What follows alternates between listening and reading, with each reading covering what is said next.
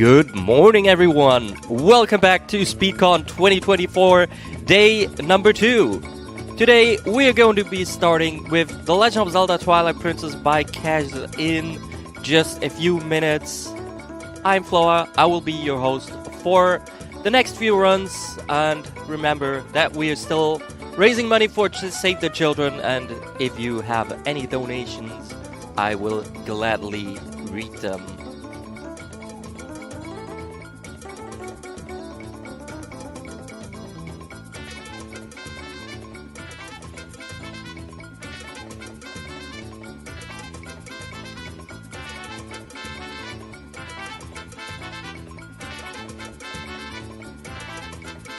Alright, and it looks like we are ready.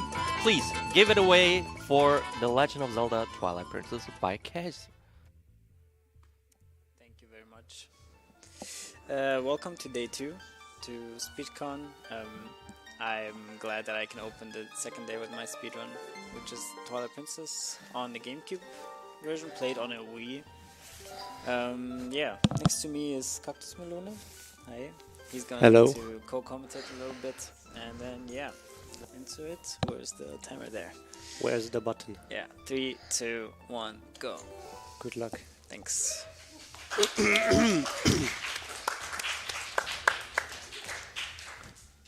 Okay, so this game starts off pretty fast-paced already. First of all, this game doesn't have, not all of them actually, but most of the cutscenes are actually skippable.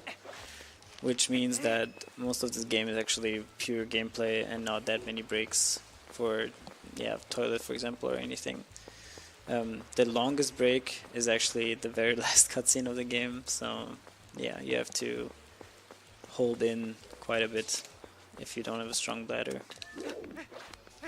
So yeah, the first trick involves this rock and the gates where we have to clip through to get to the other side of the gate,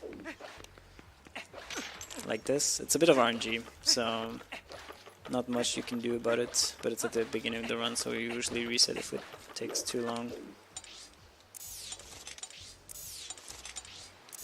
And then this trick is called Back in Time, which works, as you can see right now. We're rolling on the title screen, and this trick actually exists in both Wind Waker, or in both Wind Waker, TP, and Skyward Sword. Yeah, thanks. And it works by resetting on the exact same frame as Link is voiding out. It's not as easy and as in TP. In Wind Waker is a bit more complicated, but it's actually even easier in Skyward Sword for the timing. So I think in Wind Waker it's completely useless, as far as I know. Yeah. It actually increased in use. So Wind Waker it's useless, TP it's kind of useful, and in Skyward Sword it dominates the whole game actually. Yeah. So yeah, but what Back in Time does is actually, or like how Back in Time works is the title screen is actually a file in itself that you can't usually play, and it has some basic equipment like the hero's clothes, the Hylian shield, the Ordon sword, and some more gimmicks that I'm going to talk about later. And if you're on title screen, you can actually save that file to a normal working file and copy over those equips that the title screen has to your main file, which you're going to use. So yeah, and it also has the effect that because you have all of these items, Ordon actually switches states. Ordon is the town that you're starting at as Link. You actually change the way it works just because you have certain flags enabled.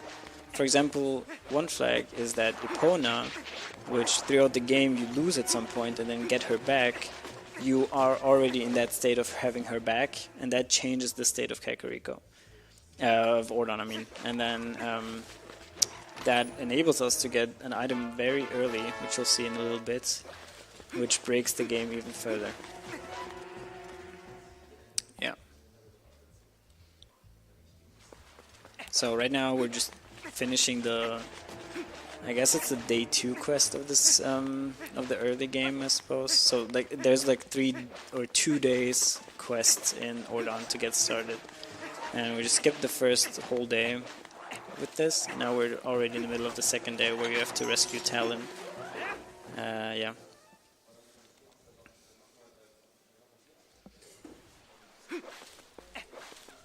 And as you can see, rolling is actually the fastest movement type besides Epona, of course, or the wolf at in certain areas. It actually depends. Every area is a bit different. If rolling is faster, or wolf is faster, or Epona is faster.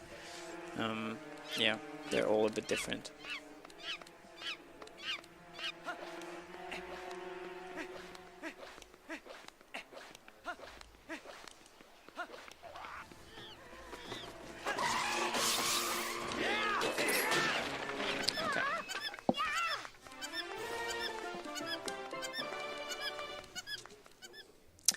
I've shown off this game many years ago at SpeedCon. I think at the very first SpeedCon I ran this game, so many years ago already, and this category. And since then there was a lot of change, which is why I resubmitted it this time.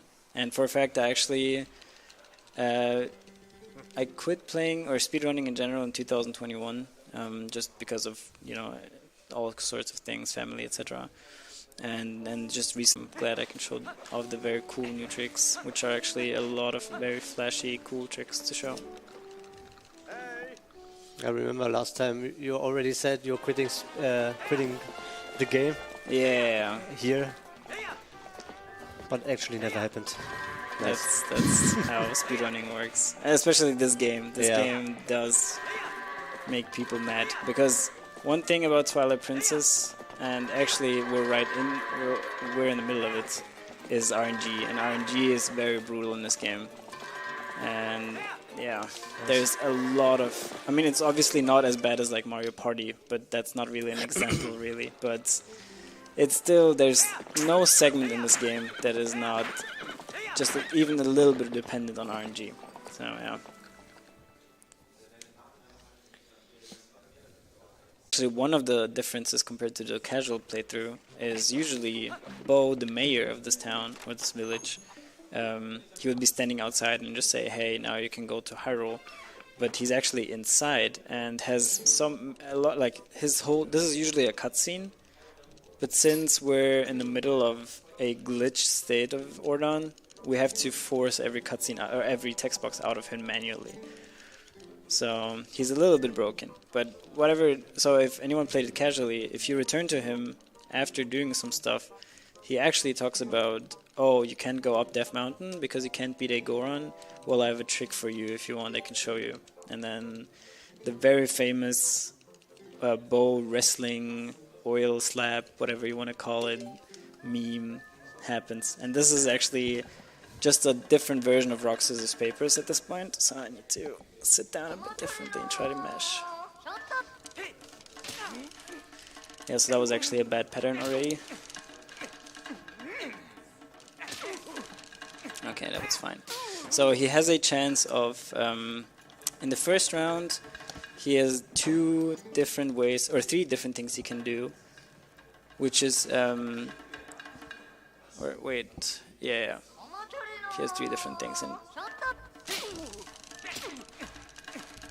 Okay, nice. No, that was better. Yeah, that was way better. So, how this works is if you push, or you can push by mashing A, and the faster you mash A, the faster you push, obviously, until you go to 15, which is the max amount of A presses you can do a second.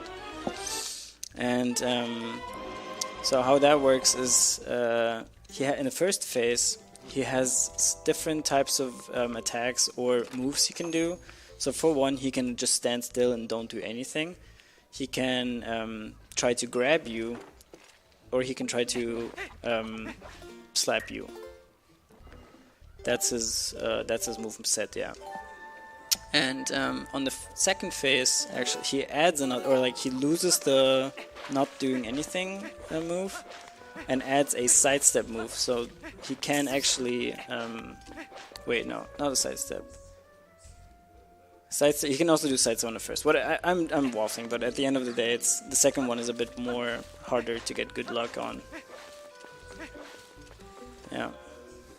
Usually you have to do so many stuff to get into Hyrule Castle, Yeah. and now he just did it in under 10 minutes. So It's he's- really crazy. In casual playthrough, I think you need to get sword and shield Yeah. and get a fish, the rod, the fishing rod and stuff like that. Yeah. So And saving the cat, I think. yeah. Yeah. Yeah. So usually it starts off, as you said, you start off, you wake up, you herd goats once already. So that's it's only 10 goats. Then you go back to bed, then you wake up again, and then you I have to count. And then you're pretty much on the mission to get slingshot. Slingshots as well. Yeah, and so to get slingshot, which you have to buy, you first need to get the shop owner's cat back, and for the cat to get back, you need to get a fishing rod. So you need to get a casket with or not a casket, like a child's carry whatever thingy.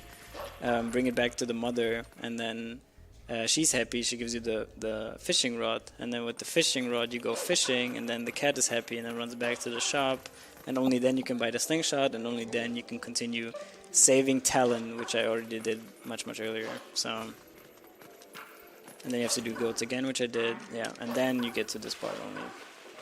Yeah. But back in time, save the day. Yeah. Isn't the title menu screen save file after the second dungeon or something like this? Kind of, because as I said, what the title file save has is Epona tamed, because Link rides Epona through the title screen and everything, so he needs to have her saved at this point, I suppose.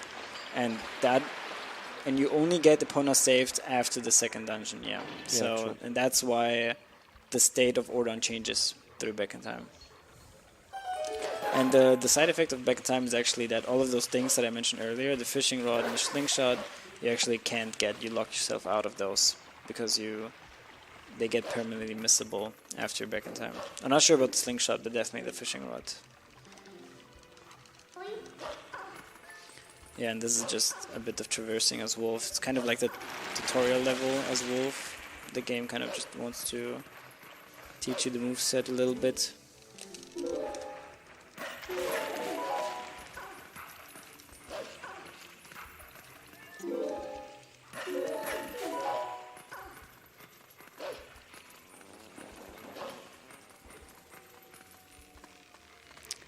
So not that much happening here, actually.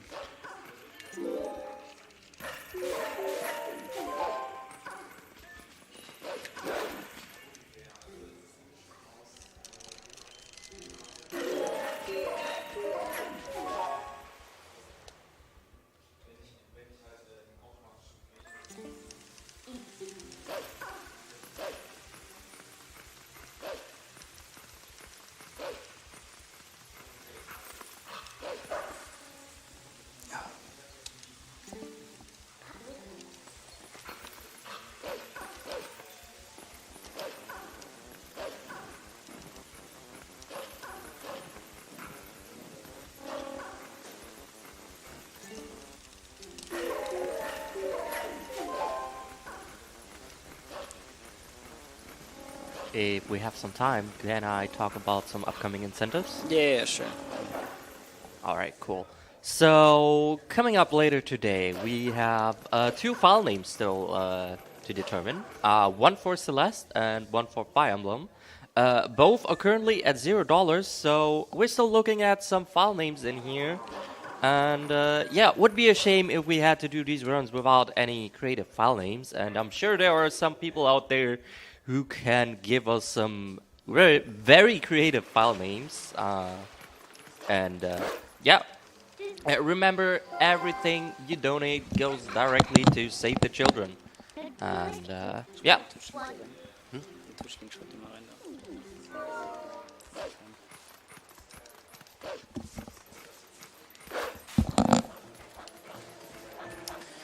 Okay, so another side effect actually of Back in Time is the fact that usually now in the casual playthrough you would run to Ordon and get the sword and the I shield. hope I just get this ready.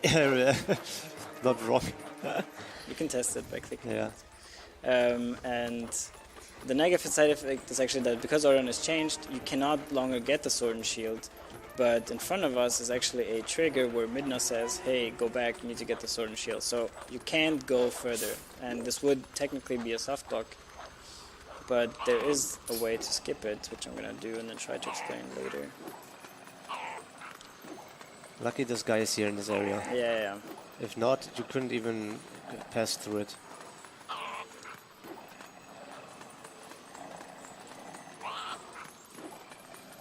It's kind of trolly right now. Oh, damn. Okay, you missed it. Well, but now you can see the trigger. Yeah. Luckily, we need this guy again, but if you white out, you're gonna respawn, so it's not kind of soft block. It's not about that he respawns, but his health resets. Yes.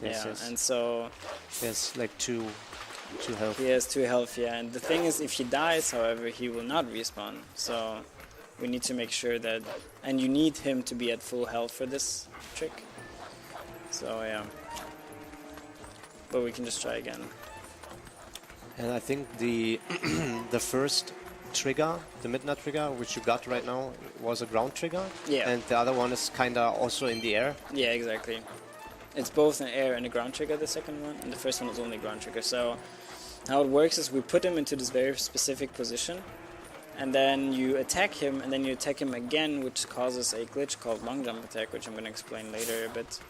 And that helps you to jump over this trigger. So I hope I get it this time. Yeah, and the cutscene trigger has priority over the other trigger. Yeah. And this guy today, holy. Okay, there you go. This worked now. Good. What a big sequence break. Yeah, it's not more of a sequence break than it is to enable to continue the run actually with back in time. Because if you wouldn't be able to do this, you would not be able to do back in time. It's also kind of funny that you already have a sword and a shield. Yeah. But lucky for us, we can still skip it. Yeah, it's even if you have the wrong sword and shield. Not only it's the wrong, but it's also not counted in your inventory actually. So. Oh yeah. That's why the game thinks, oh, okay, he doesn't have anything. The game really wants you to have the wooden shield and the wooden sword. Was it called Order Shield here? Yeah. Yeah. I think.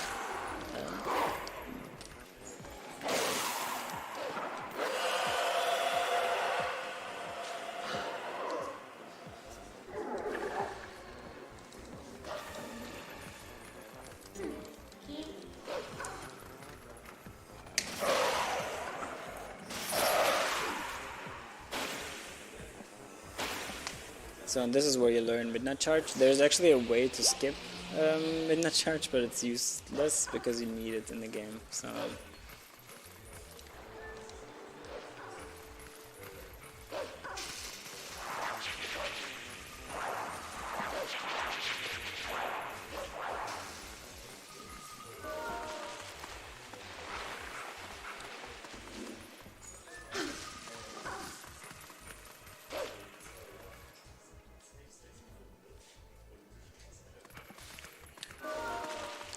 And so usually, as you may have seen, I actually skip getting the bugs, or like those tiers. So usually you would have to go and collect a vessel and get some tiers in the vessel by killing some bugs. But in 80% we can actually skip doing that because we don't really need it.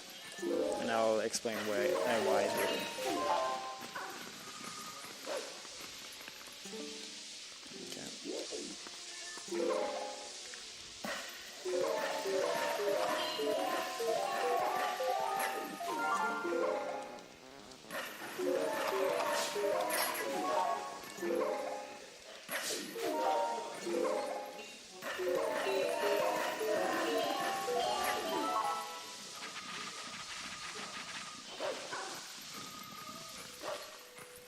Now is actually one of the biggest sequence breaks in the whole game coming up. It's called EMS. Again, only possible with an enemy. Yeah, exactly. It's 50-50, no? Messed it up.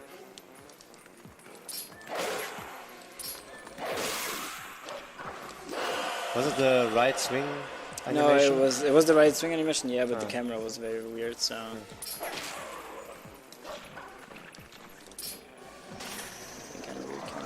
No, That's the wrong one. Yeah, exactly. Also the wrong one. That was the right one. You I almost got it. made eye. So as you can see, I'm out of bounds here actually. And we can jump right down to the Sacred Grove where the Master Sword is actually. And collect it. And that breaks a lot. And so this coming up is just another auto-scroller, so I can explain a little bit about the thing. But we have some time for any call-outs if there's anything. Give me just a minute in here because I do see that we actually did get a donation. Alright, there we go. We have $5 from Farah saying, "Man, what an amazing run, an amazing runner. Nice to see Twilight Princess on the stage. You don't want to miss this one for sure. Good luck to Case Master. You got this, bro." Thanks. Yeah, this is a runner that unfortunately could not be here, so he was supposed to run Banjo-Kazooie, but yeah. We miss you, Yeah, we do. Sage.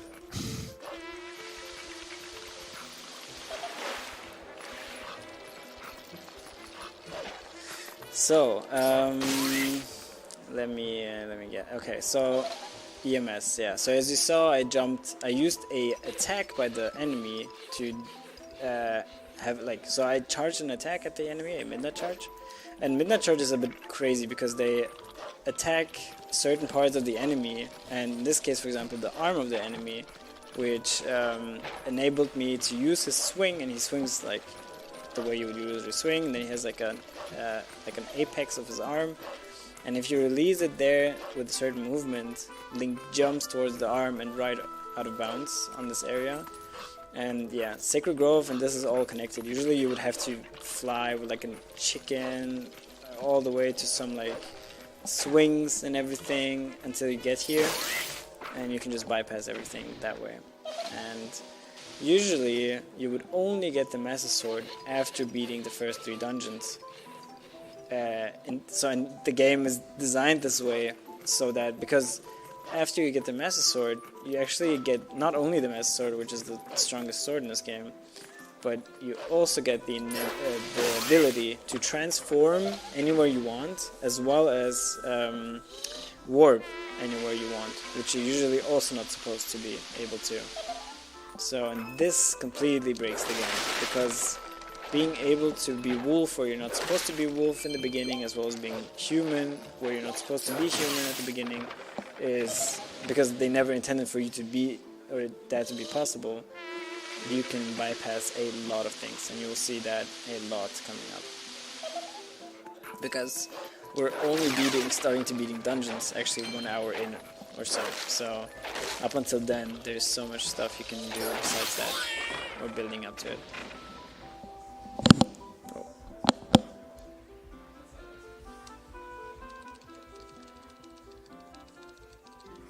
Oh, and EMS stands for Early Master Sword, of course. So.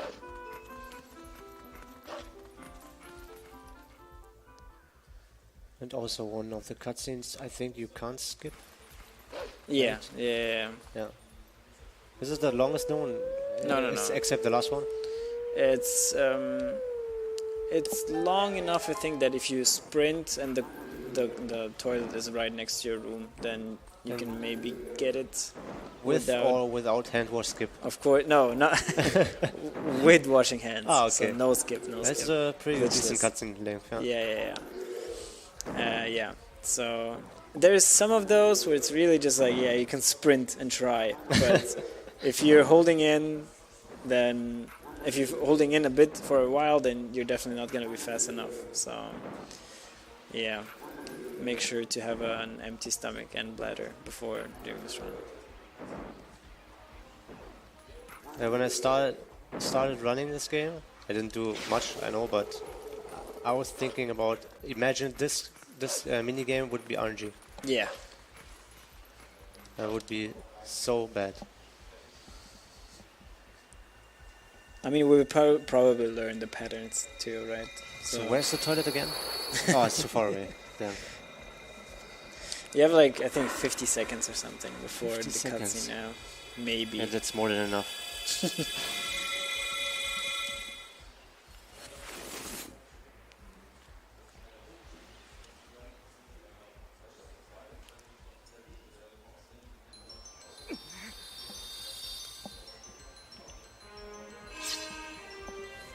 It's incredible how the game is still so long, even with all these sequence breakers. Yeah. So, yeah. This is actually the longest 3D Zelda also. If you don't count Skyward Sword HD, of course.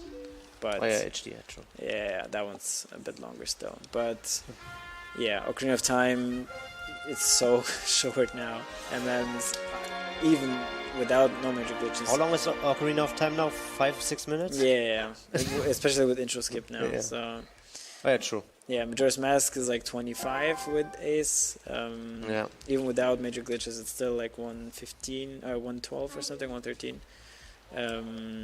Wind Waker is also under an hour. Yeah. Like Yeah. 50 minutes. Yeah. And then you have TP, which is the world record is 248. 248.28 or something, or 48 or something like that, 49 by Bewildebeest. And then Skyward Sword is also, I don't even know, an hour long or so. I think the most recent world record from a couple of days ago is Oh. 108. Yeah. Cool. 108. Oh, that's nice. Yeah, and then the Switch Zeldas, of course, they're much under an hour. Breath of the Wild is like 20 minutes or something, 25. And Yeah. then Tears of the Kingdom is what, 45 or something? I mean, Breath of the Wild and TOTK, they are kind of designed to Yeah. have access to the Yeah. end game. Yeah. So it's a bit different. So yeah, this game is it's very broken in its own kind of way. Like, of course, we don't have arbitrary code execution or anything like that, which I'm happy about. But I wish there is still some kind of gatekeeping things that if they would be gone, this game would be even cooler. So. But yeah, we do skip quite a bunch actually. This game just happens to be packed with a lot of stuff.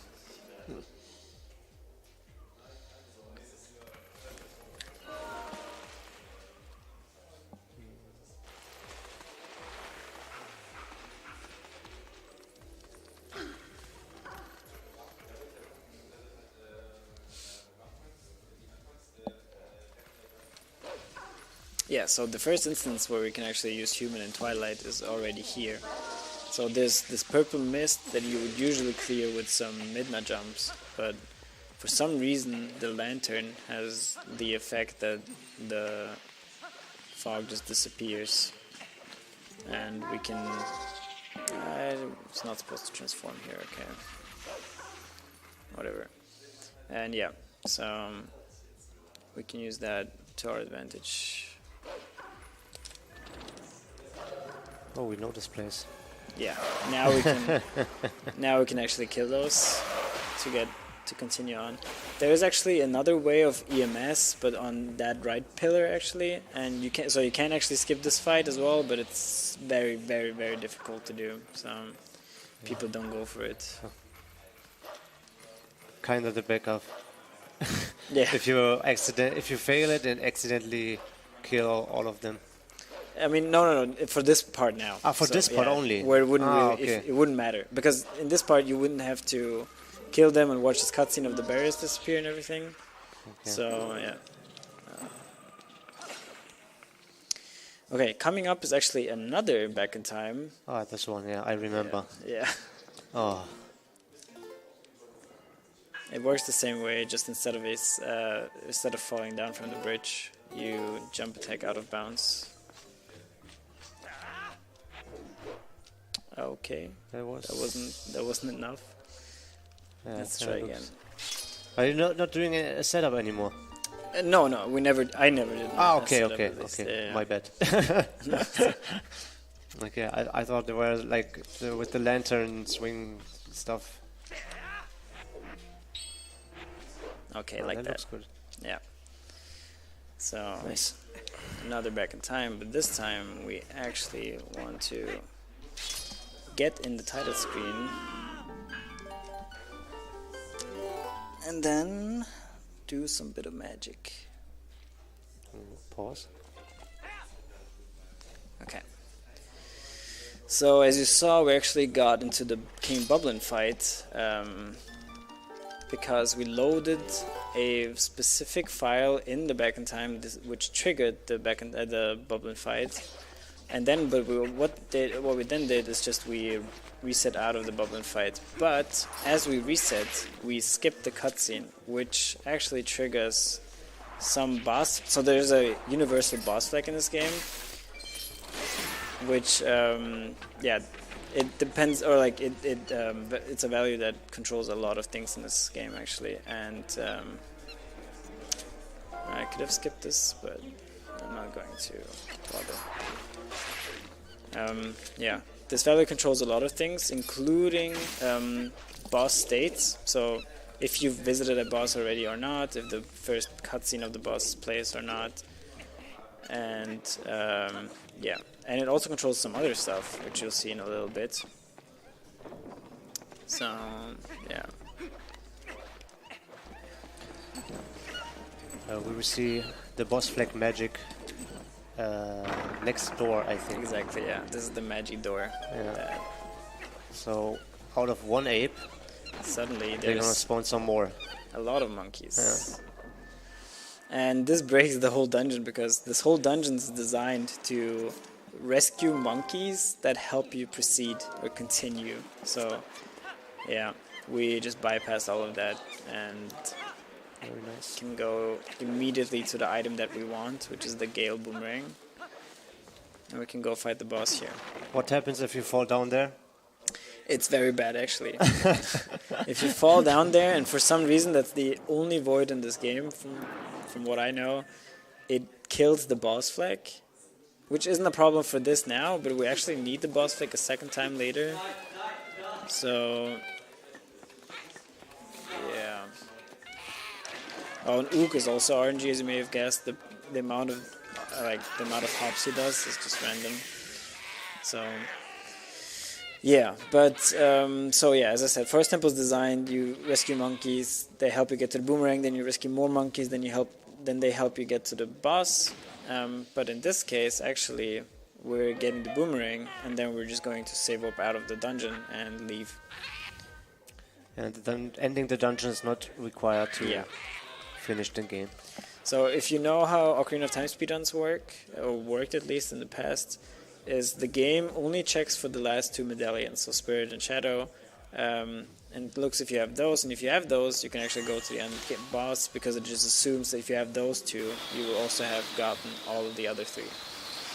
So yeah, and this game is similar. So there's Forest Temple and Goron Mines and Lakebed Temple, and the game only checks for Lakebed Temple to get you to the next part of the game, I guess. And so beating Forest Temple and Goron Mines is absolutely not required. And the only reason why we're going to Forest Temple is to get the boomerang, which is actually the most broken item in this game, which you'll see. Sure. Yeah, which you'll see just in a Totally little broken. bit. So this is another helpful thing here. We can warp already, which is again something that you're usually not supposed to. And this cuts quite a bit of backtracking and movement and everything.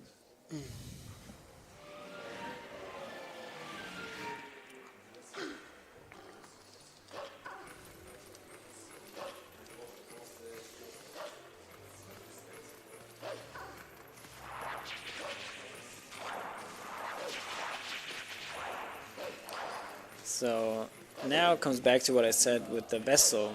You don't have to collect the vessel to clear the Twilight here. You would usually have to, because there's the trigger here, and if I fail this trick, you will see it. Can you show us the trigger? Or? No, preferably not. Yeah, okay. I fail. didn't show, okay. So there's a trigger, Unlucky. a midnight trigger that says, hey, what are you doing? You can't It's leave. still twilight, yeah, and you haven't beaten the forest temple, so go please do that, and then you can leave. So, and even if you clear the twilight, the trigger will still say, hey, you haven't beaten the forest temple yet, go do that. And since we don't want to do that, we can just jump over it, which also means that you don't have to do the twilight at all, which saves also a bit of time. Can you at least show the postman? I hope not. I don't think so. There's another trigger here for the postman, and with a bit of clever maneuvering and a long jump attack, you can just bypass the trigger. Do you remember how long the cutscene for the postman is? It's like 15 seconds or something. It's not too bad, but it's still annoying to fail. So, especially because you attempt it and you transform and then you do the trick and then you fail it and then you have to transform again. So it's extra annoying than just running right into it. Yeah, so now we're right into the next Twilight section already, which is Elden Twilight. And coming up is actually it's not a hard trick, in fact it's only one button press.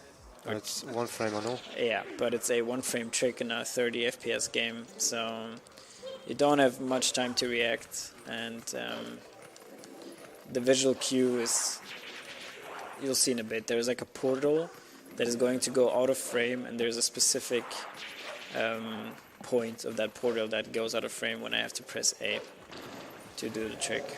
I hope I get it. If I don't, it's a minute lost. It's not too bad, but it would be nice to get it, so let's see. Nice. Nice one.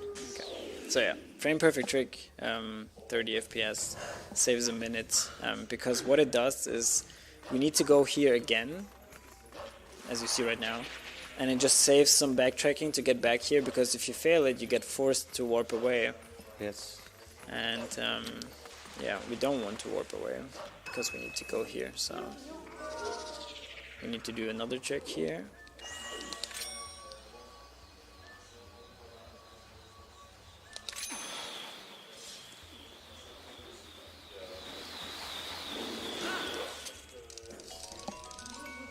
And actually the rupee is very, very important, at least the text box of it. Yeah, exactly. Which gives you a few frames to roll over the fence. Oh! Okay. I need to save warp.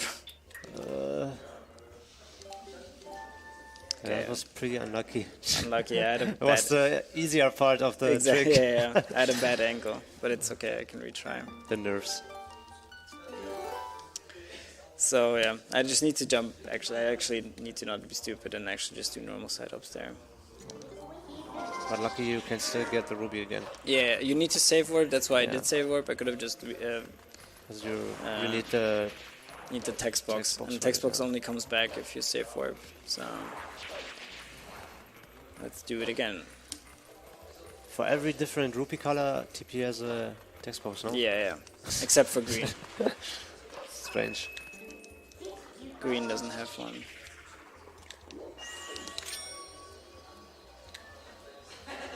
That's pretty precise. You need to be at the very top of the fence. Again.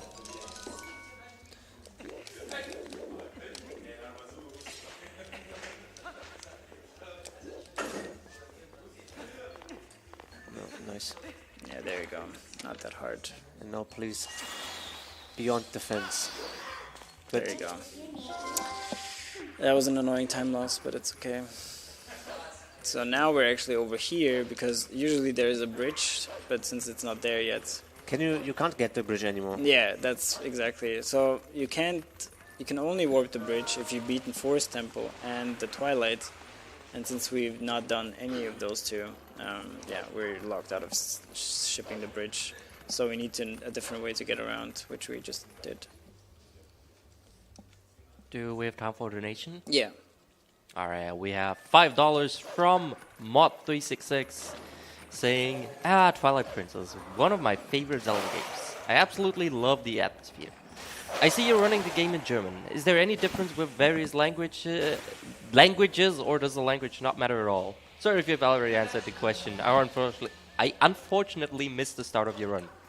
Oh, good. No, I didn't actually answer, so great question. The game is in German because as of now it's still very, very slightly faster from what I know. I'm not absolutely up to date, but it's definitely not slow by any means. So there's a funny story to the language actually. So when I started running, or when I ran the game, people always ran on English just because that's how they did it. But when I started running back in the day, because my Wii was German and I didn't really care, my language was also set to German. A lot of people came up to me and were like, hey, you're playing in German? Oh, okay. And I asked people and they said, oh yeah, it's like a couple seconds slow or whatever. And then people started noticing that text boxes are actually very fast in some cases. For example, the rupee text is pretty fast. The boomerang text is pretty fast. So there's a couple of texts that are much faster, lantern text as well. And eventually someone actually looked at the frame data and noticed that German is faster by a couple seconds. I think back then it was like 6 seconds or Yeah, something. 6.5 was back then. One key text box. Exactly. The more keys you got, the slower German got, because keys are faster in English, I think. Or the other way around, something like that. I don't fully remember anymore. Been a couple years already, so now I have to do this trick again. Yeah, because you didn't still forgot to do Exactly. Forest. Yeah. But now that was the last time, and now Midnight will not annoy me anymore. And yeah, and then there's actually the Japanese version of this game as well. Like, and then like all the other languages are slower. So it's like German, English, and then like it goes down all the way to I think French was like pretty slow. But that's only for any percent. For 100%, English is faster because the bug text of these like golden bugs that you can collect, those are pretty slow in German. And since you get 30 of those, it's not worth it to do that. Yeah. And then Japanese is also actually language, and that one would be, I think, a bit faster. However, it lacks a pretty specific glitch that we'll see later, and that's why it has to do a different glitch, and then this one adds up a bit slower than what we do right now. Okay. Nice. So this is a gate clip we do now as Wolf, and yeah, that one's, you just clip through a gate, essentially, not much to say about it.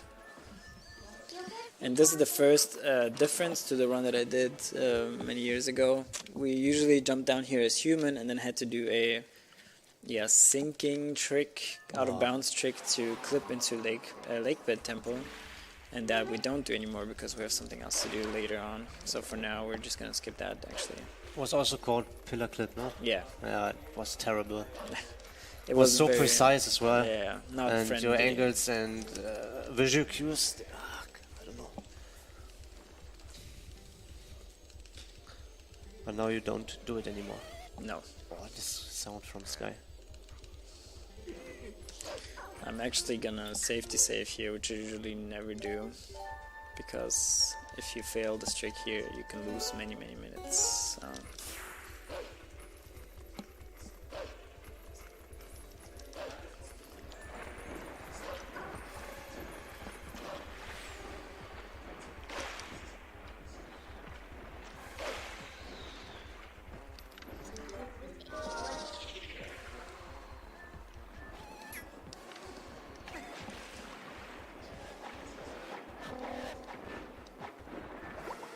Okay, nice.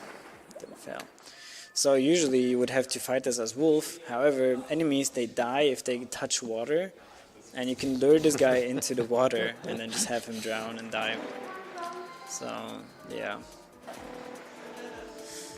Yeah, and now this is usually a pretty boring flight where you just fly in straight lines and everything. However, there's a pretty cool trick we can do here. Just don't bonk. Okay, Yeah, good. it's nice. Where you can clip out of bounds because the hitbox, or like the hitbox of this cargo rock is what they are called, is so big. If you jam yourself into two rocks, it just gets pushed out of bounds. And then you can, if you look at the minimap, you can see that it has this like big curve, and this trick saves time because you can just fly in a straight line to the finish line. So yeah. Also pretty tiny times, I would say. 6 seconds. Yeah, 6 seconds. It's what is actually good about this trick is that you don't have to maneuver awkwardly. So there's these like falling rocks and everything, and you have to go down and up. And here you don't have to do it. You just fly straight. The out of bounds area kind of tries to push you because this is like a set track, so it tries to push you back in bounds to keep you on track. But you can just fight against it.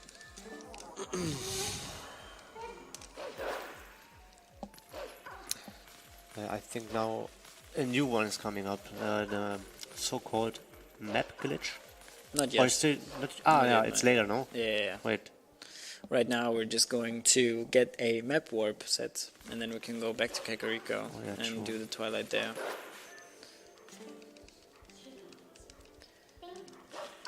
So the story about Linear here, like Zora, is that everything is frozen because it's so cursed in Spoiler. Twilight. It's all good. And then, to unfreeze it, you have to do something story related, which you'll see in a bit.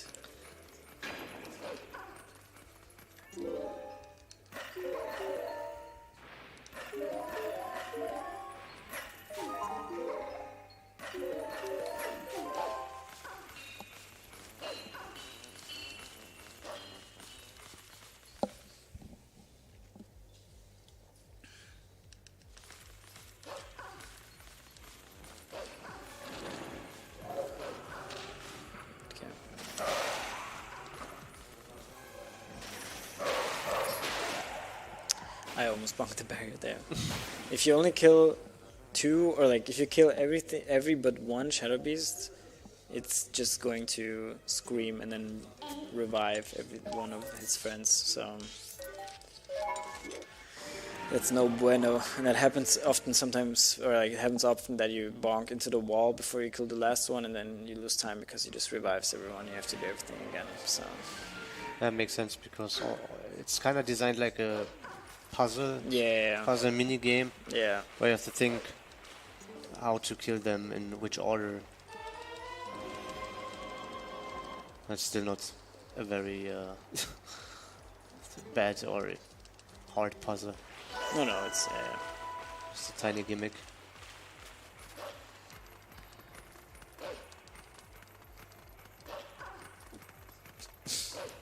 Thanks, Nico. So now it's actually, this is one of my favorite segments because it's very fast paced. You do a lot of stuff, a lot of very cool stuff. It's also the fastest out of vessel collecting. Yeah.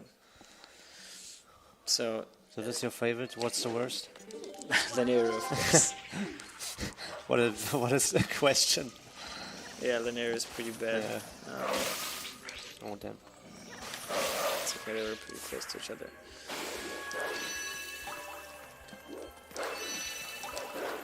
Okay.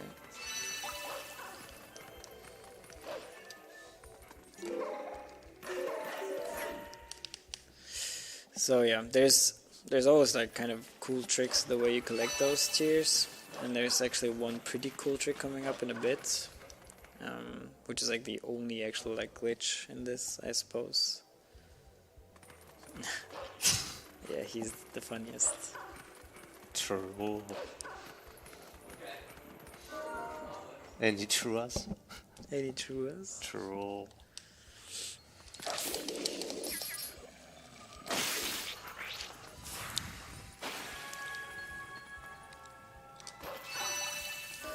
Oh yeah, this one is actually pretty cool. Usually you would have to climb up and everything and then get him behind a pot, but you can trigger him by bonking into the wall next to you, and then he comes down to you to kill him. So he's fed up and says, just get rid of me.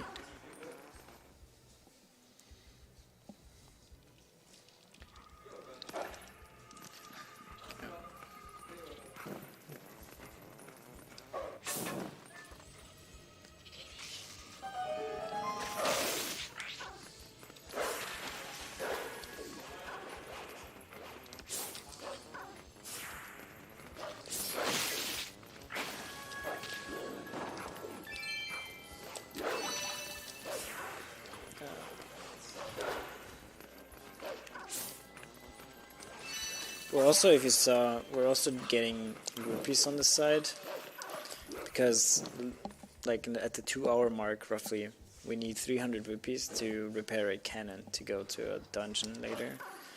And there's 2 guaranteed 100 rupee drops, and everything else, so another 100, is actually what we need to just collect on the side. And it works out quite well actually, so it's not really a hassle.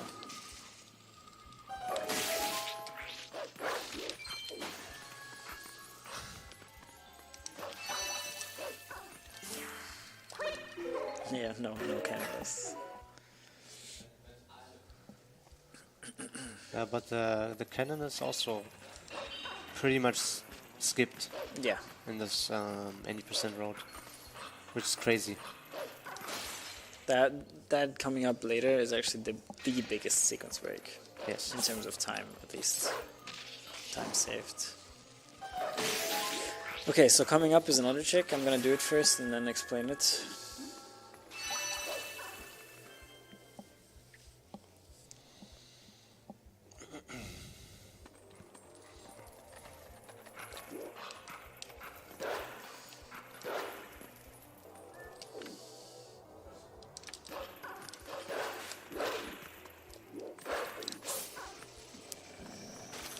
Okay, nice. So this bug, usually you just go up the stairs and then it runs in the house and you have to follow it into the house and then light the house on fire and then it explodes and everything. And then you collect the tears and everything. However, if you kill the bug before it goes in, the game thinks that you've done all of this explosion stuff in the house and everything, and just despawns the house pretty much, or puts it into that explode state. Come on, bro. This bug's a bit annoying. Yeah, good question actually. Is there any downtime where you can actually chill in this round? There is some passages where you just run as Wolf, like straight forward for like a couple minutes. Yeah, that's pretty chill. But other than that, because as I said, there's not many cutscenes that you can't skip. You're pretty much always on, you do something and you actually have to focus on some things. So it's actually 3 hours of full action pack.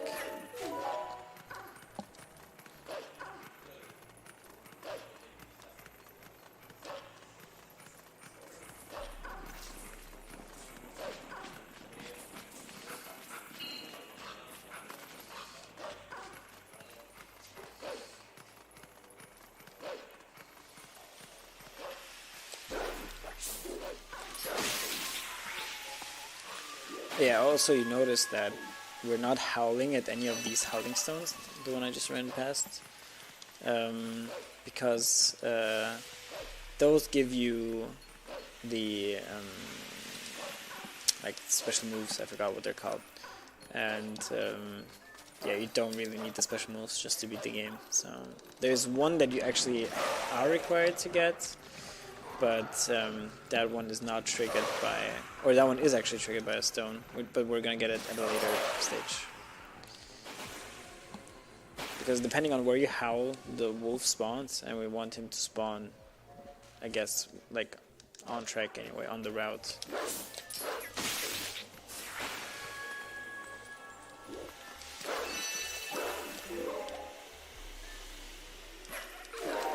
That was very early in that cycle.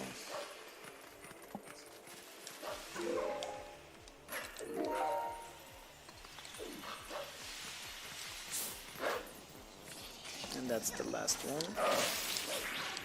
That was a pretty good Twilight actually, except for the graveyard bugs at the very beginning. Nice. Oh my. Okay. Was not spawned. Yeah, it was. They take a little bit of time to materialize, and so you have to kind of wait a bit. And I jumped a bit too early, yeah. Yeah. So that's Elden done now, and actually, the way this route works out, you go from one Twilight straight to the next already. So, because the reason why, or rather, this game is just gears in, like, chained into one another. There's so many events that happen only if you do something else and blah blah. So it's not kind of like Breath of the Wild where you can run to this place, you can run to this place, you can do this first, you can do this first.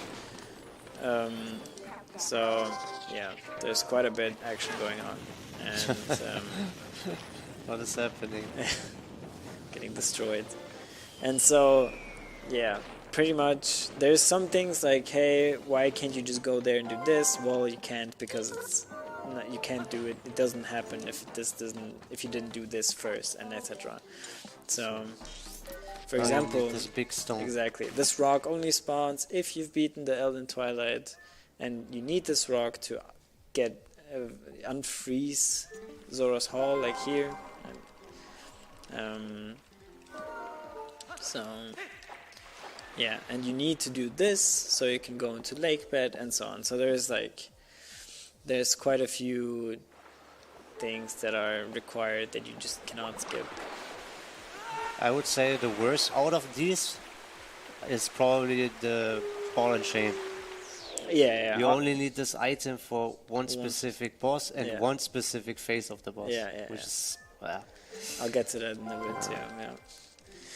So now this, I guess you can kind of call this a chill out segment at this point. I think this is one of the most straightforward, not really that flashy kind of segments, because it involves one part where the game sends you all the way to Hyrule just for one bug. So you do like minutes of traveling just to get one bug, and that's of course story related to visit the castle once, see some cutscenes, blah blah blah. But yeah, we don't want to see any of that. So it's kind of just annoying to go there for one bug. That's just how the run is.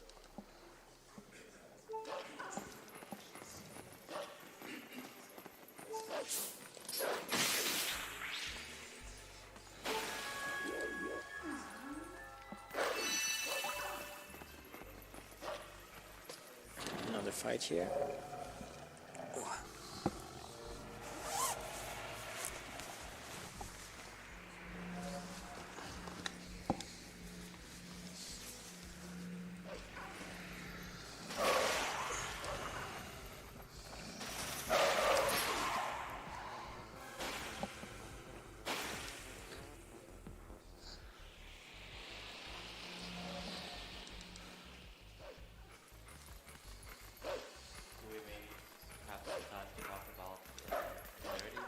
Yeah. Alright, so as you might know, we are raising money for Save the Children. And Save the Children has worked worldwide for over 100 years and in 120 countries to give children a future in that time, impacting the lives of over 1 billion children. This doc is a little bit older, but it says that in 2019 alone, they reached 144 million children through their comprehensive programming and emergency response. And even just $1 can provide 4 children with treatment against pneumonia. So if you have something to spare, then please consider donating. Thank you.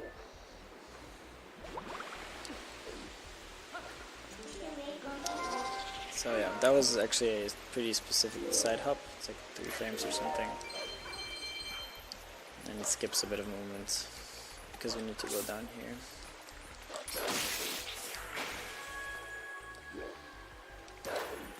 Nice. And coming up are like, they're considered one of the most troll bugs in the game. I don't think they're that bad, but they can be annoying, yeah. But I got them pretty good here.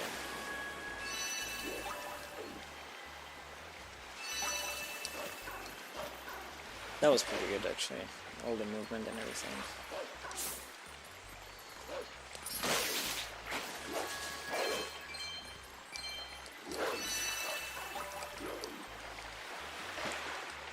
So 51 rupees is actually more than enough already at this point, but if I can get another extra 9, which is not happening actually, then I could have skipped 1 red rupee in Arbiter's Grounds. Or maybe I can still scratch together, we'll see. So you're missing 9 rupees to skip 100 rupees? 1 red rupee. 1 red rupee. Yeah. Yeah, I don't think... There's 3 red rupees you can get, and you can skip 1 if you have 16.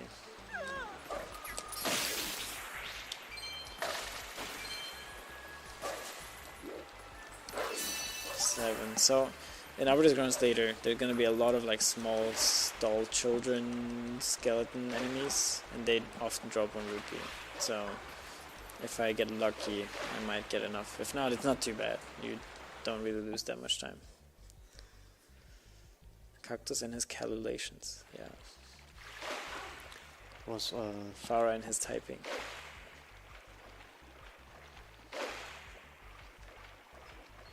math was one of my worst school topics. And I'm still bad at it.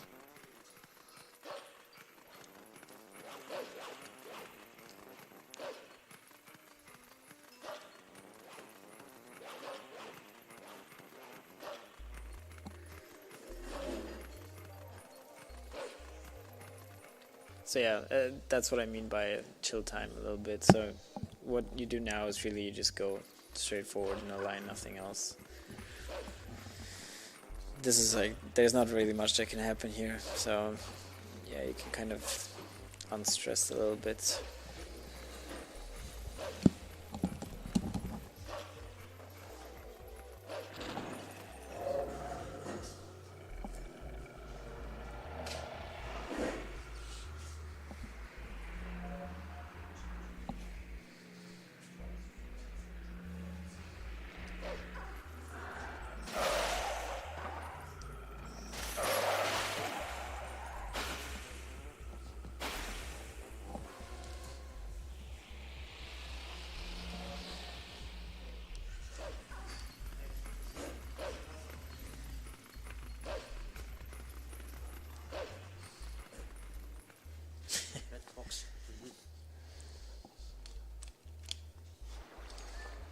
And allerdings.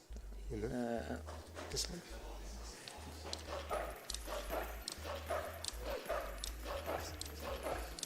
Hallo, hallo, hallo. I think it's a bit better now. Okay.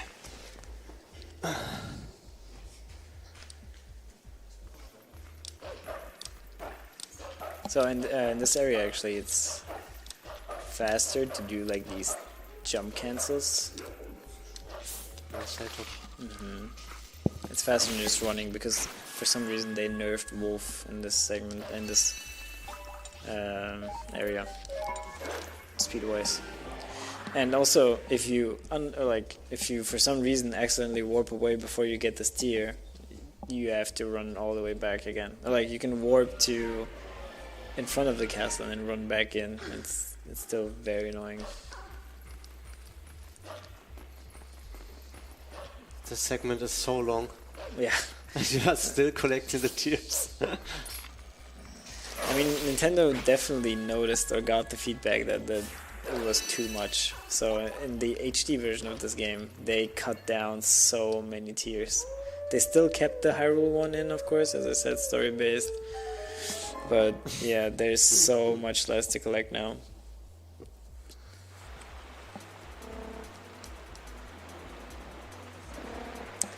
And now we're not going to clip out of bounds this time because we need to get 4 bugs on our way, and we're actually going to skip the first one over here because it just works out better with the dashes. You don't have to space them that much like that.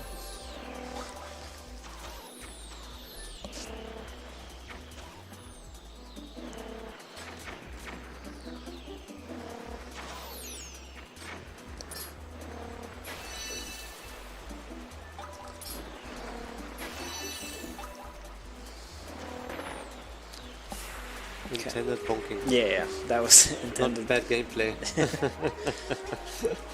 That was not a controller malfunction. Yeah, we need to bonk because actually we want to get down the river to get to this place here, because conveniently the last bug, or the second to last bug actually, is right here. So when we collect that, that last bug actually gets triggered, which for Linearu, the Big Bang, so-called big bug, spawns, which is like a little mini boss, I guess. Like that. At least the music is good here. Yeah. And so this bug actually, if you keep him on screen all the time, he just attacks as soon as he can again. But there's actually a thing that you can keep him out of the camera, and with every loop he does, he sinks a little bit further down. So if you keep ignoring him, at some point he'll be so much down, so far under the water, which is funny how they designed him.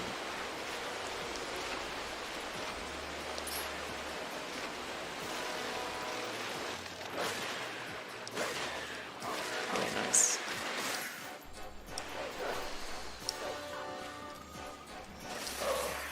And then you can quick finish him off, actually. Usually you would have to target all of his tentacles, and then Wolflink would go like and then kill everything. But if you bonk, if you walk like kind of away from it and then bonk to the first one, the game just thinks, oh yeah, the attack is over, and you hit everything. So it's like kind of like a quick kill, which saves like 6 seconds or something. Yeah, we finished, finally. Yeah.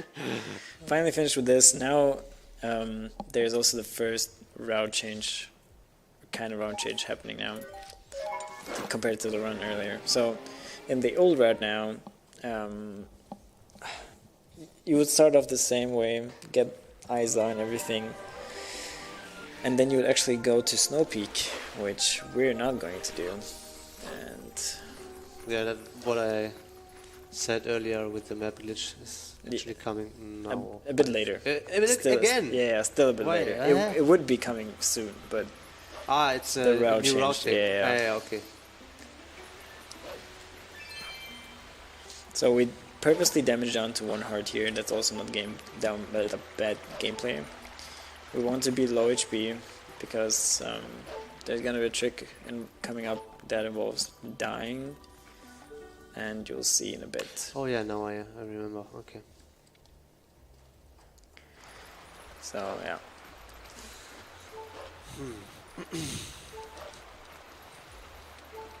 Oh, I'm actually at 63. I forgot that we get another 10 rupees now. So all good. I don't need to get the extra red rupee.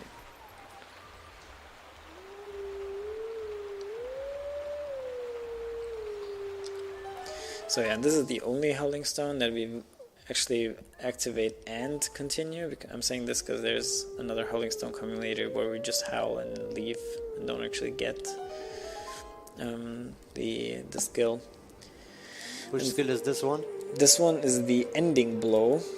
Also just required for ending the game, no? Beating the game, exactly, yeah. So if you've played this game and you finish Gendorf off, you know that the final attack, kind of similar to Wind Waker, is like he jumps with a sword and like just like jumps right into his. In Wind Waker, it's into his head. He rams into his head. In this case, he rams into his chest.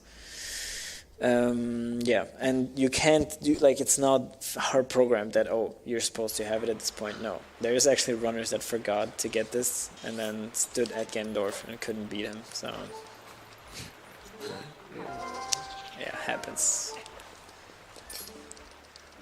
Okay, this is also a trick where we want to beat the Shadow Beasts as Wolflink, even though we don't have the Midnight Charge because it's not Twilight right now. So yeah, we have to do some shenanigans that the fight still triggers, even though we're wolf, even though you're supposed to do this as human. And then we have to do the fight a certain way so you actually can beat them, because they're actually hard-coded. It's not hard-coded, obviously, but they are coded that you're not supposed to be able to kill them both at the same time without a Midnight Charge.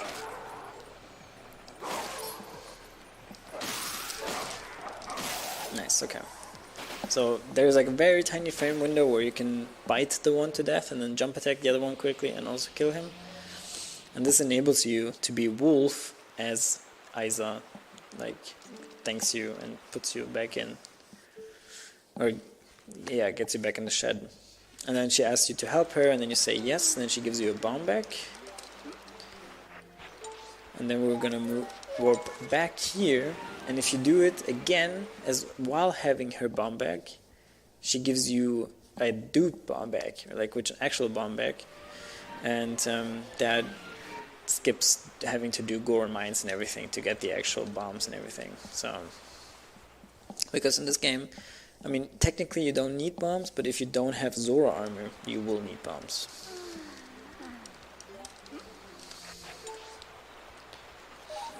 Okay, now we can move away, and now we have a full bomb bag with 30 bombs, which we'll use in a bit. So the route is going into lake bed yet now, or Yeah. So okay. So now you go to lake bed, and well, now we're gonna do a glitch that is going to enable us to get into lake bed. So luckily it's not pillar clip anymore. no.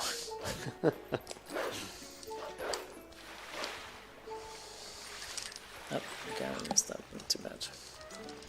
It's only this text skip that I could have skipped.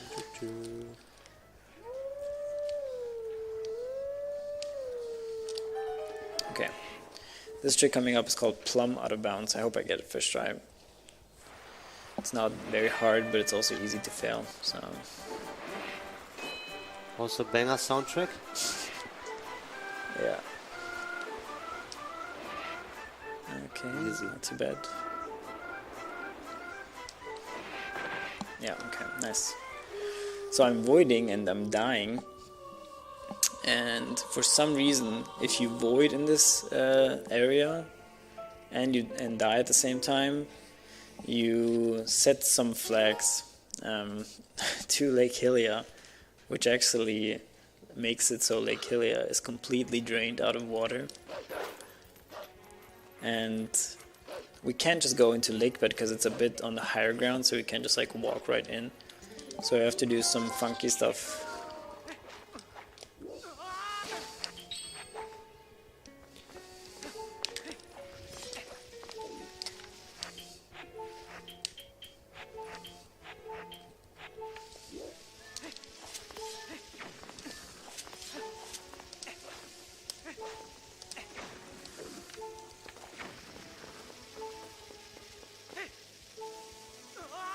Okay, Oh. I must have failed the setup a little bit. It's not too bad, I can try again, just unfortunate. I don't know where I messed up the setup, but Just try again. yeah.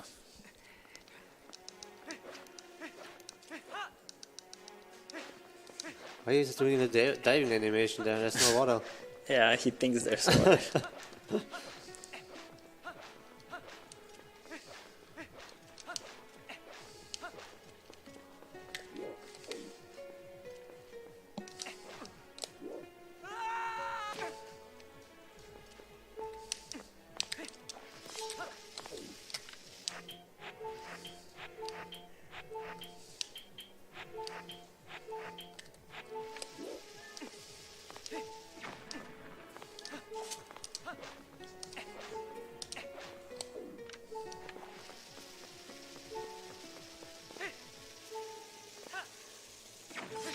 That was a bit too early. I need to die. And try again. That's unfortunate, but not too bad. It's like a 40-second time loss or something. Dropping the bombs before jumping off the cliff is It's just to get rid of bombs. the bombs. Yeah, exactly. Not something we will do Yeah. because of the setup. Yeah. That's why I left it out this time.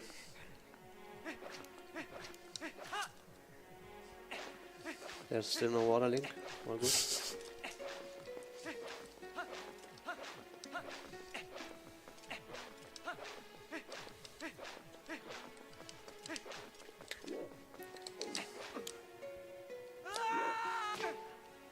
So this time the setup was good. I just missed the frame window.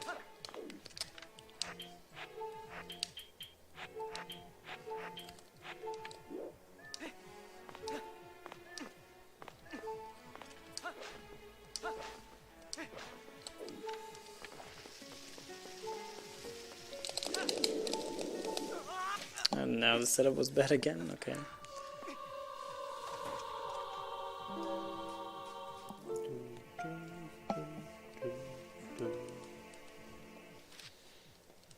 Okay, I'm gonna try this normal setup one more time, and then if I fail again, I'm just gonna do it a different way.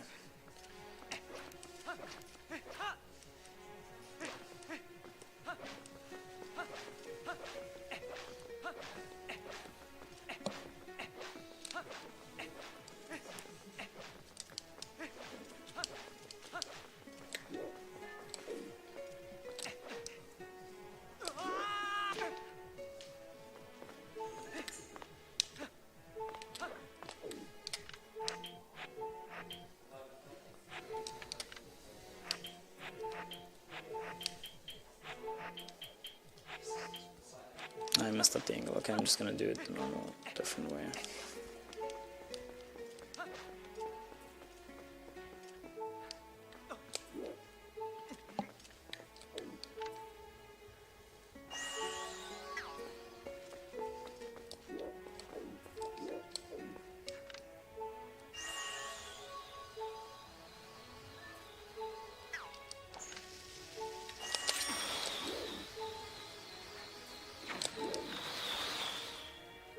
Okay.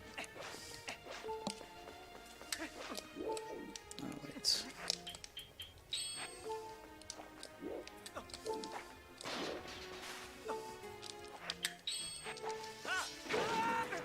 Okay, never mind. So cursed. I don't know what's tricks and it doesn't work. Super cursed. That's all set up for ending the game early on wrong warp. True. That's a ace setup. Unlucky. It happens, it's okay. Yeah. Just wait for sellout skip. Yeah, that one's good. Pause. Good.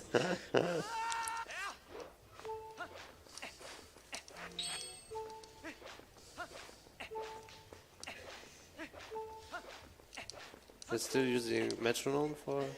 No. So, okay. Legend. There you go. Okay. Easy first try. Okay, I'm glad it's over. Yeah.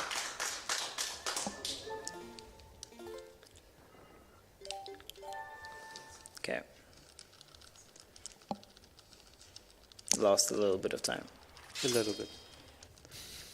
So actually, the only way, or like, so we safe warp here, and it puts us at the beginning of the dungeon here, and it helps us, because since we don't have Zoro armor, we would actually drown if we would do this without. So it's good that we get put at the beginning, and the only reason why that is the case is because we have Master Sword, and the game assumes that we have been here already once.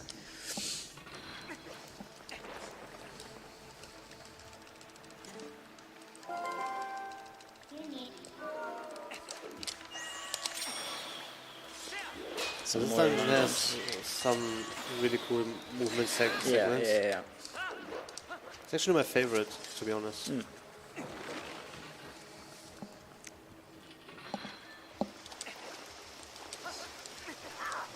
So as you can see, I'm dropping a few bombs here and there because I need to empty the bag, because at a later point I'm collecting water bombs, which are going to be useful. And to get water bombs from that chest, you actually mustn't have any normal bombs in your bomb bag, or else it will just be normal bombs. Because you can't mix bombs in bomb bags, it doesn't work.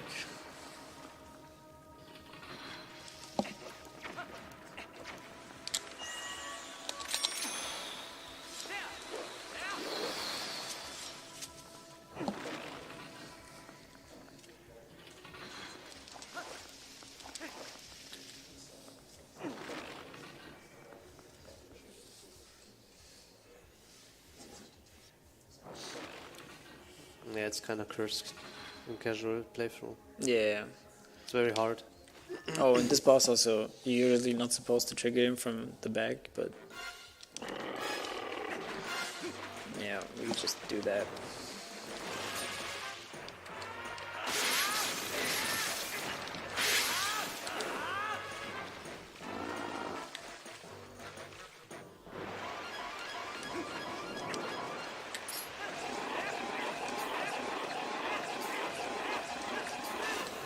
Nice one cycle.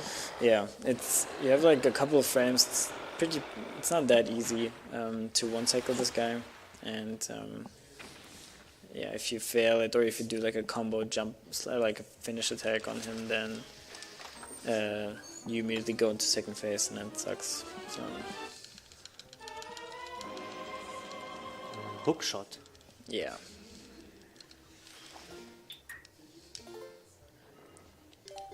So another safe warp. So and again, we triggered that boss from the back actually, because we also had boss flag again. So with boss flag, the game assumes that you have visited him already, and then you can just activate the fight from wherever. And that's an empty bomb bag. Now I'm opening this chest, and now we're getting actual bombs. Is it still the fake bomb back? No, this is It's the real one. yeah. Okay. By duping it, you actually get a real bomb back that Okay. sticks with you forever. It's also the best BK skip in the game, I would say. And the only. Yeah, coming up is the only boss key skip ever to be possible in this game, unless some kind of code change happens or anything, because every boss door or every boss loading zone is tied to the door opening animation. So there is no way to like clip behind like an Ocarina of Time or something and then just reach the boss that way. But this one is a bit different because the boss loading zone is different compared to the door opening, because it's actually a tunnel, like the boss loading zone is a tunnel, as you can see here. So you can just clip in and then fall in. And So coming up you is will a drown now. yeah. I don't have. Oh no, I don't have magic armor. So magic. I mean Zoro armor. So what am I gonna do now? As you can see, the air is already going down. It's looking pretty close to drowning. It's actually super close, to be Yeah. honest. So what are we gonna do? Do you need to enter the loading zone with iron boots to make it? Yeah. Yeah. Oh, you have to equip them within like a couple of frames. Okay, nice troll. Nice. Oh Okay. my god. This is actually, actually very unfortunate. She never attacked saw so this. fast. Yeah. Okay, I was joking about drowning, but it's not. Now it's actually... It's actually a possibility now. Yeah. Uh-oh. Okay. Are you kidding it's me? a safe warp actually. What? This run is super cursed. Holy. It's safe warp. Yeah. Let's try again. Yeah. So that's what I mean with RNG. This game can ruin your run just because it wants to. So in this case, I couldn't have done anything different, and I would have still got owned. So let's do that again. Yeah, lucky that you also need to do the whole segment again. Yeah. The boss- I could have just died and I would have landed in front of the boss door, and it would have taken me the same amount of time to just get back in. So it's might as well just go ahead and then do it again here and get owned by this guy.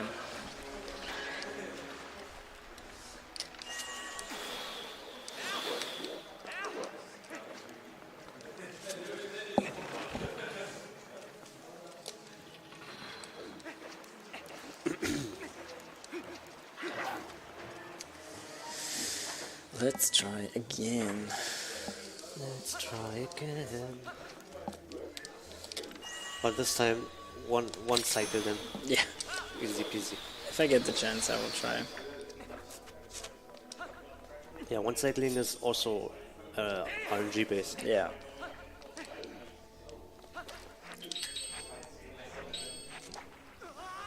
Yeah. Let's try again. Good luck. Thanks. Hopefully the eye is not making a sidestep. An eye again. Hopefully the eye doesn't make an eye. Yes. Don't make eye.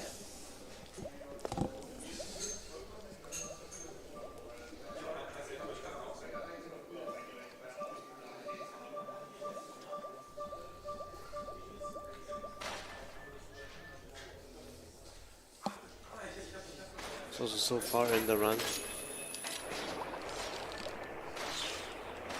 No.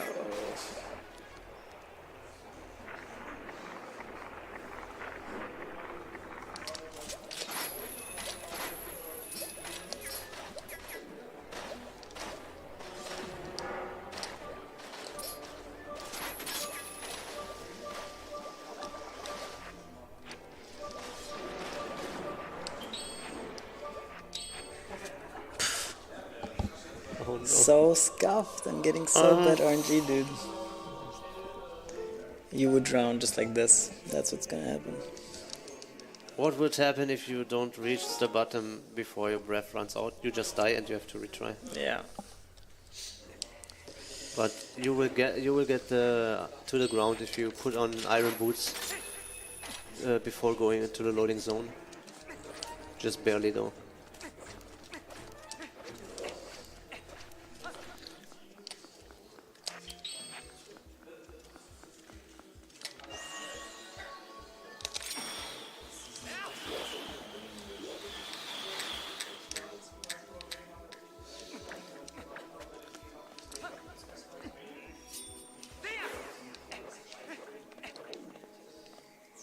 What? Nice, okay. Oh, that was a whiteout. Yeah. Oh my god, dude.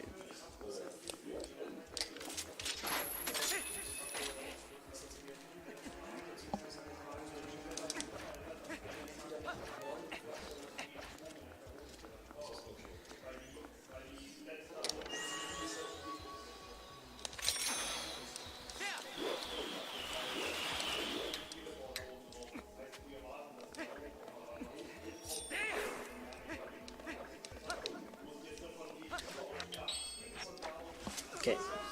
Third try is the charm.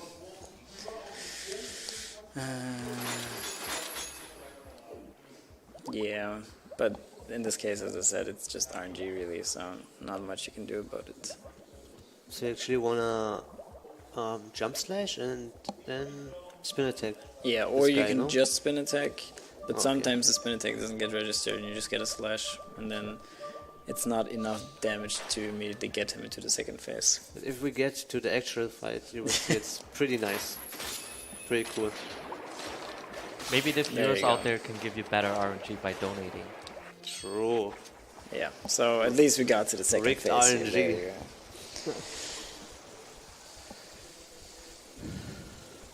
Okay.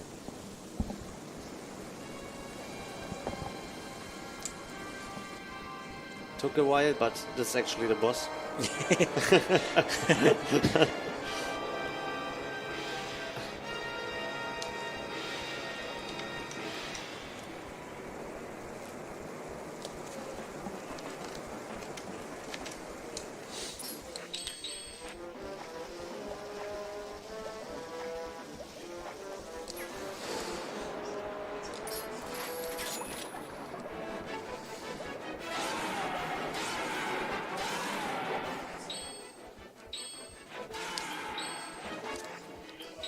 I'm not trying. Let me just-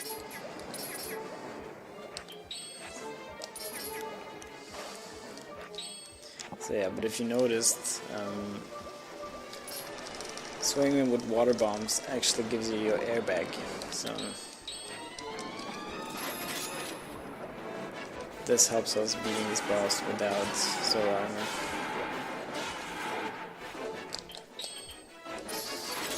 Nice, okay. So to do the regrab, you want his head to be Looking to down. the, looking down, right? Yeah. There's also RNG based strat where you can regrab twice from the start, Yeah, exactly. which would be like the fastest cycle you can get. But Yeah. as I said, it's RNG based and it's not not that often that it happens. So I we think. call it 1 bomb, 2 bomb, and so Yeah, on. Yeah, and 2 bomb is usually what is normal and happens most of the time. But 1 bomb is actually, it depends so much on if Morphle swims immediately towards you, because 1 bomb actually, I mean, it's also skill related and everything, but it's also just related to how much air you actually have left at that point. Because you can get 1 bomb, but you can still drown if you just don't get good RNG. And so it's a combination of many factors. And so this is like the last shadow piece that we get. And that one now actually like unlocks part 2 of the game, which involves collecting all of the mirror parts, like the mirror shards, whatever. And yeah, so no need for Forest Temple or for Gore Mines.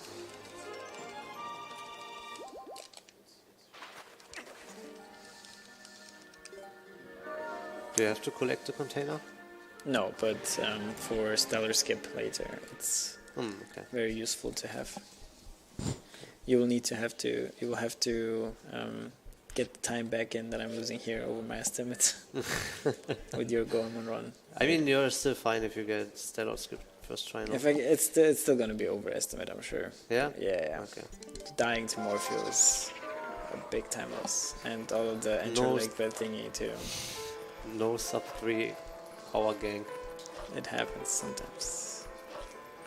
It's okay. The main goal is the run is very difficult at this point, so it's actually nice to just be able to show off the tricks now. So, what happened to Midna? Yeah, so I skipped a cutscene in which Midna gets poisoned by light. So every time you like finish the dungeon, you get teleported to like the spring gods, and then they say, "Hey, you've perished all evil from this region, and now we're all happy and it's all good." And in this case, it's also the same, except Xanto, or Zant in English, appears and controls like the spirit god to like give full brightness to Midna, and then she gets the way she is now, and now we have to rescue her.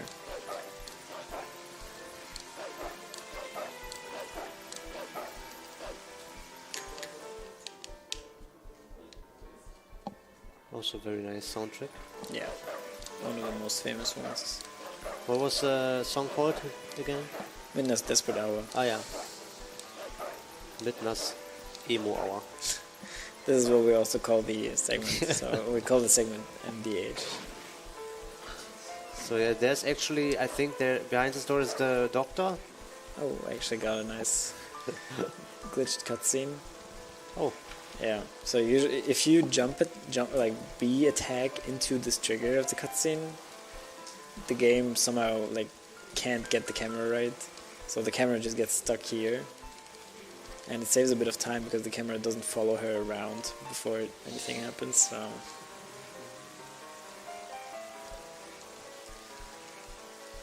So it's like 3 seconds.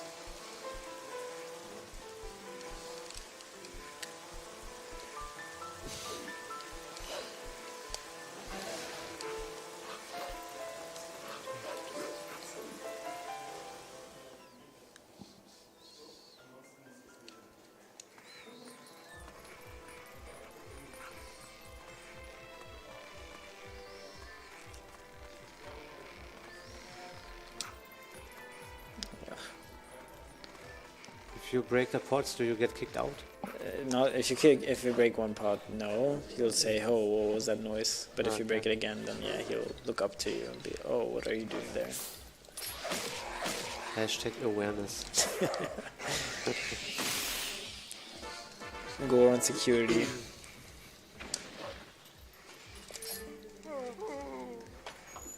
This is actually a hidden treasure where you can go into The Hyrule Castle again. sewers. The sewers of Hyrule Castle. Yeah. So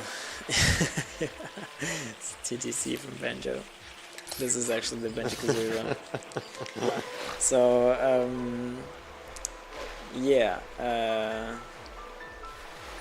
Minutes Desperate Hour is also kind of a auto-scroller. There is some like minor glitch thingies that you kind of pay attention to, but it's not one of the most challenging segments out there. So.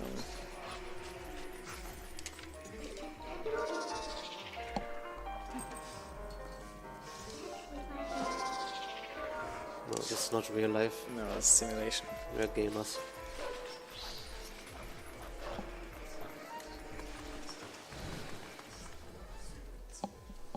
Midna is probably also a gamer. Poisoned by the sun. She gave too much, and then the sun got her. Yeah. But I feel I can relate. The real world is painful. Nice one. Yeah, usually you can dodge that first archer and then kick him into the water and then he dies, but I got stuck on the stairs and then he hit me. And once he hits you, he has confidence and doesn't run away anymore.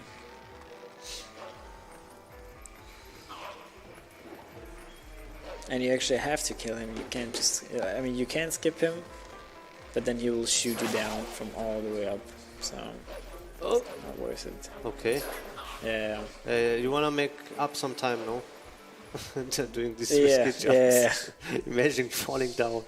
No, it's fine. Nice push. Okay. Can't This go for time, this is cycle based, right? Exactly, and I actually am not going to be able to get the cycle ready because the bubble was too wide for me to pass him, so I will have to wait now. Yeah, I wanted to pretend that it's the best cycle, but yeah. Maybe I could have gotten it, but I've lost so much already time. spoiled it. Yeah. Must be very, very hard wind if you can stay on this. Yeah. Or Link is 10 grams heavy. So now the route is gonna be almost the same as the old route, right? Yeah, except we still have to do Snow Peak, but then after Snow Peak it actually the route diverge in Arbiter's Grounds. Yeah. Okay. Yeah, Arbiter's Ground would be also nice if we can skip it, but Yeah, unfortunately it's super at long. least the first half. Yeah. I mean, there is a way to skip it in theory, no? Not really, but at least doing the skate clip there. Yeah, I mean there is a way, not even a theory, it actually works, but it takes 15 or 16 hours. Yeah, the rupee slide. Yeah.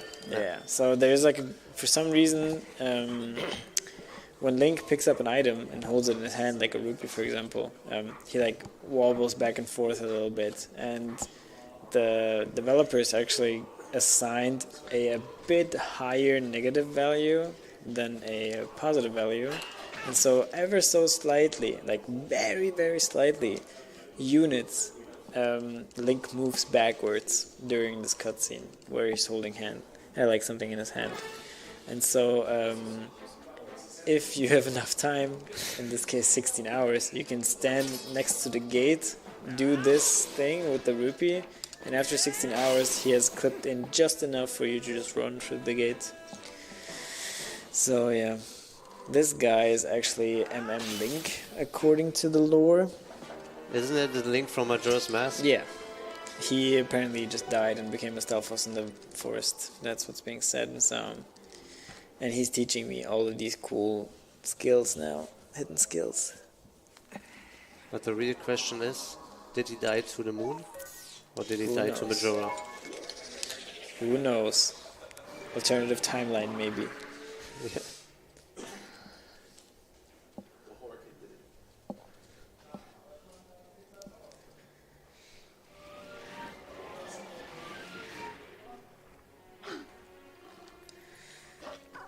So now we want to go to Arbiter's Ground. Never mind, we don't want to go to Arbiter's Grounds. Good job. Bro, it's okay, I didn't lose that much time. Yeah.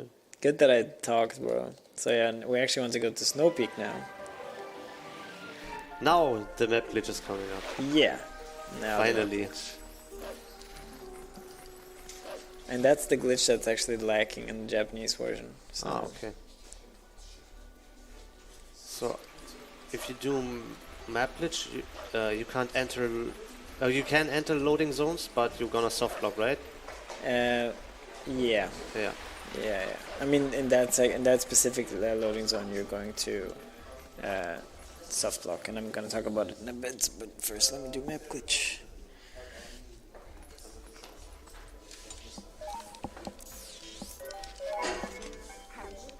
Okay, so what I did, as you saw, is like I tried to warp away, but nothing happened because Minna talked to me. And that's, you do this by holding Z and pressing the map at the same time. And then when you try to warp, the game remembers that you also press Z to talk to Midna. And so your warping away gets interrupted. And when you warp, what happens is that the game disables all loading zones. But since you don't actually warp away, you disable all the loading zones and can still run around. And this is very helpful here because in casual play you would void out in this fog because you don't have a scent to follow. There's like a certain route you have to take. But yeah, since we don't want to do all of this, which is a pretty big side quest, you need to rescue the Zora, the son of the Zora queen. You get like a earring from her, from him, and then you fish for a certain fish, and then you get a scent, and only then you can follow through. So, and you can skip all of that by just deactivating the loading zone. However, to advance, there's like over there's like a loading zone, and if I were to just go there, it's like a digging loading zone. So Wolfling like digs himself in and then pops out at the other side. And if I would do that without howling here, Link would just get stuck halfway because there's no loading zone to hit while he's digging. So that would soft block. And but this is like a different loading zone, the Howling Stone. Since we get warped away, we can now dig, and now the glitch is deactivated, and we can actually get through. If you do map glitch in another area, and then you open a door, for example, which is also the loading zone, you just go through the door, and then you stand there behind the door, and nothing happens. Like you can still move and everything. So yeah.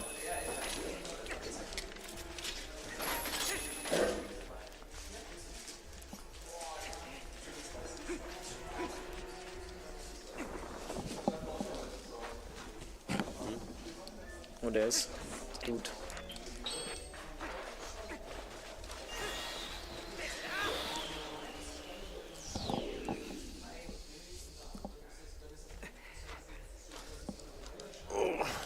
Okay.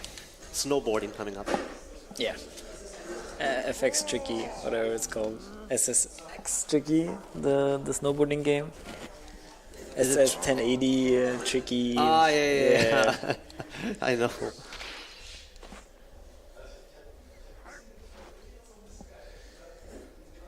What is his name again? I don't know. Yeto, I think. Yeto? Yeto. Yeah. Yeto. Yeto and Yeta.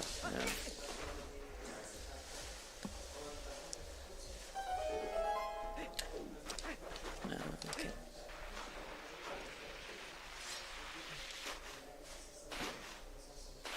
I loved it as a kid. It was so cool.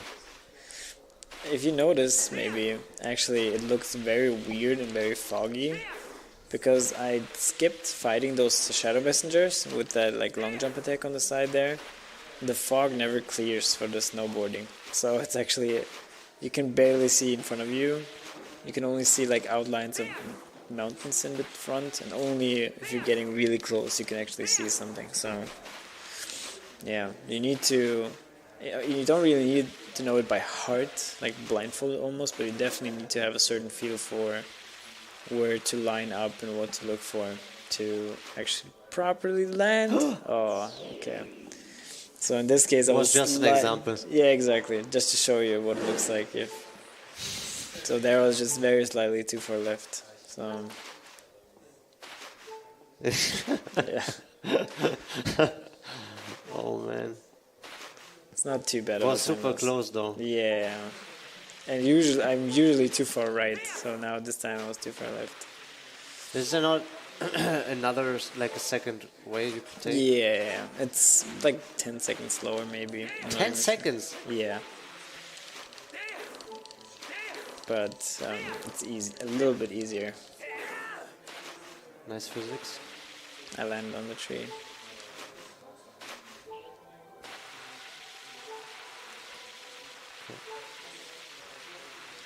There you go. Easy. Not so First hard. try, pause. Okay. And the rest is pretty straightforward. He said before voting out again. I'm just kidding. Okay.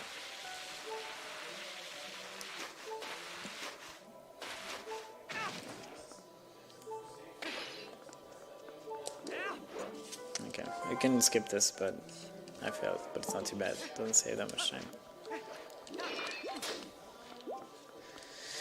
Alright, this dungeon is very, very cool. So, it's very, very fast paced. We're here not long, and yeah. Is this your favorite dungeon? Yeah.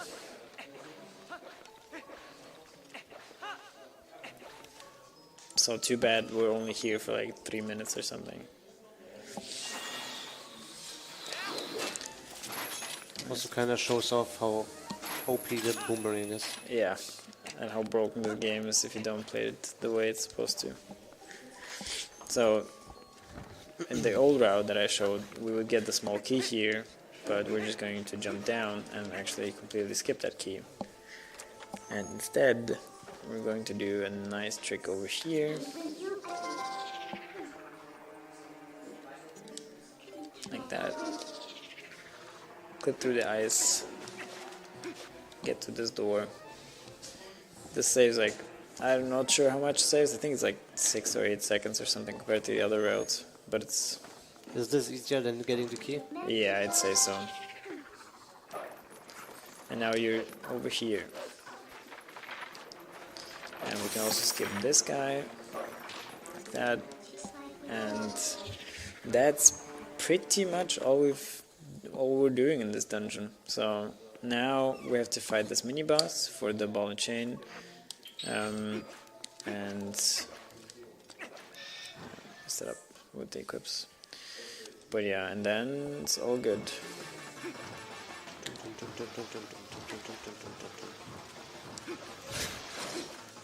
I hated this guy so much. Yeah, in casual play as well as like a beginner speedrunner, he can be extremely tricky and annoying and difficult. But yeah, it's fine if you get a feeling for it or for him, I guess. So it's all for this item, yeah, and for one fight, one phase. Yeah, It's like, is it 3 hits? it's 3 quick spins, I think, but it's only 1 jump attack quick spin if if you hit him with a bomb first.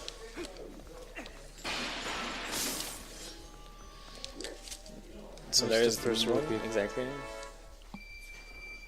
And the second one is coming right after here, no? Yeah, exactly. Yeah. So at the beginning of the dungeon, actually. So we're save warping to the beginning and getting the second rupee.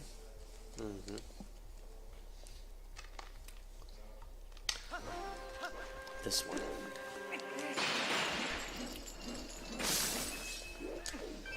Like that. And that's all. As you see, we're in and we're out again with the dungeon. And that's also the same as we did with Forest Temple. We only need the item here. But actually, compared to the boomerang, which is required for a lot of things, the ball and chain, as Cactus said at the beginning of the run, is actually only used for, or it's not used for one thing. We use it for a bit more because we already have it.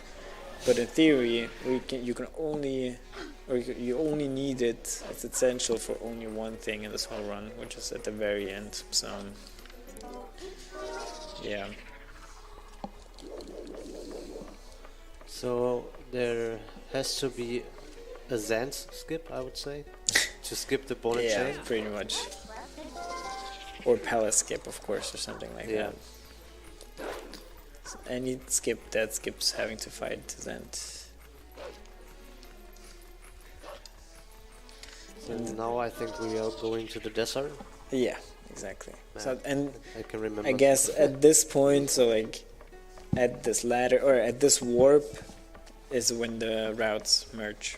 Yeah. So now we're synced up with the old routes and we're quite a bit behind actually. I think my PB entered the dungeon like 1 minute ago.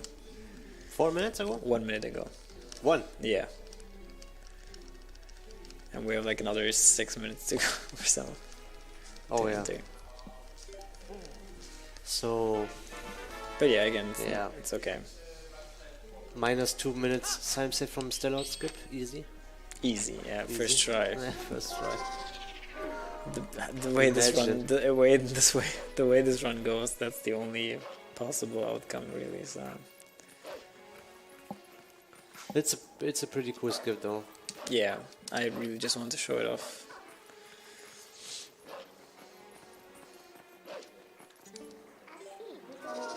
We transform here already because there's like this bird that talks to us if we're wolf, so we don't really want to hear that.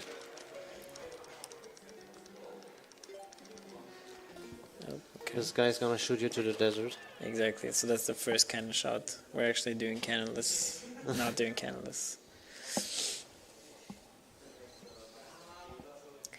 And so this desert, actually, I mean, it's a GameCube game, and this map is huge. It's actually very laggy, usually. And then people found out that if you just keep the camera on the floor all the time, it saves like 3 seconds on lag. So that's why we're running like this.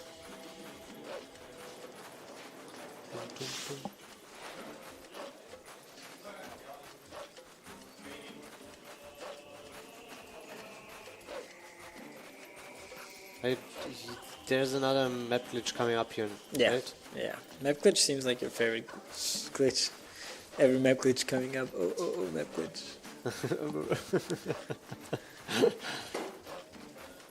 Map glitch is so cool. And it's also pretty cool that you can just pull out your GameCube controller to set it up. Yeah.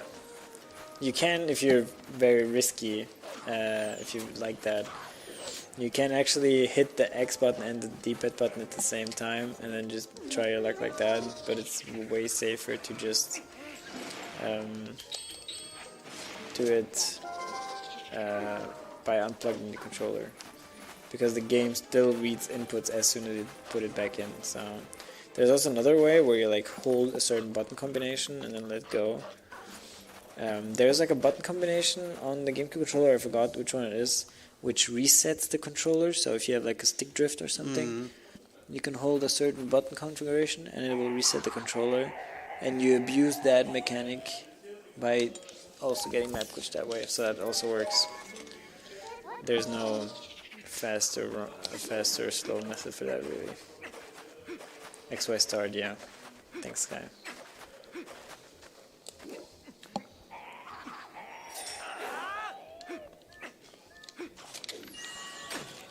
Okay, nice I was one. a bit too fast with the setups. It is X, Y, and start.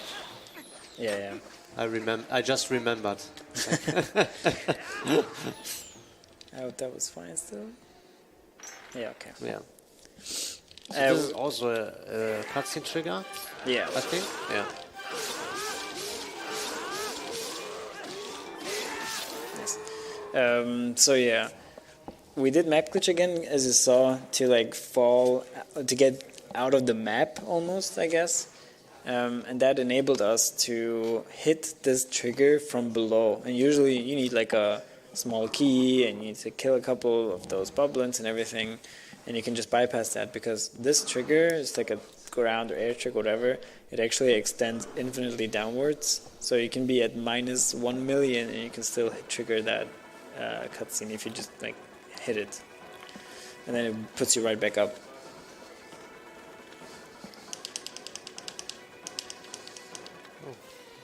Lucky that there's one bow. Yeah. That boar helps us escape this fire hazard. I mean, this dungeon coming up is very long, but I still think it's pretty cool. Yeah, it's definitely gotten better with those glitches, but it's at least the first half is still definitely something else. So Kind of feel it's like a sequel to Spirit Temple. mm.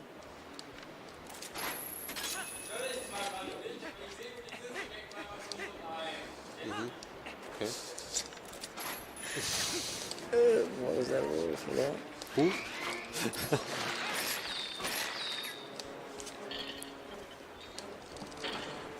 Usually, I think you can just grab it without killing the enemies. but Yeah, in this for some case reason I just rolled and then I triggered the enemies. Yeah.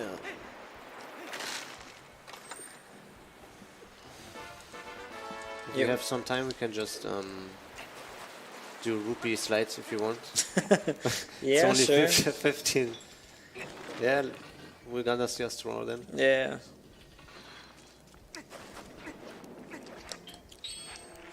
If we have time for donations or something, then we have time for donations if there are any or anything you want to shout out or anything.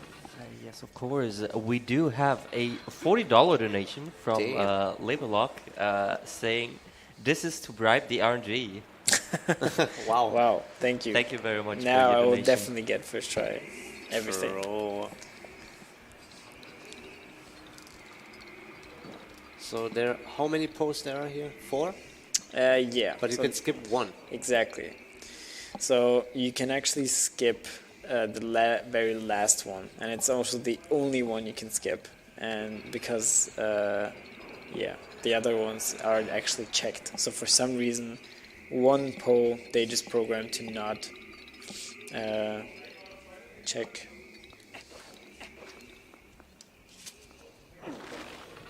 If there would be a trick to move while being in a cutscene, the gate would be still open, and maybe you could just run through it. It would be nice.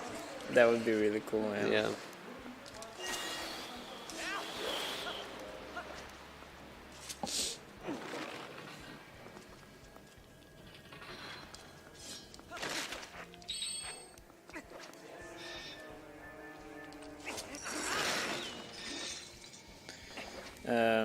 Yeah. So skipping, what I just did, like that pillar jump, that was actually post skip. So it enables us to skip one pole, and the very first pole actually. So as you saw in that cutscene, like the very first pole at the beginning, that one they just assumed you kind of have to get. Maybe that's why that one's nice, not being checked, because the only way to proceed usually in this dungeon is by getting the post sent, and then you can sniff and dig a chain, which allows you to you'll see it in a bit. But the thing is why we can skip the first one is actually because we gain access to this pole first, and then we can just get the scent from him. Nice RNG. Wow. Man, your donation went to waste. What is this? Holy shit. What? I never saw this being so long. That was very long, yeah. Usually they stop spinning, like, for example, now. Okay, never mind. Are you sure you set the right... He set the wrong value when he donated, for sure. So yeah, that was pretty bad RNG, actually, so... That was more than 10 seconds. Yeah, definitely more than 10, like 15 or something. I imagine That would piss me off on a world record pace. Yeah, imagine being world record pace 2 hours in and then they just spin like 20 seconds. Yeah, I mean, there's so much stuff that can still happen even if you play perfectly. At like the second to last boss is actually also so much RNG. You can't really do much about it.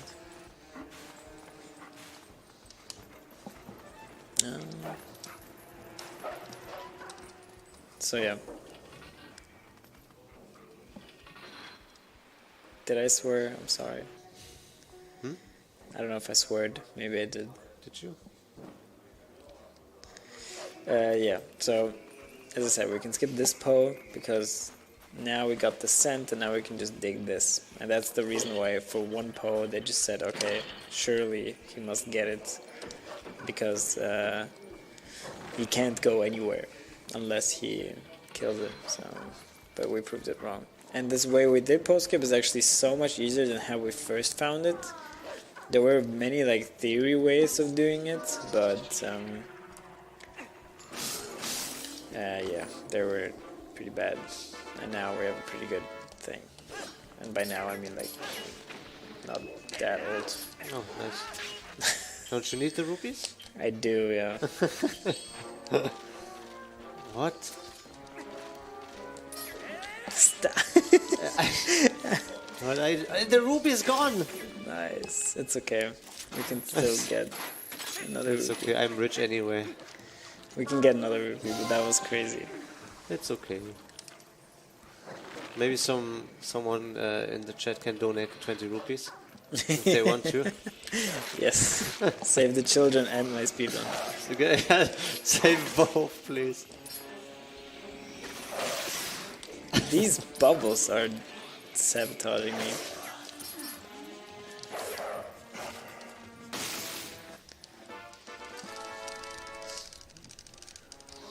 I heard a swear. I said bad words. I don't know. Not sure about it. Where is my 20 rupees?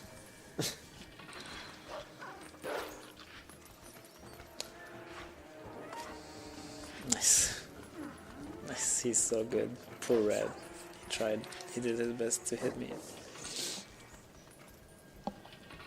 So okay, that was was it the last one? No, second one. One more, yeah. The last one is. Was it the Sandgrave thing? I think so. The one with the 1,000 skeletons. The last, yeah, exactly. Yeah. Yeah. There are also plenty of rupees there, I think, right? I'll get this one. So. Oh, okay. We still need 20 rupees though, so. Yeah, that one I can get because there is another of these redeads.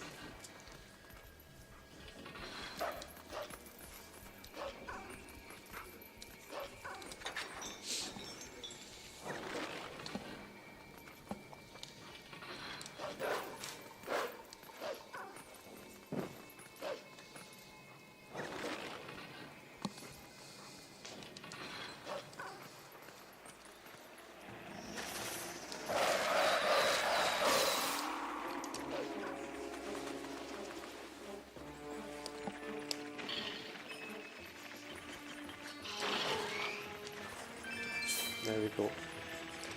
300. 300, yeah.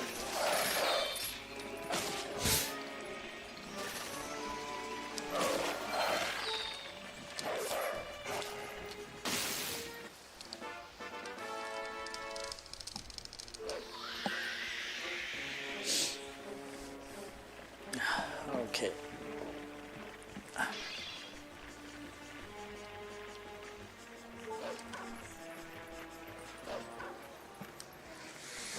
So now we have all the pose. Now we can go back to the main room and it will open up its gates.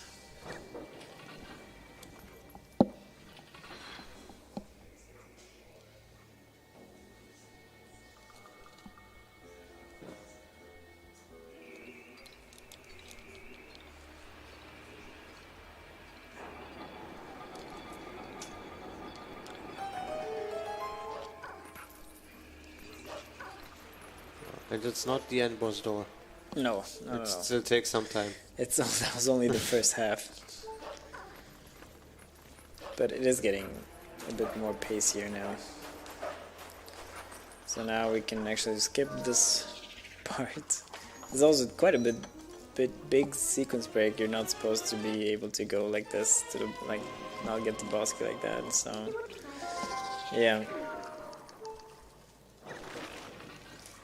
And now we can go straight to the mini boss, which is still a bit of maneuvering here. Yeah, true. There's also a very cool skip coming up in the mini boss section. I mean, you will attempt it anyway all the time, right? Even if you fail. Yeah, of course. So we for sure will see it. Pretty precise, let's say. It's a fairly...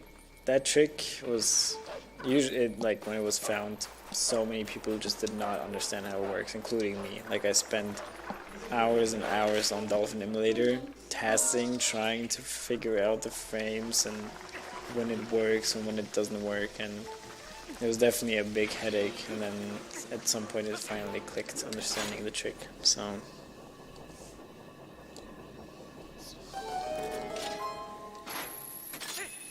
Do we have time for a donation? Yeah. I think you might appreciate this one. It's from Red Rupee. $3, Nice. $3.21. It's dangerous to go alone. Take me. Thanks, I got him, yeah. Appreciate it. Save the speedrun. So yeah, what is the name of this boss again? As the name says, and he has a big sword that brings death, so... Usually you would fight him by like hitting him out of the air, and then you would either like slash him or ball and chain him is what we used to do before this was found. But instead you can, if you're fast,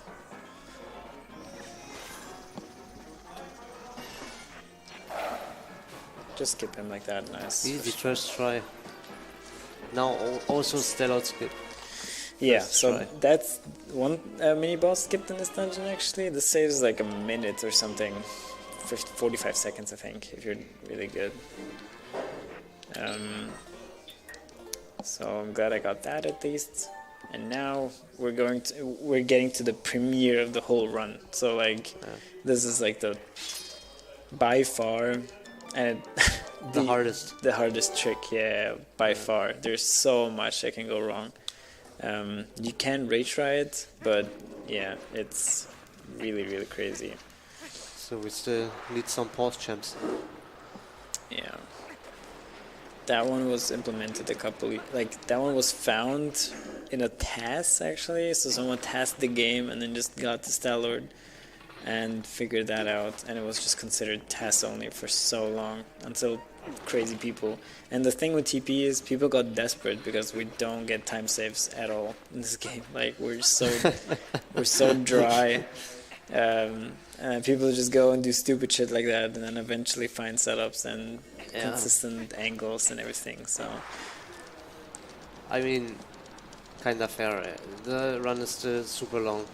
yeah, it's still super long, exactly. So I actually had the world record in 2020 for this game, and it was a 2:54, and 2020 was 4 years ago. And in 4 years, it dropped down to 2:48 with new tricks. So, yeah, people get better, but we're still just so reliant on just new stuff to be found for us to improve the record, really. So, it's very optimized. The record is actually really, really good. It sounds crazy for a 2-hour, 48-minute run, but losing a minute is almost already run over pretty much. So you can only hope to improve the record by like 30 seconds if you're really good and get good luck. Yeah, the current world record is pretty decent. Yeah. I'd say. All right, let's go. Pretty decent. Okay, pause chat.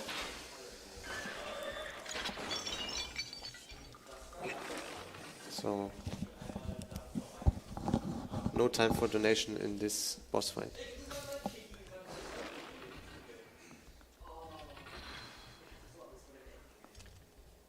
I'm going to try to explain this after I'm done. Yeah, would be good.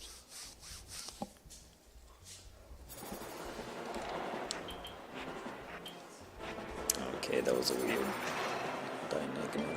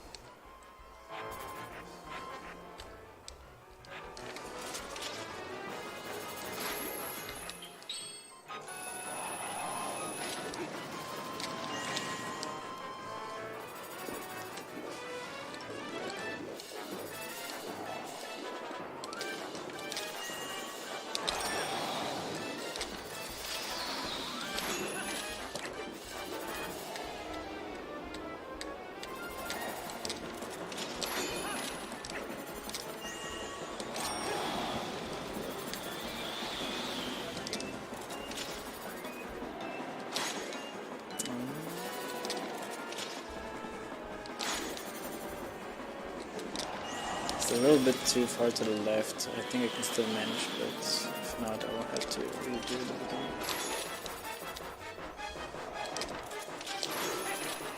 Okay.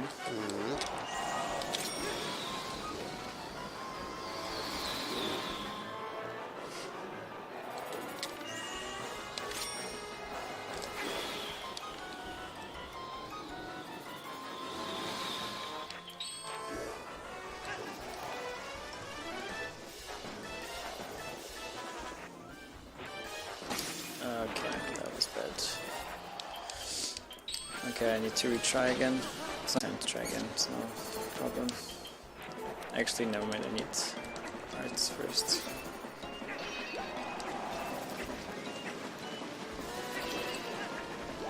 One more, just to be safe.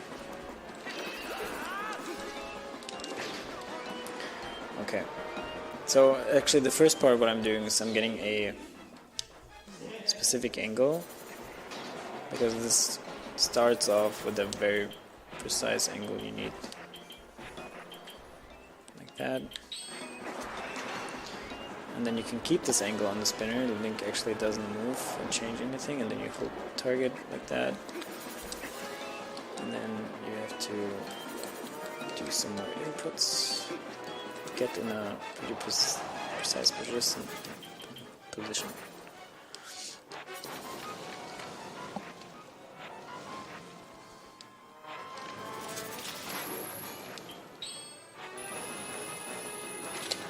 Okay, that's good. Should be much easier to clip in.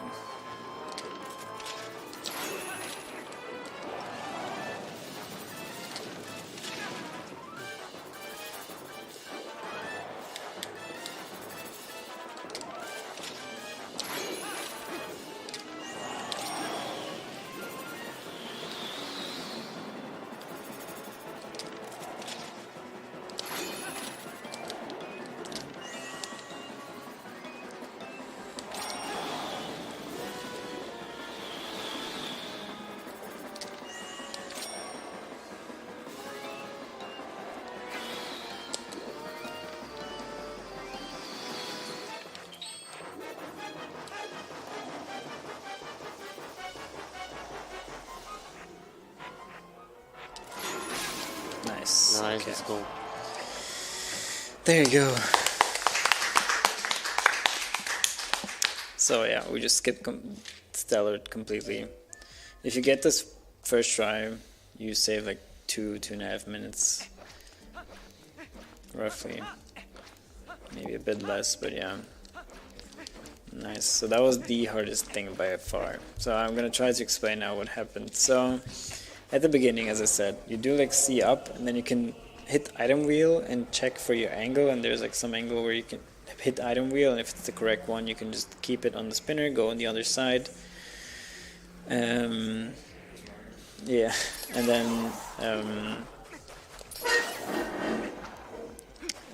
then you get into the corner with the specific angle. You do the setup to get in a precise position, and then I did this like vertical angle change.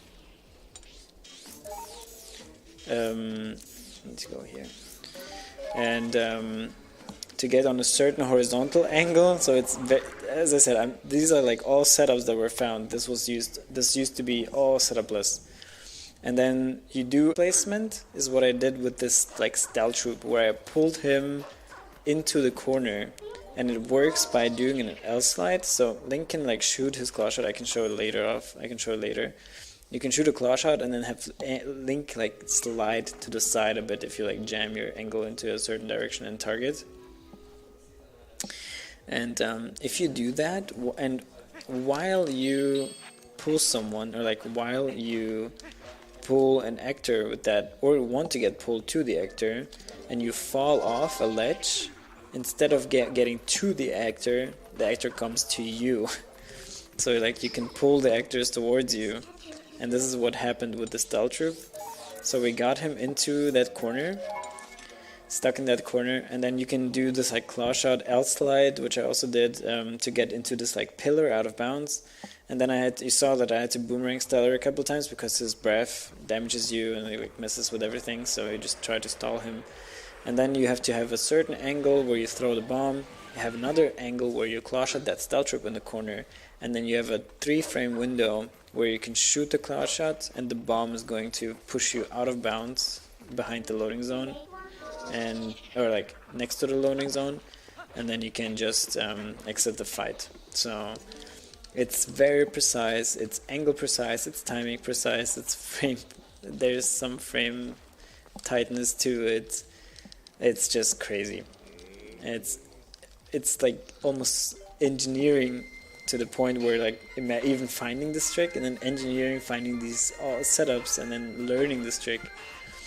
So yeah, shoutouts to the community for this crazy effort, of course. Shoutouts to the community. Yeah. Getting desperate that there's no time save anymore, so they have to find something really crazy. Being so desperate, for food, you climb to Mount Everest for straws, really, pretty much. So yeah, we didn't talk about the cannon now. Yeah. Bypassed it. You saw that I like jammed myself in between the like weird statue, and I just clipped through it, and just that clip actually saves 40 minutes or like even an hour, I think, in the speedrun, because you can, by that you can skip having to do a whole dungeon, which is Temple of Time. You skip getting the minion rod, and you skip having to do like a crazy side quest where you have to well, it's not a side quest, but yeah, it definitely has a character where you have to collect some runes to fulfill, like to fill a book, and that book activates the minion rod outside of the temple, or like, yeah, and only then you can move the statue and move past. So that small little clip actually saves so much time in the speedrun. So time-wise, it's definitely the biggest sequence break. Is this possible on the Wii version? Yeah. Also, yeah. Also in HD, yeah. Oh, okay. Yeah, crazy one.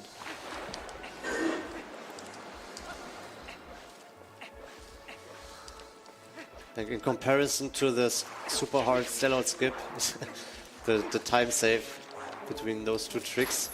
Yeah, in terms of being easy and not easy, it's insane. Exactly. So Stellar Skip should save 40 minutes. Yeah. And not like 2. As a reward.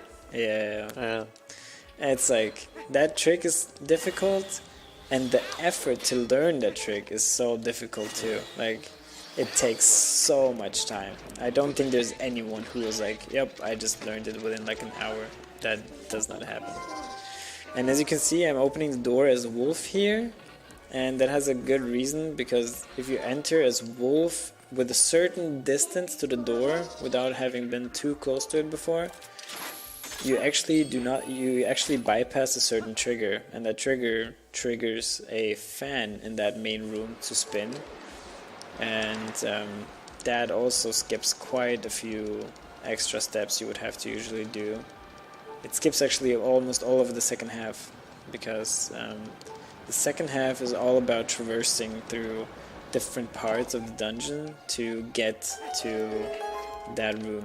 But since the fan doesn't spin, you can actually just go straight there without having to do anything else. So, and that room is actually where the boss key is. So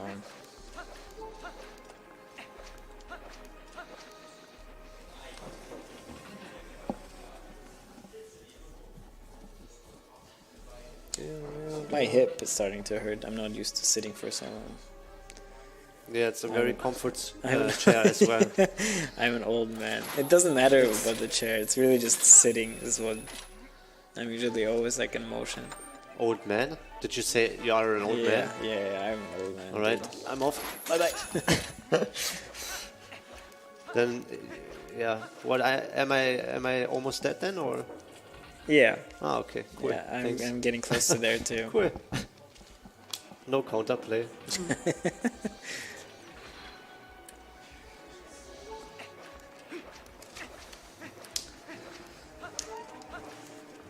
Okay. And over here is actually a cutscene skip that's also a trigger, and it's very important that we skip it, because if you run into this trigger, the boss Argarok will run, or like will come and destroy the bridge, and that's pretty bad because we need to get back there and the bridge, or like we need to get over that gap without the bridge being destroyed.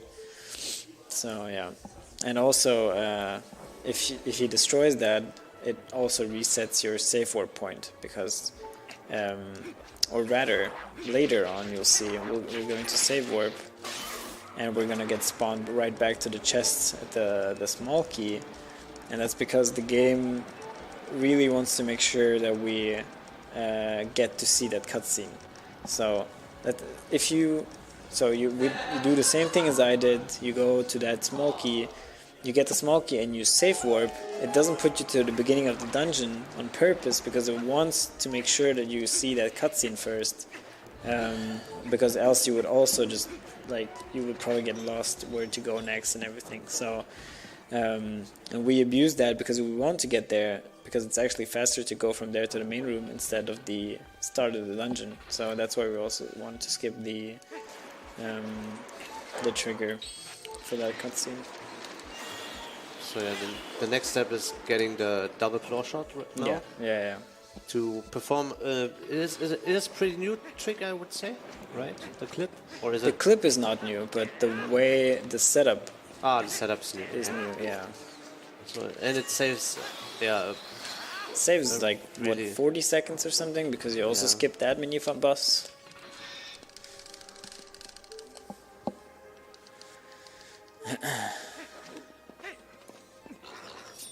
And these guys, you can just knock them into the void, and then they die. F. Poor dudes. Just did their job of guarding, and then they dead. They tried at least. And they deaded. And this is also, it looks intended now, what you're doing, but it's not intended, I would say, right? With the chicken? It is intended, yeah. It is intended? Yeah. Oh, okay. There's no other way to go up instead of using this updraft. So.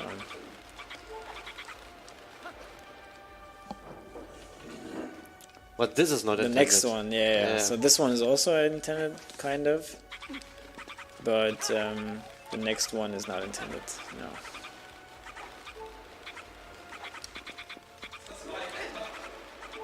Yeah, that one is probably not intended. Yeah, so you can bypass like a small little puzzle by just using that guy to grab the ledge. And then there's another one over here,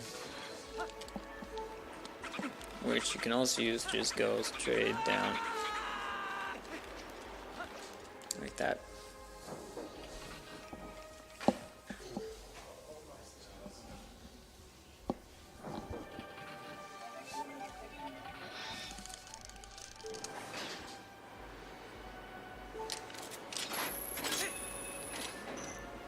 Oh, nice. What the? You can actually have like 1 frame or 2 to release early, and then just in the cutscene you can fall down. So yeah, there's this new cool setup. I mean, probably not that new, but for me it's kind of new.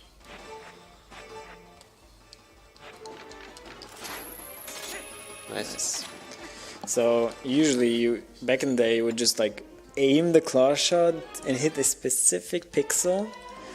But you can bypass that now by doing like doing angle buffers, which is a bit difficult to explain, but yeah. And the door doesn't reopen, so he has to save and there's quit no way out to of get it. out of there anymore, so now I can just save for it back. And now I'm gonna get right back to that mini key chest that I said, small key chest.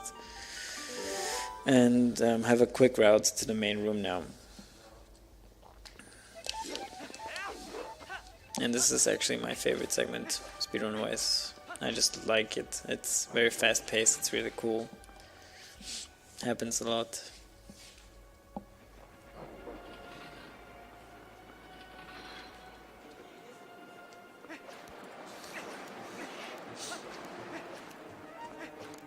And now we don't need to worry about the trigger no more, because the double claw shots gets rid of that trigger.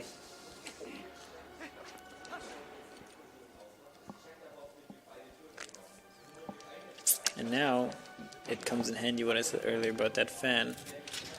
As you can see, it's not spinning, and we can just go right past. Oh, shut up. And there's an extra new glitch. We used to go through that door right there, and then go outside, climb up. But instead now we can do something else.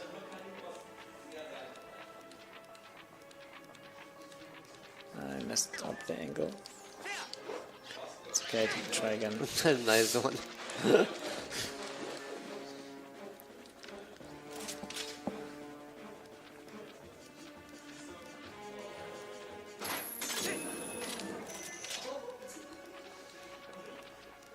Yeah, this works.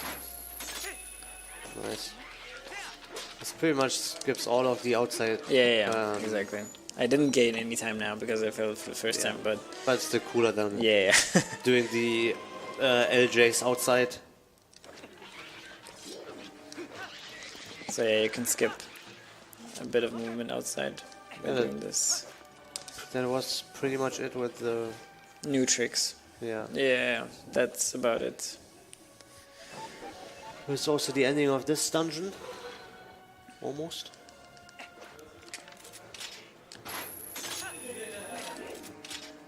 There's also a cool thing here. If you clash at these when being above them, instead of looking back, Link actually climbs the fence.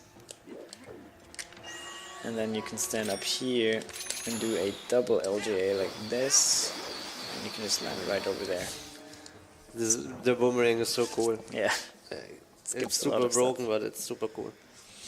It's the best boomerang in any Zelda. Yeah, definitely. The other ones are just so trash.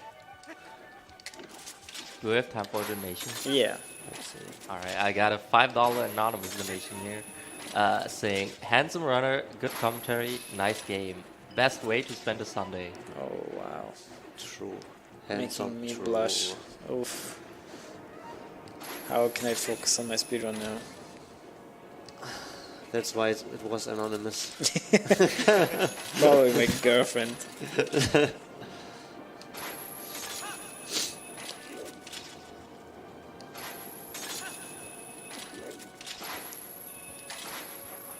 Stop it, that's fine.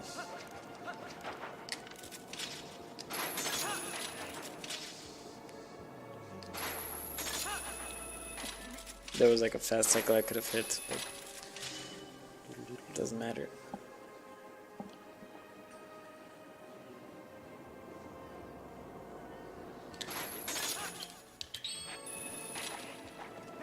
Alright, so pretty funny thing about the boss. If you have a really broken disc, Yeah. like, I don't know how broken it should be, but It's not the disc, it's the disc reader. Yeah. And it's probably kind of random how broken it has to be to work, but you can basically skip a cutscene like this, but Yeah, so I think nobody really goes for it. there was one time guy who introduced himself into the community by saying, hey, does any one of you guys have that happen before? And on the final blow of Argarok, so he kills him, and then Argarok just despawns, and Link just falls to the ground. I lost him for a second there. Link just falls to the ground, dies because of the height, and the cutscene of like, oh, Link killed him and everything just gets skipped, and he respawns, and then there's like the midnote warp and everything already there in the heart container, and the community was like, what? How does that work? Holy shit, that would be a crazy time save. And then yeah, turns out that his disc reader, or like the laser or whatever, was broken or corrupted or anything. So every time he would get to that moment, it would just happen to him. And then we were like, yeah, okay, too bad. So yeah, he could have sold his Wii probably for a big amount of money. Whoever buys it is the new record holder. True. How much does it save? Like a minute or something. It's huge. Yeah. And I think in another speed game, there's also like the same issue with a disc, Yeah. where you could just put Nutella on your disc and SpongeBob, I think. Yeah, SpongeBob battle, Yeah, Bikini Bottom battle. Dude, it's insane. So There's you're gonna some buy a things- disc, and then you try it, and then yeah, you scratched it too much, it's over. You need to not buy a new one, and it's required for a speedrun.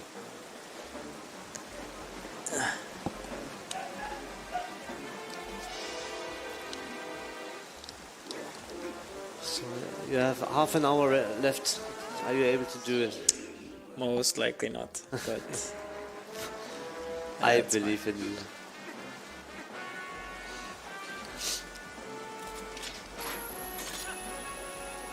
So I voided out actually. That was on purpose because Argorok would else take forever to get up here. So,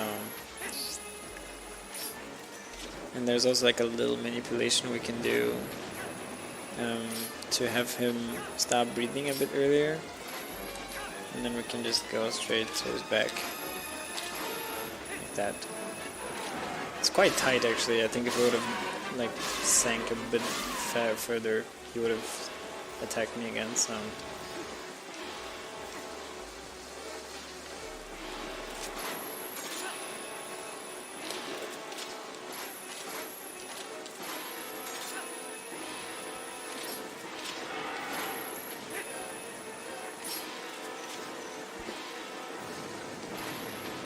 Boss fights were pretty impressive back then. I can remember as a kid, I was so amazed by Yeah. how the boss fights are designed. now this is just an auto scroller really.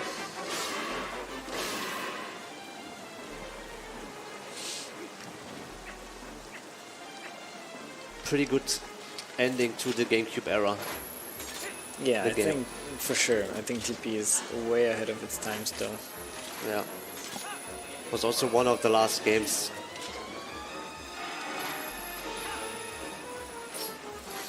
Was there any more later games than TP? Because TP was already a game that came out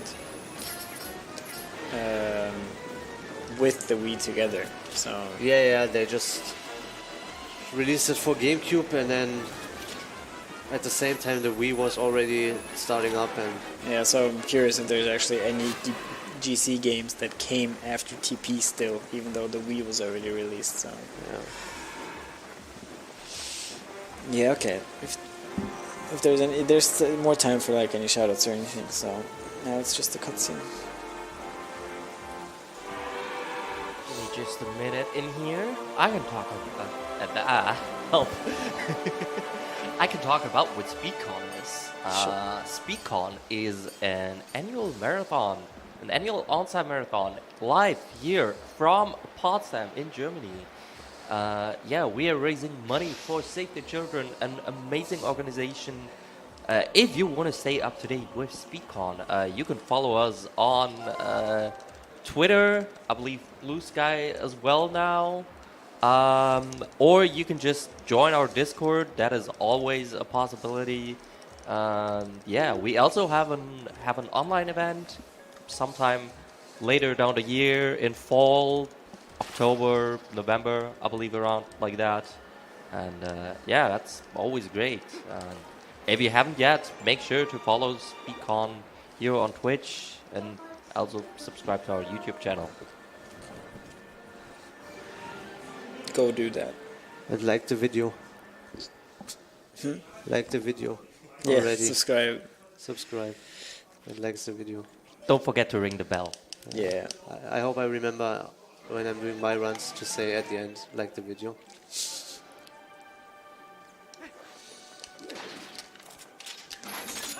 Okay, so that was it for City in the Sky. Now we're coming up with Palace of Twilight, which is actually Yay. also one of my favorite dungeons, Yeah. because it's actually pretty challenging too. Yeah. Someone told me only good player like it, and Yeah. bad players don't like it. Exactly. So if you're someone who says I don't like it, then I don't like it. you're not a good runner. Yes, That's true. kind of the... If there's like two paths and one says, oh, it's good, that means they're probably a good runner of the game.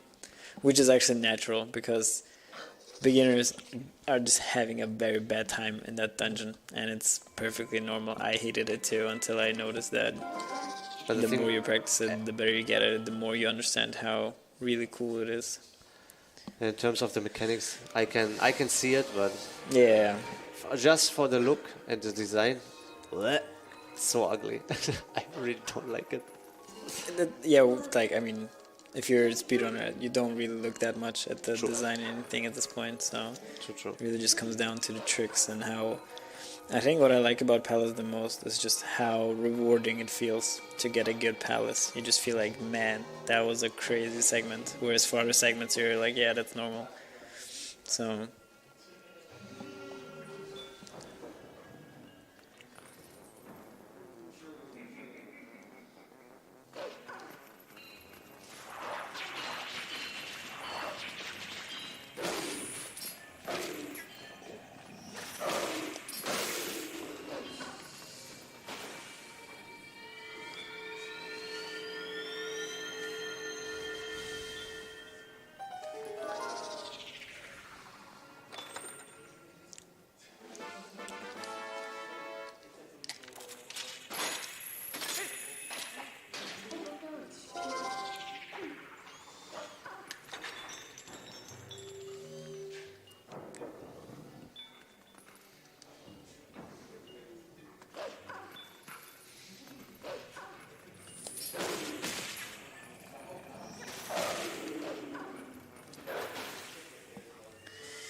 right next to the chest, pretty good.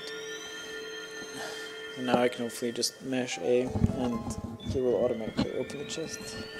Nice. 2 chests. Yeah, What is in the other one? you will see. Ah, you will open. No, you won't, never mind. I was about to say. In the right wing, there's a chest up there with a key. So it's This one's probably just a rupee. yeah. Okay. Are there map and compass in this game? Yeah, of course. I don't remember anymore. Since you have the map up on, where's the map up here right now? It kinda is a. I think you need sound cue now, right? Yeah. Okay.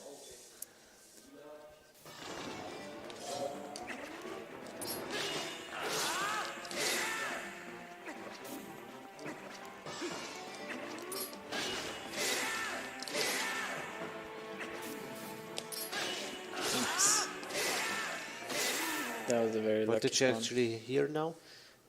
What did you hear now? Do you not have game audio? Yeah, just psst, psst, psst thing. But I'm not sure if it You can hear like the zzz where he spawns. really. Yeah. You have game audio, right? I have in-game audio, yeah. Yeah, so next time you can Okay. There's another try one. to... Yeah. Okay. You can try to hear it on the second one. Is it So the- like he spawns away, and then you can hear him like... You can hear like appear, and then... Oh, okay. And then... To listen to it next time. It's actually very crucial to hear him, because if you get to him too late, he's going to spawn like plants or these little thingies, and they're just going to be so annoying. So you need to make sure to hit him quite...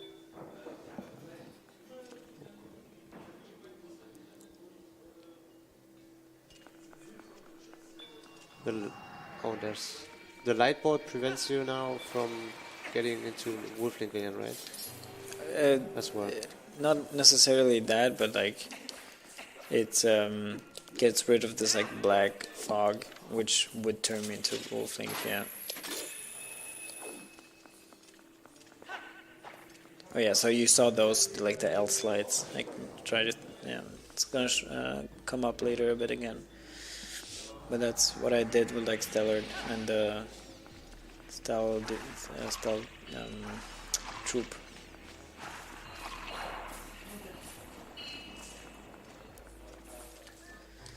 Yeah, that was a pretty good left wing actually. Not much to complain about. The right wing is the harder one. That one actually has some pretty tricky platforming and stuff. And unfortunately here, I don't know why suddenly they cared that much, but you need to collect both, even though you need this first one to get to the other one normally. So yeah, I don't know why they suddenly cared. What? Alright.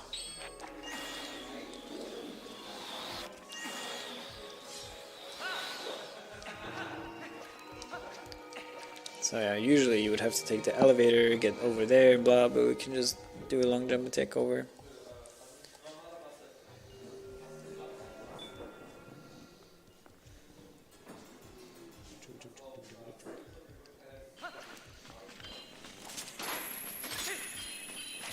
That keys almost hit me. Do you hit yourself or? Do you hit yourself? The keys? Haha. Ah, okay, I get it. What a bad joke. No. Please spawn here. Thanks. That was actually crazy. I've never seen that. I need to send that to the TP people. I actually fell down, kinda, and then just like jump attack clipped back up onto the platform. That was crazy. This year is my 10-year anniversary of this game, by the way, so I've never seen anything like that. 10 years? 10 years, yeah. I started speedrunning TP in 2014. Holy, 10 years ago. Same year I met my girlfriend, actually, so also that's also nearing 10 years.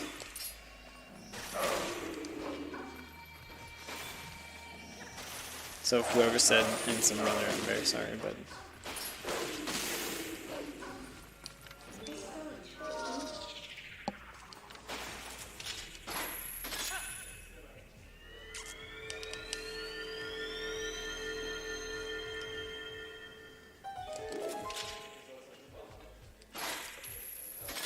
Spidey shot? No. What? Yeah, you can without like first person aim hit that target. We call that Spidey shot. Oh. It's like a snipe almost.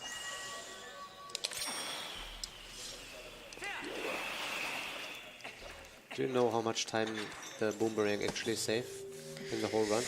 No, a lot. For sure, a lot. What would it be? Over an hour or something. Damn. Yeah, because it enables you way more than an hour actually. Turbo it enables you broken. to skip Forest Temple, the Twilight, Gorge Void, blah blah blah. There's so much. Okay, try to listen to it now. I need. Do you hear it? Like.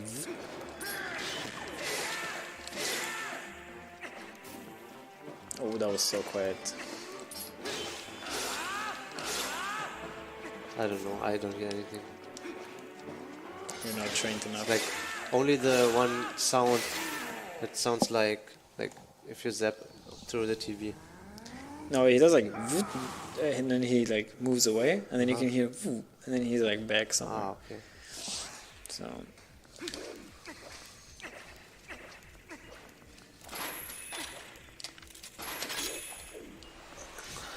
Yeah, the hand wants his ball back, by the way.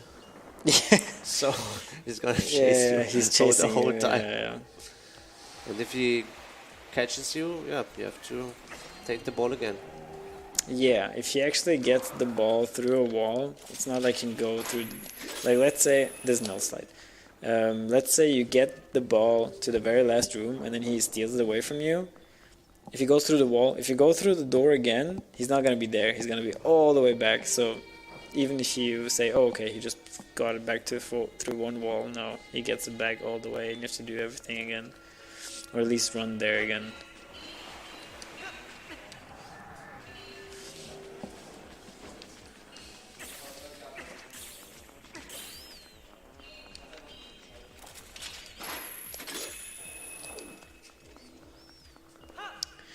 Yeah. It's very cool that you can set up with C up your angle before Yeah. pulling out the hook shot. Yeah. Actually, it's pretty cool. It's actually faster too to first see up and then pull the claw shot, because the claw shot animation is just a bit faster. Okay. Yes. Yeah.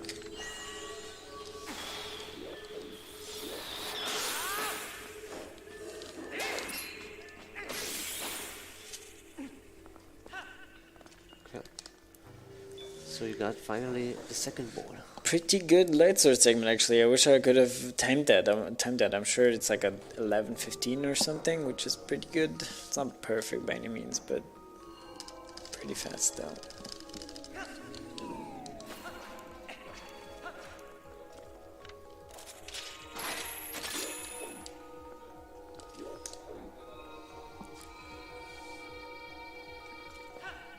if you throw the ball down here, what happens? It respawns Ah, on like a okay. platform. Yeah. Ah, yeah, okay. Not back to the hand. Imagine. Yeah, this is the light sword now, and yeah, you need the light sword. There's no way around it. Only for this dungeon, though. Yeah, Right? of course, of course. Wow. Because yeah, for one, there's like dark. What's it called? This dark curtain over here. Nice sound. Yeah, the trumpet boy is coming up. As well as like there's gonna be like light orbs that need to be lit, and there's no other way to do it except for this thing. So yeah, that sucks. Are you tired? Yeah, slowly. You're tired. Tired. I'm teared. Okay. How long did you sleep? I don't know, 6 hours or something. Oh. I sleep 3. Pretty good. Pretty nice, right? Yeah. I missed the orb. Never mind. Why did it take so long?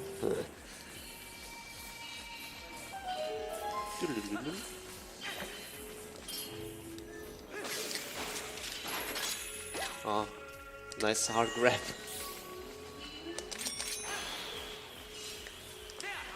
Yeah, so we can do a few of these like LGAs to speed up this, the waiting a bit. And this is actually a trick that I found. I'm very proud of it. That light platform, you can light it up and it stays lit up until you go back to it, and it saves time because you have to wait for the chest anyway. And so you can get on it immediately without having to now activate it first and wait for it to activate. So it saves like 2 seconds or something, 1.5.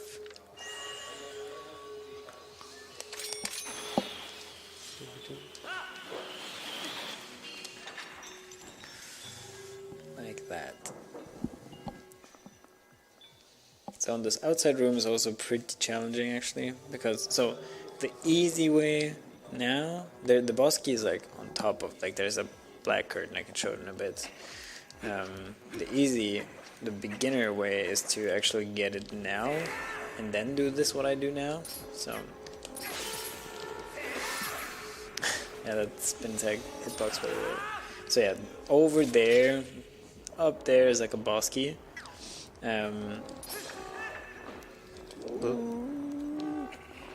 Oh my god, that's Thought so it was scary. intended. No. And yeah, you Ouch. need to kill this guy for the other ones to spawn first. So yeah, then you just wait, and now others spawn, and now they're gonna be actually a bit annoying to get the boss key, and so that's why you get it. You usually get it first, but yeah, if you're experienced with this room, you can do it even with them Easy. alive.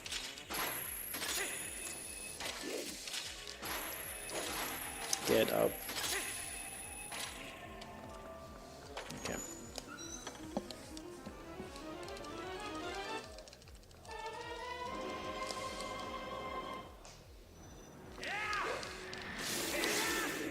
You can kill them off in a cycle like that, so that's a bit faster.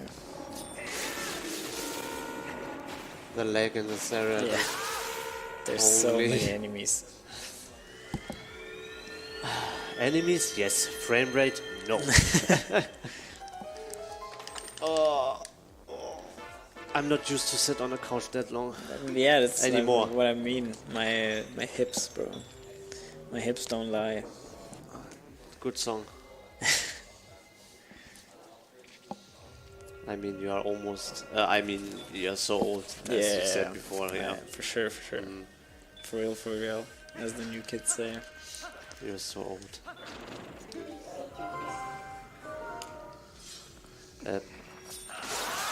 Paul Kessmaster says shafts do Shavs read the line. Knock. I don't know what he's Yeah, saying, me but neither. I think English time. Is this your brother? No. Nice. Nice. Poor guy, I don't dude. know that Just person. denied his own brother.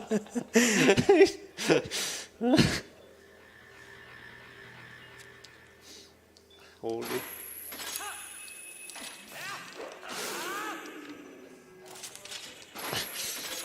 Oh no, he just says no, it's so sad.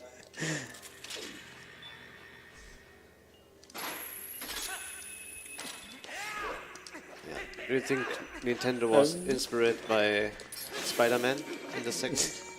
Because of Green Goblin. Yeah. Yeah. Tricky family situation. Yeah, it's critical. Low half. Okay, I think we're almost done with the dungeon right now, right? Almost. Yeah. Not that much anymore. I actually forgot this LGA, so I'm not gonna do it. So, yeah. Boss fight is coming up. So the boss fight is actually really cool. I really like the Zen boss fight. It's also pretty flashy.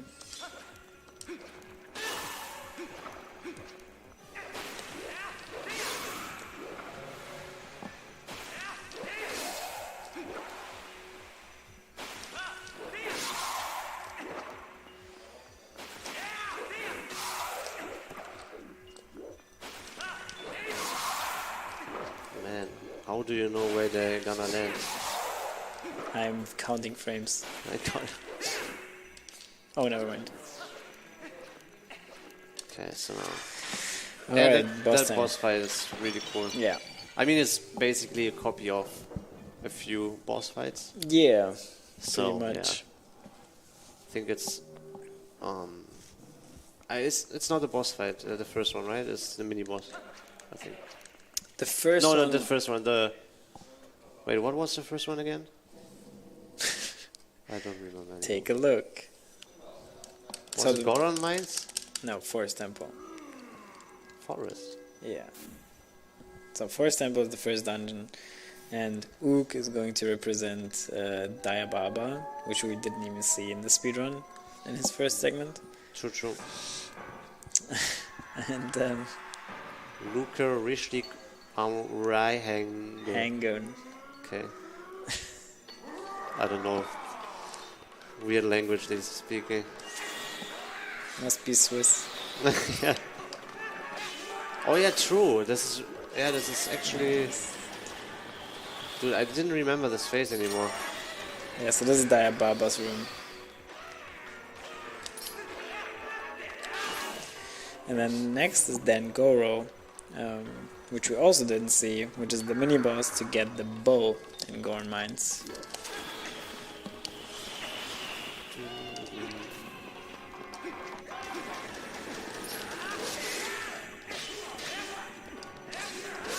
Nice.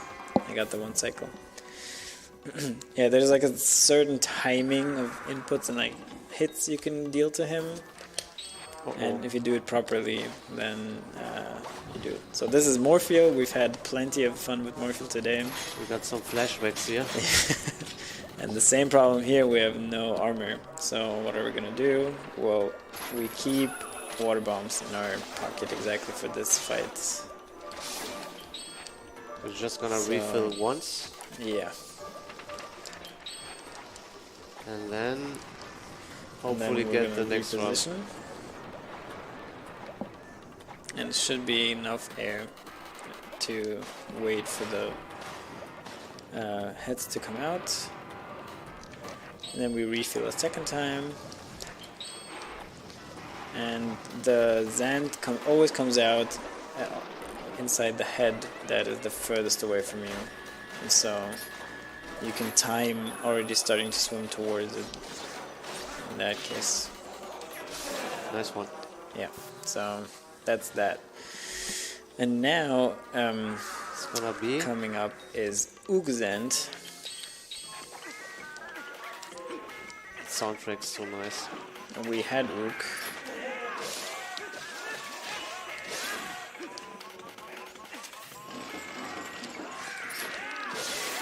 It's a quick fight.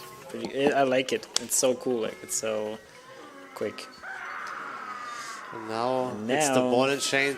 Yeah, it's the Blizzard's end. And this is what I teased earlier. This is the only reason we actually need the ball and chain. Nothing else. So this fight is programmed, or Zand is programmed that he is only hittable with the ball and chain and nothing else. And so everything else that you saw where we used the ball and chain, we can just do something else. Like, it's not too big of a drama to not have ball and chain. But here it's impossible. So if there's any way to skip him, we can also skip this whole detour, this like whole 15-minute detour to Snow Peak to get the ball and chain. So yeah, if anyone's... Oh, and this is actually a foreshadowing to the final fight by Zand. So Yeah, that's I like this probably fight the too. hardest phase of the fight, right? Not the hardest, but never mind. It apparently is. Just a bit too... What is this? Yeah. Yeah. He intentionally swinged around him and then blasted. Okay, nice one. So yeah, now the end is probably coming up. Yeah, Almost. so from here on out until 17 minutes. So we are going to be a bit over the estimate, but 17 minutes. so yeah, around 10 minutes over the estimate. 10 to that, like 12 roughly. So, but yeah, Cactus is going to he's going to get that back in his run later. So. Of course.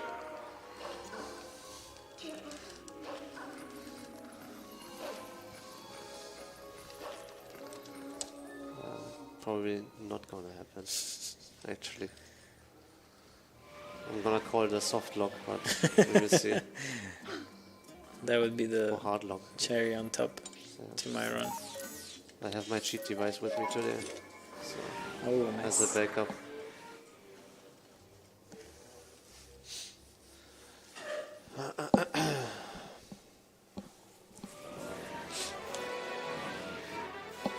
Okay, and now one more LGA over here. Because actually, if I were to just step forward now, the mailman would come and talk to me and say, "Hey, you have mail." So because we never ever talk to him ever in this game. So, and we want to keep it that way, and that's why we're just LJ over his trigger again. And now, Don't talk to me, I don't know you. who are you? Please go away. I don't know you. Well, this is So, also pretty laggy, yeah. but the city looks... Oh, intended. Okay, never mind. This is the Well baited. cutscene I was talking about at the very beginning. So this is the longest cutscene, and long is still only like How long is it? a minute 30 or something. Okay, I turn this So, on. nice. Yeah.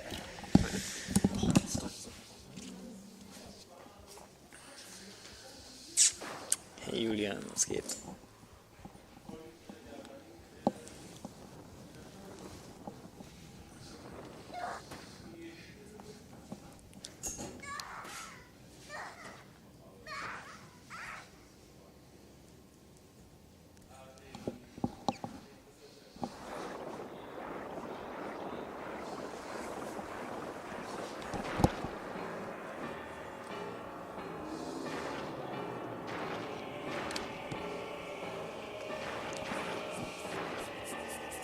Thanks.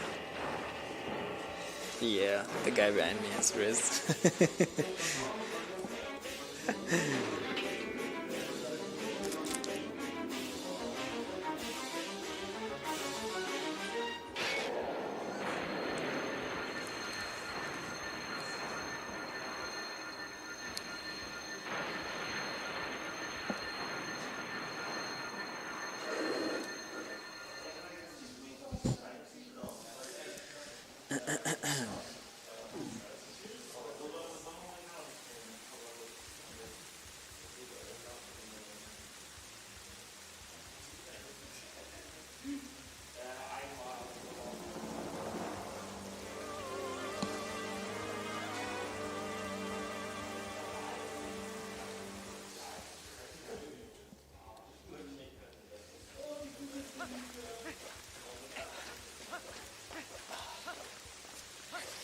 You missed everything. Oh, I needed hand for skip. But I did hand washing, so Okay, so courtyard, Hyrule courtyard. Nope. Oh, I have one bomb left. That's perfect. This is the hardest strat in the game, by the way. this one. You have to make sure to just stand still and do absolutely nothing. Wow. Yeah. There was some claps. Thanks. Nice one. And here is actually a fight, usually. Nice. But you can just actually, you can just roll out of the magic barrier and good skip one. the fight like that. Yeah. And the dudes are just waiting here. And then you can just go past them.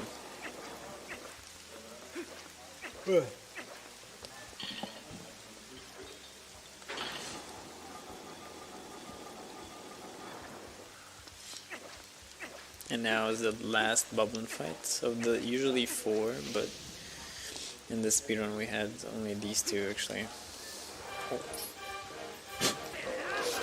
Sorry.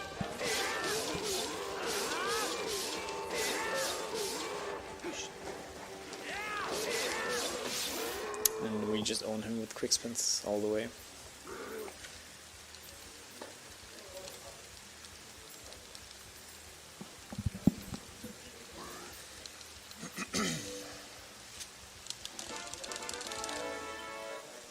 He just gave you the key. Yeah. Nice. And he reveals that he can actually talk. He retired.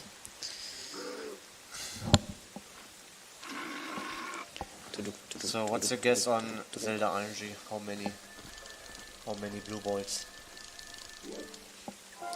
You can usually skip this and then save work, but I missed it. It's 1 frame. I'm actually gonna say 7 because we got so many RNG donations, so it's only fair to the person who donated. Just give the best one. At least there. Yeah. Save the estimate. Yeah.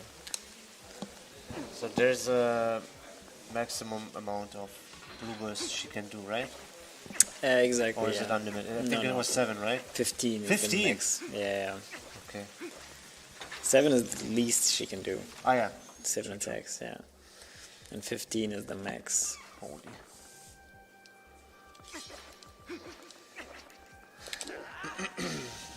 This is also a cutscene or a fight skip actually, and saves quite a bit of time because there's a couple of rounds that you'd have to do. But if you just jump attack into this corner like that, then you can just skip the fight.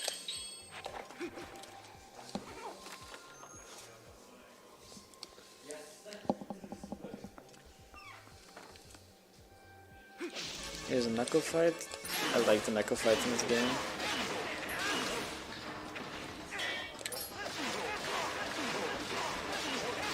Because you can own them pretty well with the bone chain. Oops.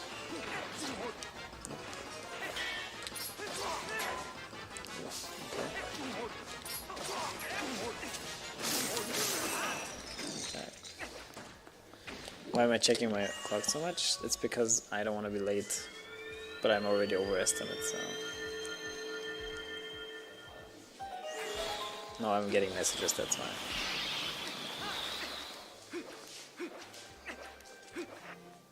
Oh, I don't have one bomb. That's fine though. I'll just have to fight the guys like that.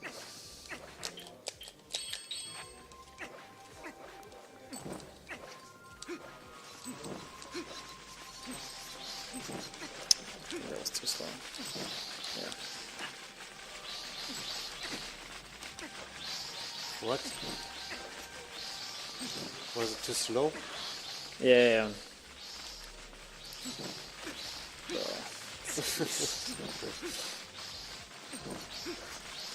It's actually not that hard if you do it the way I just did it, but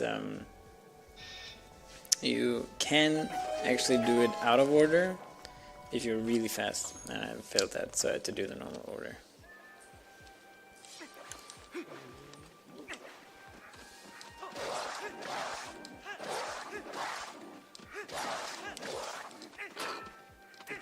Oops. You need to hit them like that, because if you hit them straight on, they will block you. But if you don't look them and slash them, they happily get slashed too. And usually you have a bomb here spare, but because I messed up, I'll just give once. I had one bomb too few.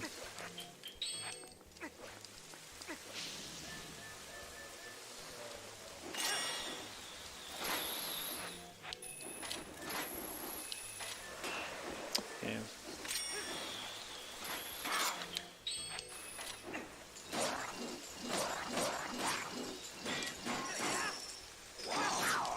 Wow. Yep.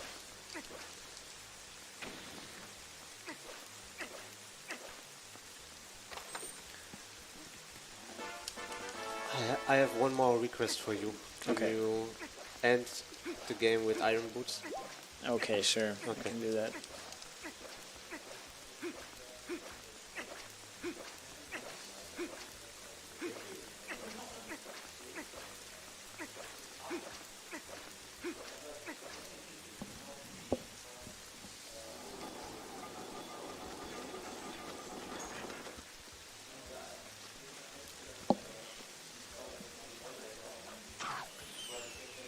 That is also pretty decent cutscene in terms of length. We can also just stretch out a little bit. Oh, too hard. What a massive guy. Holy.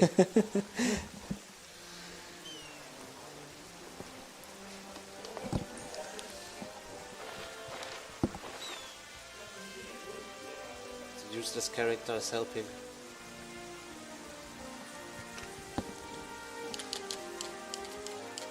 Actually, we don't know these guys. Yeah, We just skipped them. we haven't seen, we've only seen one Yeah. actually, who gave us the note to go Like to the the random desert. guys helping us out. Never seen you guys before. Hello. But I guess thank you for that. The master key. Alright. Aren't they from the bar? I don't know. What? Are they? Oh, I actually don't know these guys. we've never seen them before. No. And I really can't remember. It was so long ago when I was playing it casually the first time. It was the release year, actually.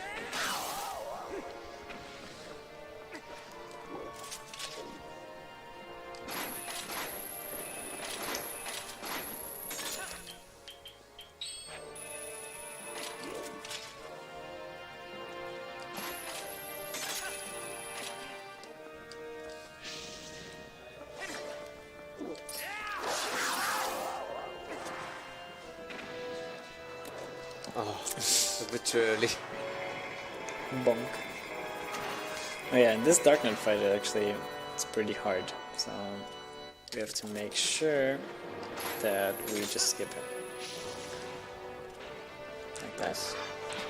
It's actually not hard, but it's hella laggy. It's the laggiest fight in the game by far, so it's actually pretty good that we get to skip it. Because all of the torches and like the magic barrier and stuff like that, so Okay, so we're gonna go to the end. yeah, full RNG mode here. The fight is three phases? No, 4 phases. I mean, this fight coming up is only one phase, really. Yes, this one, yeah. Yeah. But, I mean, Zelda. It's like a boss rush now. So Zelda, Princess Zelda, is actually completely RNG. And Zelda, so we're 3 hours in. A speedrun would be here like 2 hours 40. A good run, I mean, would be here around that time. The world record holder, Zelda, is his biggest time loss actually. So, and that's like Imagine it. 25 seconds. So imagine playing so well that at the very end she lost the most time, and it's pure RNG because these attacks she does. So for example, she did a light Okay. This one. She has 3 attacks. She can do like a magic ball that you have to send back to her to hit her, so that's the only way to damage her, which she will do now. Never mind. So the very first attack she did was actually like a light bulb thing. Is the first one scripted though? The first attack? No. Also That one, RNG. yeah. So this one is what you want at the so first far as the so first good. attack. No, it's already at least a 9 cycle.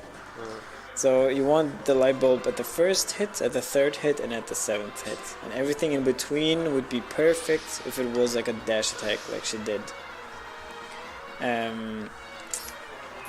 This fight, we're not exactly sure, but it's definitely like around 4 minutes or something. Because How much? 4 minutes. Because for one, these triangle attacks, they lose more time than a dash attack she does. And also, the time in between attacks, like how she's floating like this right now, is also completely random. So, wait, how many was that now? 3, 4, 5, 6, 7, 8... Yeah, so 9 cycle. That lost probably like 40 seconds or something, so... Yeah, but you can do... Technically, you can go up to 15 cycles if you're very unlucky, and then the time in between can be very slow, and also you could get triangle attacks all the way, so... The potential is high. But this one is no RNG, right? Yeah, this one is not RNG. Oh, finally. It used to be RNG, but we figured out that if you damage him a certain way, you can get him, so you can get him into like a critical state, so-called, where he just jumps out immediately out of the first portal. If he's not fully critically hit yet, he will play around with his portals where he comes out. But these slashes we do here are on purpose to set up... He's now at like 1 HP. So now he's like at his most critical he can be. And now he's not going to play around, and he's just going to charge out immediately out of the first portal he can, like that. And then you can just flip him, and then because he's so low HP, you can, as a wolf, just attack him and he dies. So Nice. yeah. Yeah, and the next one is pretty much like a semi-auto scroller. Right, yeah. So coming up now is Horseback Ganon, which is, Ganon on a horse, you're on a horse, and you have Zelda in the back, and she tries to snipe him with light arrows. And people will say, oh, it's RNG, the way she shoots, but actually you can... he is RNG, so Ganondorf, the way he rides is kind of RNG, and you can aim with Zelda by changing the way your CC camera looks. So yeah, so you target him, and then you need to make sure that your camera has always Ganondorf in the center to make sure that she hits him properly. But he sometimes does like these zigzags. Yeah, we saved Zelda, so she's back. Nice, that was a pretty good fight. Yeah. Nice. Okay, last phase. Last phase. There's actually a gimmick that's also German only, actually, for the German language. He has a cutscene coming up where he says like, oh, enough talk, blah blah blah, time to fight. And in any other version, you have to like press A to continue the text box for the cutscene to continue. But for some reason in German, they just didn't care, and the cutscene still goes even though you don't proceed with the text box. So you can just keep it on screen. You're fighting very good. Yeah. You can keep it on screen now, and the fight will still start. So that's exactly what we're gonna do. Zelda somehow returned true. I never thought about it. This text box. Yeah. This is such a basic German text box. Now we're gonna equip Iron Boots and time. That's it.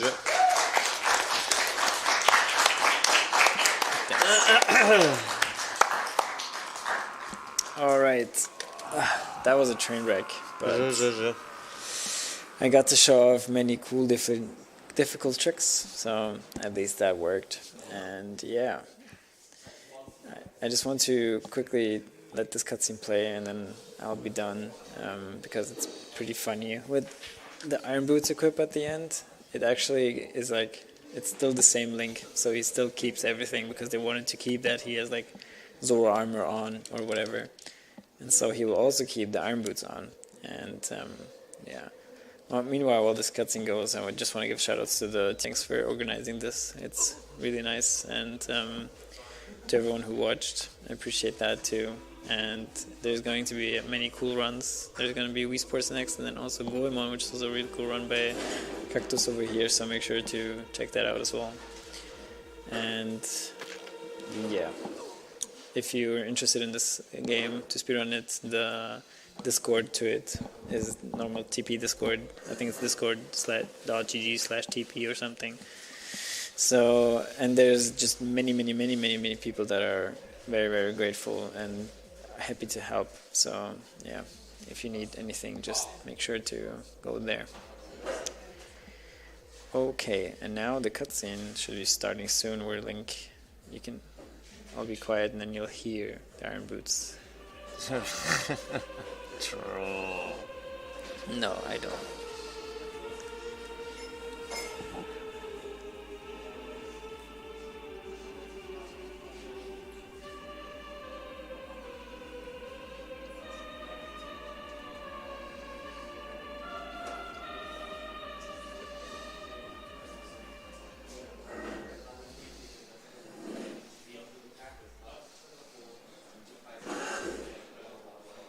So now you'll hear.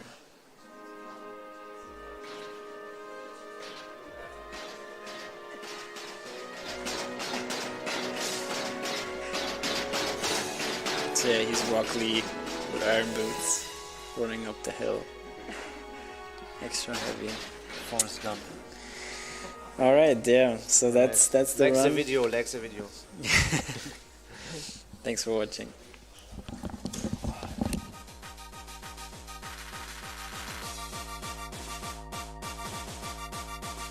Thank you very much, Cass, for that amazing Twilight Princess run. Don't go anywhere. Coming up right next, after a very short break, we have Wii Sports race between Crystal Mode and Wazoo. We'll be right back.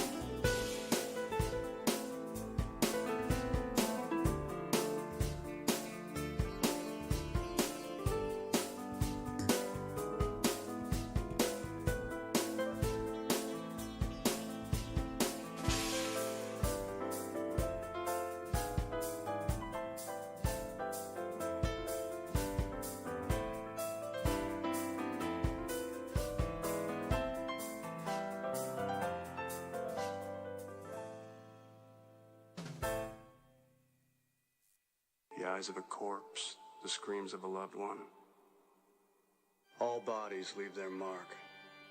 You cannot be near the newly dead without feeling it.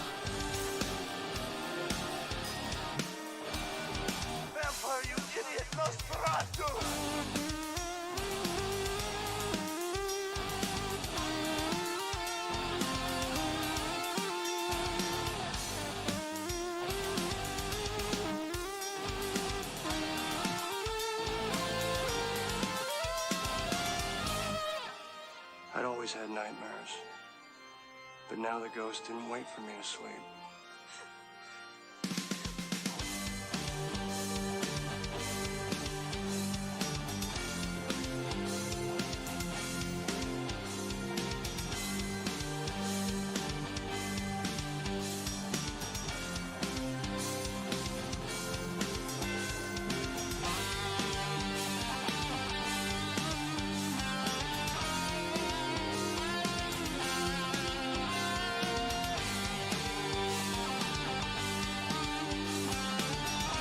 Hey, have you ever dragged to the sidewalk and beat your pissed blood?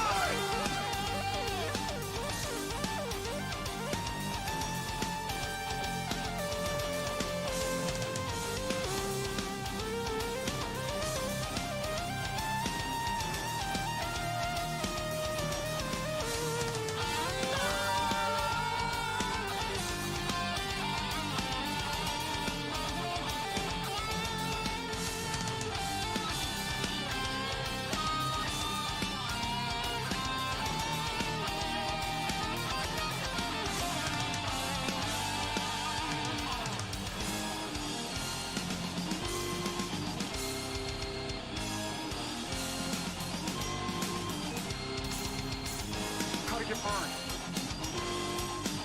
How did you burn? I don't know!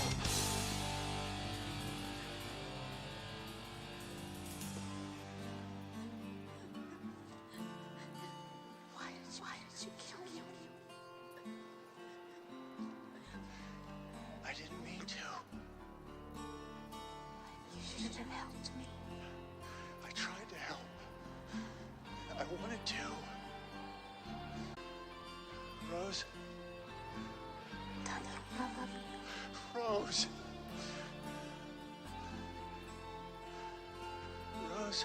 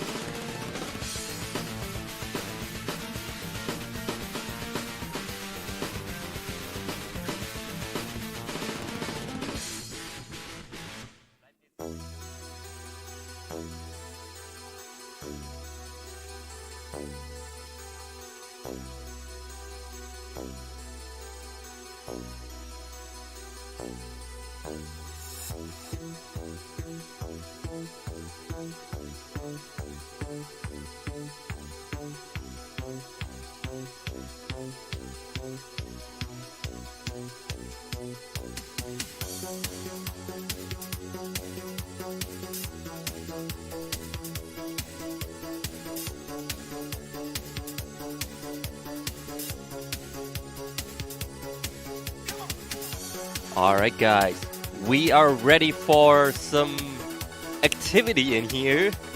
Please give it up for Wii Sports with Crystal Moon and Wazoo. Woo.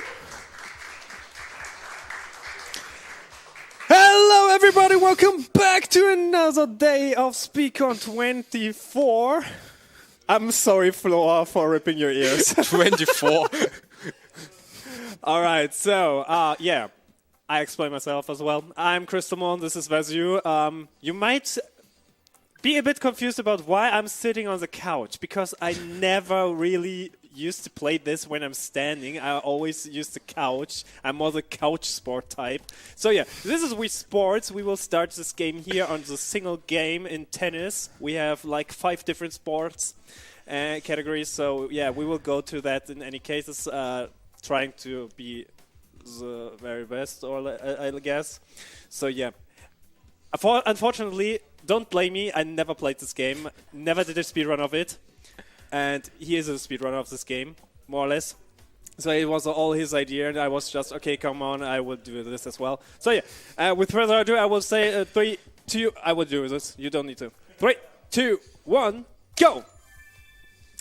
So yeah, tennis, a wonderful game. Tennis is really cool. Oh wow, you got the perfect opportunity here. Alright. Yeah, tennis, a wonderful game. Not really, I like table tennis more than this. So, it is a little bit difficult to handle this game. You want to have service aces in this game, because this computer KI is not really that great. Okay. Okay, let's see if normally you want to hit this ball at the top points so that you can get the services. Okay, that was a perfect goal.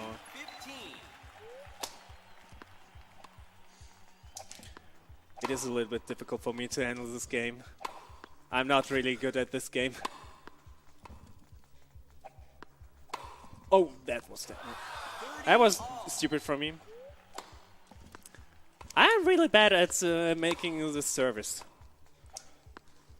Okay, Vasu is doing great. He has finished this game so far. So yeah, when you see this, you win this game, you can just go out quickly and go to the next one. Baseball coming up on Vasu's side. So yeah, I'm not sure if I can do this as well. Okay, perfect.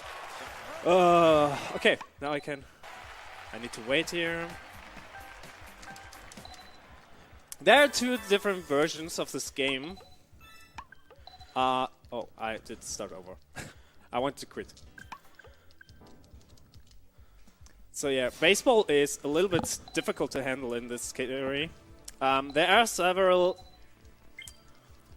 throws that you can do, like curveball, fastballs, which are the normal ones. I hope I can here just get the... You have curveball, screwball, spitter, you have fastballs, and then you can change the direction of it. That was a good one. Oh. Good home run. Woo! Let's go. That was too early. I hate this game already. Probably a home run. It would be better if you go for it. Are you kidding me? Thanks. I wanted that reaction. Please give me applause for this out. This was amazing. So yeah, you have foul balls that count as a strike. So you need to be careful at this. Oh my god, I'm so bad. So suck. I'm so bad. Let's go.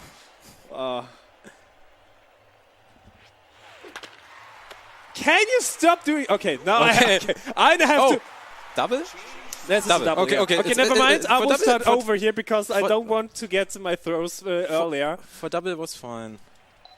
All right, so you will see another cutscene here. So as I mentioned, we have two different versions. In the 1.0 version, you can actually skip this team order and just go to the game.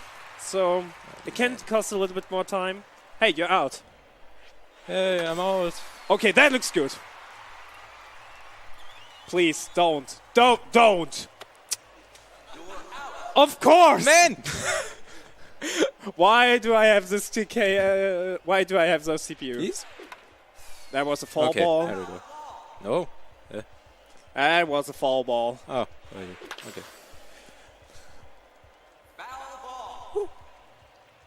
Foul ball! Let's go, Grüni. Foul ball! I hate this announcer. Can we just skip him? I don't know if we can.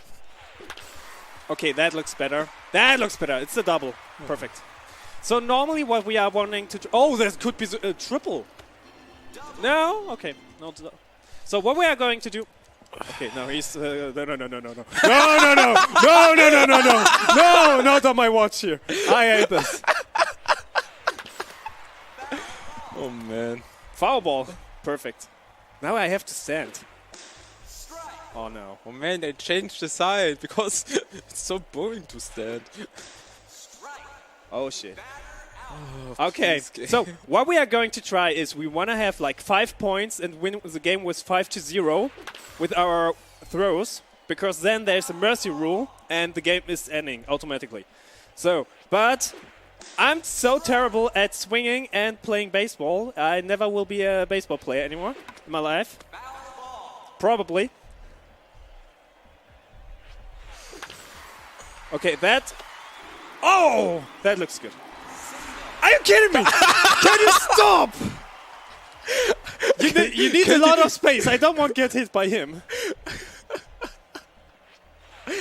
Oh, it's Oh, that looks good. Hopefully. Please, don't catch it again. There we go. Oh, my God. Okay, I get 3 points. This could be a game changer. I need 2 more, and then I can just go out. Hopefully. I will not even try. Woo! That was a good one. Only single. Okay, 1 home run or a triple. Dude! Oh, you got it? Hey, Nice, no. finally. Luck is coming back to me. Hey. Good KI. Oh, that was stupid. Okay, it's not. All right, I have to throw. Normally you don't go to the second round after you throw, but in this case, oh, it can be a little bit. Are you kidding me? Are you kidding me? All right. No, okay, Oh my God. So you have different throws. out, oder? That was a curveball. No, okay. Never mind. The good thing is you don't have actually to throw your whole arm, because then you're slower, like this one. Never mind, strikeout, perfect. There are different strats you can do. I prefer like doing short balls like this, because then you have a lot of speed coming up even for curveballs.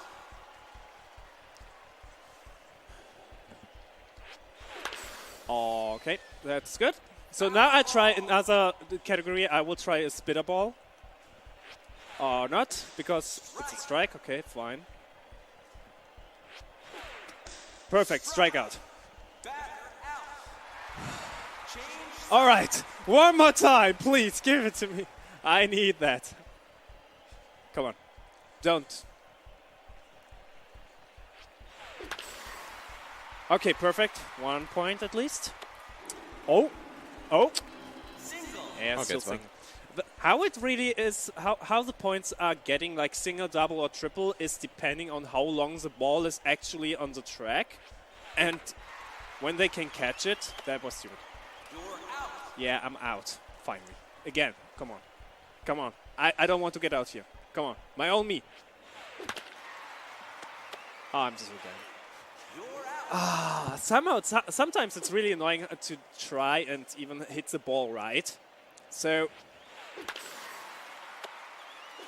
I hate this guy. Look at how he's smiling. He's evil. All right, again. Try to hit it all again. Hä? Okay. Nice. Of course. Thanks!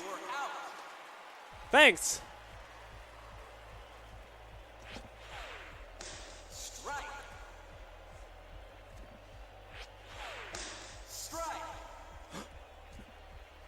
Woo! And out. Perfect. Oh, you got 4 points already. Oh, this is stupid. Why do we have... Why? Why? Oh, wrong ball. That was the wrong ball I used. Okay. I'm so bad at this game. Really. I don't like this game. Come on, please. Please win.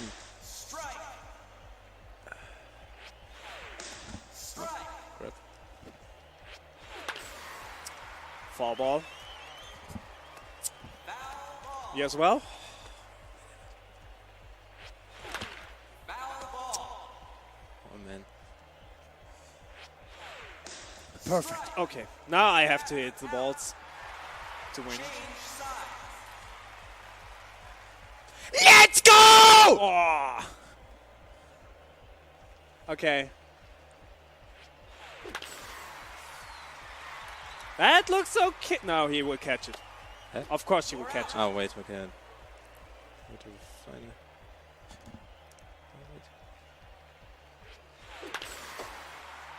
Can I please get it better? Okay, I will probably go to the whole time here.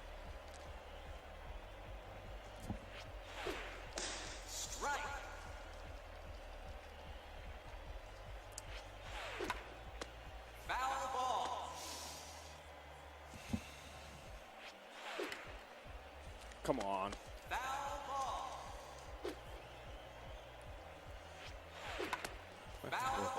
I hate it. Oh, okay. Okay, that looks good. Please. All right. Why do I get now a home run? I need to 1 more point. At least 1 more point. I mean... You know what? We just hold it here. Why not? I will try to get 1 more point.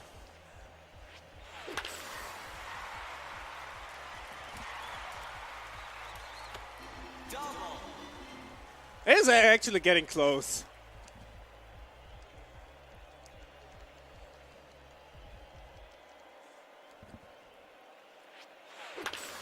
Nope. Come on, 1 more. 1 more. 1 more double. 1 more double. 1 more double. 1 more double. 1 more double. 1 more double. This is not a double. This is a single. Okay, 1 more single. I don't want to hit a home run here.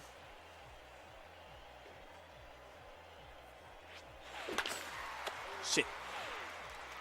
Okay, never mind. I will try. I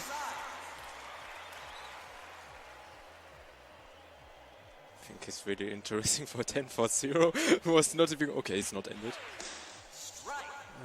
Why do you want to do that, anyways? I don't know why. It's so weird, man. Okay, 1 out. 1 out. 1 out. Give me again. So confused, man. So the thing is, actually, Vasu just could get him out and is going to through because he has a mercy kill anyways, because he has 10-0. He could have done this some minutes ago.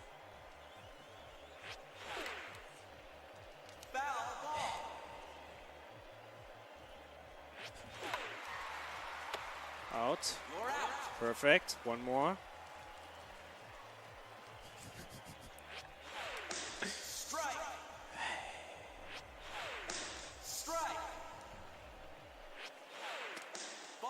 Oh, that was a ball.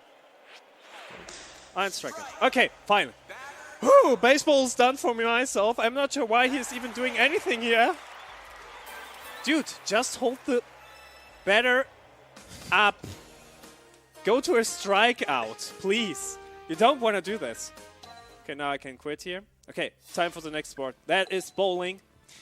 Bowling is a little bit different than most people probably know from Switch Sports, because Switch Sports allows you to hold the B button, and in this case you need to hold it again, but I want to show you a wonderful trick here. Everyone knows it! Way! Okay. The physics in this game are pretty tight, like really tight. Way! Wow, I got a spare. Don't know why, but okay. And the thing is, the controller here is more sensitive than on the Switch Joy-Cons. So even if I want to do something like I want to throw at the straight way, it's not working. Oh, come on. Now it's working.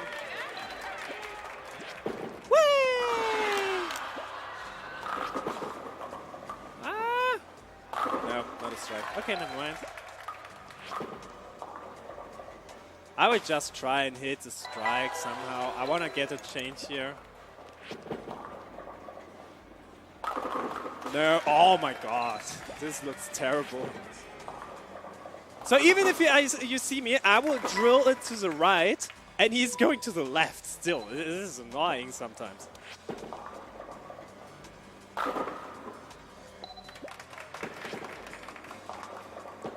I don't like it.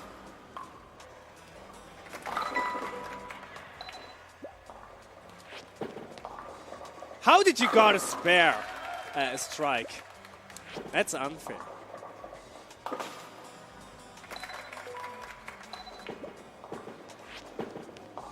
Come on. Oh, really?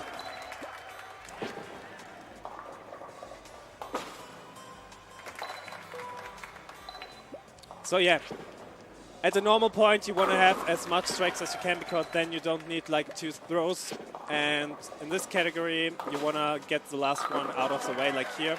So what I'm going to do is, not this one, but okay, fine. Go. Oh.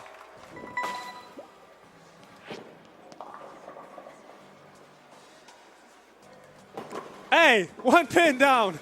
2 pins. Okay, game finished. So that's this one. We're going to quit here, and we are going for golf. So that's the only reason I will stand up for you guys. And the only reason why I'm standing up, because I don't have any like control in my hand to be a good one. I will go for the 3-hole game, because like beginner mode. Otherwise, I will not really be interested. There's a cool glitch that you can do outside of the water, but I can't do this. I hate tutorials, because I just use this game. By the way, shoutouts to Nastatree, who is commentating for Sloran's Live right now. She gave me that game before I can do this run here. Yeah, I know. Can we just do this? Okay, what do we have? Okay, 5-meter wins. Okay. That looks good. Nice shot. Don't go in the bunker, please. Don't go hit the sand. All right, that looks okay. All right, let's see. We have 5-meter of wins again. Going here. That was... I didn't even do anything. Please, game. All right. Again, 5-meter. 5-meter of wind. Could be a little bit wide. Yep. Too wide. Unfortunately. Oh, no. Wedge. Rough. I hate golf. Everybody who likes golf has a serious problem, in my opinion. No, not really. Golf is an interesting sport, but I'm not really made for sport. All right. Can we get a clap for every ball in? That would be nice. Like in real golf. Oh! Unfortunate, but okay, we have a second try. Just go a little bit to the left. Thank you. Oh, okay. We have wind. Can I just... Oh, shit.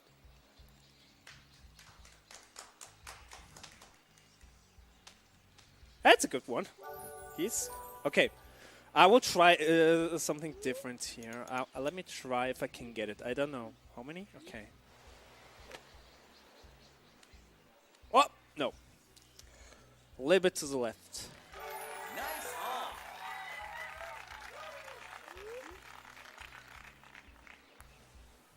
Whew. No. All right.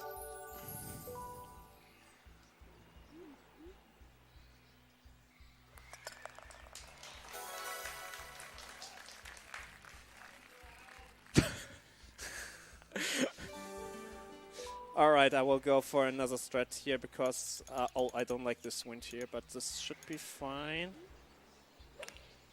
Nice shot. That was a nice shot, actually. Perfect. So now I don't have any trees in my way. That's why I'm going for the little island on the left. Normally this could be more like... Sometimes you don't have wind in it, so you can perfectly... Oh my god, how far are you going? That's too much. Anyway, okay, one more try. This is a little bit upwards. Oh, it's fine. It's okay. It's better. Not better, but it's okay. All right. Hello, mister. I'm really high. Nice birdie. Nice birdie! Okay, so final thing in this run. I will sit again because I don't like standing. And it is boxing. Boxing is interesting as well. Let's go for this one. So, boxing is pretty, simple in this game. You just try and do your thing. Round one. And we want to hit him in a knockout, so yeah, let's see how it's working. Yeah, don't do this. Fight. It is really simple, just hit him in the face. I know it's not family friendly, I'm sorry for that. Okay, he's down. 1, 2, 3, 4, 5, 6, 7, 8. Come on! And he's... Okay, and it is... time, for me at least. Woo! Never imagined that he's going down in one round. And time for Versu as well.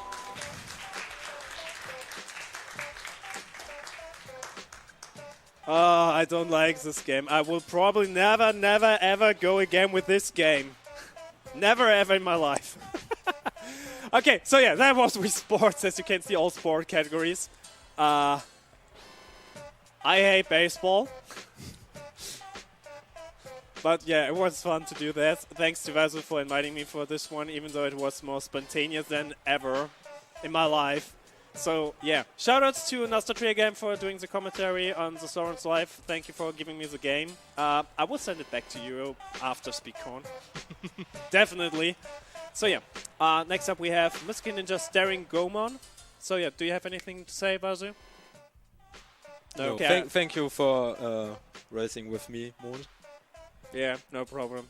For not delete this run. Thank you very much, Crystal Moon and Wazoo, for that Wii Sports race. So after there will be a rematch at SpeedCon 2025. Alright, this marks the end of my hosting shift. I will be leaving it in the capable hand right next to me. Yeah, this marks also the end of my all of my hosting shifts for SpeedCon. And yeah, guys, keep the donations coming. We're only $25 away from $333.33. That's an amazing milestone. Come on.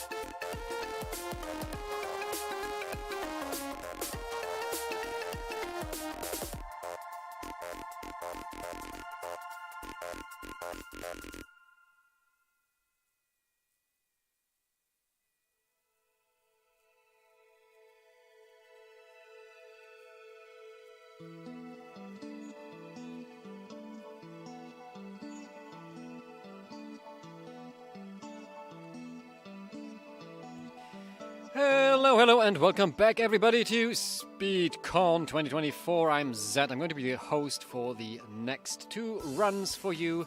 And I was just informed that we are ready for the next run, which is going to be Mystical Ninja, starring Goemon by Cactus Meloni. Please take it away and have fun. Okay. Hello guys, I'm Cactus. We're gonna play Mystical Ninja starring Goemon today. The run is pretty damn hard. Could happen that I need to switch to Everdrive at some point if it's gonna be very bad, but hopefully not. Yeah. I will just start. Genau. Okay. Alright, 3, 2, 1. Alright.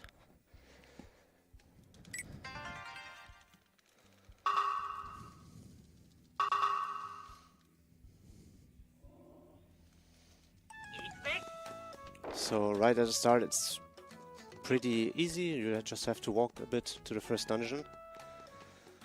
There are coming up some very weird JP only glitches that I will explain when they happen.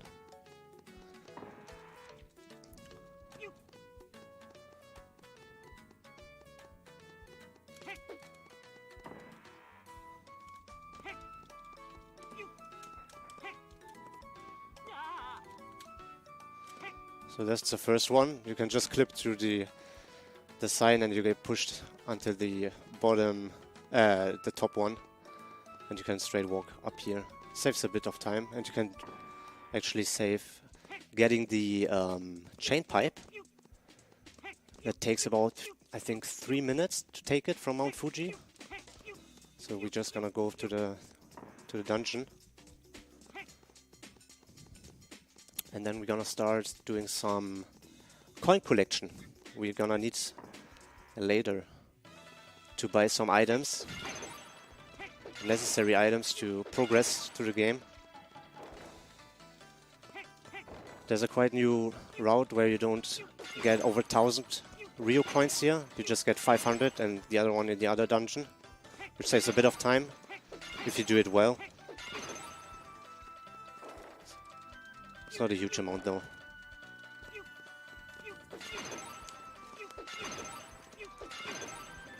Hello. Welcome, welcome.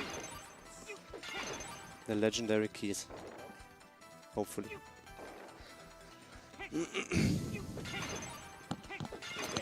Better? I can hear you, at least. Okay. Oops. So yeah, I'm gonna get 500 now. And then we're gonna progress through the dungeon. So what we wanna do is a trick called Rio Hover. So basically, if you're gonna throw the coins, you can hover for a bit and delay the time you're landing. And also, you wanna ride on these walls to be a bit faster. Oh, oops. Oh, that's weird now. Okay. Usually they're scripted here, so you can just get them in the same order every time. But I messed it up here, so not a big deal though. I don't want to use too many coins because I need them.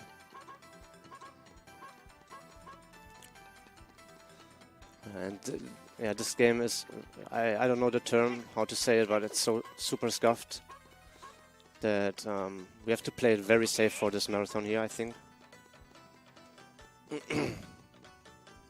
To hopefully not soft block. Does it not matter what angle you run into the wall? You always go along the Just wall? has to be the normal angle Okay. where you just walk. Okay. You can also do here a tiny cutscene skip if you hit the last two floors at the same frame. It's very hard. Do you say if Japanese is faster, or why are you running on Japanese? Japanese is not only faster, it's also the only version you could actually do it like this, because there's a glitch I'm gonna show off in, I think, after the dungeon. Yeah. It's not a huge deal, this trick. You can just do it by pressing one button, because they apparently forgot to patch it out before releasing the game. It's like kinda a testing stuff. So you basically just hold the C button, the right C button. Nice. And yeah, every enemy despawns in the game. Oh. So like a yeah. debug feature, kind of? Yeah, it's kind of debug testing feature. I think it was for FPS testing, if I'm not mistaken. But you can also soft lock with it if you don't know which door you can, which loading zone you can enter. Yeah. So only use it in a few places. So you can't control the camera yourself? I Or- can, but it's very, very hard to control. I see. And it's not accurate, so sometimes it's just doesn't do what you want, like this. I just swapped twice and it was going far out of the way. Okay. So what I'm gonna do now is try to get out of the water with a gravity jump. If you jump in the water, you can basically jump twice with one more press. If it works, let's see. Okay. Oh. Like this. Nice. Yeah. So you're gonna do this as well here with the setup for skipping the chain pipe. This trick is pretty hard. Yeah, first try, easy, let's go. Nice. So that was basically the reason we had to do this, because usually you need the chain pipe. It's like a hookshot in Ocarina of Time or the Zelda games, where you can hookshot certain boxes in the game, but you only need it for this part in the run. So we need to do the skip here. It's also called chain pipe skip for this reason. So yeah, we're gonna go to the end of the dungeon now, to the end boss. I tried to do a cutscene skip. Hopefully the camera won't tilt, that I can't see nothing anymore and I have to do it blind. But yeah, I will try to do it safe. Oops. Alright. You do a little setup with punching to get the perfect cycle here. Nice. And now try to pan out the camera while I'm in the cutscene state. Like this. Then I can move in the cutscene with a certain setup. If it happens, I can walk in the cutscene and try to get in the loading zone, which would be super fast. Let's see if it works. Yeah, I got it. Okay, nice. Let's go. Was a bit slower than it should be, but I had to fix the angle for some reason. So this boss has like 2 phases. The first phase is just hitting him and wait until he gets real damage, like this. Then he's gonna do the laser, and you wanna be so fast, it's not gonna work anymore, that you get basically a cycle skip, which is not gonna happen here. So you're gonna skip the laser again, because the laser is slower than the other phase you could do. For some reason he still did it, I don't know why. Okay. Was actually too slow, if I'm honest, but yeah. It still worked. Like I said, Goemon is so weird. And if you got it right... Ah, okay, that was not the skip I wanted. Okay, this could be possible. And you can see like the splattering around him. Then it's a real hit, and the other hits between are not even like real hitting the enemies. Only when it breaks a bit. Okay. And then we're gonna go to the end now. Probably should be the last phase. It's very hard that you don't see where you're walking sometimes. Okay, now it's finished. Nice. Have you talked about the story of this game? Is there... Okay, yeah, the story is... Yeah, it should be pretty funny. At least I try to be very funny. There's like French aliens from Europe trying to invade Japan with music basically. They want to sing, they want to dance, and yeah, these guys don't want this. So yeah, they decide to fight with gigantic robots against each other. Back in the day, robots were pretty hype in Japan. So yeah, like the mecha stuff. So these fancy robot-looking guys are the ones that are invading? They look like Girahim a little. The enemies, yeah. Yeah, okay. Yeah. And you also can get a robot, which you will hopefully see only once. If you see it twice, I'm gonna lose 4 minutes to a trick that will set a flag, basically. And you can save the game out of it, and you still get the completion of the dungeon. So in this loading zone, I'm not trying. I'm holding C right now, and the water despawns, the enemies despawns, everything despawns. Wow. So I can just walk here. Here, if you reactivate it, then it yeah. everything. If you let go of it, it's it's coming back. Here is the... Usually you would probably just want to do it as well here, but there's a door that soft locks, so you don't do it here. Yeah, okay. But you're still also swimming and wall riding while swimming, it's a bit faster. Do you know why it's faster? Does the wall push like you or something? It pushes you a bit, yeah. Okay. Okay, and I can't pass these guys because I beat at the first dungeon. So yeah, the first robot fight would come up in a few minutes. But I'm gonna skip it with this map glitch trick. Because you also despawn the cutscene trigger. Ah, wow. Usually it would take, I don't know, a few minutes. You can also do it without map glitch. But it's a very precise jump. and it's slow, of course. Does the C right button have any other use usually, or? Just for turning the cameras, Okay. or yeah, only for the camera. That was not the one. You can see if you get map glitch if the text box appears for the zone, like this. And also the colors are different. You're gonna see it when I'm releasing it. Yeah. So jumping up the slopes is a bit faster than just walking. But so far the run is, yeah, this is the part which is pretty chill, I would say. And then so many things are coming up. How did you find this game? How did you start running this game? That's actually a pretty good question. I liked the game, and then I was just watching You played some it runs. casually? Yeah, I played it once, yeah. Oh, okay. And then I was like, yeah, this game is pretty cool, good music. And then I was like, okay, let's watch some runs. Then I started learning it, and the next big trick that's coming up was almost the reason I didn't finish learning. Yeah, It okay, was I know just this super one. precise, and it's called Benkei skip. And it's probably the first barrier people will get while learning the run. Yeah, yeah. And will probably, I think, most people... Is it necessary or does it? It's not necessary, but it's a huge time save. Yeah, okay, okay. The casual way to do it would be doing the fishing minigame.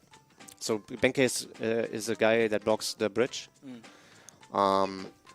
And he wants you to find a lock to fight against him. He's gonna throw locks at you. And if you beat him, you can pass. But only if you don't tell others, because you don't want to get busted that he lost against you.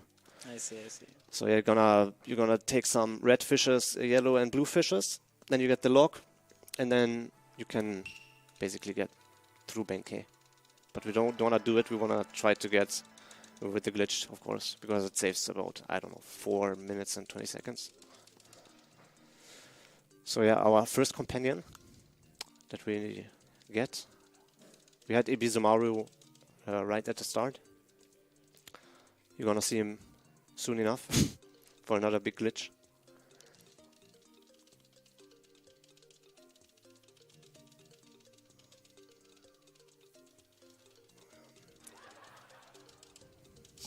I love the sitcom. Yeah, it has the vibes. sitcom vibes. Yeah. Yeah, it's really cool. Okay, now we got her. We need her to teleport, actually, and for some other stuff. Okay, now I need to save the game to set up the glitch. If we get it, I have only one try. It's a one framer. Yeah, so not guaranteed though. Okay, now we save the game. That's why you need a memory card nowadays. Okay, let's see. Maybe I can get it. Maybe. Gonna take some time, maybe or not. Let's see. So you're gonna try to clip through the staircase and push yourself behind Benkei. Okay. You need a specific angle. And then a specific frame perfect input. But as I said, it's pretty rough. Okay. Okay, that was almost it. That was too much. And the camera pans automatically all the time, so you have to refix it.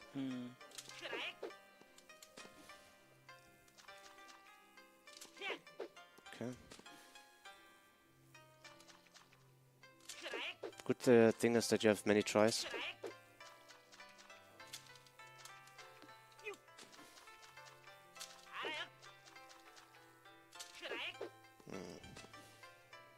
This trick, it doesn't look that hard, but it's actually pretty decent. Okay, let's go. Oh, it was fine. Nice, Good. nice. Let's go. Alright. Oh, that's also random, by the way. Sometimes Goemon, if you jump high enough, he will have like a landing animation. And it's gonna stop you for a while, which is pretty... Like this again. I don't know. It's not big, not a big deal, but it's still annoying. So we map glitch here again, and because this region is so laggy, and we're gonna spawn this one here again, and we're gonna pull it here to teleport outside this area, which is a bit faster than walking normally. Oh, dude. Unlucky. Yeah. And yeah, now we use the first dragon riding, where also is a tiny boss fight. And maybe we see the first text skip, which would save 20 seconds, I think. But it's very precise as well, and yeah, most likely you're not gonna see it. Let's see.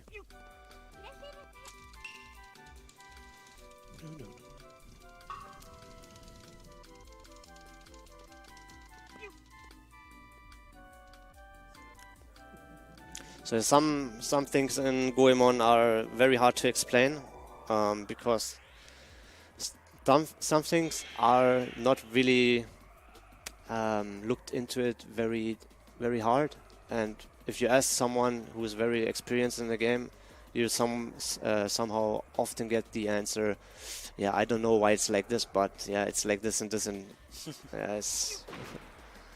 they're not really understood. Yeah. I hope at some point there's someone maybe decomping it or something to get more information about the game. Is Benkei Skip something that was crafted, or was it just It was TAS only. Okay. And then people start doing it. Oh wow, okay. Yeah, and when the first guy did it, it was still very... Is that understood how it works now? Yeah, that's well understood, yeah. Okay. It's also a good tutorial out for this trick. Well, I think, Nico, when I tried to teach him the game, he didn't finish, but probably he will do it at some point. He found out that you can also buffer it. Oh. Yeah, I never got it, but he got it. So yeah, you can buffer it. It has a thread buffering it.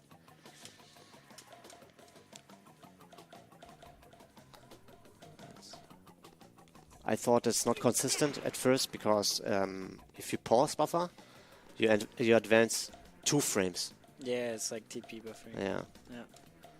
So even if you like spam the start button, you always advance like 2 frames, which is pretty terrible for the big skip. You could just spam early then, but now it's not possible. You have to be frame perfect or 2 frames before, or after, to get it, to spam it basically for the second try. So what I'm gonna do is trying it. If I get the pause before the text box coming up, I'm gonna still spam in case I was too early. Okay, first fight on the dragon is finished. What an annoying fight, to be honest. I really dislike it. If you get hit by the bubbles, you're gonna spin all around, and sometimes you just fall down, and you have to redo the whole segment again here. So yeah, this is a pretty long text box with good vibe music, so we can chill a bit. So this guy gives you the flute, so you can teleport around the maps you already visited.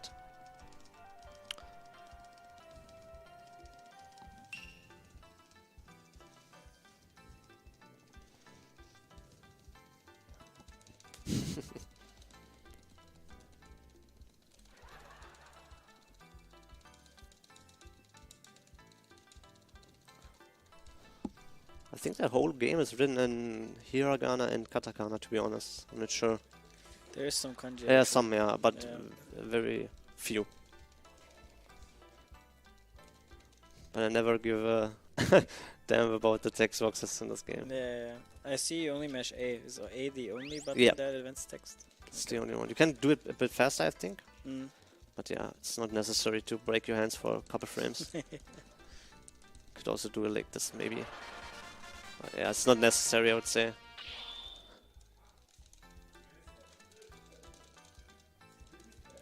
I don't know if this is the longest text box in the game for the run. I'm not sure, but it feels pretty long. Do you have any text? What's like the longest cutscene? We had this thing with TP where you don't Yeah, really that many. So the longest cutscene is, of course, the impact fights, because it's gonna play a whole song, an anime song. You will see it once, for sure, and yeah, maybe twice. But hopefully, without inputs or with inputs still. what do you mean by inputs? Yeah, like do you have to be there for the cutscene, or is there? Like, No, is no, it a no. good- so it's a The good song method just to- plays, and you can just go to toilet. I see. Yeah. Okay. And it's pretty long. I see. I see.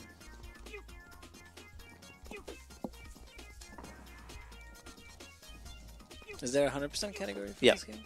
How much? Few runners, Mm.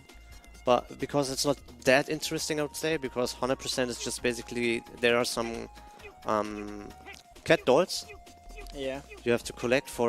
It's like hard containers. Ah, okay. Yeah, and you're gonna collect all cat dolls, and that's basically 100%. How much longer is it? I think the world record is 150 something. I don't Oh, know. okay. It's not that much longer. Yeah. Okay, so you're gonna throw some coins in it, and you get the fire Ryu, which we need later for a dungeon. You can just throw your coins, and if you hold B, you're gonna get a burning fire Ryu, basically. So we're gonna transform into Yay and gonna float away.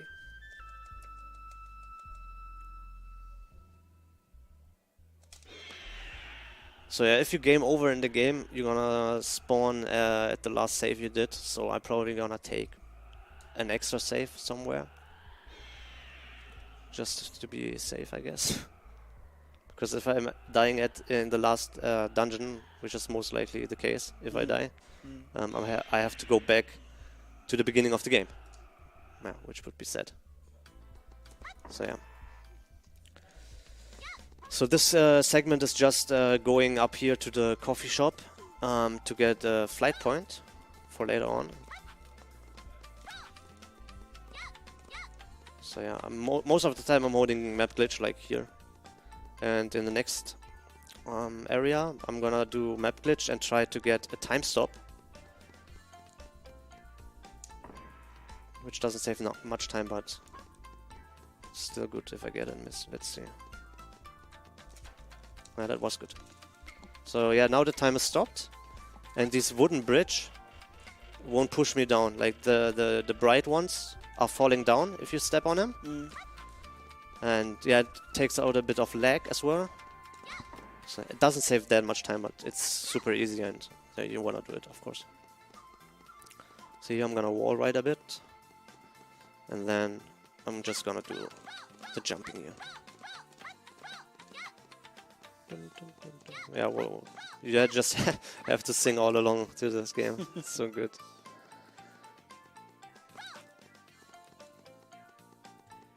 While you sing along to the game, can I bring a quick reminder to the viewers? Yes, of course. Perfect, thank you.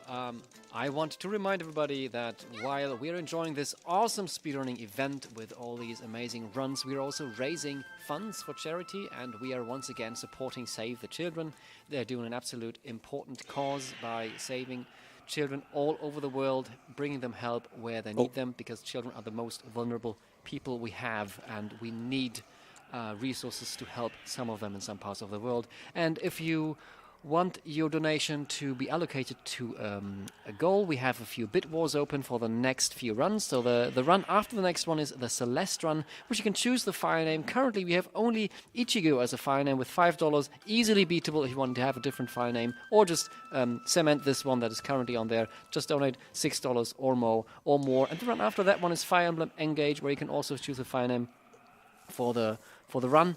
And currently only RNG is the option, so you can change that. $1 is the minimum amount that you need to donate, so every little amount helps. Whatever little you can afford to donate is a great help, and we appreciate all of that. Find the button below the stream or type !donate, I think, in chat. Then you can get the link where you can put your donation towards the Save the Children. Thank you, and with that, back to the run. So yeah, I accidentally teleported to the wrong area, which cost me a huge amount of time. Yeah, but it's not too bad. All good. Did you get pushed by that unloaded rock up? Yeah, yes. Yeah, nice. There's a rock. You only can pass this in a casual playthrough while having the stronger form for Goemon, which is like kinda a homage to the Super Saiyan from Yeah. okay. He gets yellow hairs, and he's super strong then. And yeah, we don't need this in his run, so the block is just not there, holding one button, so you can just pass, which is pretty cool. So now we're heading to Snow Village. This room is so laggy, I have to be very careful. And in the meantime, I wanna swap characters already. Hello? I pressed flute for some reason, I don't know. And after the town, we're gonna go to a mountain area where we do our first Mokori trick, or attempt at least. It's also, I think, a one-framer, not really sure. That pushes you out of bounds so far away, and it's, in this case, I think it's about 25 seconds faster than the normal one. And usually you also need another item to pass this block, but you won't see this block because I'm holding one button again. Is the running speed of all three characters the same? Running speed, yes, but Mokori speed is different. So I'm gonna try to set it up now. Here's the block I'm talking about. Okay, that was the block and I didn't get it, so I have to respawn the area. Next, I need to walk a bit further. So either I'm gonna get pushed, or I just pop off up the mountain, which would be also okay, I guess. But falling down the rock like I did is the worst case scenario. It's very precise as well. That was what I was talking about. I'm pretty happy that I could show it off. Actually never happened to me, if I'm honest. Can I walk up here? Okay, I think I can't walk up here. I'm not sure. But yeah, that was basically the Mokori I was talking about. Very cool. That was Wow. crazy. That was, yeah. Best scenario would be fly into the loading zone.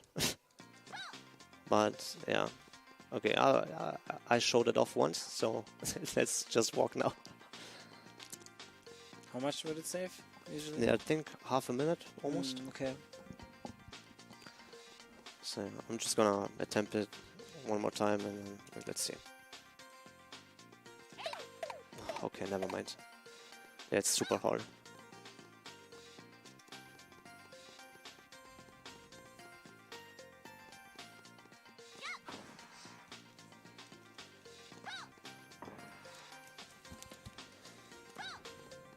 So I would be super happy to show the backup, but unfortunately I won't do it because it can softlock me. Hey, are you kidding me right now? Holy. Let's go back again. And you can only save in these like sleeping. What are they called? Like inns or whatever? Or Oh, no. There's also some signs in front of the dungeons where you can okay. save, and after the boss fights. Okay, let's just do it like I did it before. Whatever. Okay. I just get pushed in the wrong direction all the time, which is pretty sad. Okay, again.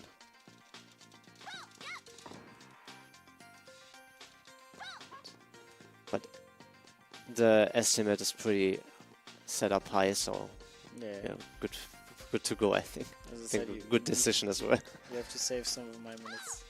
Okay, that didn't work. So I would do the backup now on the left side, which is basically a push from a slope and pressing Z on a stair or a ladder, and then you can just fly.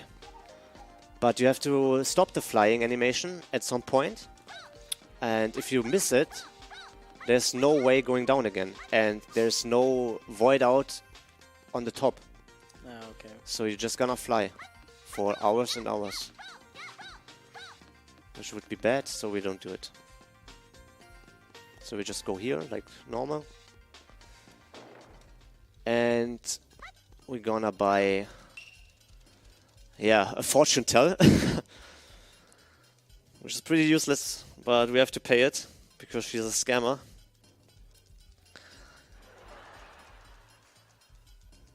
And this is also a pretty long text box. She's gonna summon some old guy, giving us some information we need.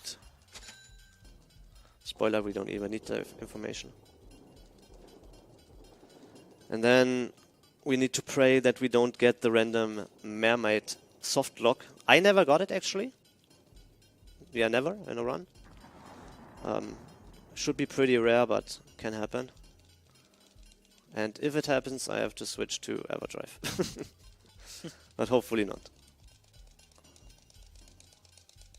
So I have no backup save states.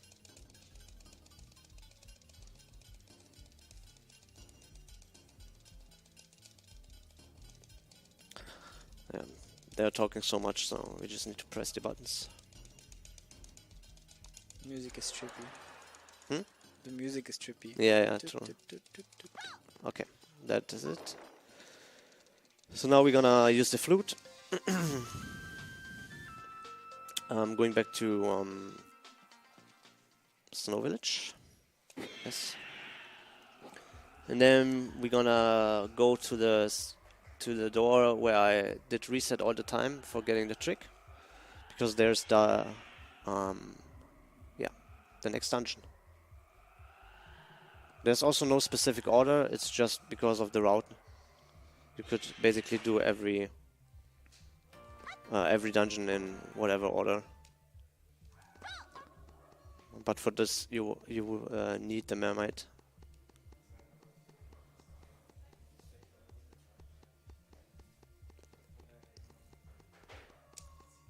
Okay.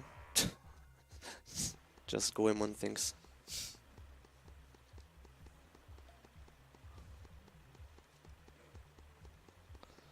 I wonder why there's no music in this cave. Again, falling animation. So let's despawn the shield and talk to it. This is the mermaid minigame, where you have to spam your buttons. Hopefully fast enough.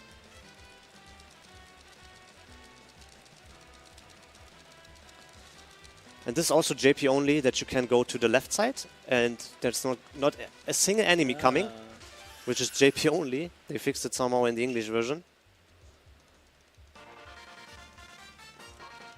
Okay, no soft lock, easy peasy.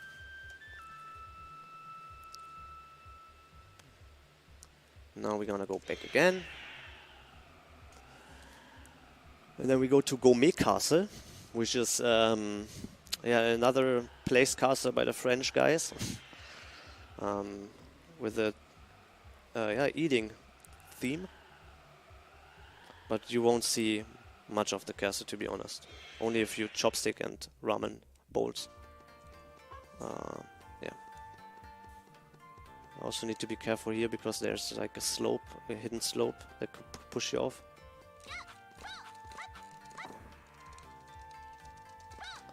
Also, what I didn't mention, if you're gonna go out of a loading zone, you wanna hold the direction and spam A, so you get a little boost.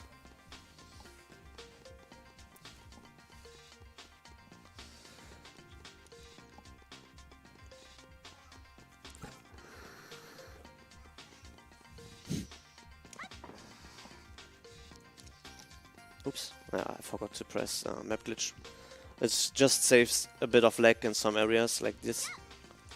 You're going in the water and then you want to press B for this swimming method, and there's also a swimming method with pressing A, which is like I'm not sure if it's really slower, but it feels slower.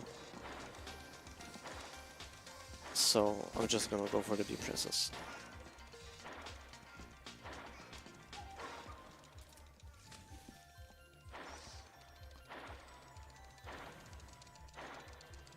So I was kind of tempted to go for the extra life at the bottom, but I'm skipping it. I will just save in front of the last dungeon, which will be a bit faster than grabbing the life. Usually I wouldn't do it. Nothing. Okay, so this is the castle I'm talking about, and we're gonna swim up here and do a so-called mermaid skip or clip, which is super precise. Hopefully we get it fast.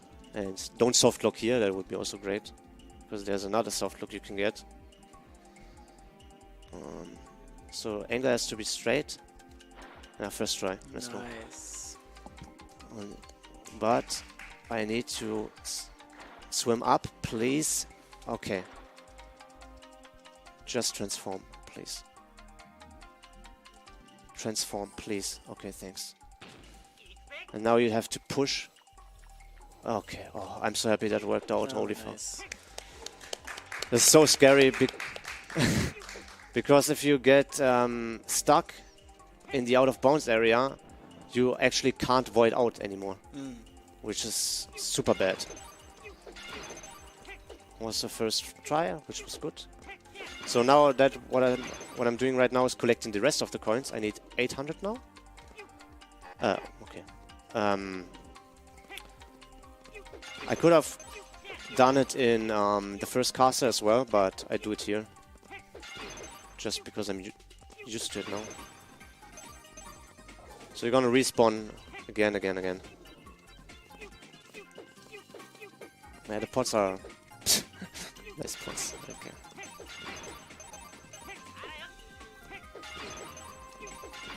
Okay. I'm gonna come back later here again. Try to walk over the chopsticks. Hopefully. Yeah. I just YOLO it now. Whatever. Nice. Yeah. You can pre-hit B to do the Rios. And didn't register it. Cool. So let's just wait. Okay. These guys spawn one key that we need, so we can get to the boss room key. So I'm gonna walk again on the chopsticks, hopefully. If I fall down here, it's not too bad because there's a ladder. But yeah, it's super scuffed. But yeah, I mean, Goemon in general is a pretty scuffed game. Okay. So, 300 missing.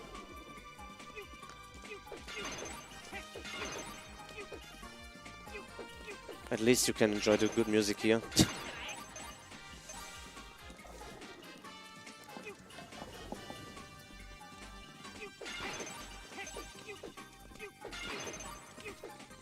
Let's go here and take the boss key first, because we're gonna go only 2 more rounds.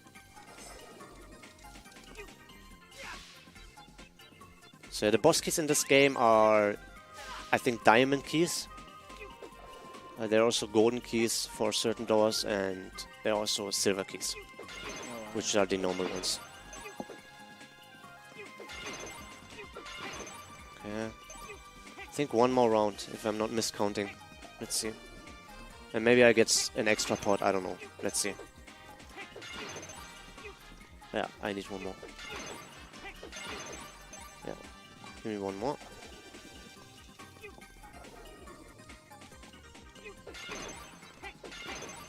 And let's get 1 more extra one. Whatever.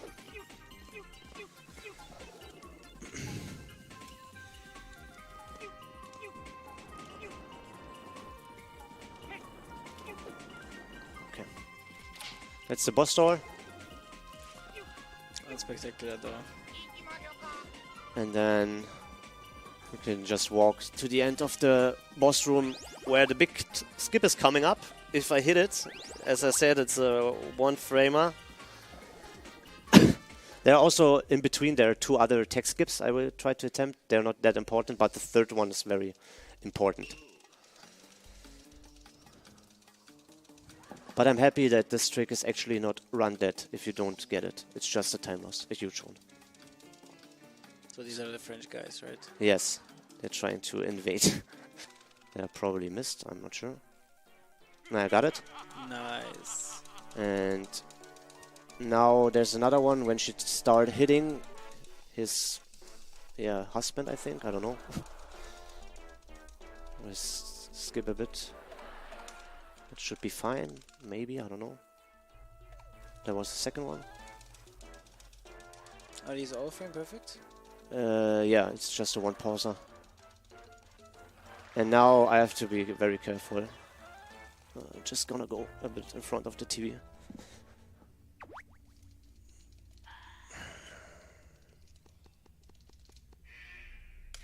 Okay, too late. Okay. So if you press too late, you won't get even the start input. So you're gonna enjoy. I'm gonna save actually here.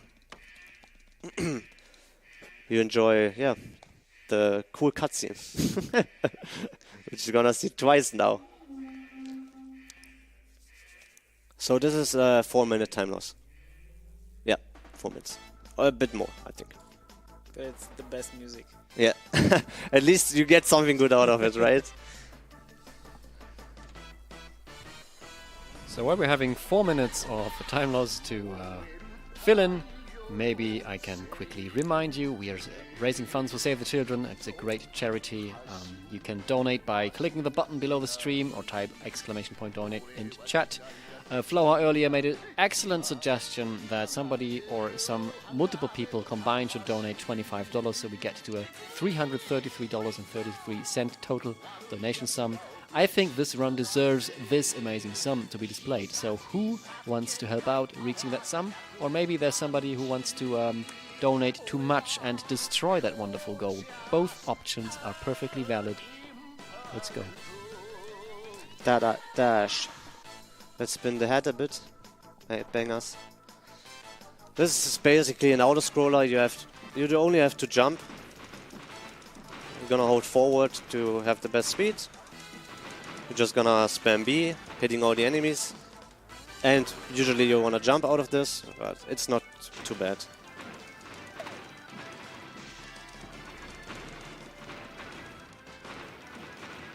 So, and this would be, the cutscene here would be skipped. With the song, this auto-scroller would be skipped, and the boss that is coming after this one.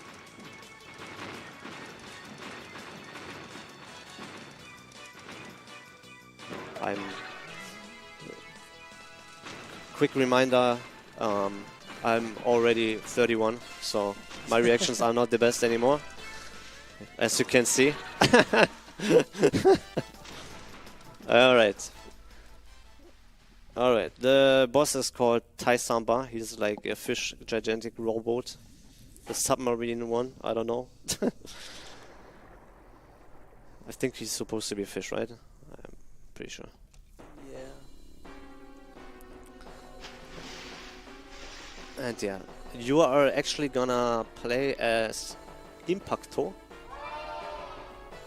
What is this? Yeah, I don't know, it's just going with things. You can grab him actually here as well, but yeah, it's also fine.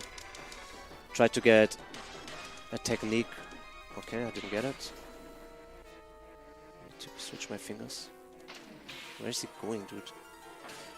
Actually, I didn't do this fight for so long, not gonna lie. Okay, weird. Okay, let's try it again. Okay.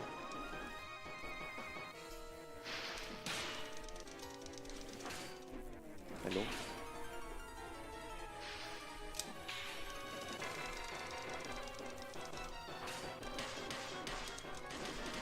I just what you wanna do actually. I think he's... Oh, okay.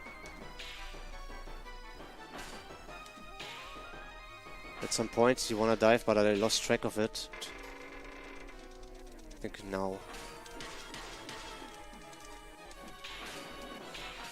So gonna dive now? No, not yet. No, no.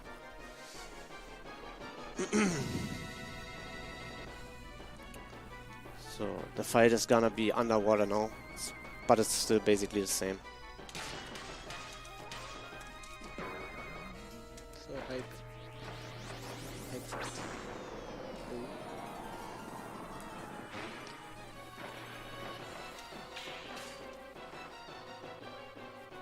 Is it coming? Ah, okay, that was my mistake.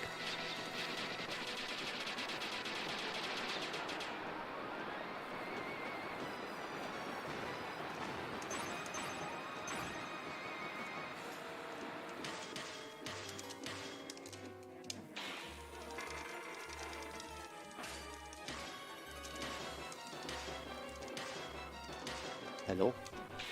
That's so weird.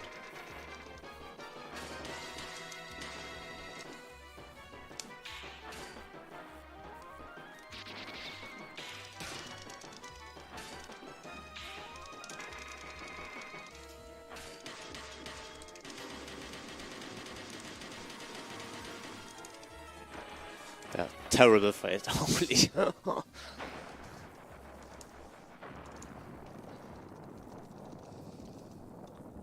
So yeah, now he's gonna die, and well, I lost quite a bit of time, which is fine. I mean,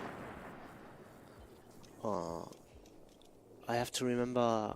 Okay, the route is basically the same now. We need to go back to Zazen Town to talk to Benkei for getting a sequence trigger. So I can also save here again, I think. Yeah, let's do it. Just do it, just in case, right? Better safe than sorry. Yeah, true. So we're gonna use her again. Go to Zazen Town.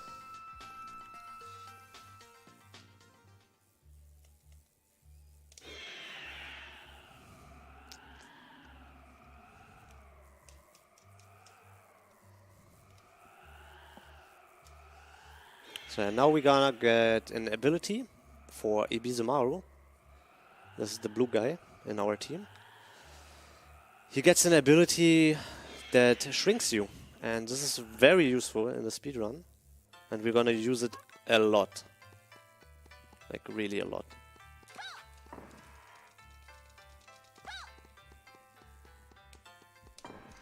So if we would get the skip I was talking about, we just would have reset the console, and we were at this point now. So now we are even again with it.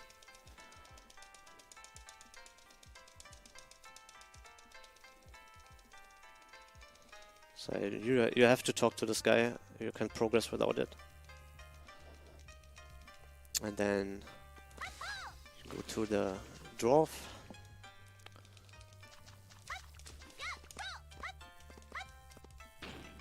Talk to her, and then she's gonna leave, but we will see her in a minute again for the Ibizu minigame, which is also my favorite minigame in the game. And this is the guy I talked about. This is Ibizumaru. He's he's a nice guy, but he's like the idiot of the team.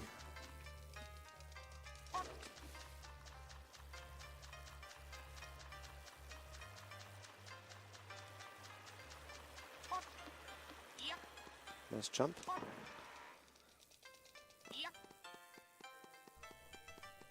So yeah, here's the pond and the minigame. By the way, the elephant guy here is the narrator. He's telling the story about the game. Okay, you can hear the where it drops with the sound. And this guy tried to kill you with, I think, like bombs or atomic bombs. I don't know. It's some weird stuff he's gonna send out if you're. Oh, nice drop. You will see the bombs in the last mochi you're gonna collect. Hopefully we can get this. Okay. So where's... Okay, nice. Can also do this meanwhile. What a troll. Let me see where it comes. Okay, that's fine. So after this I won't hide anymore because I only need one more. So I'll run away. Okay. Damn, what a spawn, holy. Okay. This guy. Sorry. So, and we're gonna use the ability right away to get the cucumber, which is a trade item that we need to progress the game. So we're gonna get it, and usually you need Sasuke for this, but we're actually not gonna get him in the whole run. Sasuke is a tiny robot mechanical ninja that can do super jumps to reach this area here, but we have Ibizumaru, which can shrink and clip through this one and push you up. Ooh, what? How does that work? So this is one of the things people don't really understand. Okay. It works. The inputs are clear, basically. You jump when you're shrinked. You jump, and at the frame that you land, you're gonna like tilt your controller a bit, go into neutral again, and then you hold forward to get like the push. And then with the push, with the speed, you're gonna go to the wall. But it's not consistent at all, and we don't get how it works. But yeah, that was pretty decent. Yeah. Yeah, there's a setup called what was it called? The consistent setup or something like that. I don't remember anymore. But it's basically just go one pixel away from the wall. You wanna clip, and then do it like this. And people say it's very consistent like this. But yeah, getting the right pixel is, yeah, I don't know, very hard. So yeah, now we're gonna go for a little walk. You can't actually go through the store in the normal way. You have to use a slide into it because otherwise it's locked. So we're gonna switch up here. I don't know if I should attempt this actually. No, I'm not gonna do it. It's too risky. The angle is bad, so let's just do this backup instead. Can also Ibizu slide out of the water, which is way easier usually. Okay.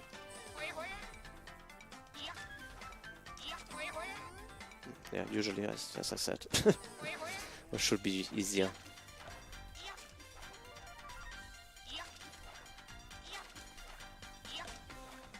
Hello? Arm 2.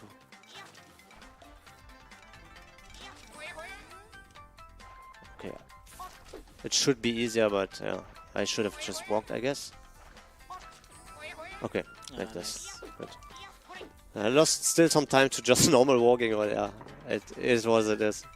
You can also do a push Mokori here to get to the next door. I would try the third one, which is behind this door.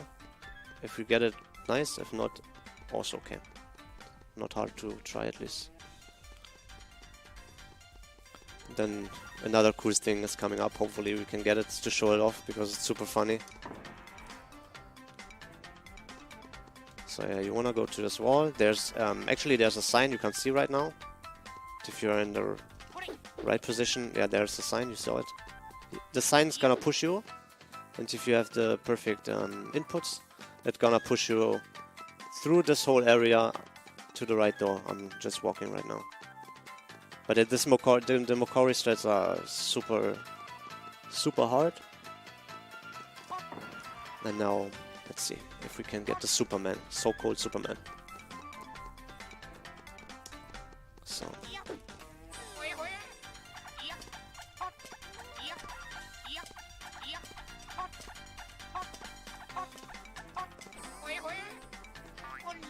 Okay, I got a hit. Why is this guy jumping?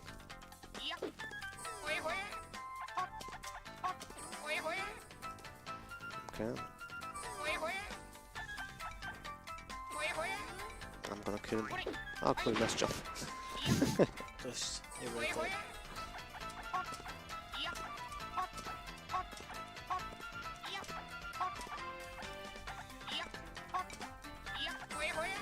That.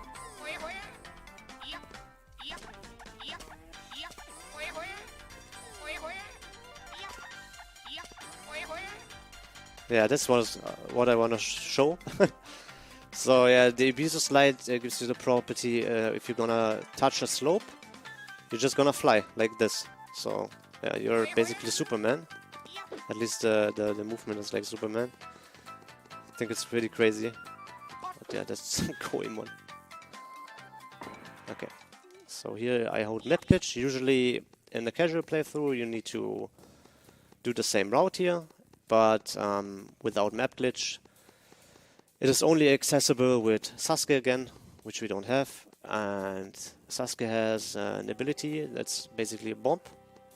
There's there's a door that you can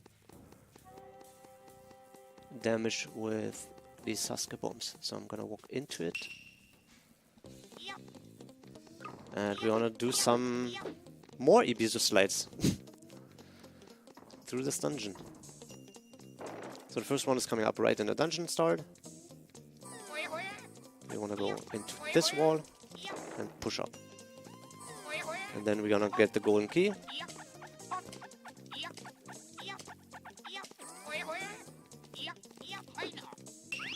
That key is necessary to open a certain door.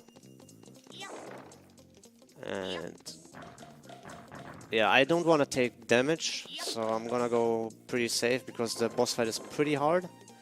And if you mess it up, yeah, you will see. If I mess it up, you will see why. I don't even need to explain. The bosses in the game are crazy.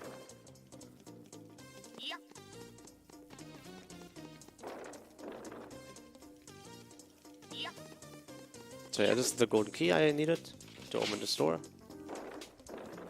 And then we're gonna do another flutter. Like it's basically the same as the Superman we did before. We're gonna do it with the ladder in the next room. But I need to be careful because I can softlock again here on the store if I press the wrong buttons. So, okay, first try, nice. Usually it takes super long for me. So yeah, you wanna get this angle here, wait for this to push you, and press Z. I think it didn't work. I'm not sure actually. And this guy is super annoying. Hope is he gone now? Please, just go. Okay. It's not too bad. Can I take full damage in this game? No. I don't know why, but it's just it. They're ninjas. Yeah, they're ninjas too. That's good. Yeah. Okay, this is cycle based, so just need to wait every time if you miss it. And this guy's again here, man. I think it should. Ah, no, I touched the ladder, so I need to do it very, very carefully because if you mess it up, it's the same as mentioned before. You flutter all the way up, and you're gonna get soft locked. So that's not what you wanna do. So you wanna fly up here, and you can actually stop it by, hopefully it works. Yeah, you can stop it with this roof, and yeah, you're gonna lose it again, and you can walk normally. Go to the boss. The next boss is Tsurami, almost one of the best soundtracks in the game again. Hard to tell because every single soundtrack here is a banger. So we wanna try to clip into his place where he is to hit him without his phases. But the clip is very inconsistent, so let's just try it. I'll try to do a little setup here. It worked instantly. Just don't fall down. One hit. I'm gonna give him... just wait. Okay, he's very good. 2 more. Okay, 1 more. It didn't hit, so I'm just gonna do it like this. It's very hard if he's in this phase. It's very hard to hit him with the fire reroll. The fire reroll makes more damage. That's why you wanna use it. So I need to put 3 more in. Oh, we got it. Was very fast. Very good. This is basically almost one of the bigger time loss you can get throughout the run.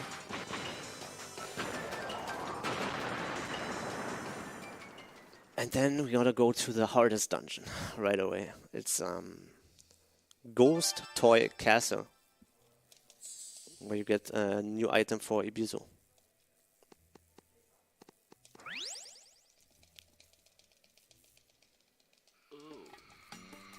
So yeah, the run is pretty straightforward now. You're gonna do some Ibizu sliding here and there, many Ibizu slidings.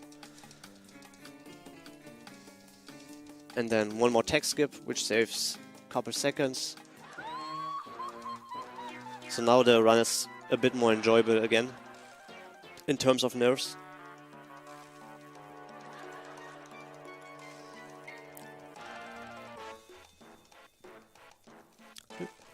Yeah, Sasuke is still in our text boxes here, even if we didn't get it.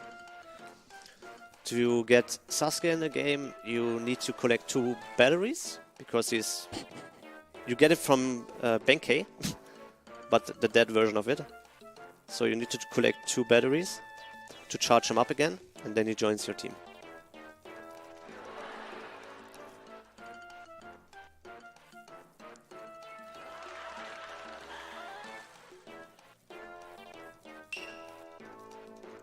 And I'm probably gonna save here again.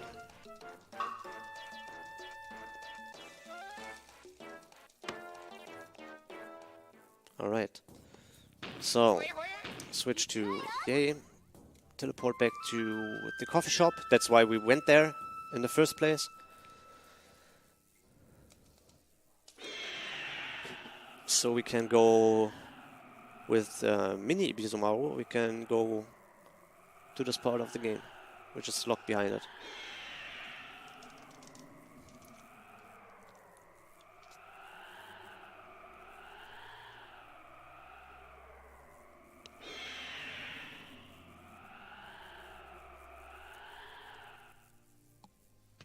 Like this. So let's switch up. I'm getting a lot of fall animations this run.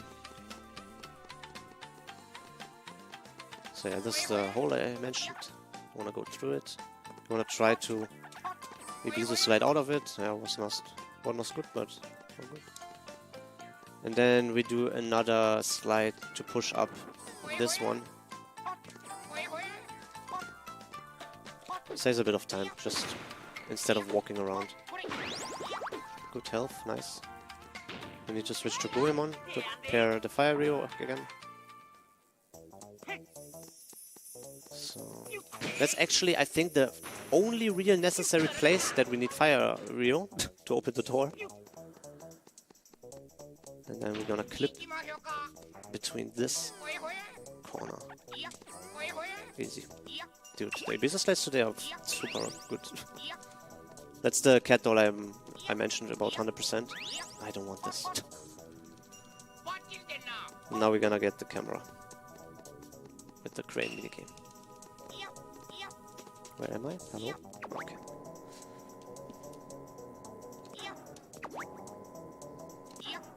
I think that's enough, I guess. I'm gonna zoom in. So, zoomed in, if you grab the item zoomed in and you zoom out while the text box is there, you can walk with the text box and mashing it while walking. Saves a bit of time. Is the camera there? Yeah. Yeah, the camera is here for getting that you can see the ghosts in this castle, kill the ghosts. But at the end of the game you will see the real reason why he gets the camera. Okay, Wow, first try every time. I'm just kind of impressed, by the way. Let's try this one. This is a hard one. I can get stuck very often. Okay, good. Nice. The other one is a bit harder, I would say, again. Wow. Holy, what the hell? Am I dreaming right now? Not good. So, next room I need map glitch again. I don't want to fight these ghosts. You can't see right now the ghost. So we're gonna just clip in here. Then we're gonna take a little push. Let's get some health. And then we go up here. So this is the use of the camera, basically. You can damage the ghosts to get the key.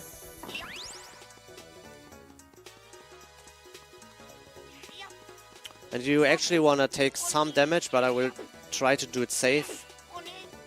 I want to start with usually less health, but in case for the marathon I'm gonna try to stay healthy as possible, so I'm not gonna die. Alright. This is the only weird room in this castle.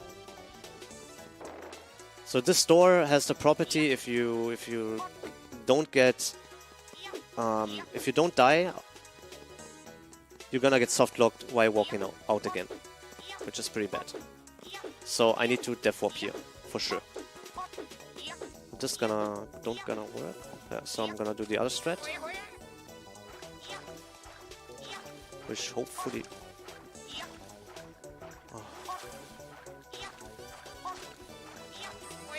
Please. Oh, okay. It's not too bad. I can get an extra one. So let's go right in again. Or, let's do it safe. Okay, whatever. I'm just gonna do it like this. I really don't want to die in this game. So let's do this route then instead.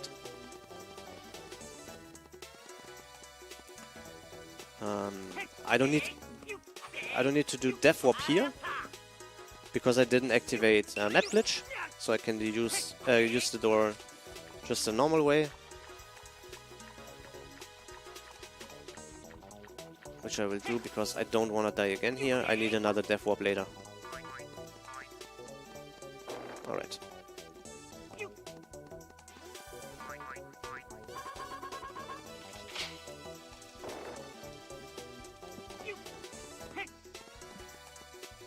So also just in case, I'm gonna take some health in an extra room.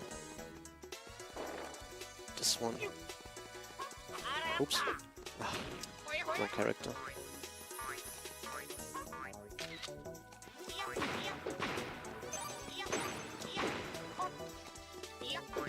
Yes.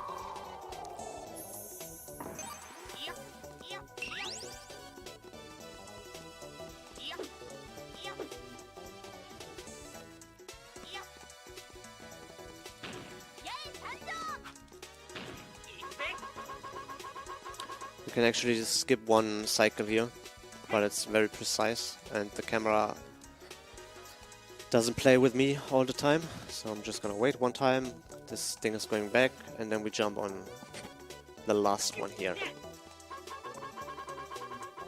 And then... Oh,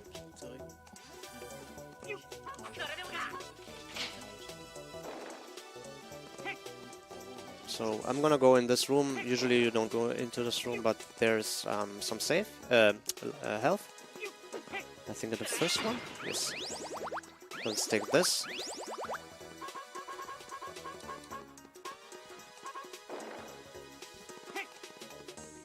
Because these things are not really avoidable, only if you wait and yeah. Is the cycle always the same, or is it different? Yeah, it's always the same. So yeah, this is invisible. You need to go to the right path here to get the key. There's also somewhere there's an extra life I could take, but I won't do it. Oops. Did I do it now? Okay. So, well, that's pretty scuffed now. Not gonna risk it though. I'm just gonna, if I have to die, it's okay, because I won't risk soft blocking. But let's see.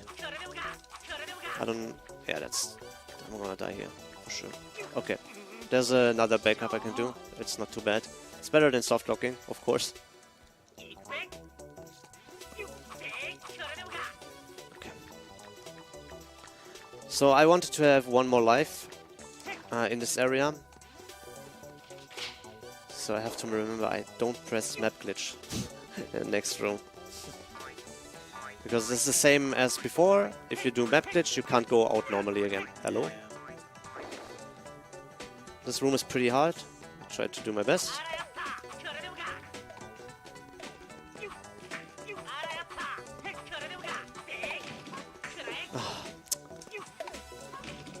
Where's the... camera, please? Okay, thanks. So no map glitch forbidden for me. Just walk. Okay. No map glitch. So we go here. I have 7 coins. Ah, damn.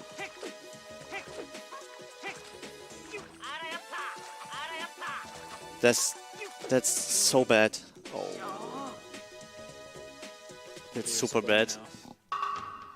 It's super bad. Nice dancing animation, trolling you after dying. Okay, I saved here at least. Okay. Uh-oh. That's huge. You have to start the dungeon over now? This is I've basically started over again. It's terrible, right? Damn. And I played it really safe. Yeah. Damn, I couldn't get up. Unfortunate. So I need to go back again and go to Ghost Castle again. It's rough. But still, yeah. Huge mistake.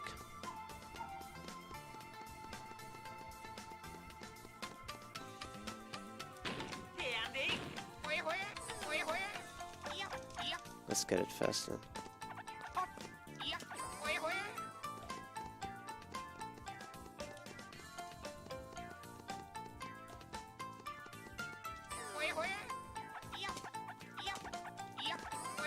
That.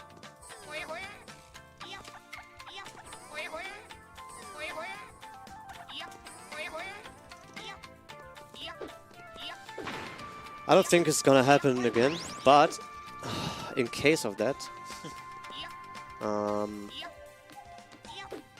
oops. In case of that, I'm just talk to the sign. Probably gonna do this again. Yeah. So.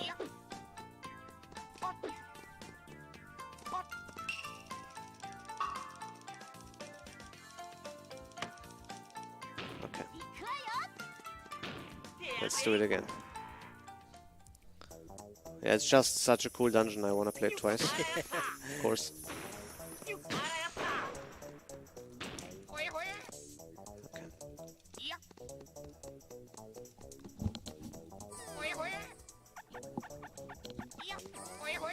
Wow, my Ibiza slides are very good.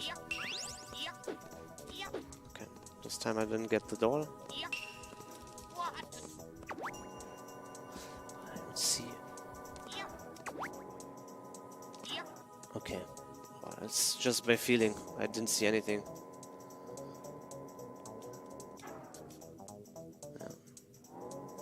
Nice. Grab the camera.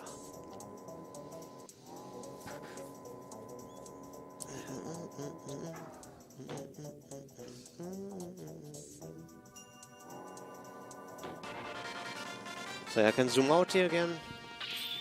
That's the speed, baby. Yeah. So one more Ibiza slide, man. Probably gonna do at home some PB attempts with these slides.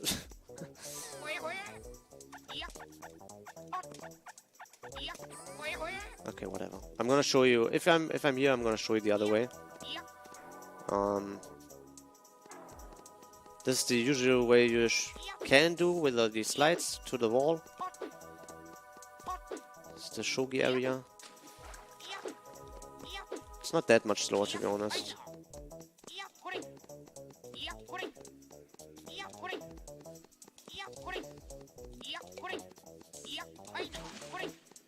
So yeah, that's basically the clip here. I'm gonna collect some coins, because I'm low on coins. Okay.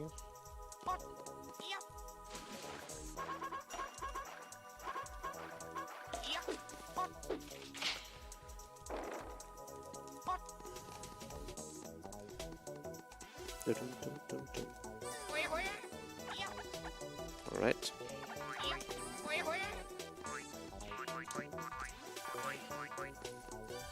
Now you can just do map glitch normally. You should be able to do map glitch normally now, right? Yep. So take a photo.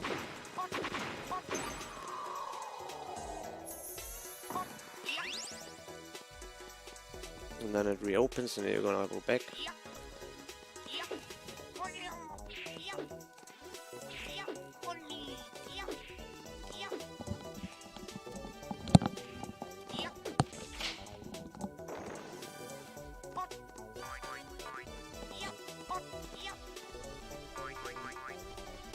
So we're gonna go to the room again where the poisoned water is.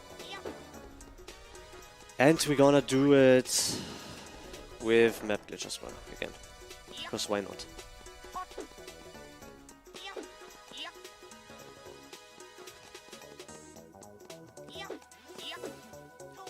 Ah, okay. That was kind of weird. Okay, so that's the thread you wanna do. But I have so much health, it's not very smart to lose that much health. So I'm just gonna take this road back. Oh, no, no, no, I need to die. Never mind. I use map glitch, what I'm saying. I think it's better to just go like this. So yeah, this is intended, of course, so you don't get soft-locked at the doors. So now it's reset. I don't have the past map glitch not activated anymore. Just very similar the map glitches to TP. Yeah? Loading zones. It's just interesting. Yeah, kinda, right? You go into, you can go into load. Yeah, you True, can go true. into loading zones. So this is the room. Can take the photo from everywhere. It doesn't matter. Hopefully, you just need to be in the room. The rest is not important. So yeah, we're gonna go a bit overestimate because of this death, or game over rather, which is still fine, I guess. I mean, I'm happy not using the EverDrive. I can say that. For sure. Using the EverDrive would, yeah, would be very sad. Okay, swap to Goemon again. While we wait, we can spin the camera.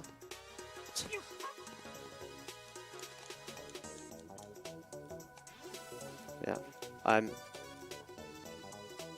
Hello? That's a new one.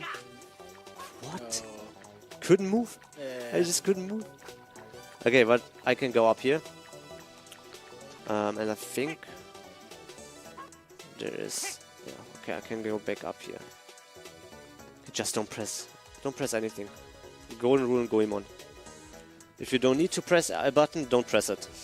That's the golden rule. I still do some runs at some point, and then I do clips from some weird stuff happening, and I post it into the Discord, and people still like never saw that. Yeah. It's insane. Yeah, I'm curious with the thing that I had in Shadow in Palace. Yeah. If that ever happens, I can clips back up.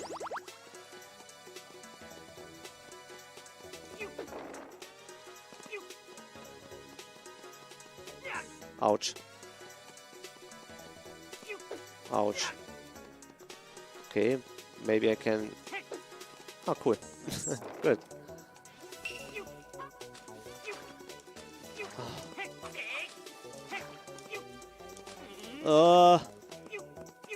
Okay.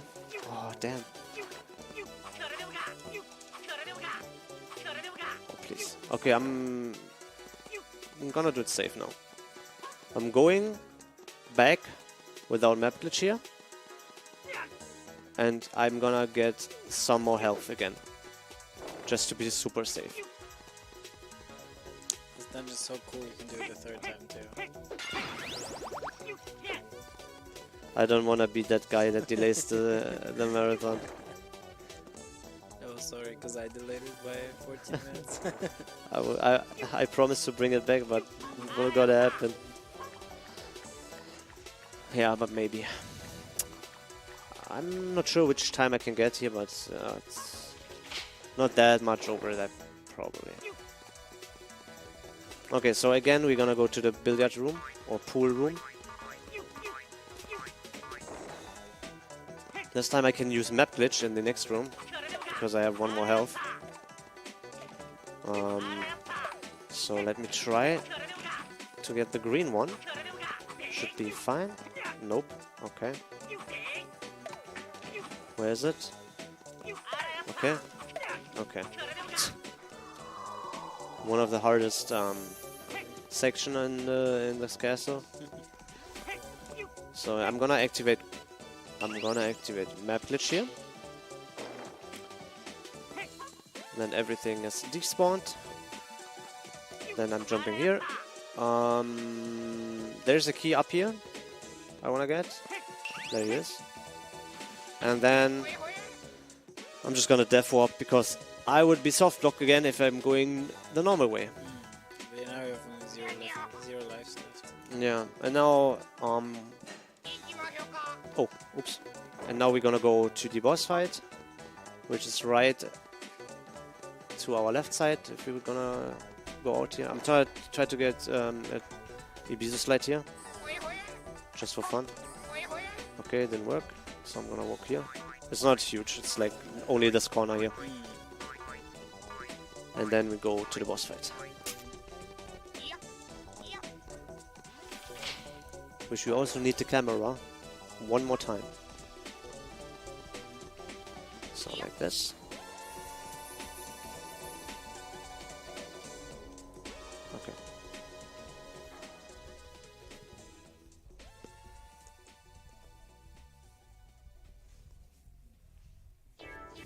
Very good music again.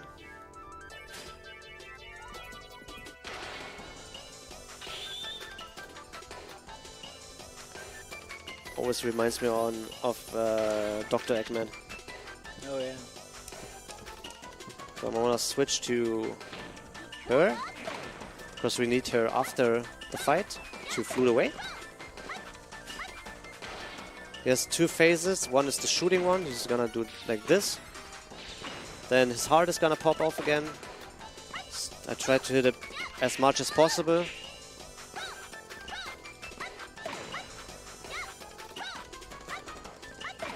Okay, at least one more time. That's good. Let's try to get one more hit in. Yes. You can also switch to Goemon. And sometimes you get a hit with the, yeah, like this. Again. Now we're gonna switch to her again. Because it's almost over. Okay, I missed it. Unlucky. Good swing. Hello. One more time, maybe. Maybe. Oh.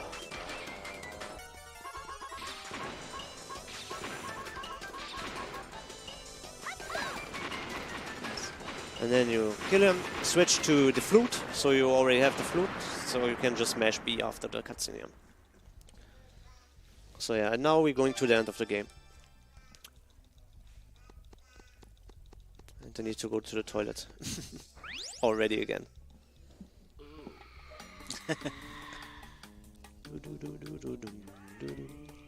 So now, yeah, the aliens are pretty mad. So they're gonna be serious now, and you will see what happens. It's gonna be a bit crazy.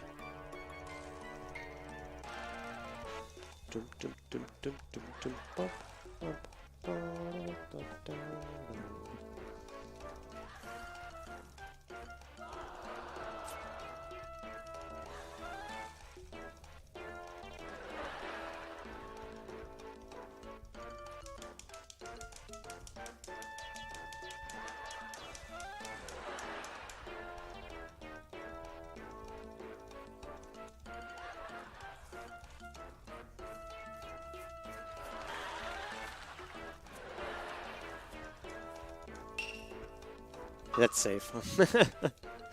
Oh, I think I can save later on again. He's gonna, the game is gonna ask you again. So yeah, we flew away back to Snow Village again, a third time there. And now there is a flying object that will send you into the space, basically. And as I said, they are trying to take over Japan as musicians. The castle is the musical castle, of course. Okay, so this kid is always blocking. He has no other... yeah, he's not supposed to do everything else. So the same way again here. Yeah, I'm gonna do 2 more map glitches to get rid of the lag here.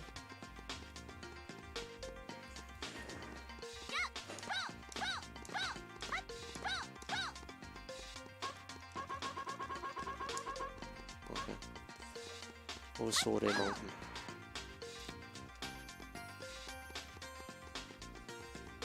Alright. So this area is also unlocked now. I want to switch to Goemon, I think, with map glitch, while riding down here. Or was it Ibizu? I don't know. I forgot. And actually you can, I think you can, yeah, pop off here. And then, yeah, you're gonna get sent to the moon. I'm gonna save here again, just in case. Then you're gonna get asked, do you really want to go into space? And you say yes.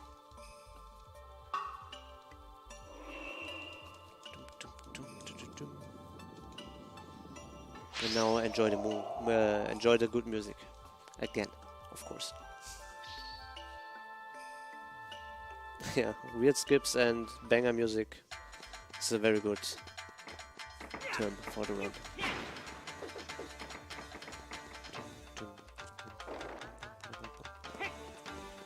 So yeah, I want to grab this later. So yeah, I'm gonna jump down here to go up again.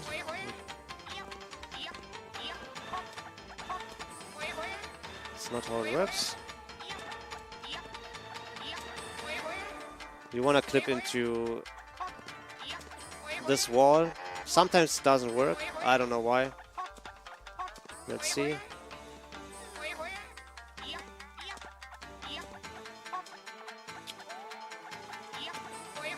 Okay, I'm gonna reset the area because sometimes it works better then.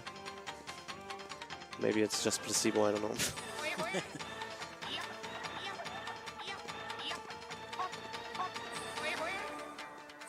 Well, let's have a straight angle, maybe that helps.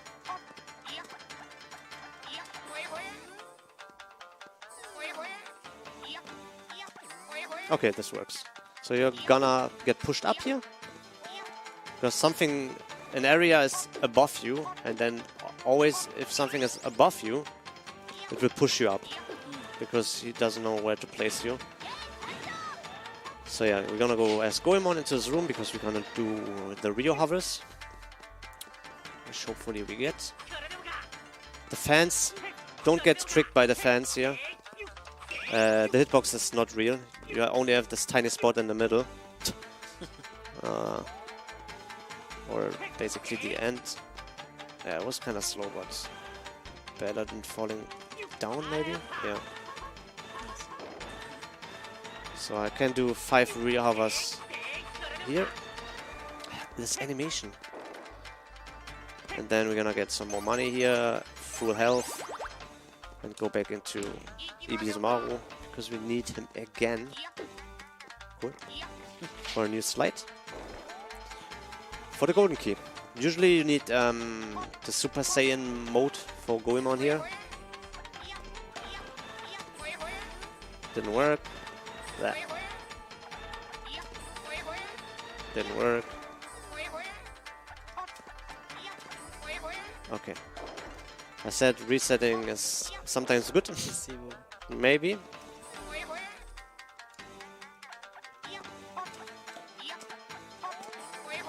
I told you it's the reset. I'm not coping. So this is also cycle based. You can just walk and then jump.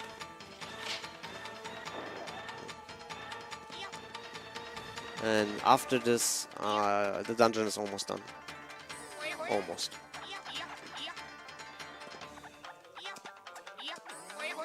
I want to clip into this, not too far away though, and get pushed as I mentioned before.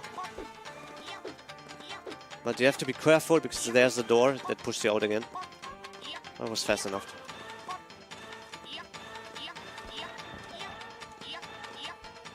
So this is Musical Castle Part 1. One more slide from this part here. Let's just do it like this, whatever. Okay. Doesn't work. 3 times in a row getting it, but not clipping. Okay. Whatever. Let's press the button.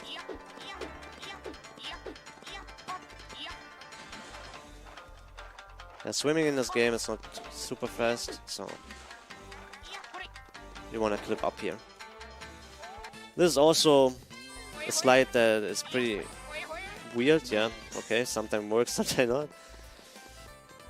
You want to do this one as well. Okay, didn't work, so I'm just gonna do the backup. Here's a tiny spot the developers missed to program, where you can just walk through. I don't know why. So yeah, let's go. And let's slide here. Okay. So this is the Musical Castle Part 2. With this random slide again, which is that. Ah, cool. My camera got blocked. Good.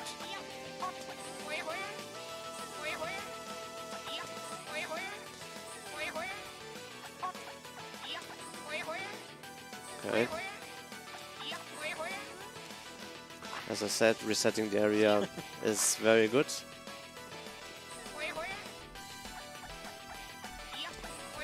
As I said, it is what it is. I'm gonna switch to her, because I need her in the next room. Yeah, you don't want to jump down here the slopes, because I can show you. You get stuck a lot, and sometimes you just the floor is not there anymore, so you avoid. It's also random. Try to get the fast one here. Not gonna get it because of the jumping animation. Could skip one, I would try it. Yeah, okay. Not gonna wait. Was probably still the same. Crazy music, yeah, they implemented some weird stuff, and they didn't test it probably, I think. Okay, one more tech skip. Yeah, this music is crazy good. Okay, let me see. It's also one framer. Doesn't save that much time though. Okay, missed it. It's 25 seconds, so it's not too bad. But yes, only one frame again. It's a 60 FPS game, by the way. So. Yeah, I don't. I'm not sure how much FPS. Most of the time it's 2, but.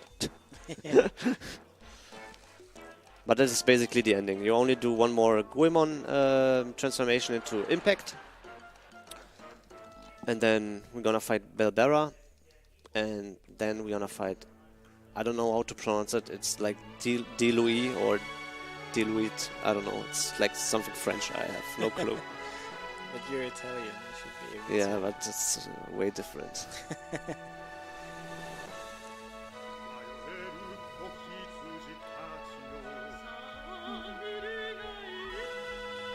It's a very cute game. Unfortunate, I think Nintendo and Konami are fighting each other at some point. So no Goemons anymore.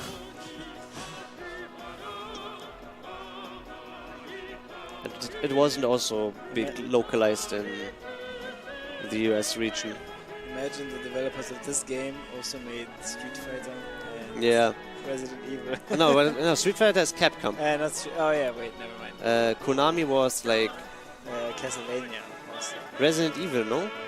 As well? Or was it No, Capcom as well? is also, I don't know. Konami is Castlevania.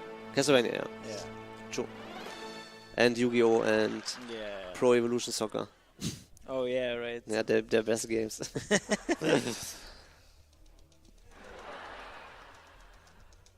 What was this? Konami franchise? I don't even remember anymore. What was the big franchise Konami had? I know Metal Gear Solid. Of course. Maybe, yeah, I'm not sure. Silent Hill and Metal Gear, yeah. Metal Gear. So yeah, we love the scene, so let's take a look again.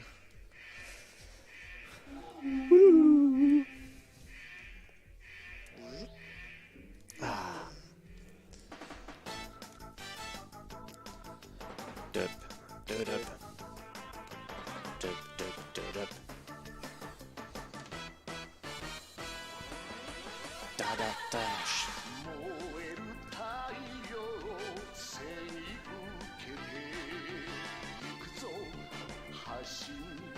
Machine gun.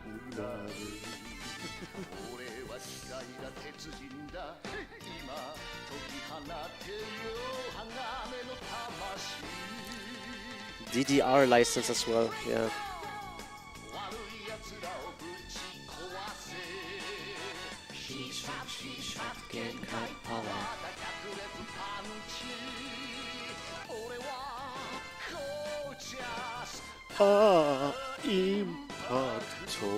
Okay, shake heads. Shake my head. Up and down and up and down. Alright, so this is again the auto-scroller. So you have to jump over the laser and over the edges. And actually this time I wanna collect a few coins, because I need coins for this next fight, which would be pretty terrible if I have not enough coins. But should be enough. So just don't fall into the laser. So you actually need to hold back if you have like this double laser and hold thingy. So 300, yeah, that's more than enough. Okay.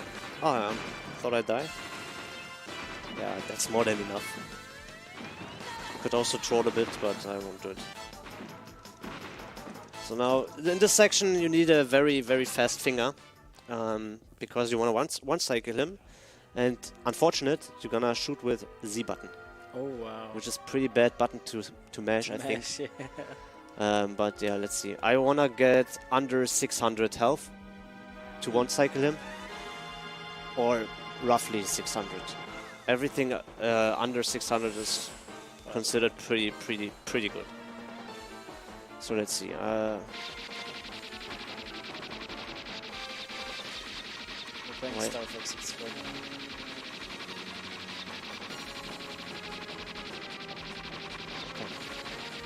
Not too bad, I think. So you want to kill those peaches to open this one, and then you're gonna do the super laser, which makes, or yeah, I think 400. Yeah, 400 exactly. And then the rest you're gonna spam out again. And you could technically kill him. No. Is it still 1 second? That's just like you can do it a bit faster with faster mashing, but that's basically all you can get. You can't one cycle shoot him with mashing. Right. I imagine it has been crazy though that you can. Yeah, probably. Yeah.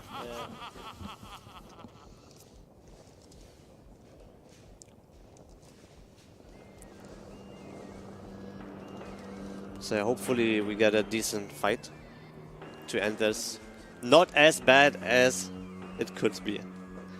But yeah, I probably lost 15 minutes to the game over screen. Okay. I think he's gonna charge me now.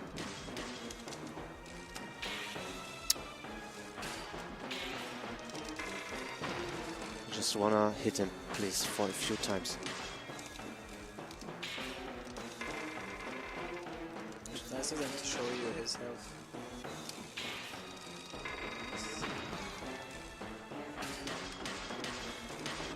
Is it random? How many times if you can do like double punches? Yeah, it's not random. I just pressed the bad timing. Ah, okay. I don't know why. Pretty weird.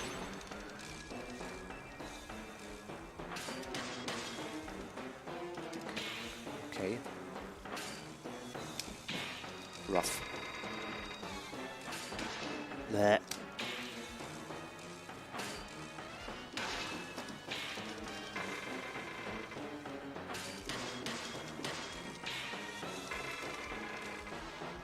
I'm doing well.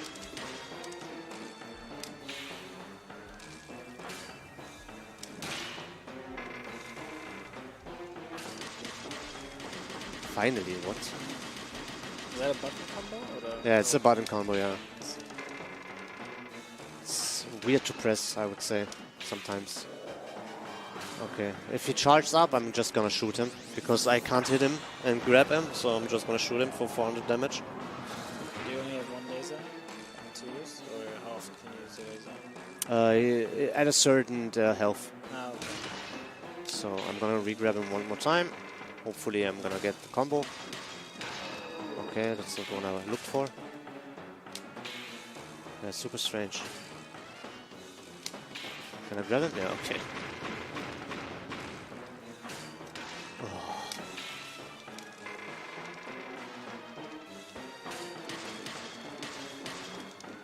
Can you please? I think he's gonna do it. Okay, let's end it the cool way. Okay, it's not. I mean, it's over now. It's GG. So yeah, we finished. We're done. I can't press the button though, because the timing ends not at the last hit. For some reason, the timing ends when Goemon is gonna destroy the robot. Is there any input? No, Why? I don't know. Okay, well, I really don't know. it's easier to split. Yeah, maybe. I think in the newest Kirby game there was also like a certain frame Yeah. after no inputs anymore. Yeah. Goemon da.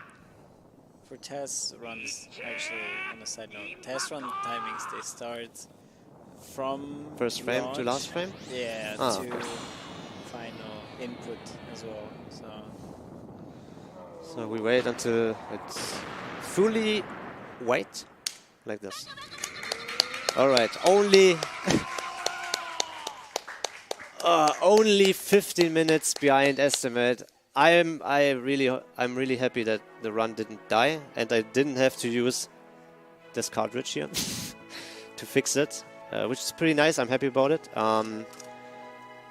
Anyway, very unfortunate death. Game over. At least you see the game over screen once. Yeah, for a couple frames. Yeah, the game is very hard. I just want to say, if you really want to learn the game, you're always welcome to go into the Discord and ask questions. Me and the other will probably super happy to get you into the game if you want. Yeah, so thanks for having me here with Goemon, with the banger game, one of my favorite speedruns. I hope you enjoyed it, and also thank you for your little commentary. Help me out, not being alone. So yeah. That's all. We see us later for Super Mario. Yeah, GG's.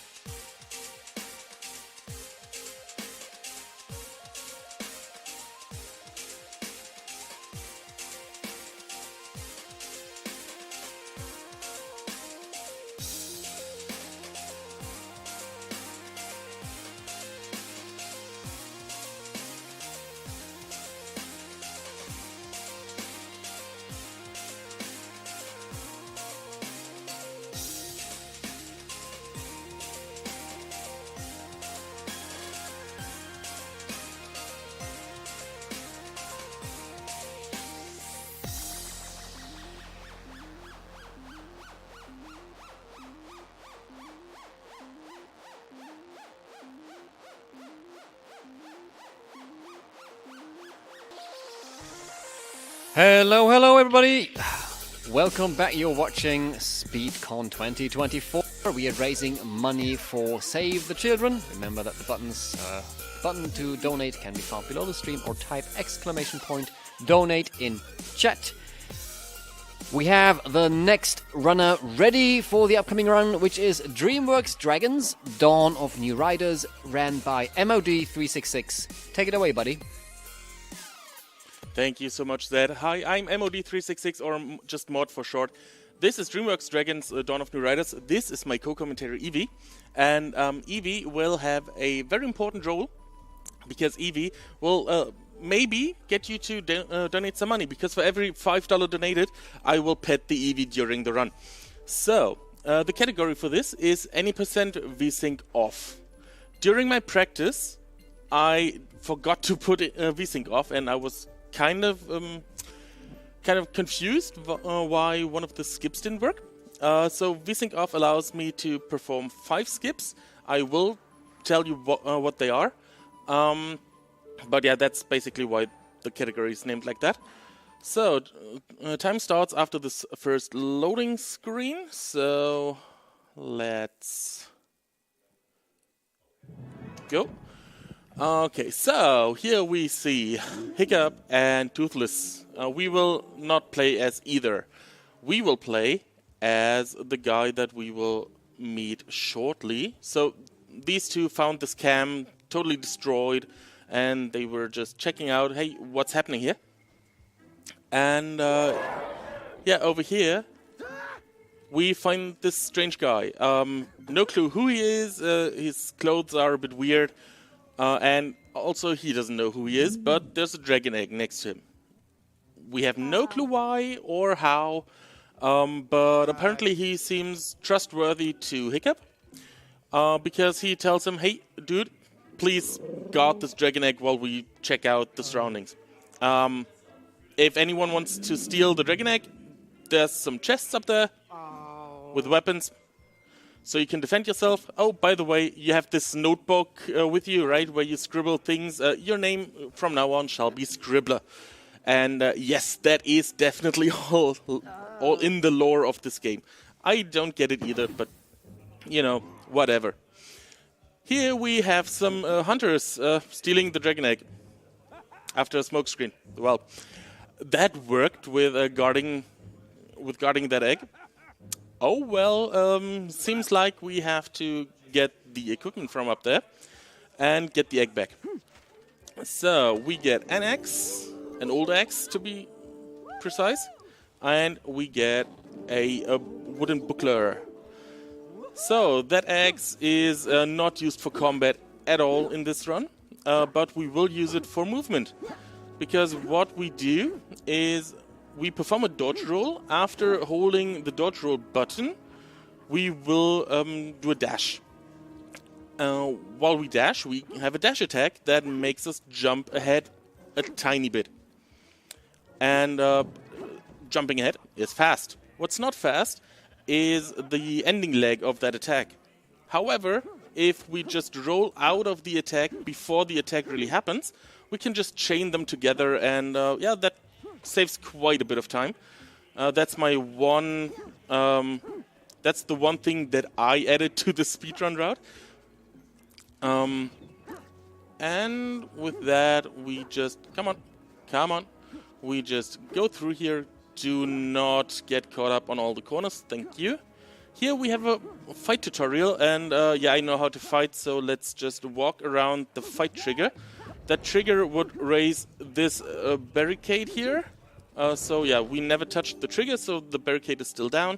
We get this potion. It's just for safety. I always take it. It's not a marathon safety potion. But there are some places where I might need a heal, so I'll just grab it. Doesn't cost that much time. So those hunters put up a trap. Oh no! But the egg is outside the trap and it's moving. What's happening here? That looks dangerous. Okay. It blew the cage into smithereens, and now there's a baby dragon. Hello, baby dragon. For some reason, now that the dragon is hatched, those hunters don't want anything to do with it anymore, and they just leave. Don't ask me why, it's just the game. And of course now Hiccup and Toothless come back, and they're like, hey, what's the dragon? That doesn't look like any dragon we know, and we know quite a bit about dragons. However, there's parts of different types of dragons in there. It's like a patchwork dragon. Let's call him Patch for that, right? I love the naming conventions in dragons. So yeah, it's a what will be called a Chimeragon, so a Chimera dragon, basically. And here is how we train our dragon. We just have him touch us and now we're friends. Hey, that is how you train your dragon. Title drop. We get some more dialogue, and we get taught in a bit about Terra Mail. Terra Mail is just letters delivered by those small dragons. However, Terra Mails let us have some fun in this run. Because now that we have our dragon, we can switch characters. And after we get a Terra Mail in a cutscene, we can switch characters for some reason. We're not supposed to, but when we switch characters after getting a Terra Mail, we can move within a cutscene and just position ourselves wherever we want, basically. So let me position myself over here and just, leave that. Also, now that we have a second character, what we can do is skip every trigger in the game. Well, not every trigger, but most of the triggers. So everything that would trigger a cutscene or a fight or whatever is just an invisible piece of, on the ground. And when the active player touches that, the cutscene happens or the battle starts or whatever. However, if we roll over it, and while touching it we switch to the other character and never touch that spot with the active character, then it's just never triggered. So everything that can be triggered we can skip. I'm not skipping everything, but most of it. Oh yeah, I need Scribbler over here. Come on. Let's skip a dialog box over there. Then we need to switch over to Patch. Patch as a dragon has Ice Breath. I showed that earlier, or I used that earlier without mentioning it.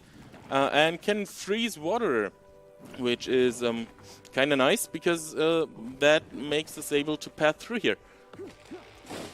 Those trees must be felled by Scribbler with, with any attack really. And we now get to the first big skip of the game, which is the Astrid skip. The first one. Because Astrid, as much as I like her in the movies, I hate her in this game because she talks a lot. If we would have touched the trigger that triggered her dialogue, we would lose 40 seconds. And I don't want to lose 40 seconds on something like that. So, let's hope I manage to skip all the Astrid dialogue, because that's a lot. Here we get some more dialogue. It's just Scribbler talking to Patch. So what we're doing here is the Terra Mail that Hiccup got earlier just told him that there were weird noises coming out of the ruins here on the island, and since he trusts us for whatever reason, because you trust people that you know for like 3 seconds, but yeah, for some reason he trusts us and he asked us to check out those ruins. So we are now making our way over to the ruins, doing our dash attack cancels to move as quickly as possible. Come on, hit that, thank you. One other thing that I haven't mentioned yet is that you can only switch characters after a short amount of time on a new map. So the battle trigger there was quite close to the entrance of the map. And, come on, why do I forget to roll? Whatever.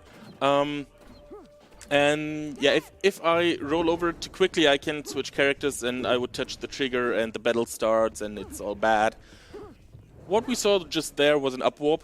I don't know why it happens exactly, but on some at some places, when there's 2 layers above each other, then switching characters can move your character from one of the layers to the other.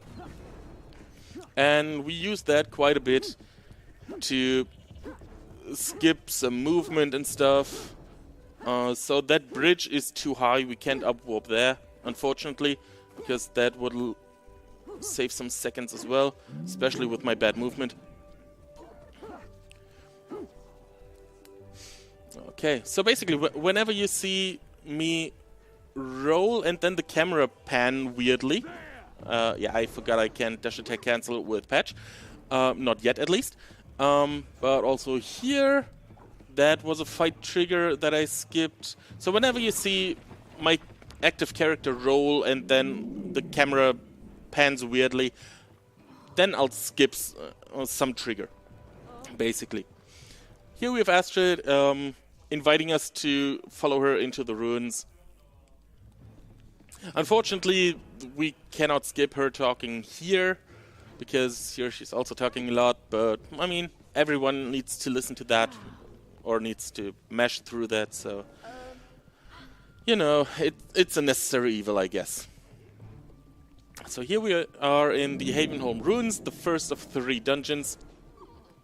And those dungeons are filled with some puzzles, some fights that the game wants us to do that we don't do, and a boss at the end, I guess. So yeah, nothing too special, too important, but that's one thing here in the Havenholm Ruins that we need, which is a better weapon. Because as I said, we will never use the axe for combat, because it's just weak. You can attack quickly with it, but that's about all it can do. So here we want to wait a second. Okay. Then here we want to hit this switch and roll through the door. That skips a cutscene showing the other door opening, which is nice. We can... Oh, come on. Really? I did not hit the switch. Dang it. Patch. Patch, you need to aim. And with Patch, I mean me. Thank you. So that skipped another cutscene that made this platform appear so that we can get to that chest. And here we have the only fight that we are required to do apart from boss fights. So we do a charge attack, 3 normal attacks, and both are down. We get our hammer. Yes, thank you very much. And we walk back to the entrance before we are supposed to, which is why the camera is a bit weird here. But hey, we need to deal with that. So now with that hammer, we can move boulders. The game wants me to move that boulder to get to these up here, but we can just upwarp if the game lets me. I hate this upwarp. Thank you. That one is kind of tricky sometimes, for some reason. Warping down is instant, basically, and on the other side, warping down is also instant, but that one upwarp on the right side just hates me. Once I had to do the upwarp with Patch and just have Scribbler walk through the barrier to me, because otherwise it didn't want to work, so yeah. Here we have a block pushing puzzle that we cheese by just squeezing through here. We were not supposed to be able to position ourselves there to move the blocks like that, but the game allows it, so we do it, because that's the fastest way to solve this puzzle.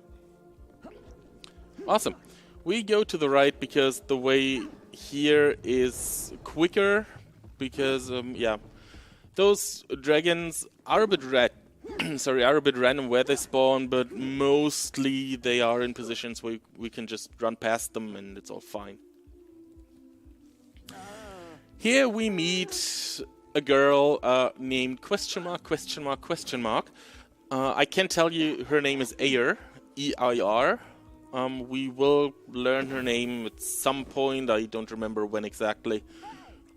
But she's a bit of a scientist, and she has a serum, a green serum that allows her to control dragons.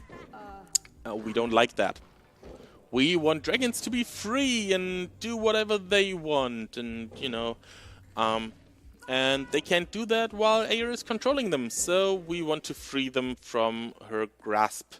You see that big glass thing on the neck, I guess, of that dragon? Yeah, that's how she controls it.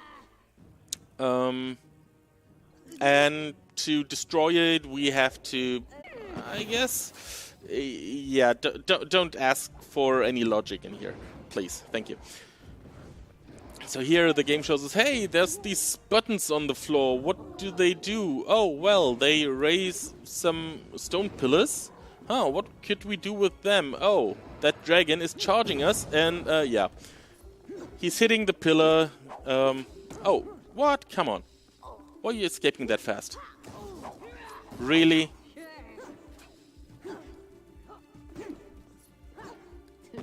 Yeah, one more hit.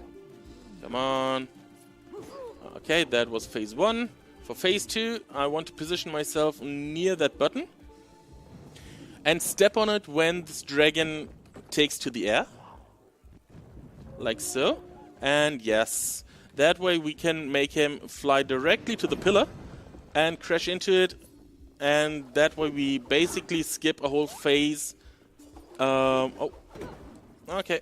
Hit somehow a bit. Yeah, we skip one phase of him shooting 3 fireballs and then dashing at us. And for the third phase, we can do that as well, if we're lucky. Nope. Nope, he didn't. We weren't positioned well enough with Scribbler. This one is really hard because we have to switch sides. So I'm happy with one skip. The second would have been a bonus, but hey, whatever. Okay. Got her a bit here. Then once more. One. Ouch. Really? You had to hit me there? Okay, whatever. Whatever. Battle's over. Now we just have some text boxes. I think it's like 1.5 minutes of text boxes. But we get a Terra mail in between, so we can do some shenanigans. And I love doing some shenanigans, especially in a marathon run, because it just looks funny. So, we're talking a bit about stuff about what we found out about Ayer, and hey, here we have some Terra mail. So yeah, let's just walk off camera with both. How about it? In this cutscene, Patch, there's something happening with Patch. We can't see it right now, but there is something happening with Patch. Yeah, this big electric explosion, and Patch, you're so much bigger than before, and suddenly you have a saddle on your back. How did that happen? Yeah, Patch for some reason grows up really quickly, and that's a bit weird. But what's also weird is how they're positioning themselves to fly off. Yeah, this is just because I took control of the characters during a cutscene, and I think this looks really fun. It looks like they're hugging and almost kissing. I like that, But yeah, now that Patch grew up, we can fly on him. That's why he has a saddle on his back. It just spawned with him growing up. I really like that. And now we need to fly back to Havenholm to just talk to everyone about what happened and stuff. So let's go over here, land at the campground.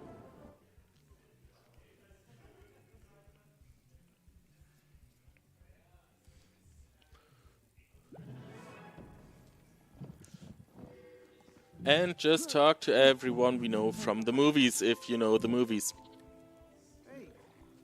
What they say is not really that important. They do mention that one of the dragons that is part of the mix that is Patch, lives at Valkis Mountain. So they tell us that that is what we check out next. They also tell us, hey, we offer these services. You can upgrade your weapon and your armor and stuff like that. And yeah, we never do that. So whatever. We don't even get any armor because we don't need it. But here's some Terra Mail, and you know what Terra Mail means, right? Terra Mail means we can move our characters about. And I like to be a menace and just, you know, shoot some stuff in here. And then we fly off before the game tells us that we can do that. That messes a bit with the text boxes. So here we have the text boxes that should have appeared on the campground, and the text boxes that should have appeared once we took to the air will only come when we get back to Havenholm, but that still saves a bit of time, so that's what we do. And yeah, now we are just flying straight to Valkis Mountain. So Zed, do you have anything you want to tell us? I sure do, thank you. So, well, in the bottom left corner, you see that the next run up after this one is Celeste. And for this run, we do actually have a bid war still open, where you can decide the name of the file name. Well, currently only Ichigo is at $5, and we have no other entry. And if you want to change that, there's still, well, the rest of this run time for you to do so. So don't try to snipe it, not that much time left. Also, the run after this one, you can also choose the file name for the run, which is Fire Emblem Engage. Currently only has one option, RNG. And remember that MOD will pet the EV for every $5 donation you bring in. I don't think you want to miss that awesome happening that we could see. So bring your donations in for those file names and for the EV pets.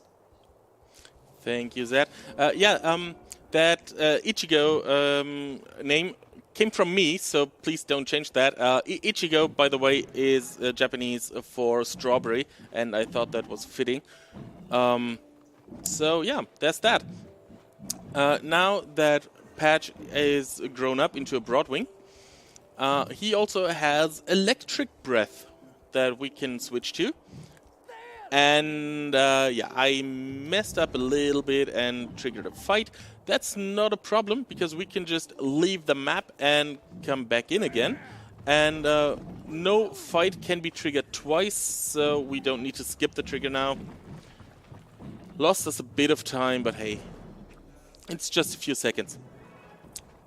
And now I can showcase how well programmed this game is, because now we're out of bounds, and now we're in bounds again.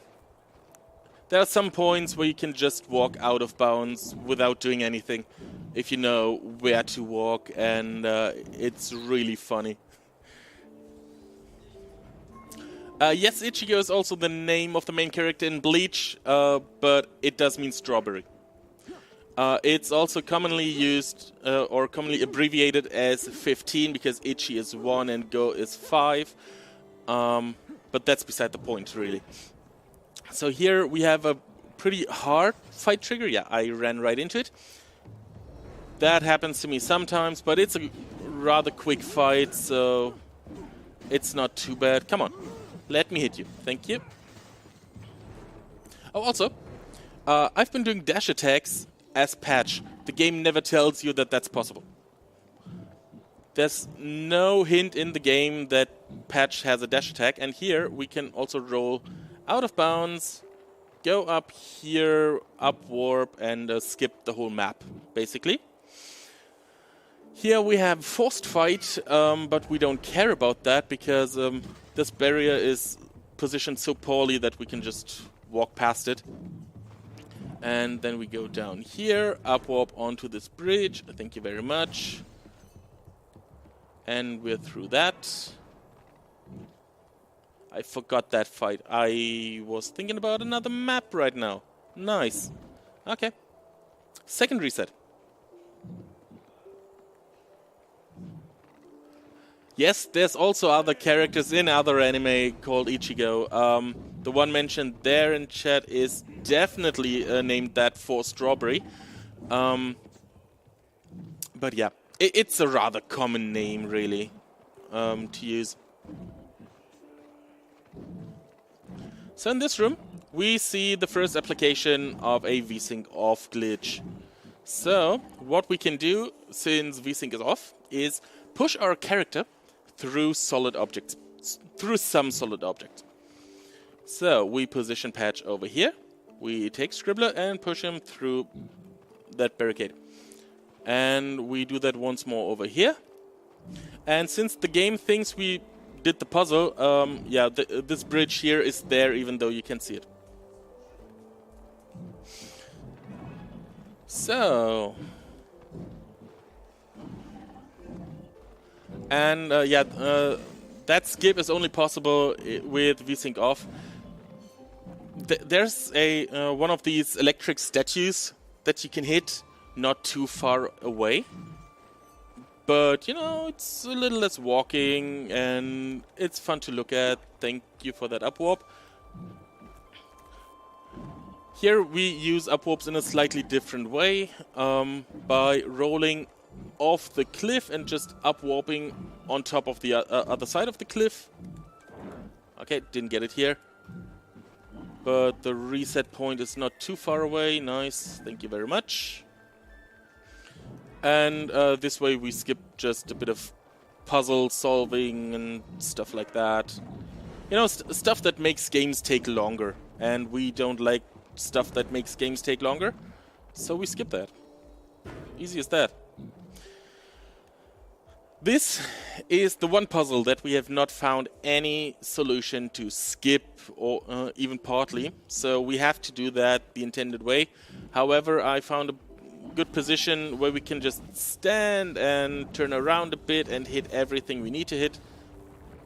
So at least we don't have to walk around all weirdly and, you know, try to position ourselves properly.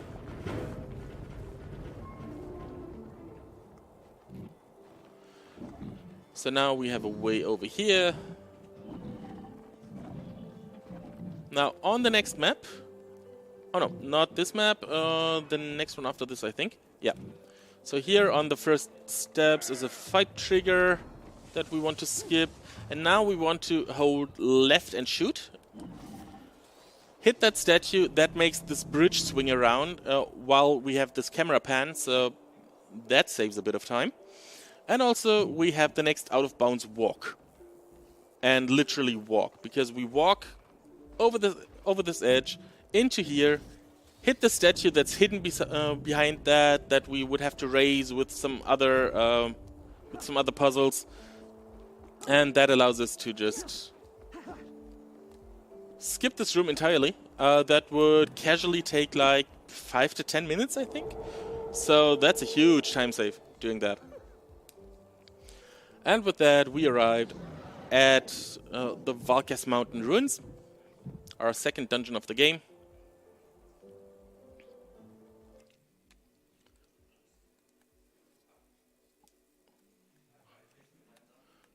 And the one dungeon where I like the puzzles the best, if I'm being honest. So, first up, at the start of basically each dungeon, Astrid wants to talk to us. Hi, Astrid. Talkie.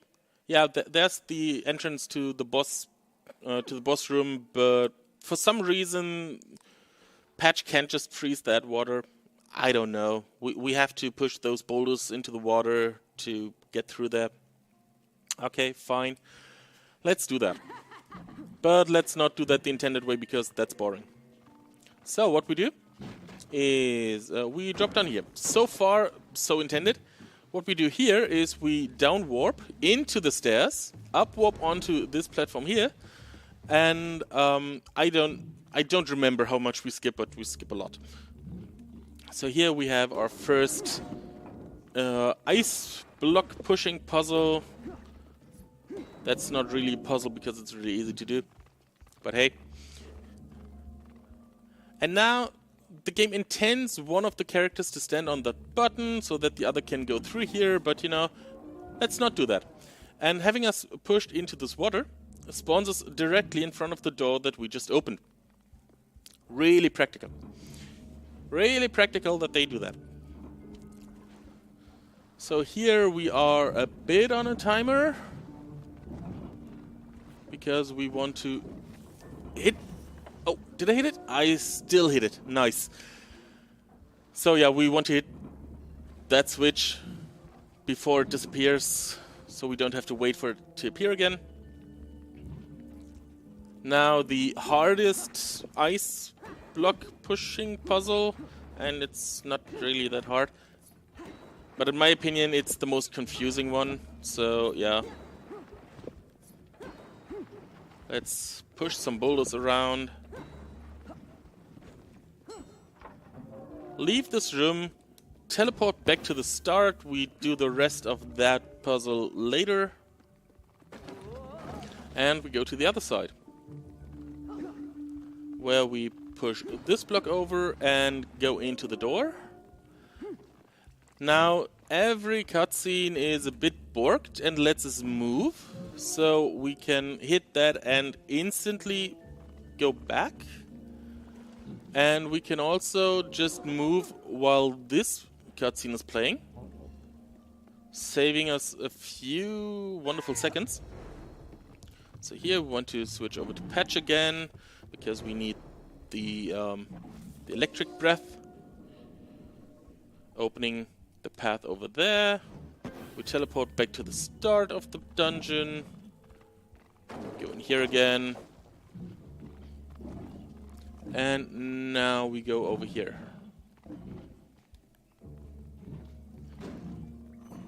Through the path that we just opened up.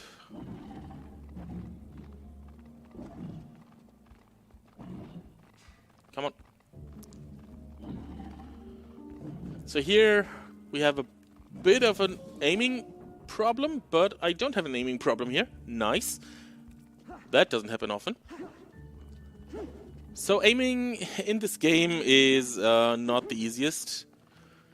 The analog stick is really finicky when it comes to aim, especially when it comes to aim diagonally. So yeah, really happy that that was the first try.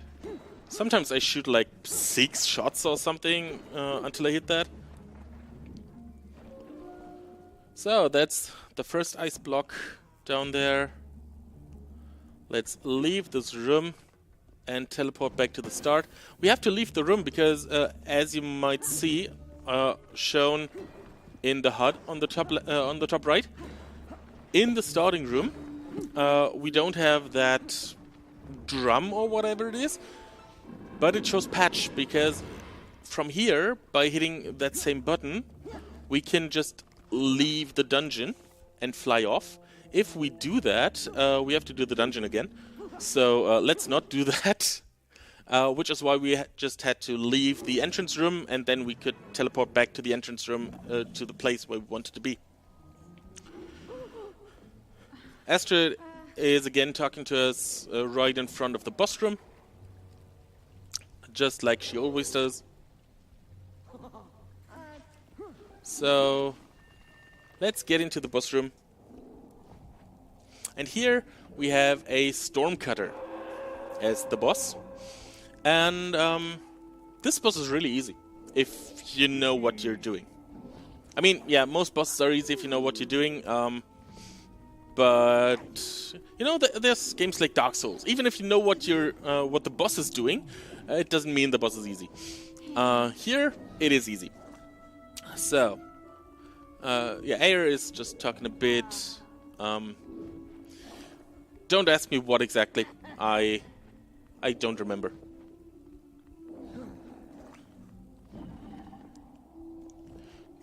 But anyway, once she's gone.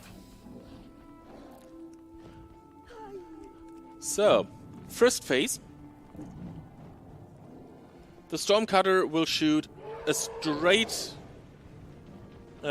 fire pillar at the point where we are when it starts shooting. So just run in a straight line and leave that line once you see the attack is coming. Easy to avoid. Now what it does is It flies from one direction to the other. We need to hide behind one of the statues. I usually use the middle one just because it's the largest.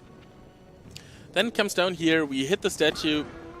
The hammer hits the Stormcutter. And Ayer comes down so I can bully her. Or she tries to bully me. Where are you? There you are. Thank you. Okay, I don't know how she got that attack out, but somehow she did. Now, second phase. These large icicles drop from the sky, and we just hide behind them. I usually look for two that are close to each other on the Z-axis, just so there's more space to hide. Down here, these are close to each other.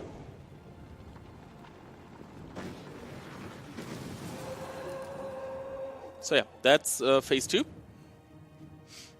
Now what we want to do for the Ayer phase is we want to, after we hit him here, we want to switch to our ice power, position ourselves about here-ish, and hit her with the charge attack. Oh, come on, really? Because her whirling her staff would block my attacks, and yeah, that just kind of sucks. So let's not have her block. And now the phase that... oh god. Okay. The third phase, the Stormcutter positions itself on one of the sides in one of 3 spots. If he's in the middle or the top, we go into this corner down here. If he's on the if he's at the bottom, we go into the top corner, and those are safe spots. He cannot hit us here. We do not have to hide behind any of those icicles. When he appears in the middle, the spot down here is a little tight, but it does work. So, no issues there. I will take the potion though. Just to be safe for the third Ayer phase. Okay, but this phase isn't over yet. Because he has one more attack from which we are safe when we are positioning ourselves here. Because what he does now is he flies from the left, up,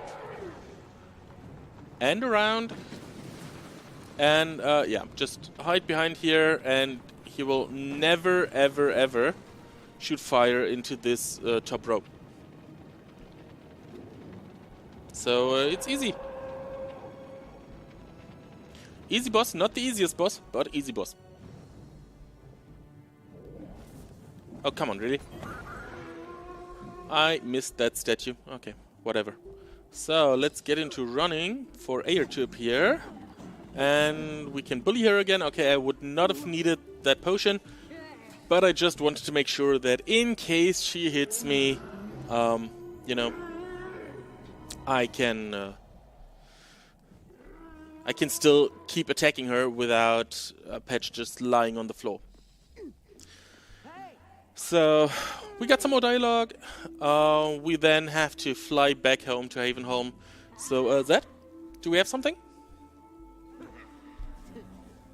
Well, we certainly have a reminder for our viewers that, well, this run is now halfway over, and if you want to change the file name of Celeste, even though MOD advises not to, but if you want something else than Ichigo, you can still donate towards that. Yes, after this run, it is too late. And remember, for every $5, MOD will pet the Eevee. We are raising funds for Save the Children. See the button below the stream for donating, or type ! Donate in chat. Every donation amount helps, no matter how little, no matter if you can afford $5 or not. Even one single dollar already makes a huge difference, and we are so grateful for any donation. And we would love to see that counter in the bottom right to climb up a little more over the course of this event. Definitely. So let me tell you, we are $25 away from $333.33. So that's 5 times of me petting Eevee. That's not that much, right? So can we get that by the end of the run? I would really love to see that by the end of the run. So Patch just grew up a bit more into basically the final stage of a dragon's life, which is a bit scary because the final stage of a life also means that aging a bit more, yeah, it's not alive anymore, and we don't want that, right? We've known that dragon for like 40 minutes now, and we love that dragon. We don't want him to not be alive anymore. Let's see what we can do about that. Let's see what we can do about that. That was the text box that would have appeared once we left Havenholm the first time, once we flew off. But yeah, we borked the text boxes a bit, if you remember.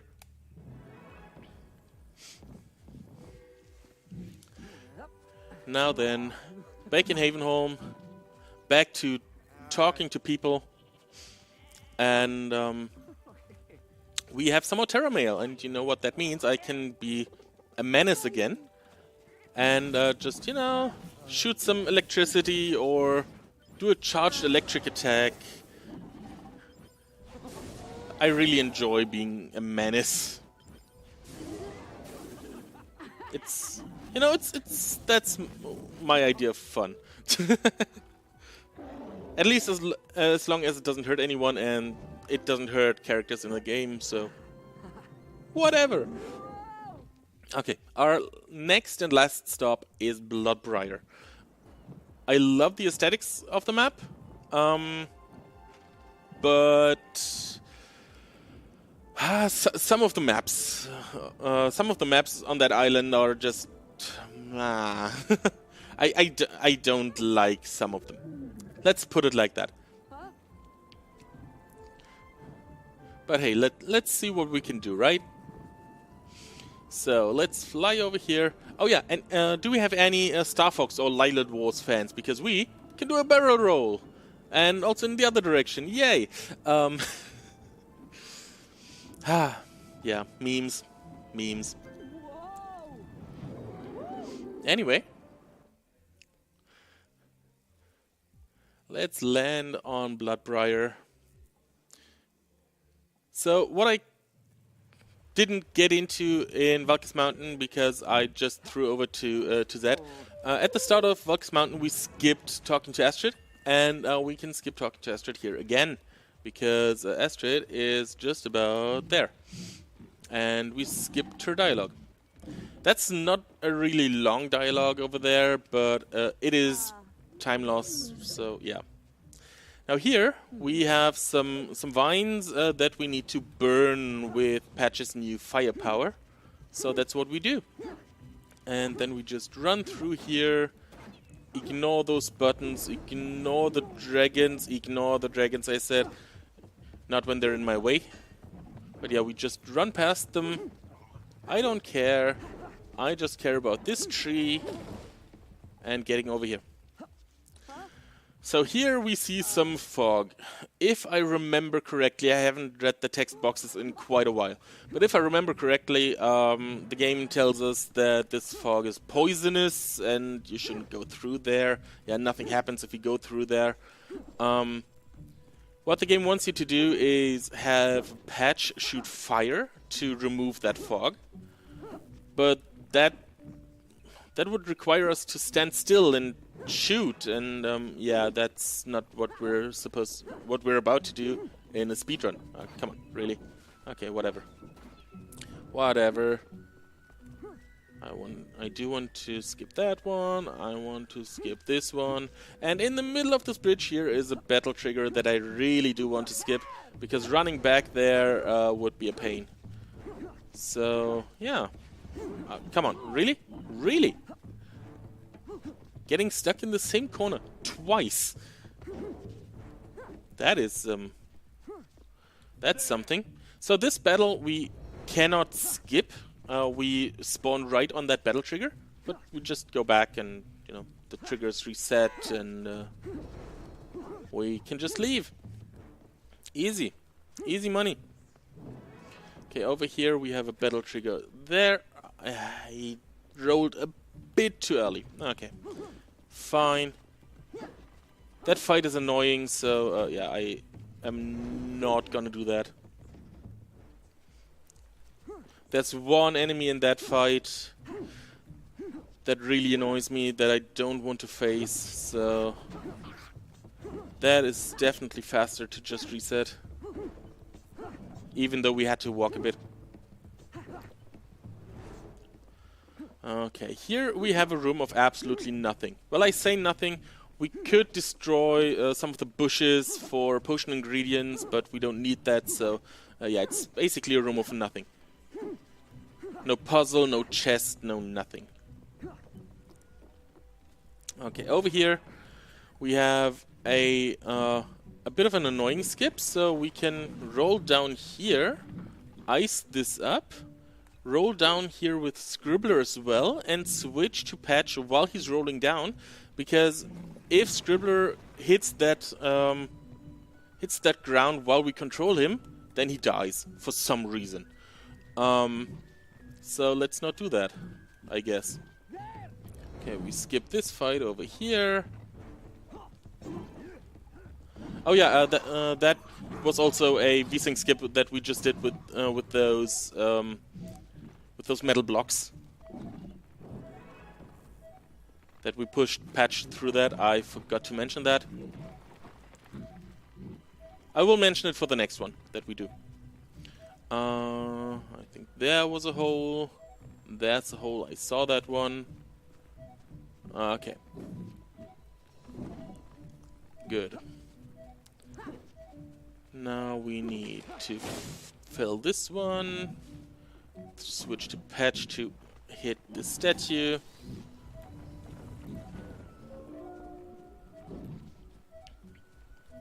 Okay. So far, so good. I don't think there was a fight there, but, you know... no, there wasn't. Oh, yeah. It's this room. I remember. I remember. The fight that we want to skip is over here. Right... Oh, really? Thank you. Right after this metal block. So... let's just skip that. Awesome.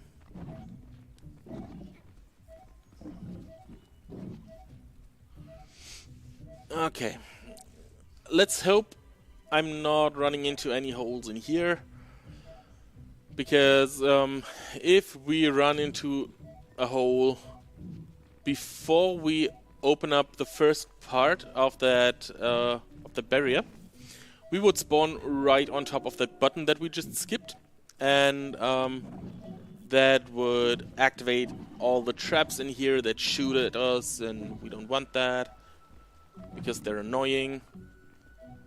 Almost as annoying as that beeping, and I'm very sorry for that. So here we need to open 2 of these metal posts. The third one we can skip with the power of V-Sync being off. So we just position ourselves here, push us through and walk through. Easy. Easy money. Okay. Here we have a maze. And this maze is really amazing because we can skip most of it. Oh, I forgot that there was water. So we up warp here, go around, then we down warp here. Come on, down warp, thank you. And we basically solve the maze because we are now at the end of it.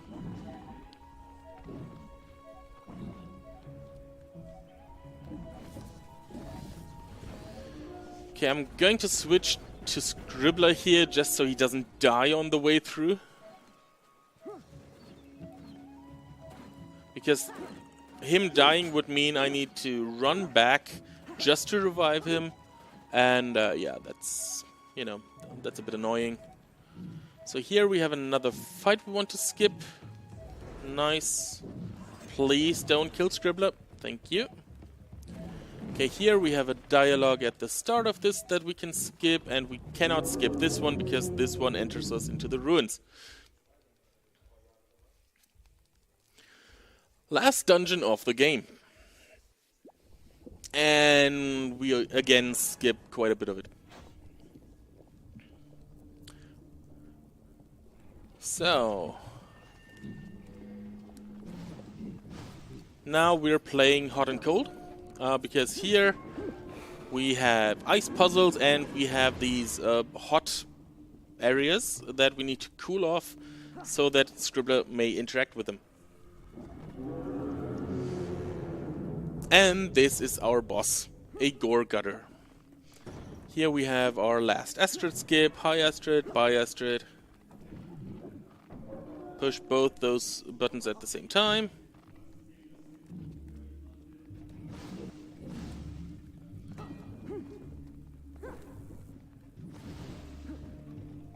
Oh, come on. Hit that, thank you. Oh, what? For some reason it didn't count for the block. Okay. Hello? Hello. Thank you. Yeah, what did I say about angles and positioning earlier? Yeah. Not the easiest stuff. While that cutscene plays, we can already shoot at that switch to hit it. Now comes into play that we can only switch characters shortly after the map is loaded.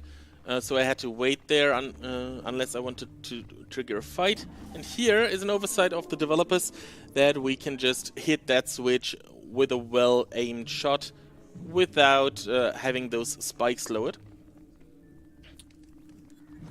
Making that part way faster than it should be. Okay, we hit that rock onto the big button. Go back, because now we want to go through here and down these stairs. And now for the last VSync of skip, we position ourselves around here-ish, push him through, go around, down here, upwarp onto these stairs, go up, and now we are one floor lower. Even though it looks about the same, we are one floor lower, we skipped a whole floor. Now we trigger this fight from a position where we should not trigger this fight. Thus we are outside of the battle zone and just can roll over those spikes blocking our way. Well, blocking our way if we were in the fight arena, which we weren't. And yeah, let's just go around a bit. Easy peasy lemon squeezy. Let's see the gore gutter again. Hey, big boy. How's it going?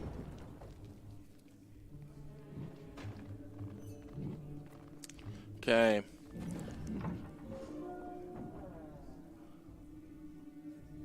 We make our way out here.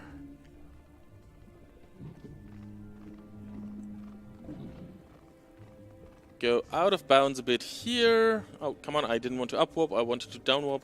Okay, let's do it with Scribbler. I don't really like doing this with Scribbler, but it's fine. And now we are in the room before the dragon boss. And I say the dragon boss because after we fight the dragon boss, we also have to fight Ayer, and that will be the final boss fight of the game. Let's talk to Astrid a bit. She's, again, talking. Yay.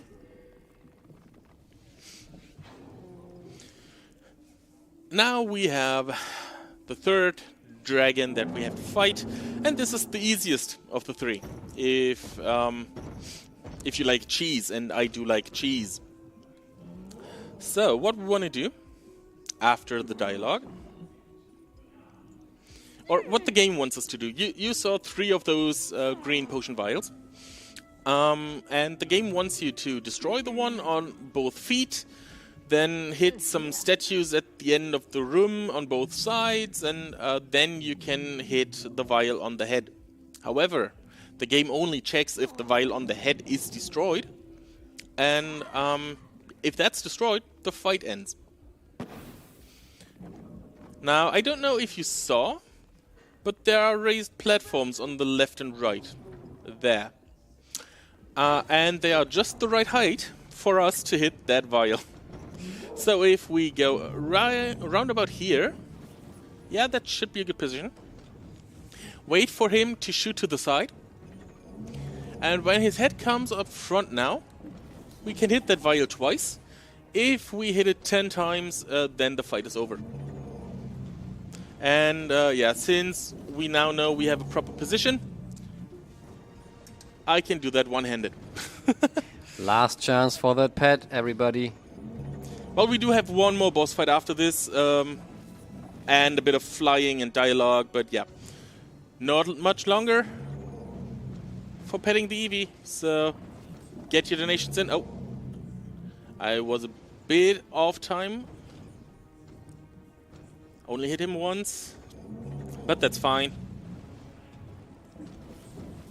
He's giving me quite a good pattern, attacking to the side quite often.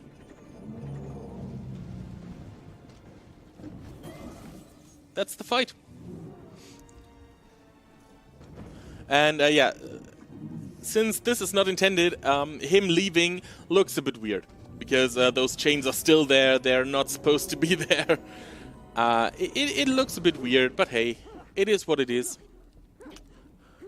Also, since this is a marathon run, I will take one more safety potion, since I used the last one. So let's take this potion over here, thank you. Skip a text box telling us, hey, if you go further, you cannot go back. Do you really want to go further? And yes, of course we do, because we do want to end this game. So, here we have our last encounter with Ayer. She's standing quite far away from us because, well, we bullied her in 2 boss fights earlier, so she doesn't want to get bullied anymore. But, yeah, she makes a fatal mistake that I'm gonna tell you about in a second. But yeah, so, from the start of this fight, or at the start of this fight, she's throwing her elemental bombs at us. In phase 1, she throws 1, then 2 at a time, then 3 at a time in the following phases.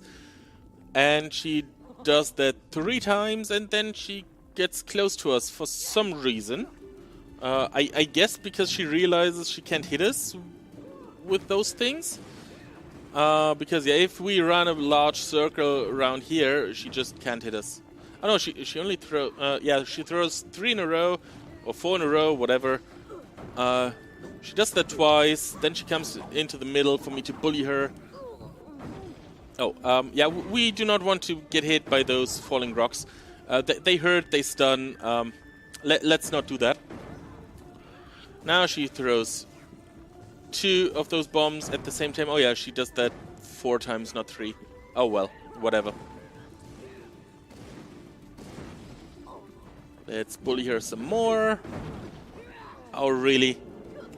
Okay, that was... that rock was mean. That rock was mean. I thought it wouldn't hit me anymore. Oh, well. Oh, well. Like this, like this.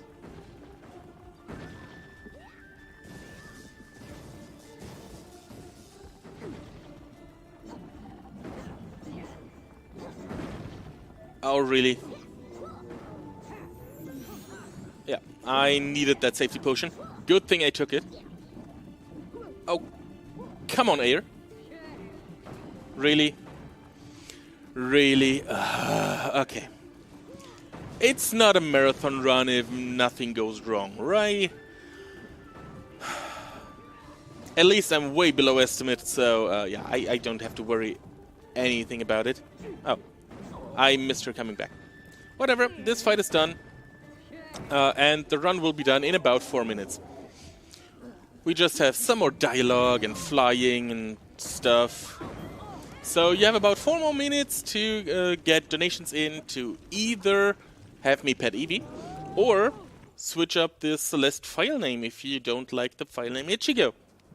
And yeah, I won't be mad if you want to change it. But I do like the name Ichigo, so maybe you want to put more money on Ichigo, just because, you know? Get your donations in, it is for Save the Children, it is for a really, really good cause, so you're doing nothing wrong. If you have anything to give, please do. So we can see Patch is flying really slowly because, yeah, he's basically an old man now. And he's on his last breath. And that's not so good. But we need to get back to Havenholm somehow. So, yeah. He's basically offering up his last strength to get us back. The Terror Mail we just got is just people telling us, hey, sorry, but we found nothing to help Patch. Really sorry about that, but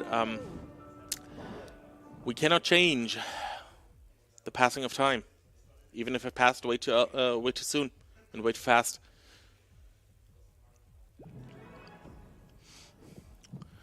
Anyway, we are back at Havenholm, and since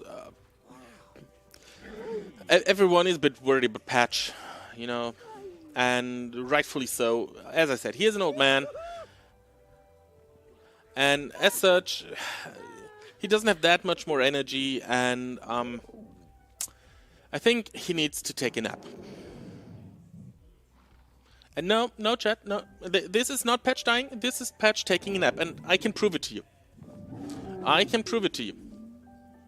Even though the characters say something different, this is just Patch taking a nap because we got a Terror Mail. And Terror Mail means we can switch characters and move around. So yeah, you know, he's up and running. All good, all good. But yeah, all jokes aside, he did pass away, which is really sad. They brought him to the Dragon Graveyard for his last rest. But what's that music? That music sounds way too happy for what is happening. But what is happening? Oh God, he's an egg again. How fitting for, you know, how fitting for Easter to have someone die and come back to life. Sorry for that. I had to do it. Yeah, I do tend to call him Dragon Jesus at this point. So, you know. There he is again. His colors are a bit different than before. But yeah, he's a Chimera something dragon. So, it is what it is. We have a little bit more dialogue. The camera will move twice, and at the end of the second camera movement, that's when the credits will start to roll, and that's when time is. So, I'm really happy with my time, by the way, from what I can see. This is basically better than any of my practice runs the last week. So, that's the first camera movement.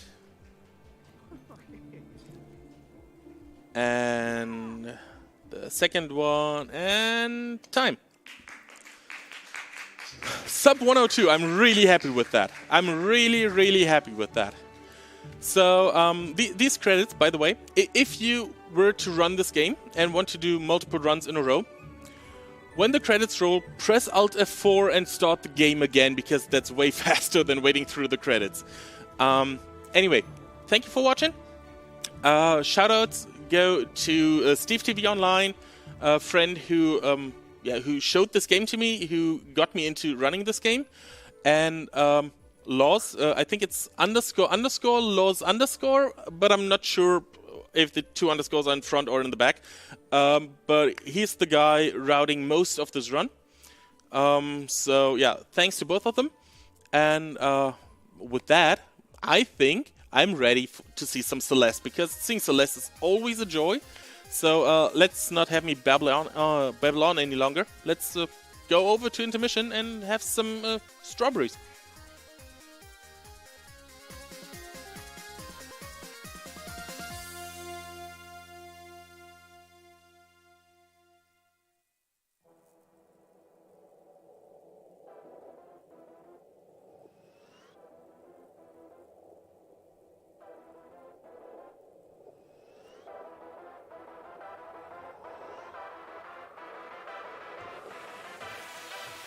So, and the end of this run also marks the end of my hosting shift.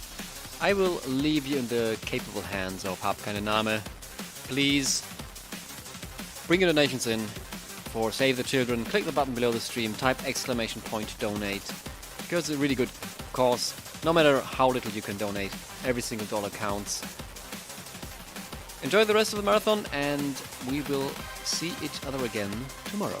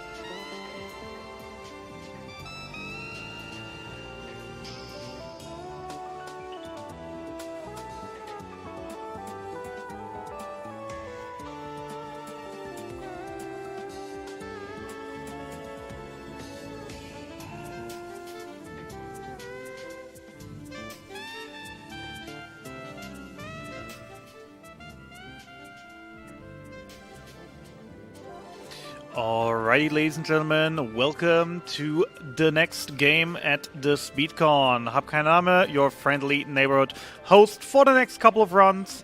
And we are about to kick it off with Wazoo's Celeste run. So, welcome back. My name is Wazoo, and I'm showing you Celeste 80% assist mode. And so yeah, we are going right now with a incentive. With which file name was it? Indeed, we only had a single donation for that, and the file name with that is gonna go without any contestants to Ichigo. Ichigo. Ichigo. That is ICHIGO.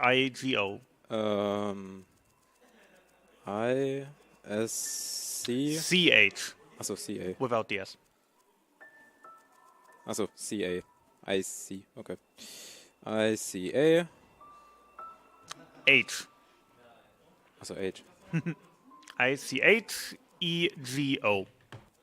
Or IGO. IG. Okay, Deutsch. ICHIGO. ICH. Ach so. IGO. Alright. So? Makes it easier that way, yep. Yeah, it's better. Oh, okay, it's fine. Alright, we are ready to go. Activate the assist mode. The assist mode to allow to modify the game and go to infinite stamina, skipping and chapters entirely. And yeah, we are going to start and going climbing this very big snow mountain in 3, 2, 1, and go. So yeah, we are going to skipping this cutscene, going to my button, and yeah, we are going to beginning in the small hood and going to beginning with a tutorial with a bird to explain me was to go okay here, what was function with this game to go skip this cutscene, and I change in the beginning to the right timer. So yeah, it's fine, but for me okay. So yeah, we are going to jumping over this to skip cutscene. Yeah, you can go this and climbing the mountain.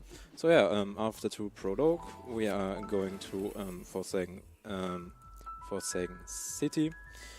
And yeah, we are going to, after we start, we are going to changes. We are going to here was chapter to the fire. And here was going to assist mode and going to infinite stamina, invisible and infinite air dashes. And we are going to dash infinitely with button 7. And yeah, we are going to infinite dives and we can not die and falling on the spikes or enemies. We are going jumping over and can not going to die. And so yeah, we are going to here was beginning, and my movement was going to jumping and infinity dashes, and yeah, it's a very big small bunny hopping with a right times. Okay, tone was very okay. That's fine. Okay, it's very bad, but it's okay for me. And we're going to up. I'm going to small here. We are going to the finish, and that was the okay. Not this. That's fine. I'm going to finish the city, and we are going up. And yeah, we was going to sleep in this fire station, and we are going to the outside from the game. And yeah, and that game was in this information text was going to collecting strawberries, but in this category we are not collecting anything strawberry. So yeah, we are going to falling down here and going to sprint and going to the button down. And yeah, we are going to skip here, we are going to skip cutscene here, and here was my other side, and we was going to infinite dashes here, and here was going to up, because we are not collecting any keys or not health items. I was going here to back, I was going to the sliding, and here was my other side, and he was running away with me and was grabbing to catch me, and we was going to running away with many dashes, and yeah. We are going to up, and here collecting 5 buttons. I was going 5 and going to down. Going to here down. I was going to collecting here this blue. I was going to wait. I was going to activate this button. Here we are going to falling down. Ah, right. Okay, it's a little bit slow, but it's very okay for me. And yeah, we are going to here and activate this blue button. 1, 2, and 3. And here we are falling down here. I was going to dashes. And yeah, we are going to the telephone or telephone in landfield. I'm going to skip.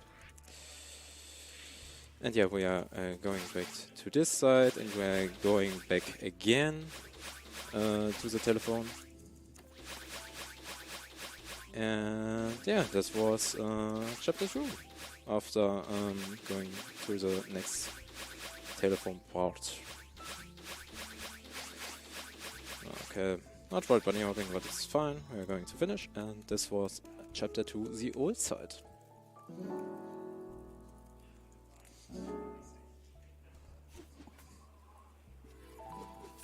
And yeah, we are going to hotel resort.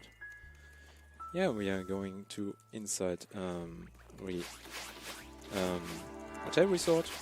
We are going with dashes and bunny hoppings. And going here to collect first the key to open this very old hotel.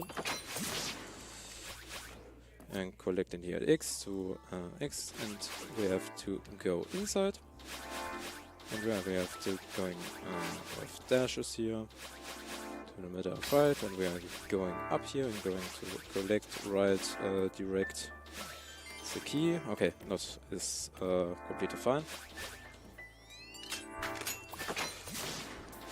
Yeah, we are going to dashes here, this is fine. And here was the special guest. And I was going to dashes. And yeah, we was going to up to the second key collection. We was going running around here.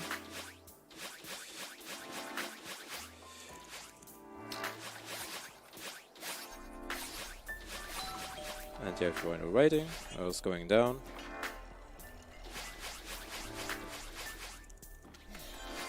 And collecting here this is key. And going to sprinting here and going to skip. And yeah, we have here a very big many collectibles, and this was not the cleaning room. So yeah, we are going to down here and going to the going to talking with him. So yeah, we are going up here, going to X, going to skip, and yeah, we are going to collect to the 3 parts for short this. Okay, that was the right time. This was fine. Was going down and collecting here the blue button, going to dash. Going to head down and collecting dash here. We was going to up and okay, right, it's very stupid, it's okay. And collecting here the chest, and the chest was activated to cleaning first of 3 parts of this room. And we are going to talk again, and we are just going to right up here. And going here to next talk, and skipping this right again. Yeah, we are going to ride up and going this washroom machine, going down so slow and going up.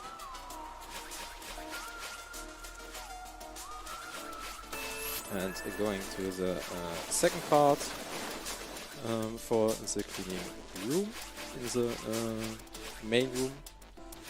Yeah, we are going to the last was here open. Whoop. Going to up here. Going to skip. Going to falling down. And going to right up away. And we are dashes again. And running around to open up.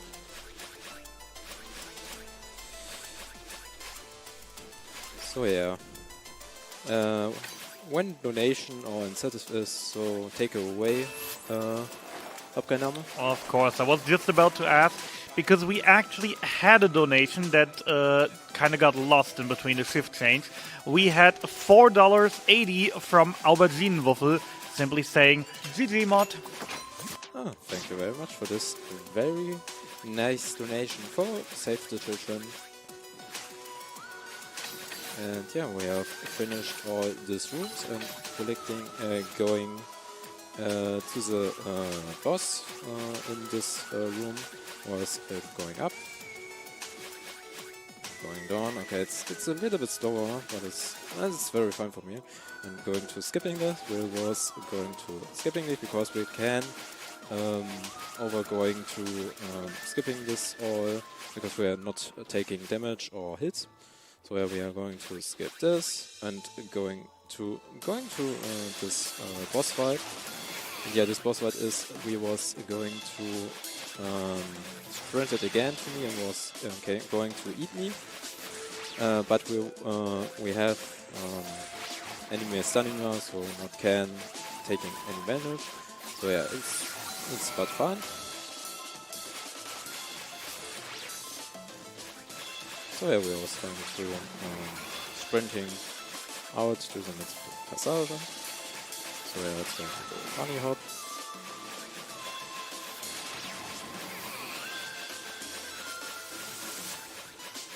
So, whoops. And going to the final chapter. And it was skip, and this was chapter 3.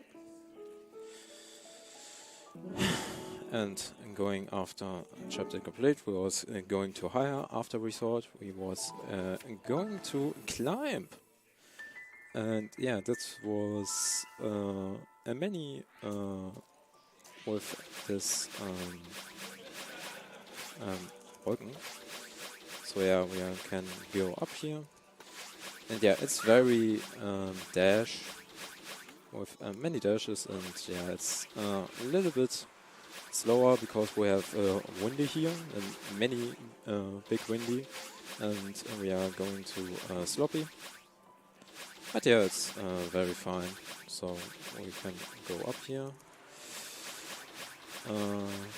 Here I was going to which side or left or right. I'm going to windy. So yeah, it's very okay. It's very fair. Okay, here this is in my wrong side, so yeah, we are going to more on the up. Going to the back side. I'm going to here.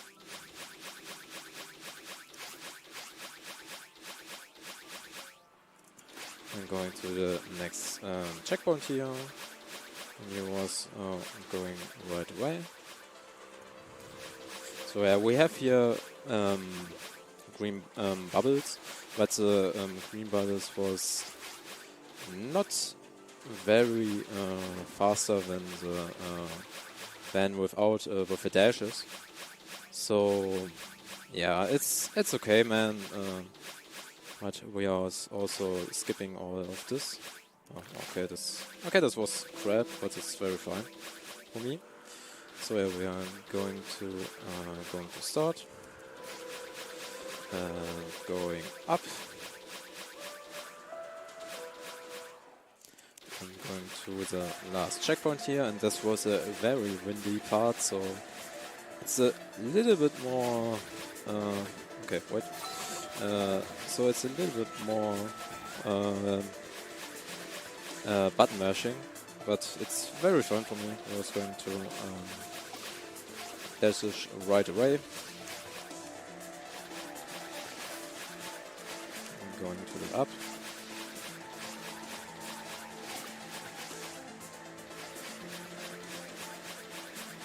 So yeah, it's a very longest part of the run was... Ah, okay, that's fine. Longest part of the run, and yeah, but it's fine, that's okay. We are speedrunner, we are running this big array, and going to the final, was going to the skip. And yeah, this was chapter 4. So yeah, we are playing and going to the next. We was going to the Mirror Temple. Yeah, we are playing. Okay, skip sign. That's fine. And yeah, we are playing Celeste on the newest version because the newest version is the fastest version of the game. And yeah, we are going to up here. Okay, it's fine. I was here to going up. Okay, that's fine. Oops. I was going up here. Oh. Wrong room. It's fine. Going to here. It's fine. We're falling down and collecting this only key. And we are going to back here and I go open this door. I'm going to collect one, and we are going here to this mirror. And the character say, hey, I found in the mirror my other side. So yeah, we are going to finding a way which problem was with this mirror. So yeah, we are going to the first place. And here was going to... okay, that's fine. We are going to here down and going here to open up to collecting this green button. So falling down right. And here was going to up to the second button. That's a little bit slowly, but okay. And yeah, we are going to here and we have a new mystical room. And we are not collecting to complete the level normal, not the chapter complete normal. So we are going to collecting this B-side or cassette. So yeah, we are going to here and going to road to map. And yeah, we have activate the B-side as was going to unlock. And we are going to finish the B-side and going after collecting the red heart steel. Was going to we are so sorry for a little bit. After collecting the red heart, we was going to unlock the next chapter. And yeah, we are going to running away now. So what do we okay, this was scrap, but it's good. We was going to the right side. And going here to more to the right. Okay, that's fine. That's fine for me. I was going to the right side here and going to dashes to here to activate this button, but it's not true. We was going to collecting here. Ah, sorry. Yeah, we are going to here, going to lit up.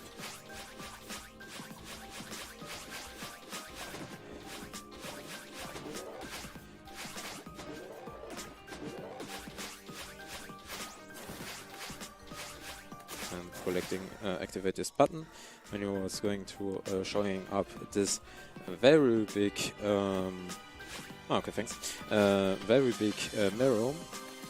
And yeah, we have collecting the other side from this world. So we are going to activate this 4 button and going to the NPC was right before here, and this character was trapped in the glass hood. So yeah, and we are going to destroy this. So yeah, we have see this was in glass, I don't know what's in the glass market, I think. And yeah, we are going to activate this. So we are going to run with V, and with a prisoner was going to activate the golden walls, and the button was activate the black walls, please. Thank you very much. So we are activate this. I'm going to running away for this part. So this was really nice. I'm going to activate this 3 blue buttons and activate dash first. So and here we are going to 3 dashes to go this. And here we are going to the last stage. We are going here. This is with a cassette. So that's fine, and we are going to collect the white herd. And we are finished the mirror magic. So and after completed this, we are going to the next chapter. Okay, back, it's fine. And we are going to reflection. So we are going to cutscene this, and we are collecting this new effects because we are going to a small bubble, and we can go oh crap, and we are going higher to this field. And yeah, we are going to collecting this because we have infinite power, and going right up. We are going to skip this cutscene right, and going to right up here. And we are going to not collecting, not finish the chapter as normal, because we are going to collect the next cassette. So we are going to here, going to, okay, crap. Okay, this is, oops, okay, this was fine for me. I was collecting from here, I was going to the next B-side. And the next B-side unlocked. And going, please right, oh, okay, that's nice. And we are collecting the next cassette with B-side. And yeah, we have no cutscene here, this is fine for me. And we are going to going up to, and yeah, we are collecting this many flying effect. Was to running up, and we are going to my mirror side. I was going to, and yeah, it's a little bit not the auto scroller. This is not right, but it's going to dashes from A to B. So yeah, when have donations or incentives here, so you can read this out. We currently do not have any new donations, but I would like to remind everyone that we are raising money for Save the Children. So every single donation that comes in will go directly to the charity and will help, saving some children. Also would like to just say once again that we will upload every single run of this event, as well as every single run that we've done in the past, to our YouTube channel, !YouTube in chat, if you want to check that out. All past events are on there already, and the runs from this event will be uploaded there over the next couple months. So yeah, thank you very much for this very nice information. So yeah, we are going to right up before to the mirror side fight. And yeah, the mirror side was going to shoot me, but we have infinite dive, and we cannot taking any bad damage. So yeah, we are going to dash, going to right up here. Oh, oops. Oh, okay, it's fine. I'm going to right up and collecting here the 2 fields.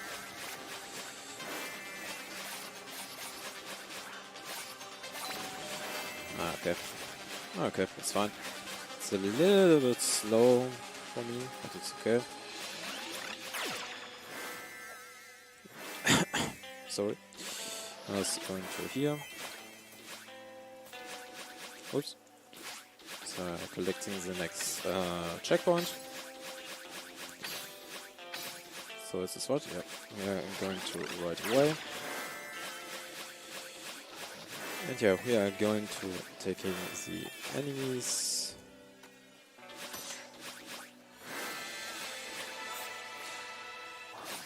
Going to the... Oh, okay, not connected. We can go outside. It's fine. Where we are going to... They're falling down here.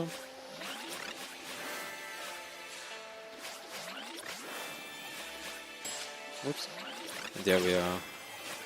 Not going to activate this buttons because we're going to hit this button. We're going to straight back, hit back. So yeah, we are not going to this. So yeah, we are going to this hits, but it's not too much money, and we are going to this next cassette, and we are going to collect this red heart, the center of the earth. And we are going to the last chapter. Yeah, so far this is now the last complete. So yeah, we are going back. Okay, it's fine. And we are go to the sunnet. And yeah, the last chapter was going to, not right in this, we was going to in 6 very different stages. Because we are going in 500 meter, 1000 meters, and even more. And we are going to 3000 meters. So yeah, we are going this very different stages. And this stages was going to every world. So yeah, the 500 meter was I see is a prologue world. And we are going to skip. I was going to higher up, and we are going to 500 meters. Chapter 1, the city. And we are going to complete this 6 missions, and we are going to climbing up the last meters from the mountain.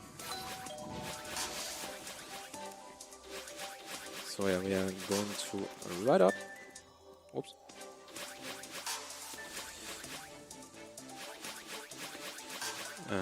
Going to here was going to up. And yeah, after we are going to fast finish, we are going to collecting this purple bubbles here. And this was going my other side, and my other side helping me was going to more only up from the mountain, and Young was going after finish. We are going 500 meters more to going up. So we are going to here, which slides, and collecting here more barriers. Oh, oops, this was a little bit slow, but it's fine. Okay, just going to fast here and going to... Oops. Hey. Alright, we are going to up. And going to hit from down. But it's very okay. It's very fun. So we are going to down here. Was going to spamming. So we was going to... in this falling position was going to dash because it's better. And going to up here, and going to collect the bird, and going to 1,500 meters, and going to dash here, because it's even more better, not falling down here because not in the other room. yeah, it's very fun. Also falling down more.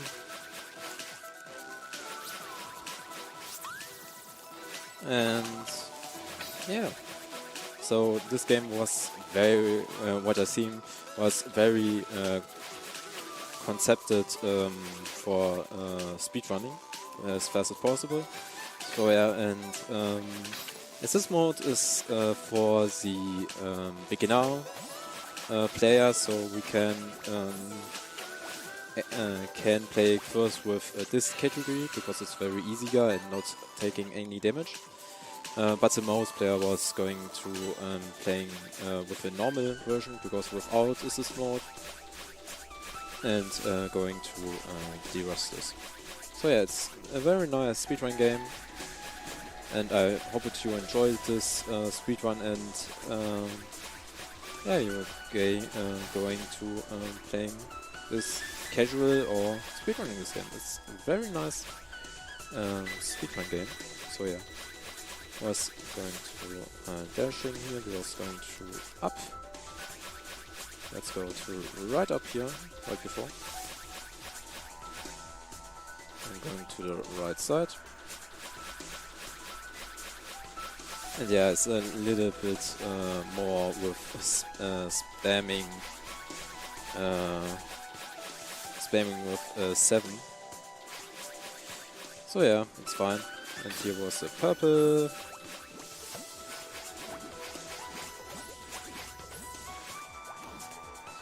Going to falling down.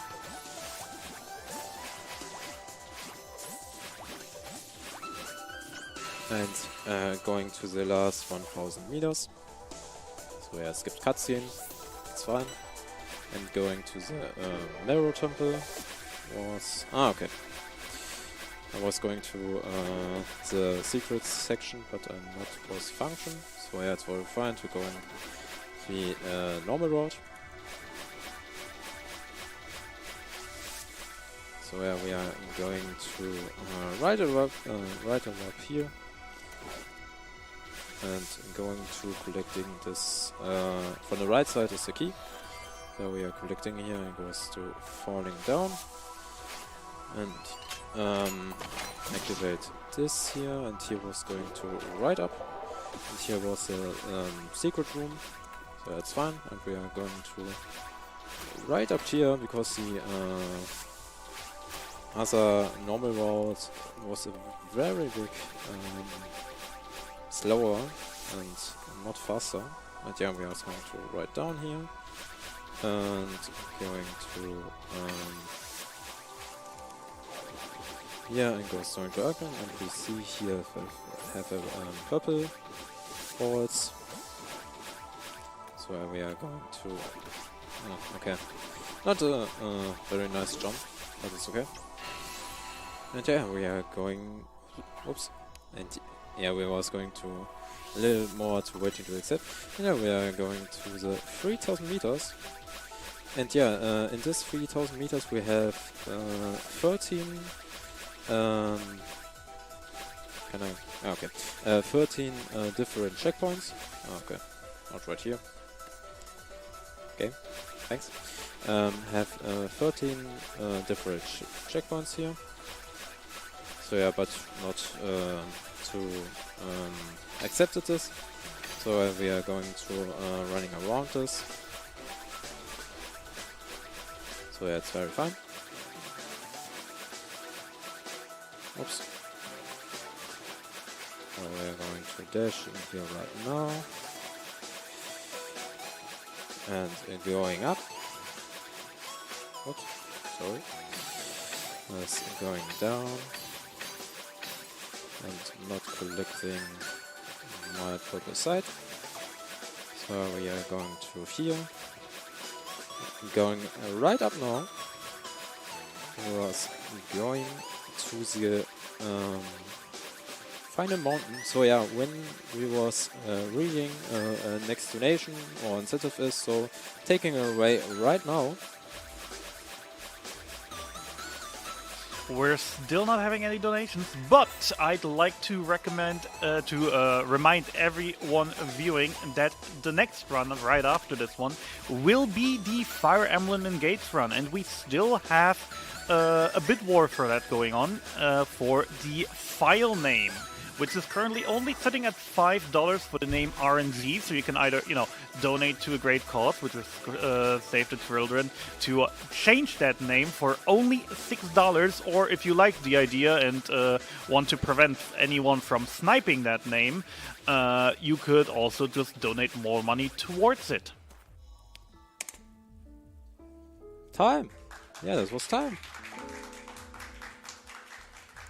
So yeah, 39 in-game time was very fine. So we are going to skip this cutscene.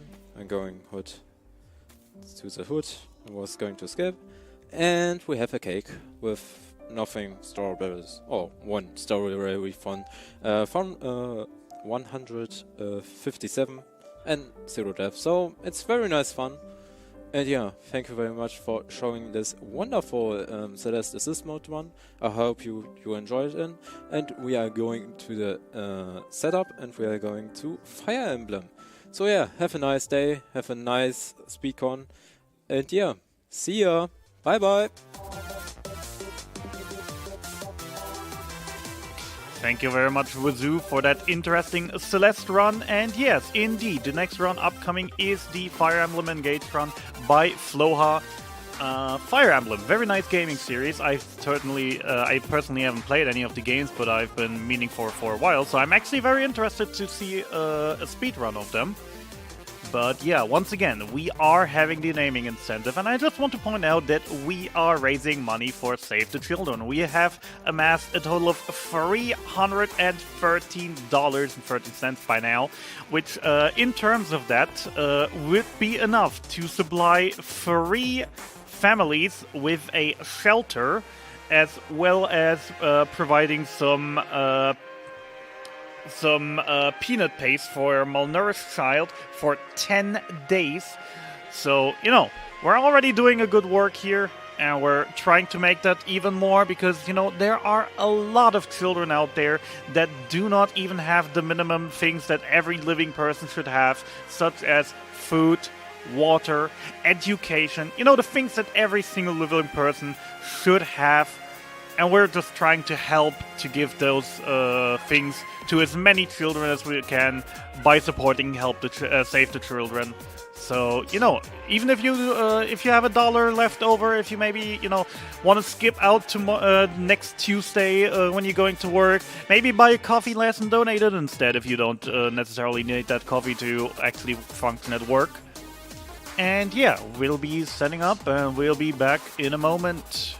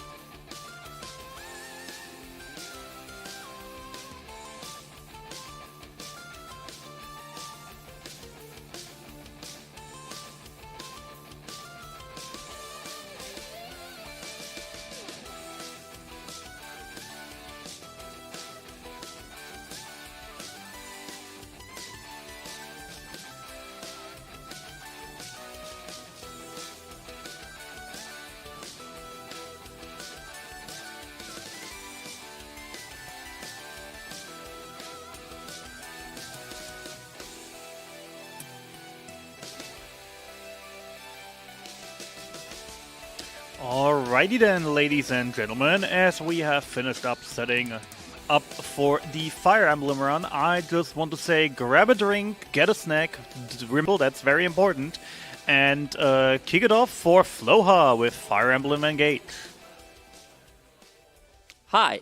Yeah, I'm Floha, the Fire Emblem guy. I think that's probably what people most know me for at this point. Yeah, this is Fire Emblem Engage, the newest game of the series, a little bit older than a year. And I know many people will hate me for this. Probably the best Fire Emblem speedrun on the Switch. And yeah, before we get into things, we have a file name. Yes, indeed. Let me just refresh that one more time to make sure that no one sniped it last minute. And it's Duck with RNG. Let's hope and not so much bad of it. I would certainly hope so as well. Alright. RNG. We will play on a normal difficulty, classic. Very important, we are running on fixed growth. That is... yeah, that is basically something that is not really new to this game, but it's been a long time since this has been gone. Basically, fixed growth basically means our level ups are predetermined. Less RNG for that, so I know at all times which stats I should have, which makes the run overall more better. Yeah. Less random. With me on the couch, I have Heinke. He knows his way around strategy games. I've watched this run before. Yeah, and that's about it. Yeah, I think we're good to start. Yeah, I'd say let's get going in 3, 2, 1, go.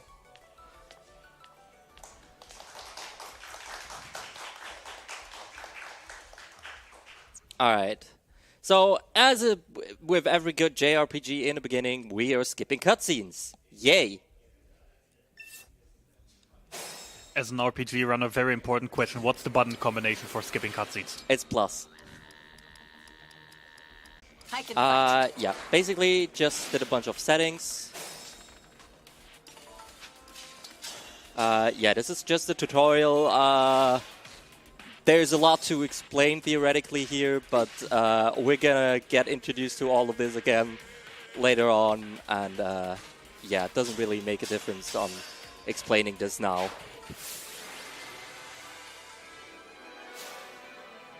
Yeah, for whatever reason, this game has an achievement system with achievements that are like super easy.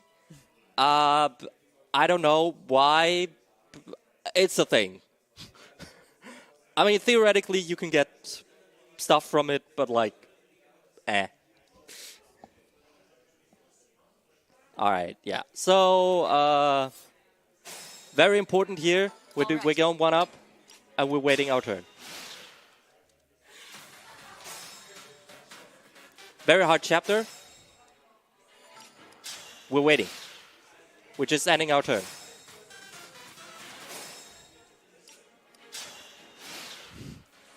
Very hard. Don't underestimate ending your turn. Yeah, us in Fire Emblem games is something that is not necessarily what you would coincide with a normal casual playthrough. We're doing a lot of things, and we're doing a lot of things weirdly, to say the least. Yeah, most of the time we do certain AI manipulation by staying at a position or going in a certain corner, because what the AI will do is if you don't approach the AI will approach you, and we're gonna use that and abuse that fact from the AI to basically kill them and beat them faster by getting certain key units closer to you so you can attack them and you don't need to worry to get over to them and fight millions of their minions. Yeah. There's a lot of cutscenes to skip in the beginning. Yeah, basically new to this game is the engage mechanic. It's kind of hard to explain because we've got the emblem rings, and each emblem ring has different mechanics. For example, we're gonna learn about Sigurd in here. Sigurd gives us more movement and lets us canter as well. Marv is basically like an all-around unit, kinda. Alright, that's good. Like to see it. Didn't miss in here.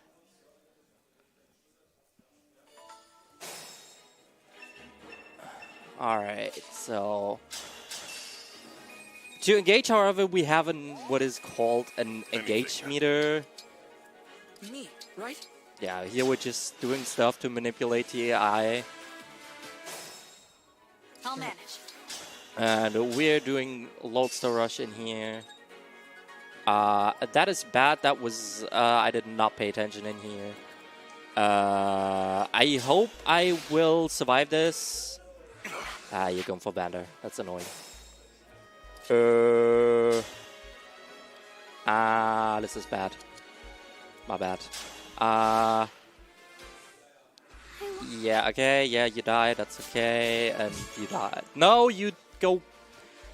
okay, yeah, I did a big mistake in here. I was not supposed to... Well, okay, yeah, this is a big time loss. My god, this is going great. Never yield. Okay, I do exactly 5 damage. Yeah, I need Alir to get the kill, basically, for the XP in here. She probably didn't get enough XP anyways.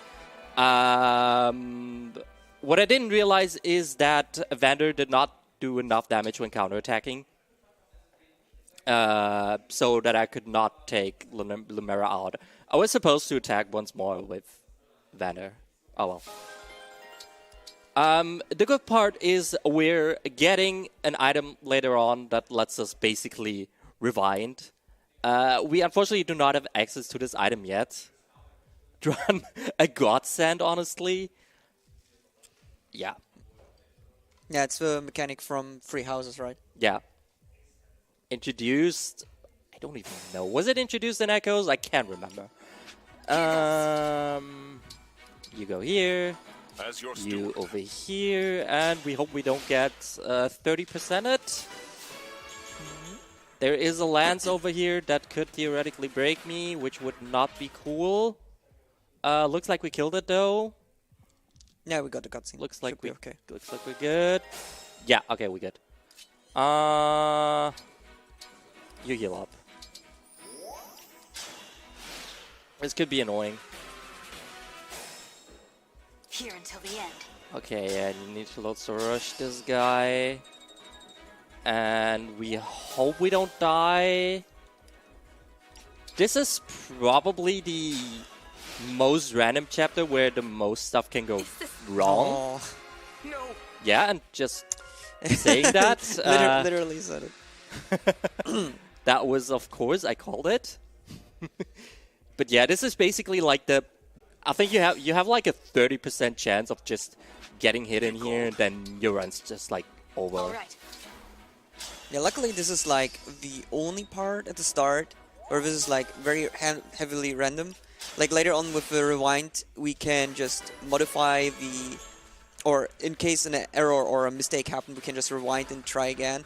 But at this point, we just need to hope that we don't die. Even though the stats are all the same every time we level up. Yeah, this is way better. Yeah. There we go. Did I move? Yeah, okay, I did. Yeah. Good.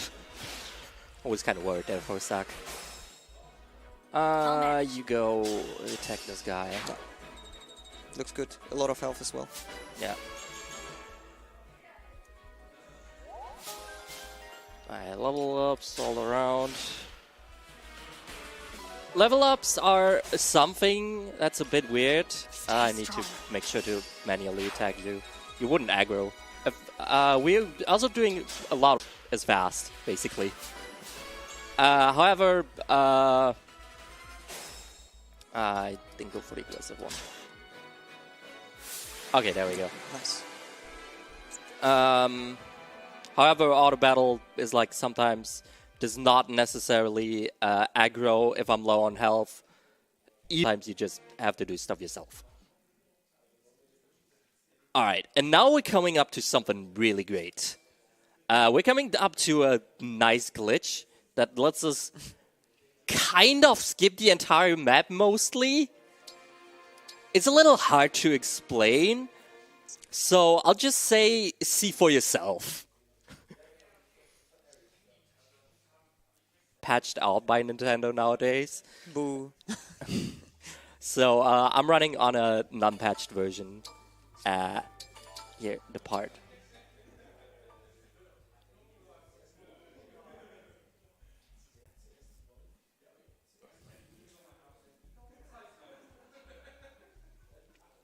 Okay.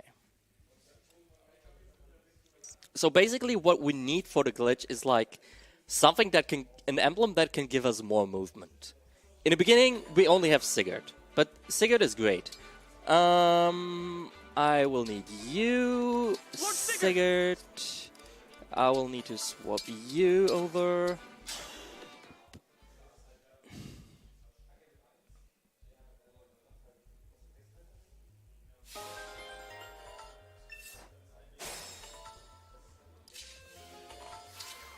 Alright, you go here.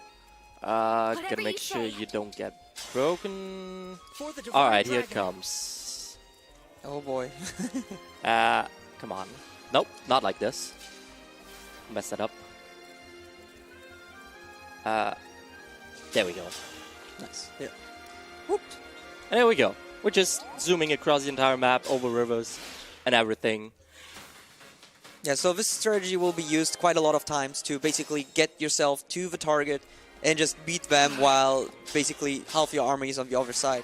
And this is like, if I remember correctly, the slingshot glitch, right? Yeah, slingshot glitch. There you go. And this way you can finish a map in 2 turns, which shouldn't be possible normally. Yeah, it's I absolutely love this glitch. It's kind of bonkers, but that's why I love this run so much.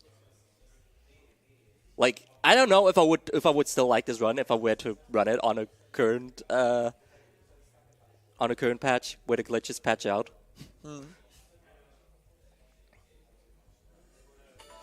Switching emblem rings around and all. Yeah. Because we're gonna... I mean, basically we're only making use of Alir, but we're gonna need a lot of support, basically.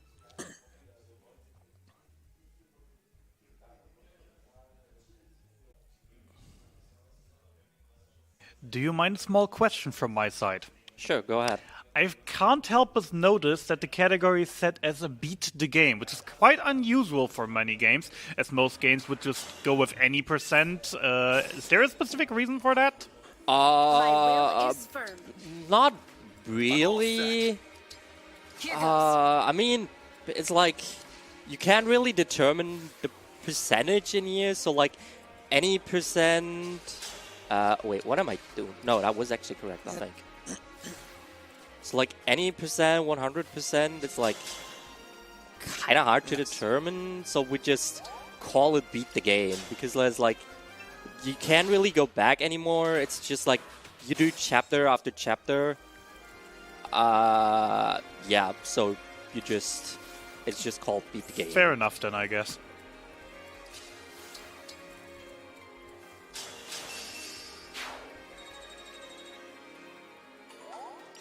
So yeah, one mechanic you could just saw, which will be used quite a lot later on, is the teleportation. So you will get one of your allies over to your main character, and later you will have the ability which allows you to do mass teleportation. Right now we don't have that, but what we also did with the slingshot glitch, we get around the door to break it and basically be behind a wall so that we can engage and start attacking the boss already. There we go. Yes.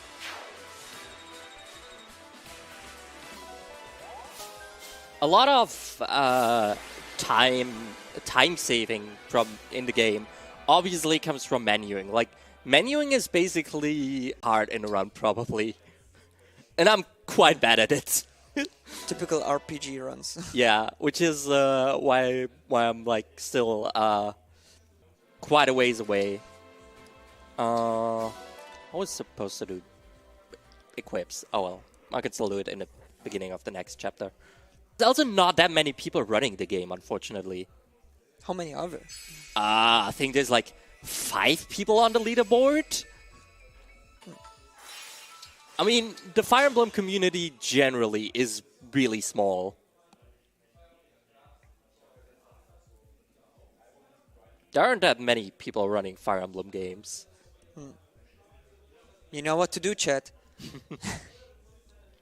I mean, considering most of the Fire Emblem games were never even released in Europe legally, I can see why many people wouldn't really think or ever heard about it.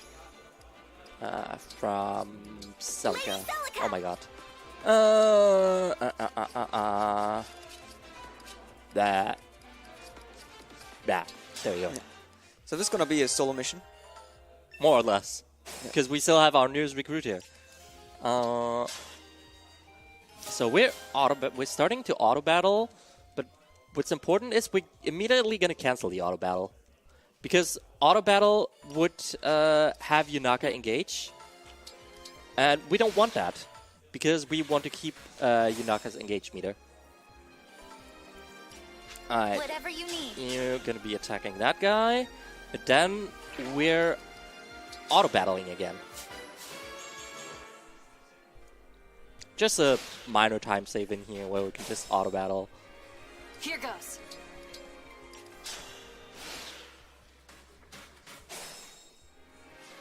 Alright, you go here. Yeah, very important is also that we reach a certain level with Alear by the end of chapter 10? Is that 10? I don't quite remember. I can't remember 10, either. 11, or 9, something in that range.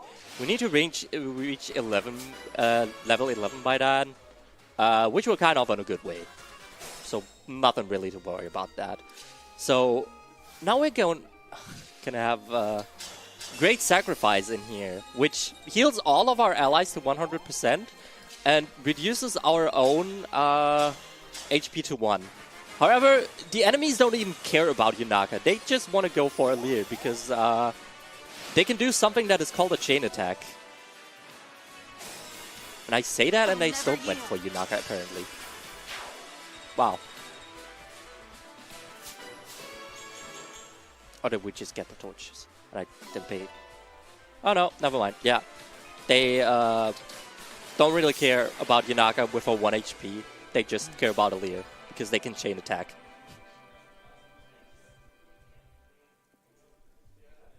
Another thing you'll realize is that I'm not saving at all. Who needs save strats? Yeah, I mean, the saves I have up. And even if you fail the mission, you can just restart it, and you can select which sort of restart you have. So of course it's a time loss, but there are like enough ways you can continue even if you do a mistake. Yeah, there's a lot to do in here.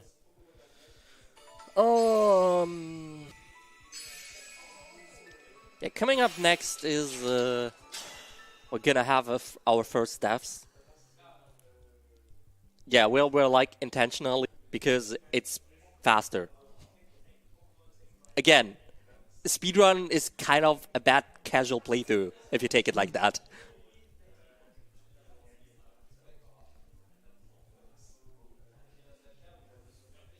And there's also loading, which is like not all that well optimized.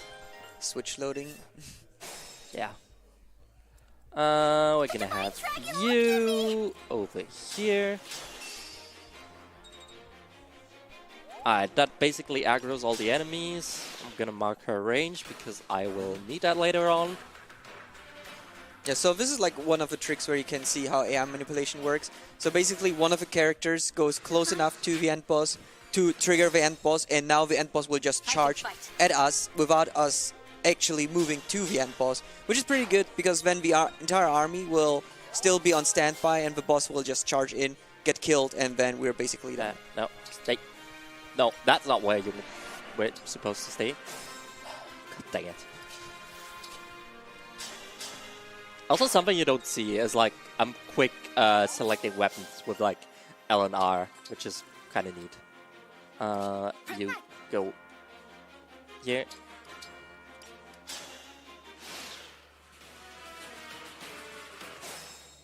Oh, hey, Lapis didn't die I'm yet. ready. Usually Lapis is also someone who tends to die in here. Okay, she doesn't die. Well, guess she gets to live.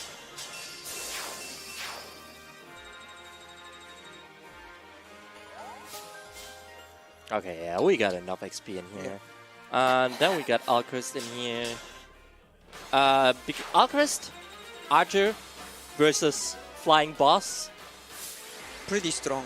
Yeah. So yeah, basically, Heads up. yeah. So this game is basically depending on the rock paper scissors principle. So certain enemy types have an advantage against others, and so on. So you basically always need to have a certain weapon or a certain class to do more damage and have an advantage against other units. And so in this case, like melee weapons and so on. So you can basically do it like that. Then of course it goes further deeper, like with heavy units, with like whatsoever. And you also can transform and, yeah, laser beams and destruction, I guess. Yeah, sounds accurate. Sounds accurate. Sounds like Fire Emblem. Have I mentioned Pegasus? No. You have Pegasus there, so... Yeah. And Wyverns. And Wyverns, yeah. The speedrun strat in 3 kingdoms. No, 3 houses.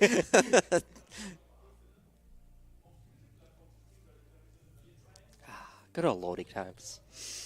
Where would we be without them? Alright, I forgot to do equips again. That's... Lady Celica. I tend to do that. Yeah, luckily you can do that during the mission as well. Or before the mission starts. Yeah. I usually do it like before... I've got this. Yeah. Nope. There we go. That's level 11. Nice. So once again, teleport to get close to the boss, trigger them, position your next, your main character next to it to do all the damage later on, and now we wait. There she is. Hi. I'll do my best. I see death.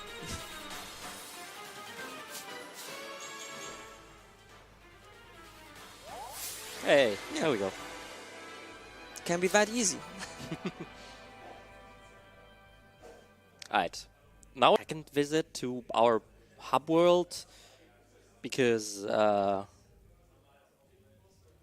We need to buy stuff, right? yeah, we need to like get stuff done. Like the first visit was kind of forced. I mean, in total, we only want to go there twice. Yeah. The game forces us, unfortunately, to go there a little bit more often, and I mismenued. Yeah, I saw.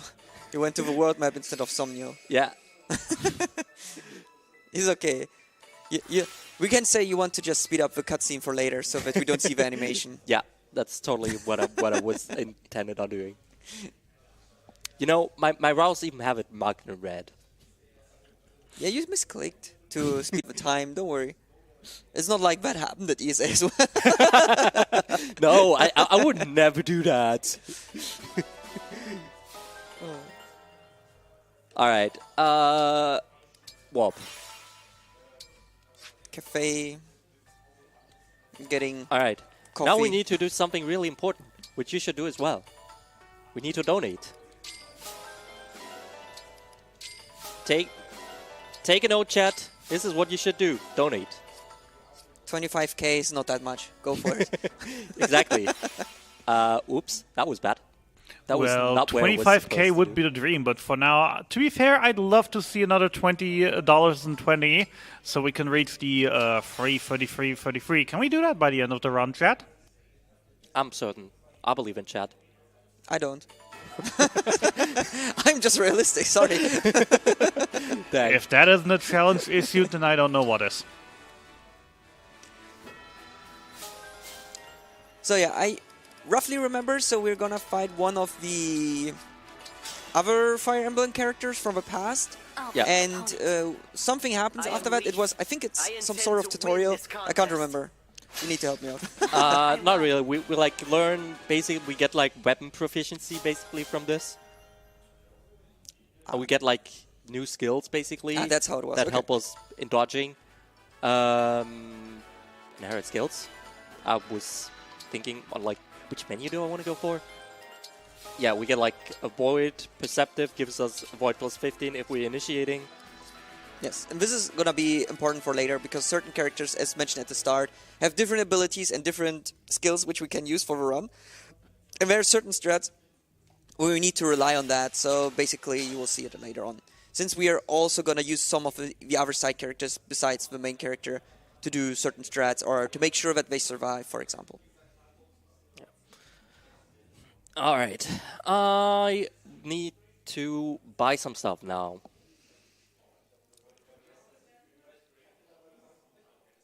What I need to buy is a rewarp staff. A rewarp staff basically lets the unit that uses it warp. However, we didn't really talk about Emblem Micaiah yet, because Emblem Micaiah increases the effect range of staffs by 1. Not you. I would like to buy a second seal. 2 speed tonics. Fortunately, you can't mass buy in this game for whatever reason. I still do not know what they were thinking when they made this. This game is I'll protect you. a little weird sometimes. Yes, here. So, yeah, increases effect range by 1, meaning we can warp ourselves and the unit around us. Yeah. So this is like where things become very interesting. So later on, as I said, at the start we just did a warp of 1 single unit, and that was like only the unit which can warp to trigger the AI to get into a fight. And what we're gonna do now, from now on, is like get multiple units over to do either safe strats or fast kills to the boss. So we get the main characters over, get the bond up, and that will also be helpful for later. Also XP. Yeah. Alright, now we're getting to the stuff, to the important stuff on why we were donating. Because donating to Brodia, which is like the kingdom of like minerals and stuff, gives us ores, and a multiplier on ores. We're getting 420 iron ingots, nice. Nice. And 28 steel ingots. And we're going to the Somniel. This time I did it right. Yeah, I just wanted to say Somniel.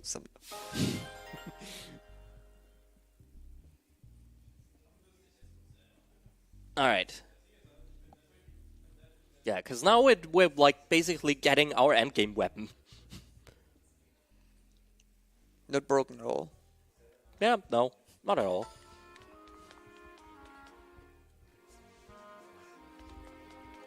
Alright. Welcome up.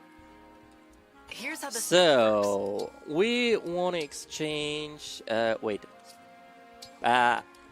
We want... a silver ingot. We're gonna engrave this iron dagger. Holy, that basically gives it some more void. Overall, good one.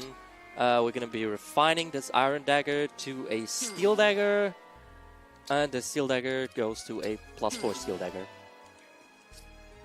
I'll be here. Alright, and now we're doing inventory management. We will use this. We store this. We take this. And we take a strength tonic, a speed tonic, and like all setups that we got. Yeah.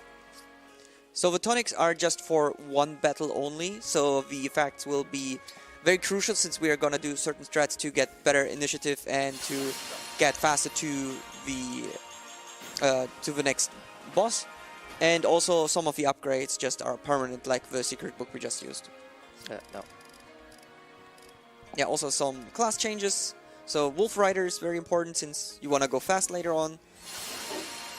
Yeah, important to say is basically we promoted into another class first because we basically upgraded into our own promoted class because from there we can like go into any other unpromoted class. Wait. I mean, I don't necessarily need to do that yet, but like, can also do it now. You got the time. slower, very important question. Yes. Can you pet the doggo? Unfortunately not. 0 out of 10 game. Sorry, sir, but it's not a dog. It's a wolf. Okay? Where is the difference? Although, technically, I guess she kind of does. I mean, she Now does that when I'm she's thinking running. about it. Yeah. There is some animation which happens. Yeah, but there's a little animation that happens. But you can't force it yet. Yeah. It's passive pet dogging.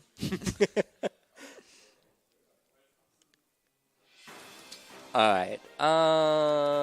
Wait, Is that's that the not boots what I map? want. No, that's No, not the okay. boots map yet. I need to remember that. Not like last time. That's gonna come up a little later. Yeah, so now we're using Vander again at Boucheron. Boucheron just because he's positioned nicely. Yeah. Once because he can just, like, if we warp here, he's just immediately next to the chest and we can open it. Yeah, he will just die. We don't care about that. Yeah, we just want the we don't chest. care. And after that, we're gonna. Oh, we set get up the energy drop. Yeah. And Oh wow! Apparently he didn't die. Wow. What's going Good on job. today? Not bad. So another mass I mean, warp. doesn't matter if he dies or not. Yeah. He will die. Don't worry about it. Like, look at this. Don't get your He hopes will up. die. Maybe not this round, but oh, energy drop. Yeah. Once again, get the boss over. Enter. So, oh no, boss is triggered. There's Vander dead. Boss goes for attack. And there's Boucheron dead. Alright, yeah. We're just like... It kind of looks like we are avoiding the bosses, but we're just triggering the other boss, basically. And we're just basically killing them off screen. Yeah. Because we're killing them in the enemy face. Yeah, basically with a counter attack they die. Yeah.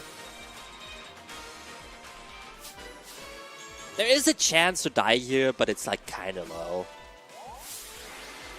I don't think it... I don't... Out of the head of... I don't really can think of any time I died in here. Speaking of very slim chances, 0.1% chance of dying or something like that. We were like very low HP throughout the whole map basically, but yeah. I think it happened during like one of my practice runs once. Oh yeah, this map. This map, yeah. It's literally run away. Yeah. That's it. You don't need to do anything. So you need to get basically a certain event triggered, which you get once you're at the bottom of the map. When you get some allies trying to help you, but it doesn't matter because we're just gonna run for the exit, and that's basically it. Yeah. Like, see, as I said, we're like kind of low HP, but who cares? Nothing happened. Probably the fastest map in the game, like apart from the tutorial map, I guess.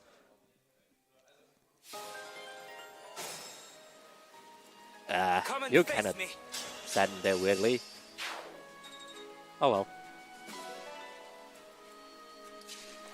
We're just escaping. And bye. Yep.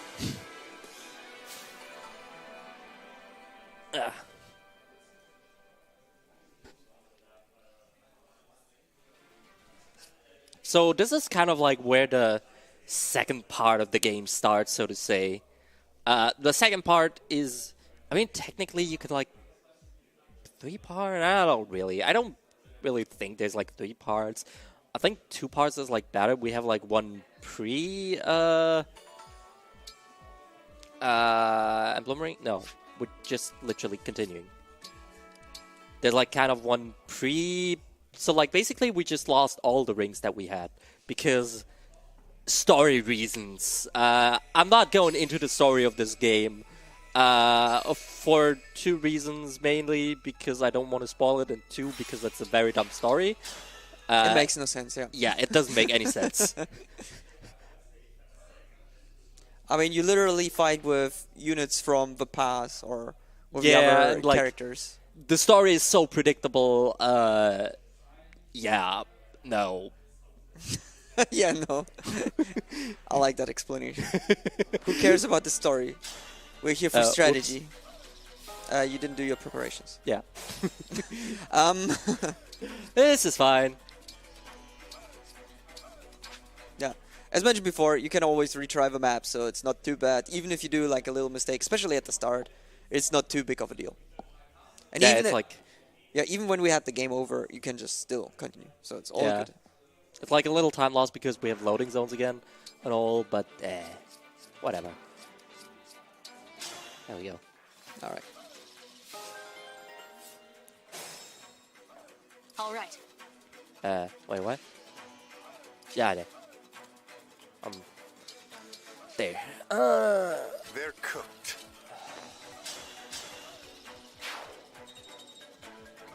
Oh wow, we actually killed that guy. I don't think that normally happens. You said that also at ESA. So I'm not sure if I can trust that.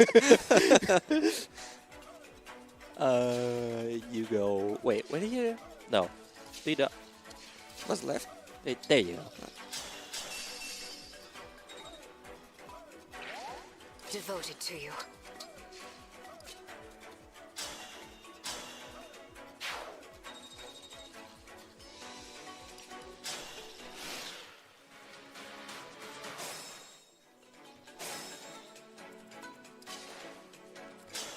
Alright, and now we're just literally ending it with auto battle.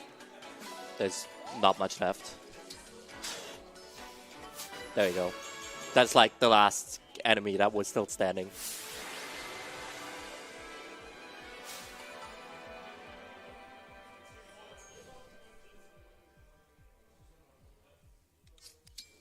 Alright, there's like one more map, and then there's the boot maps. Unless I'm misremembering. No, I think I'm... Yeah, I think that's it. Yeah, no props.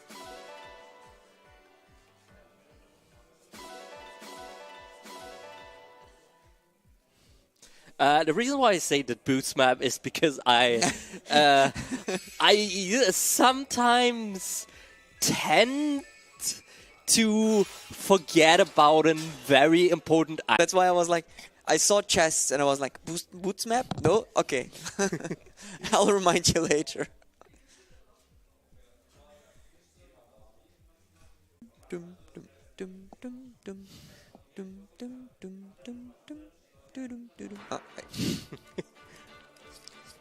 no. You stay.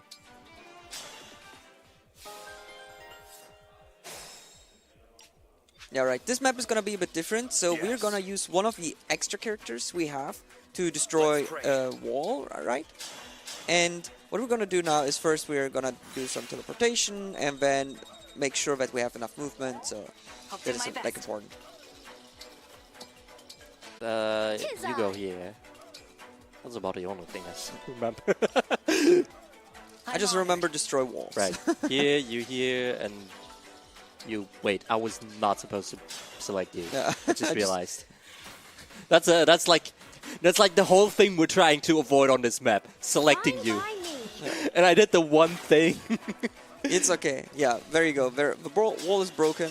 Main character goes ahead because main character is broken as well. And that allows us to go faster and do a lot of damage. So the reason why we're like trying to avoid selecting Tamara is because she's got like this cutscene over there. Reminder, cutscenes are slow in speedruns. Yeah, I was not supposed to be here. Oh well. Still might work. I mean, it'll work, but like this guy basically was like blocking my way, which is like an extra turn now. You got some XP at least, I guess. I mean, we will. You will get it anyways. We will get the XP anyways. I know, but take what you can.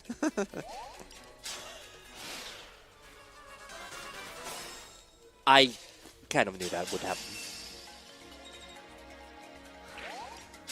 I mean, basically, we're like leveling up to level 20, and then we'll have like maxed our XP, and from there on, yeah. It won't matter anymore. Yeah.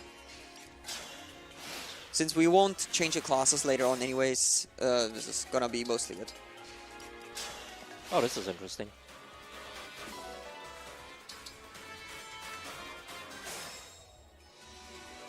Our foes are strong. Of course, you're both still in your first health bar. So some bosses have like multiple health bars, as like the things underneath their health bars are indicating.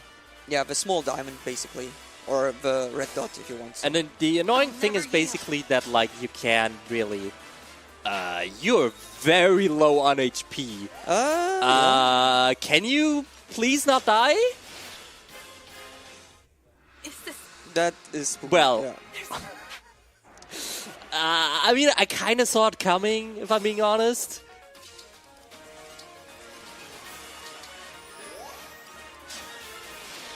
Yeah, the annoying thing is like that is not supposed to happen. Please, can you like not kill Marin? we won through the counter attacks. That is. I'll do the next map and then load a save. Yeah, I'll do. Yeah, I'll do the next map and then I'll load a save.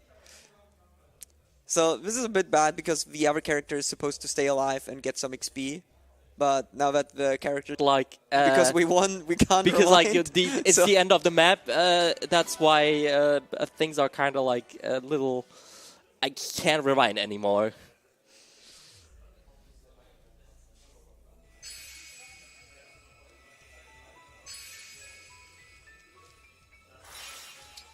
I don't think that ever happened to me before. That I had Marin dying, but not Timera.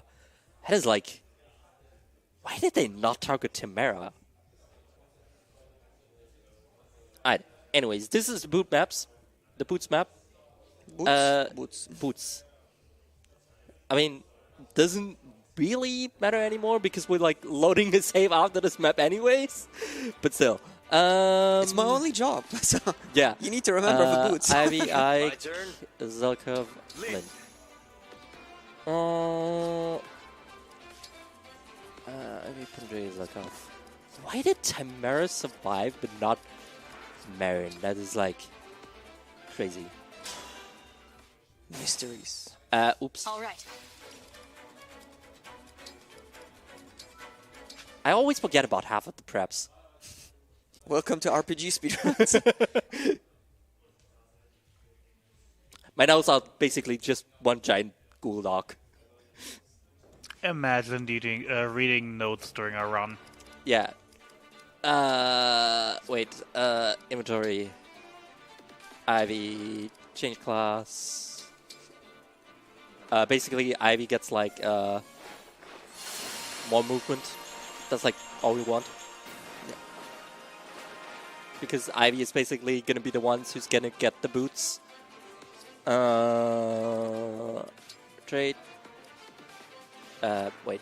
No, you can just literally manage items. Thunder, swap, rewarp. This is like where you see like probably the only use of rewarp in a not...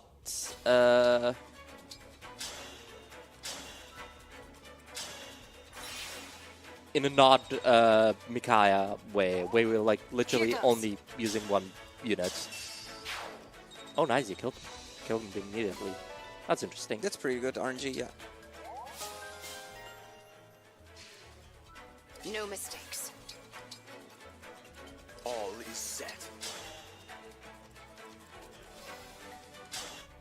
Yeah, so we're triggering the end boss here, so that he's gonna get angry and starts attacking. Yeah, Lin has like a giant range, an attack with a giant range. Yeah, he's the super duper shooter.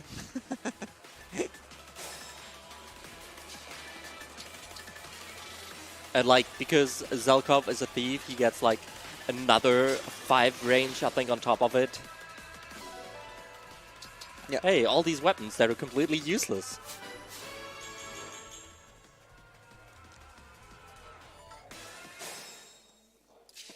Remember boots? Yes. Alright, we have Ivy over here. So one more turn. Hortensia is really annoying because she's got Bylov with her. Bylov basically gives you like, if you miss, you get like a 50% chance to hit anyways. Yep. Which is kind of not cool because she hits really hard. And she's got like a weapon which is effective against cavalry. So... Oh, come on. We can like survive one attack at like full HP, basically. She does like a lot of damage. I think like 40... Don't quite remember. It's a lot. Okay. Oh, wow. Wait, did you come from? Okay, All boots. Right. Boots. Boots. And then YOLO. And then YOLO, yeah. Boots. YOLO. Let's go. Miss. No, dang it. Okay, yeah, that was kind of to be expected, honestly. Yeah, I will need to heal up. Because I do not have... Yeah, Vulnerary will not do it anymore because the Vulnerary only heals for like 15. Yeah. There you go. Counter attack killed her. So we're good to go. So yeah, why are the boots important? Well, the boots allow you to move +1 field, Yeah, right? they gave you +1 movement straight up. Yeah, and that is very important, as we mentioned before, since you want to get certain locations or to certain tiles as fast as possible to do certain strats. The boots are one essential strat later on where we give it and swap it to 2 characters, if I remember correctly, but I forgot the names, and that will be very helpful at this point. Yeah, I will unfortunately have to use a safety save now in here because I kind of had like a death of a unit that was not really supposed to die. Yep. So RNG will live on forever in our hearts. Or maybe not, because she was bad. We don't like RNG. I will use my save in here.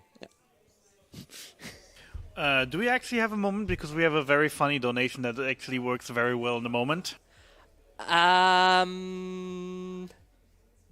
If it is the one that I think of who donated, and how would you know that? Why the hell not? I have a feeling that I know, especially since it's in regards to RNG. Alrighty, we had a $10 donation from Pikastrop. I knew it! Commenting, may you have good RNG for the remainder of the run. I bless this run with good RNG. I knew it. Unfortunately, RNG is dead. So yeah, we kill RNG. I mean, maybe that was the sacrifice we needed to turn this run around.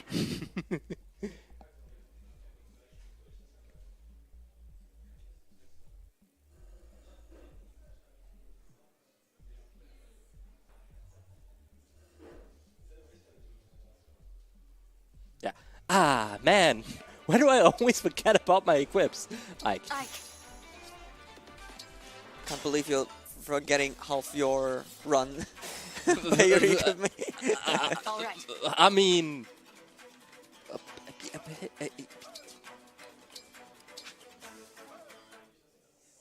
Forgetting half of the run sounds accurate.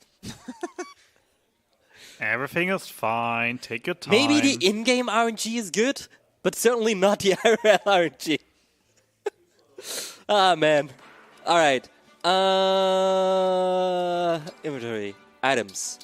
Alright, we're gonna store everything we got in here. We want boots. There you go. Take a shield. Serve rope. Elixir. We take this strength tonic as well. We don't use it yet. We're gonna use that at a later point.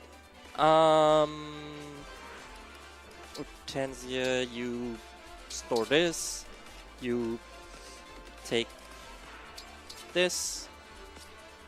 And we buy stuff. Yeah. Marketplace, item shop, buy Hortensia, warp, rewarp, illume. That's all. Alright. Yeah, so this map is a bit special. Like compared to the other ones, we need to destroy a certain wall to extend the map. So what we're gonna do is we're going to, and also only our main character needs to go to the end of that. So what we're gonna do is we're gonna get the main character as far as possible to one of these walls. And what we're gonna do then is get our super duper shooter, who's gonna destroy the walls or kill certain enemies. Ah. Enter. No. The other thing was like next turn. Yeah.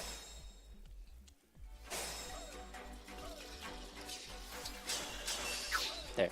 There you go. Snap. Snip, snap. And now continue. Important is that we talk first, because after talking we can still attack, but we cannot talk again after attacking.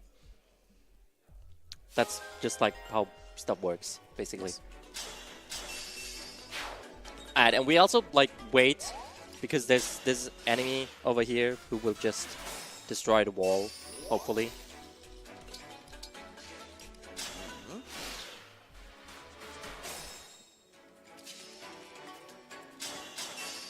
There you go. And now you can see the map extends. Yeah, we have you kill this guy. Yep. Very important, because goal of this mission is that Sidal here escapes this map. The escape point is somewhere to my right. Why am I going backwards, basically? Well, you will see in just a few minutes. We will basically make our way through here with Alir, because Alir is like our go-to unit, pretty much. She's like our carry. She's like doing everything in here. Here until the end. Donate now to tell us what you guess or why we're doing this. I will have you over here. Yep. Yeah, that's fine. If I wanted to be safe, I could have healed in here, but this should be fine. Right. All right, and now we're having you warp over here. Basically, we opened the map and then we just warp over. All right, we're like blocking the way for the enemies so they don't do dumb stuff. Also, I just realized I equipped the wrong weapon. Oh well. I mean, it doesn't matter. Still worked. I was like supposed to equip a weapon that lets me, like, that gives me better defense. Oh well. Not needed. I equipped the weapon that, like, gave me weapon disadvantage. Yeah. So, I guess the RG was kind of good. Nope. For once, no equips. How look on tower-wise? Yeah. Well, that is a statement, I guess.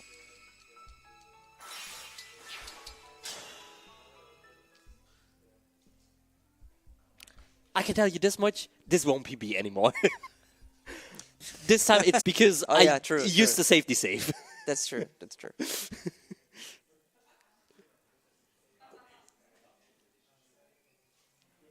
Alright. Pandreo, Zelkov, Hortensia.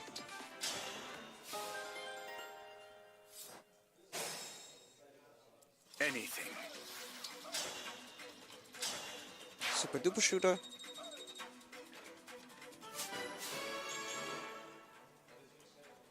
Alright. We're doing funny warp strats again. As you wish, Divine One.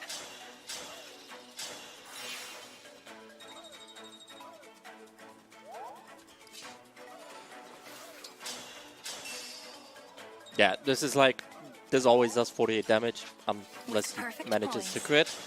The crit unfortunately doesn't even save any time, because then we're gonna get an extra level up. So, yeah. Warp.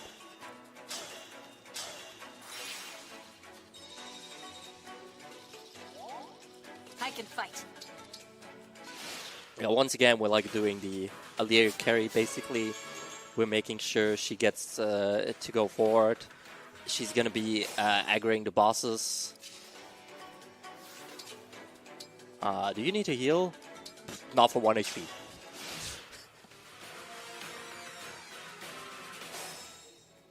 I'll manage. Then we have all of our other units fall back.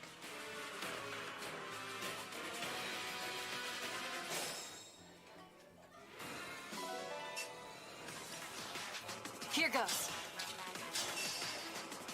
Alright, so normally Marvia is supposed to like be the first one to attack in the enemy phase, and that should be good. However, since this is a marathon run, I would like to check again. Yeah, this is not looking great. So how about we do another fallback? There we go.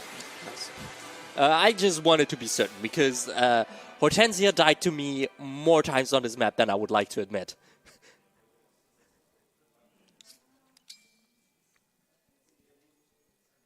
Alright. Yes, this next map is very interesting. Casually, a map to be said, certainly. Casually, I think this map took me like 2 or 3 hours, probably.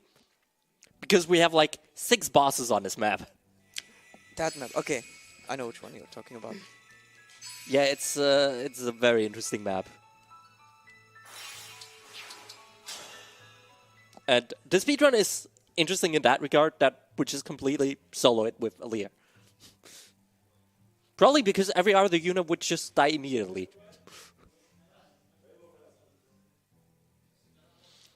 Thing is basically also like a lot of maps are basically just like defeat the boss maps. Or run away, or escort Unit X. Yeah, there's like... there we go. Yeah. So, as Floa mentioned, we're gonna fight 6 bosses, but only with 1 character. So what we're gonna do is, once again, we go to certain locations, trigger the bosses, they come over, they're getting killed by either the counter attack or by actively attacking them. And that way we don't need to really care about all the other minions. So let's see. Oh, hello. This healer is probably the most annoying part on this map. That's why we're taking him out immediately. Always attack the healer first. Yeah. Rule number 1 if you do PvP.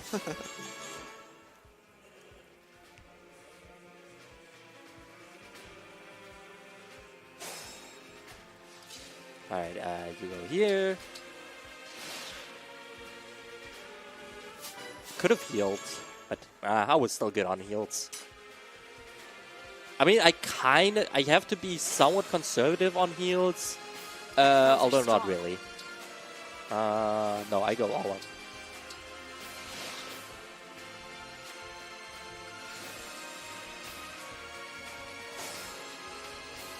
No, I go 4 up, or not quite 4.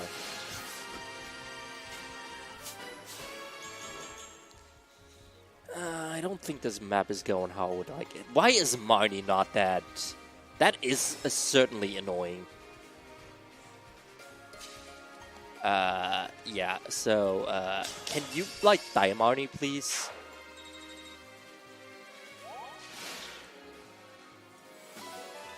Okay, yeah.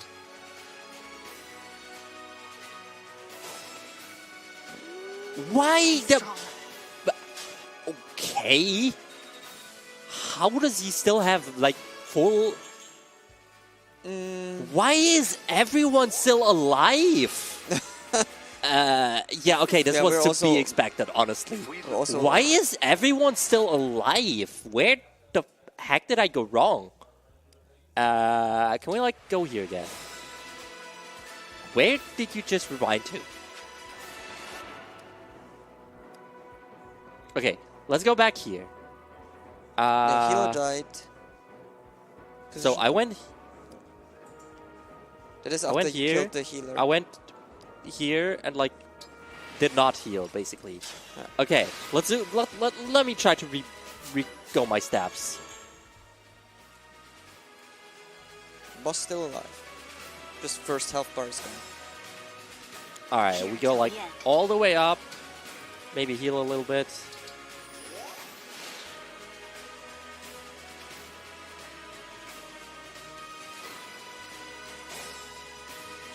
Here goes.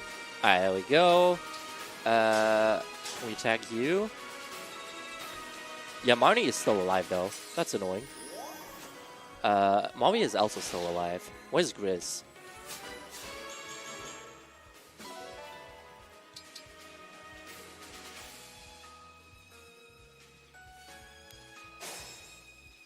There's Zephyr. I am questioning a lot of things. Oh god, there's another heal. Oh, of course. I am questioning a lot of things currently. Why are things as they are? This map is not supposed to go like this. Oh man. At least you got X power 1.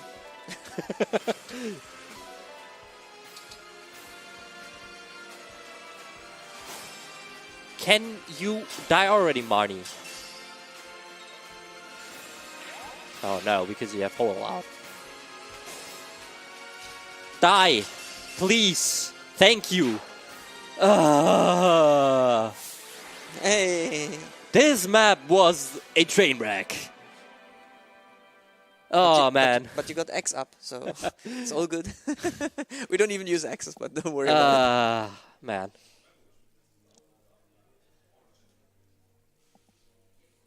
Alright, now we're doing a lot of equips. The good thing is, on the next map, I don't think anything ever went wrong. Actually, I don't know if that is a good thing. Alright, Alir, Sigurd, Goldmary, Bylove, Ivy, Leaf, Kigetsu, Korin.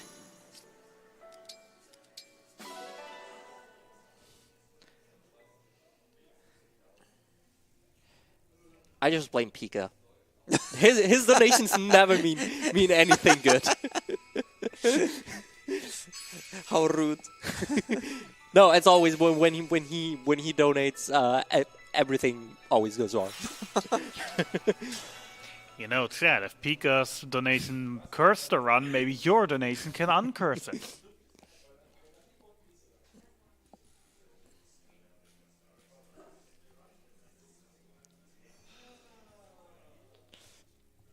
All right. So, remember the strength tonic we had? No. Okay, well, we took a strength tonic earlier, like in our inventory. We're gonna make use of that. Yep. I am prepared.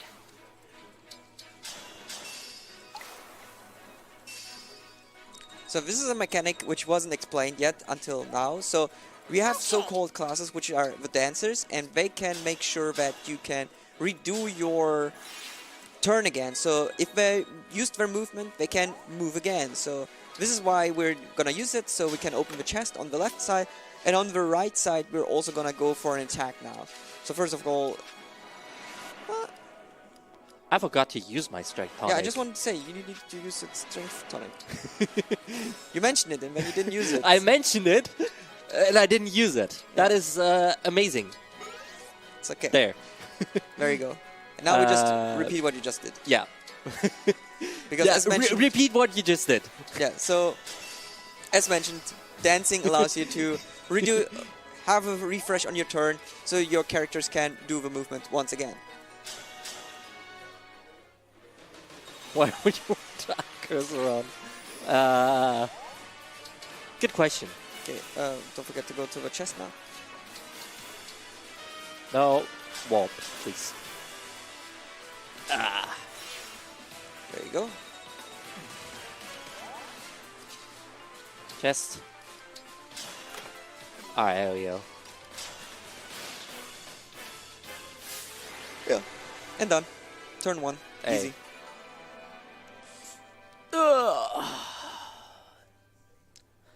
Oh boy, this next map. If everything goes well, it's amazing. if something goes wrong, we might be here for some time. No, we have saves. Nobody heard that. What?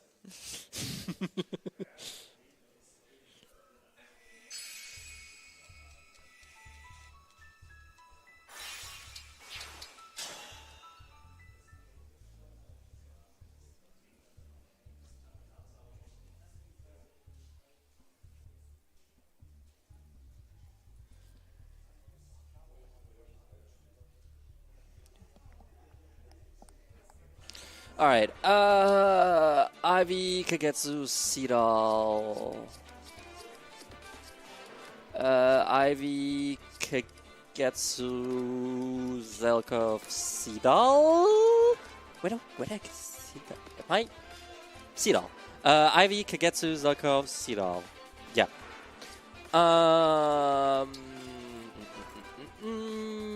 You go over here.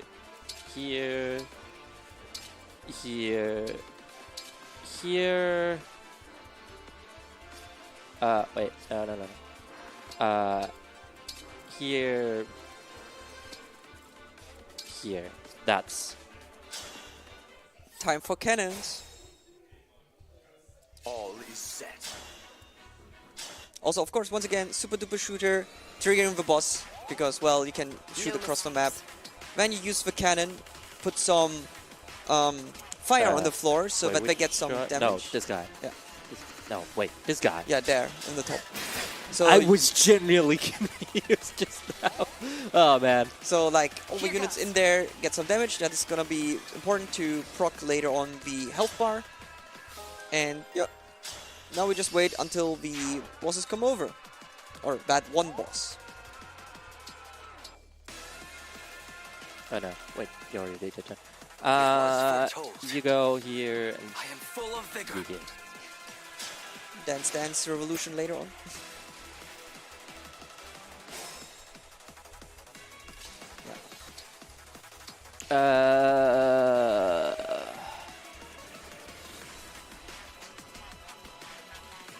Wait. No. Wait.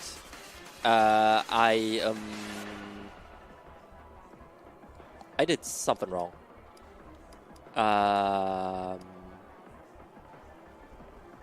Ivy goes here. Yeah, no. You go here. Alir goes. Alir. Oh my god. What the heck am I doing? You talk. Attack. You counter here. You dance here. I just had a genuine moment of what the heck am I supposed to do in here? This is why I have notes on me.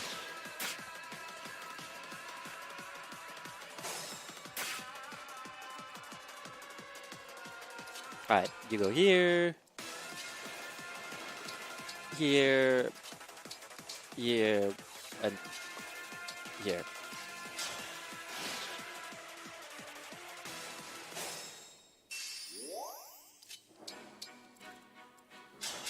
I heard you like cannons.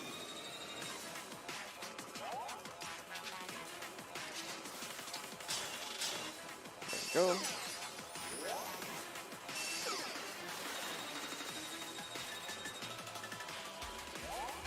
That was actually wrong. You go first. That is what's supposed to happen.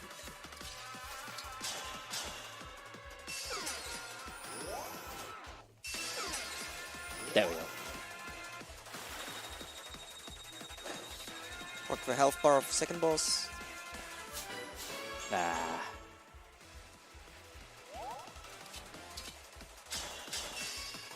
Alright, there we go. You have enough HP. And now the fire will do some damage, and then they can be one-shot.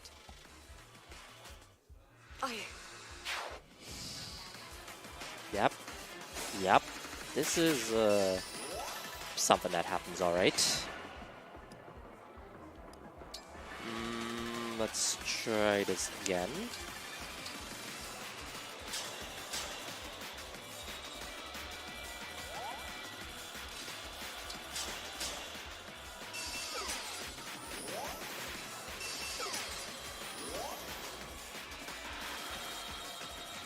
Alright, this basically just makes them also unable to move, which is really good.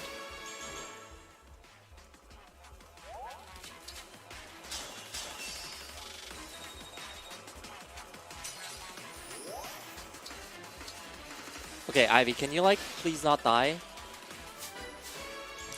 That would be cool, thank you. Ah. I said that would be cool, thank you. This game. Early attack. Okay, so...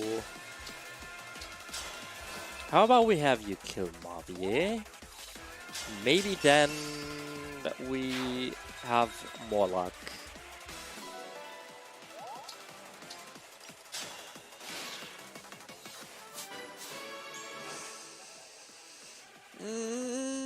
Nope. Yeah, it's the rider on the right which will kill her afterwards. I am losing my mind.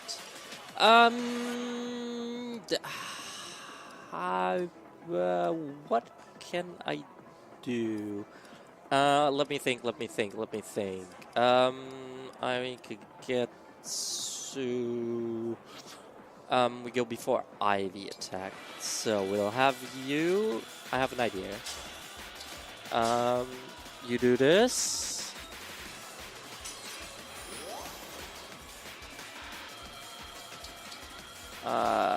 You dance.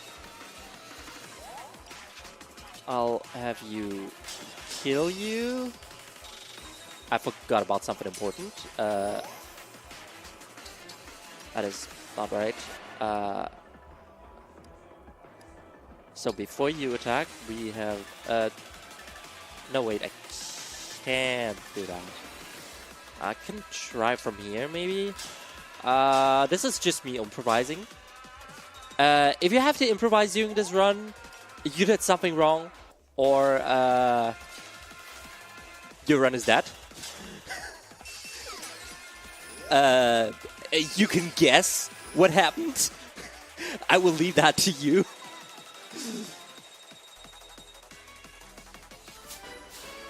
Friendly reminder to all speedrunners, always learn your backups. Problem is, there isn't really a backup for this. This is like not even supposed to happen. This is very, very annoying. I will hope that it works now. There's another rider on the bottom right, so I'm not sure. Let's see. Yeah, I don't know. Let's see.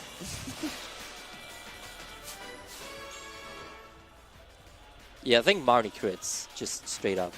Okay, cool. She lived. Oh my god. I can't believe it. She lived. Ah. Oh my god. Hey, we got this in 4 turns, right? Yeah. If only this was an LTC.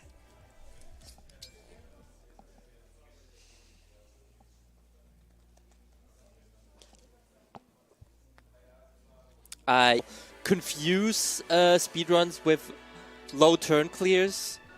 Yeah, speedrun is not really a low turn clear. Sigurd! I am ready. But if you're interested, take a look at low percent. Not really. What do you mean, not really? There isn't really a low percent for this. But for other games. Then someone is slowly getting time that someone makes it. Alright.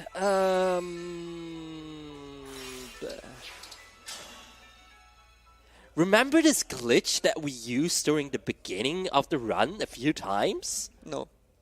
I remember. Wow, thanks for nothing, Hanky. You want a bad dad joke?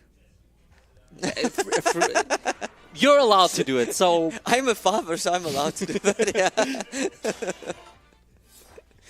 My turn. Yeah, we're gonna do something we did at the start. You remember? Alright, cool. We're lighting the map up, and now we are looking for the boss. Here he is. You can spawn... That's not the boss. I just realized. He's the one on the right. So we're gonna be attacking the boss, who has like 5 different five different spawns where it could be. Yeah, the optimal one would be on the left, right? Let's do this. I don't really think if there's an optimal one. Can you leave? Wait. Yeah. Yeah.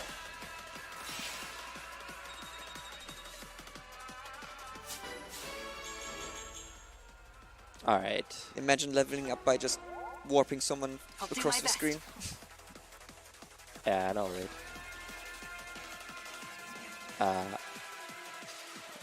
What? There we go. Oh, okay. Sometimes I need to like think during these glitches. I'm like, what the hell am I actually doing? A fun fact: this guy can like attack twice with like half of the strength. If he would have attacked me once, he wouldn't have died.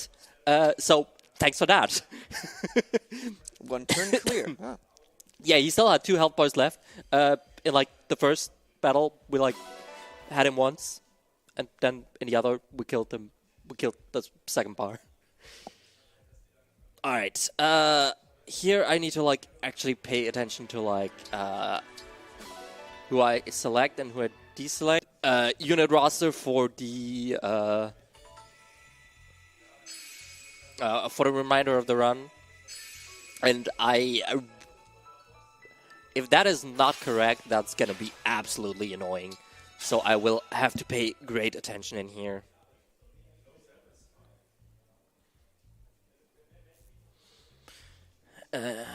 In the meantime, hab keine Name. I'm missing your voice. Can you tell us a little bit about something? I'm sure that can be arranged. So yeah, as mentioned before, we are raising money for Saved Children. We're currently $223.13. Did I actually say cents for dollars, or is it like nickels? I'm not sure.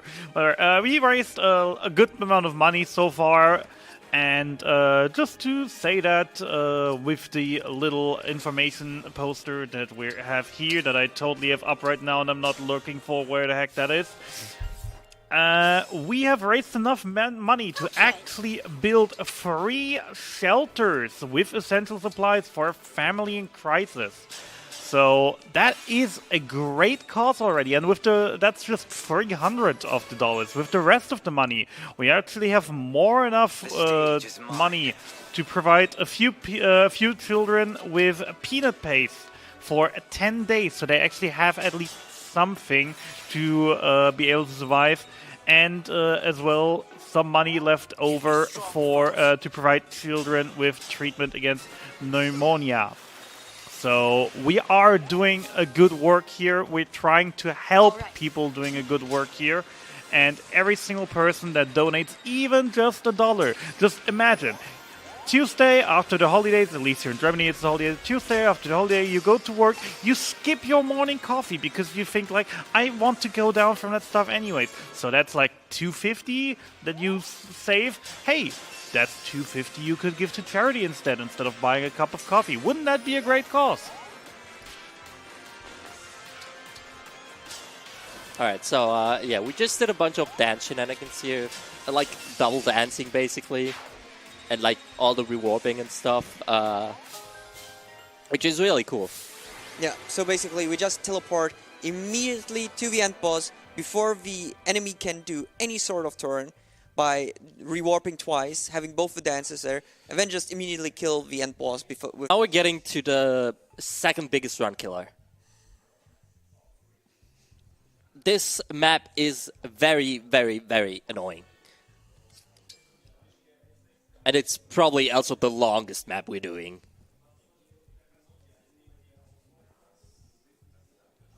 Don't worry, I forgot which map it was. Also, I promised I'll give you a dad joke. What's orange and likes to hike?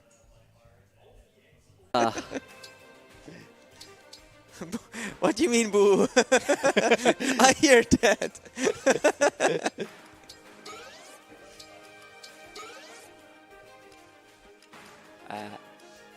I would like to use this. Thank you.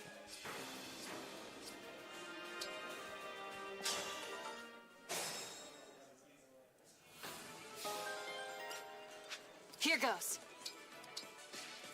Where to? Was this a map with a support you get, right? Yeah, kinda. Okay. Lavier reporting. Oh, hey, you didn't miss. Good job. The choice is yours.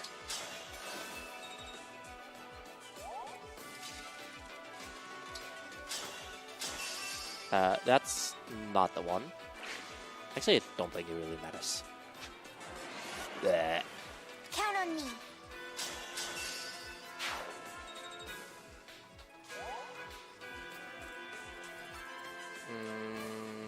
Yeah, that's fine.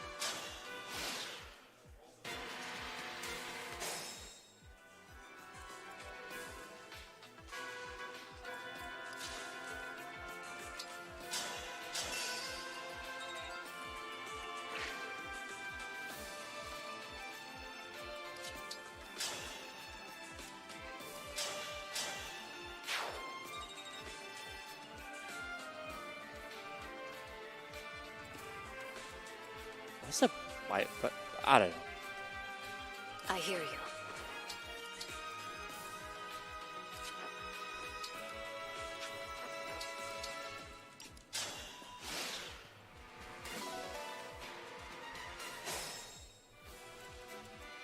I'm ready to help.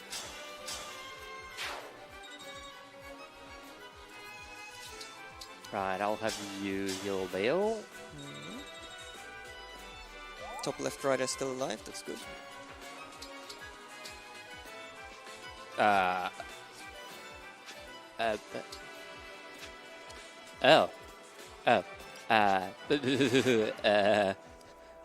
did a small mistake.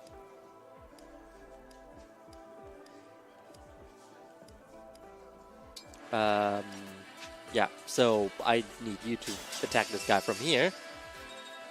Because then, like, we trigger the thing in here. Support, yeah. Whoops. And then you need to start the conversation with him, right? Yeah, that's like, but like only Alir can like trigger them to awaken. Tell me what to do. So, yeah. Go down. Like.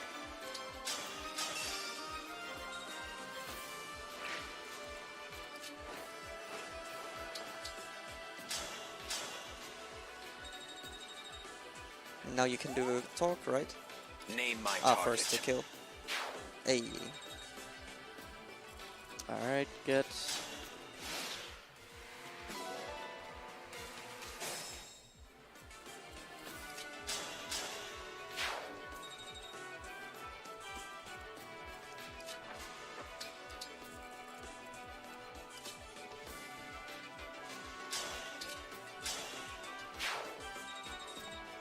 Alright.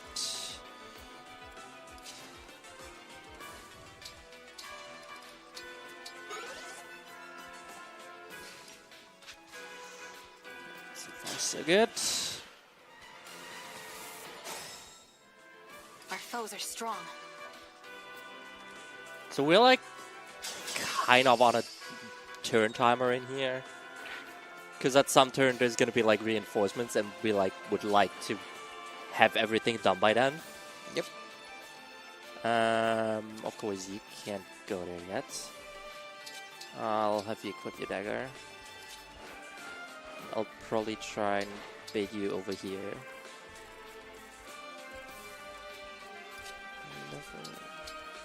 I'll have you heal. Yeah, so all of these... Yeah, Hortensia. Yeah, so you saw the symbols, so we need to basically unlock all of them and talk with them, so this is like... That's why we like need to make sure that we have units everywhere. Correct.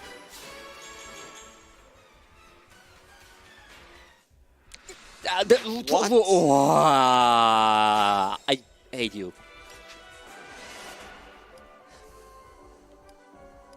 Was Vale already... Was she Vale full waited. HP? Yeah, I know she was waiting. Oh no, she wasn't full HP. Did she heal? No, I didn't think you did. Maybe I should do that.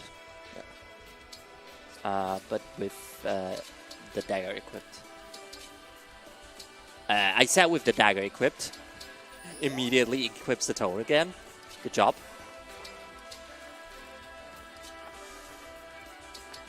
Now start the conversation again. There you go. Okay. Yeah. Okay, I had you. Did right I move you? Yeah. Did I move? Yeah. No, I haven't done you yet. Wait, you not attack? You're just supposed to go to the right and heal, right? Yeah. You're right. Thank you. No problem. I was still at the earlier turn. Yeah, okay, now it's fine, now it's fine. There we go. Alright, that's that. You should go for Vale. There you go. Yeah. All survive. That's how stuff is supposed to go. I will have you heal. Yes. You go here. Vale can talk to these guys. I think... Am I a turn behind? I might be a turn behind, which is not good.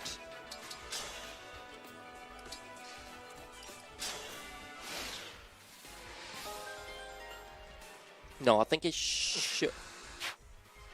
wait. What was that? Never dancing. Oh yeah, I know exactly what happened. Hortensia talk. Yes, that is correct. You go here and equip your Flame Lance. Heal, and we fall back. That's important.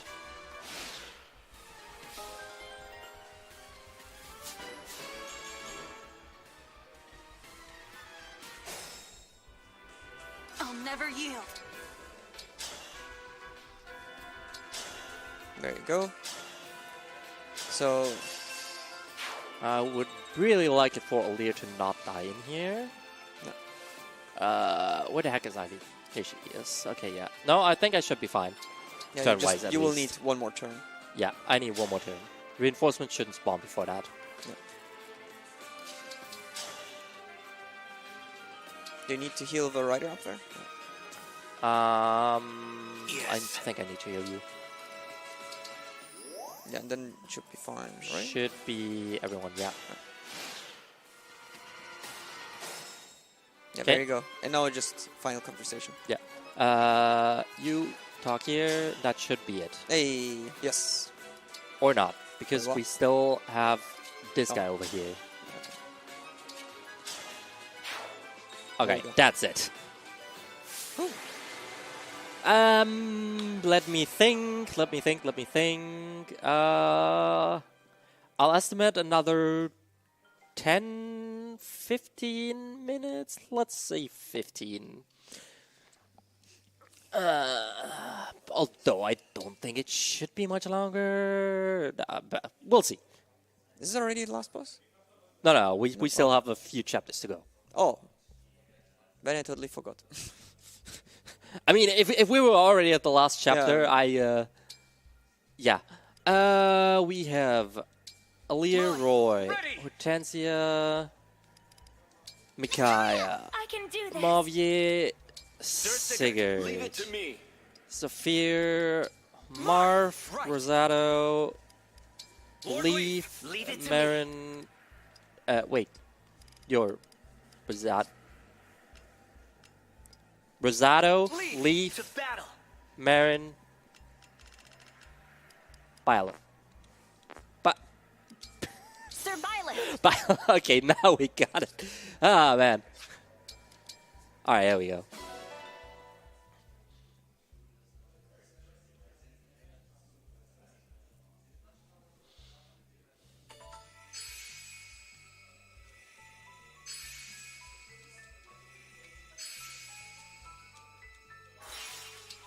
Alright, now we have the support. Supports are somehow weirdly ordered in this game. They're under reference. Why would you ever look up supports under reference? I have no idea, but I don't know this game. Ask the designers. Yeah, I don't know. Intelligence system when it comes to Fire Emblem is really interesting. They are like during outsourced most of the development to core attack. Just way through houses is almost a Warriors game. But don't ask. Sounds like a bonus to me. Cedal Vale at Marin.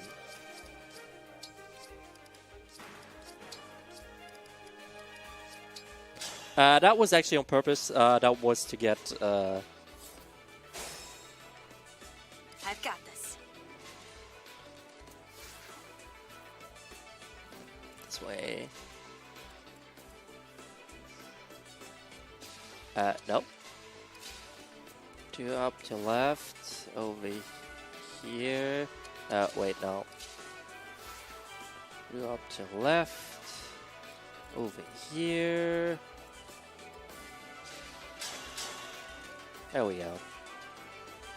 It's not quite where you're supposed to be, but doesn't really matter. Normally, you're supposed to be like 2 tiles further to the left, but I'll manage. whatever. That really doesn't make a difference. We just need to fight boss, so... Yeah.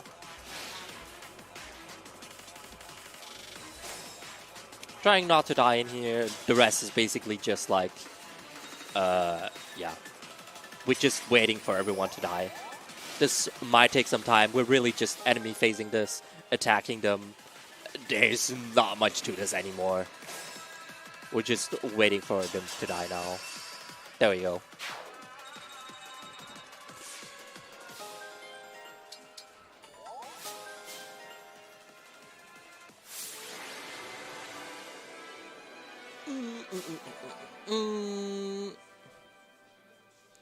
All right. 3 more chapters, including the final chapter.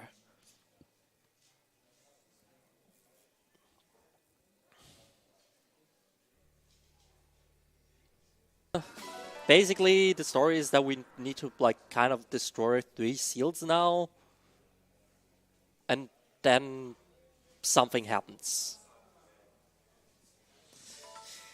I'm smelling food.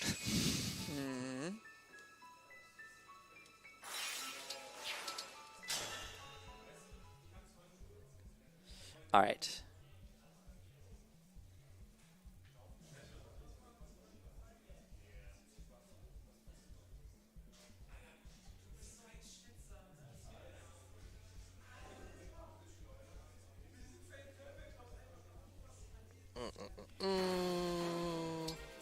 I need to have potential over here, and that's all the preps.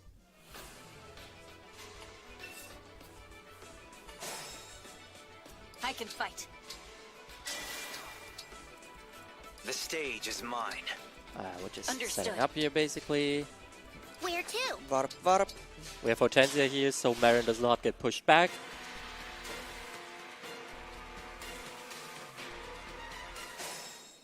And then we're warping. Not great sacrifice, please. Rewarp. Interestingly, we have exactly 4 rewarp users left, which is the exact amount of rewarp we will need. So, we're making use of exactly everything we need. Of course, without the glitch, if you run on a modern patch, things will be a little bit different. But yeah, Did people even do runs with the up-to-date patch? Yeah, there's probably more runs with the up-to-date patch. Oh, interesting. Don't worry about me. Engage.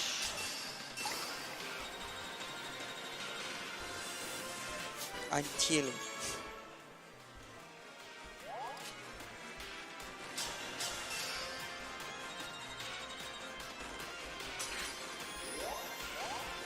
Because it's just that Nintendo doesn't really make it easy on you to get like old patches, and if you have already updated your game, yeah, it's also because the last part of the DLC is locked behind the newest update, which they patched the glitch. So a lot of people have obviously already upgraded their game. I will say there might be methods. I will leave it at that. There might be methods to still play the version with the glitch. From my own memory and things I've heard, though, downpatching on Nintendo Switch is a pain.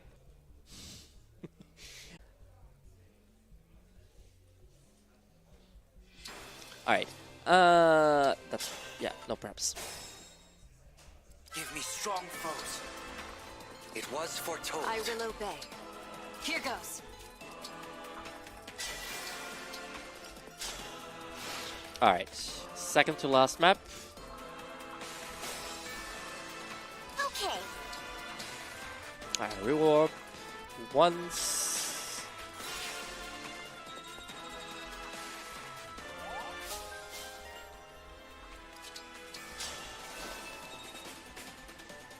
Rewarp. Twice. Oh no, our rewarp broke. I can do this. Whatever are we gonna do now? Also, like, something you might need to, or you saw, like, if you warp to a position where there's an obstacle, you will be put to the next possible place in that case. So since there were enemies on the bottom, and where we wanted to rewarp, there was like a barricade, they just warp on top, which is also like helpful to position them already accordingly to fight the end boss.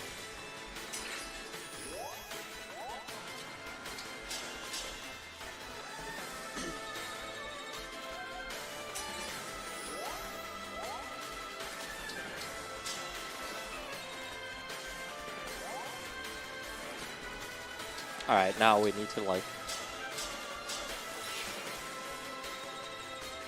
put you over there so that we have enough space to attack. Yeah. At this point, you might have realized we're not using our OP dagger all that much anymore, but we're using like our OP Bond Blast, which is like 3 attacks, a physical, a magic attack, and like another attack. It is quite something. And the final battle.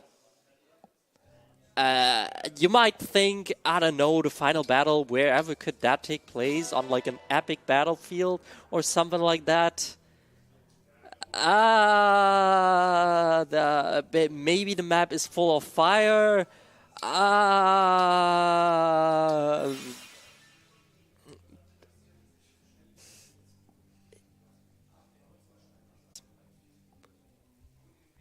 Yes, you will travel to space in a medieval setting. It is, You have a hyper beam as an attack, so at this point you shouldn't be wondering about anything in this game anymore. That is true. That is true. I would like to go to the final battle, please. Fine. Once are you?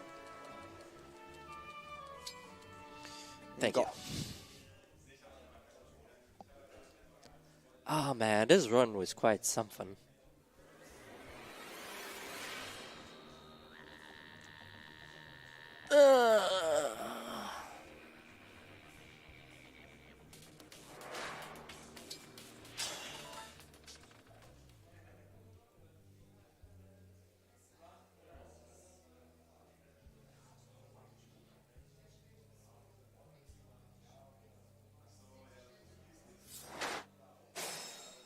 All right.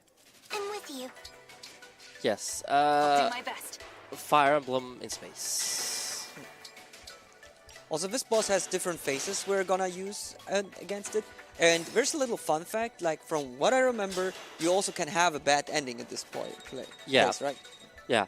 I will not show it because we're already like way overestimates. No need to show it. I'm just saying that there is a bad ending. So if you want to find out, learn the speedrun. Sidal, where the heck are you? The stage is mine. Here.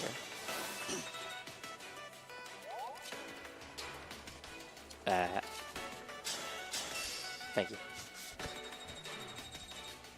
There you go, first face down.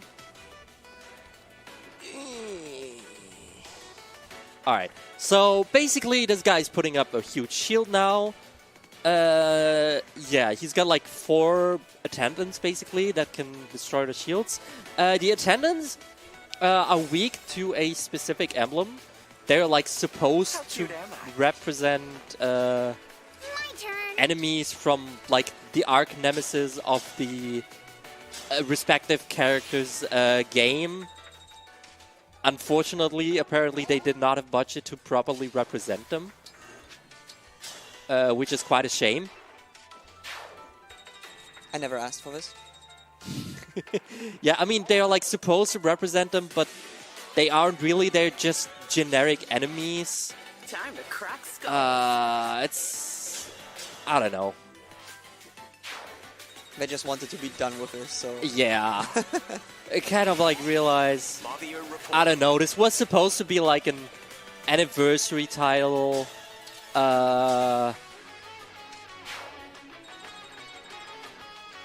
For the game's 25th anniversary, I believe. It didn't... Understood. Oops. Oops. Oops. The characters are in the wrong positions. I misted my equips. Oops. Yay!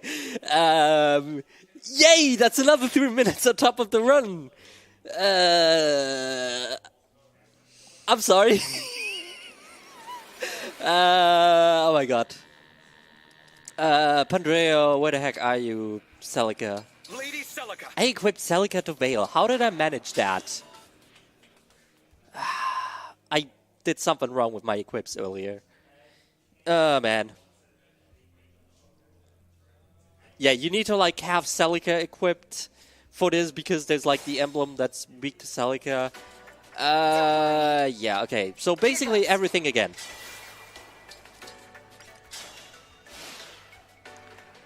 Yay! We've got Fire Emblem in space! Why? Okay, sure. Wait, the heck not. Wait, no, you can't reach that way.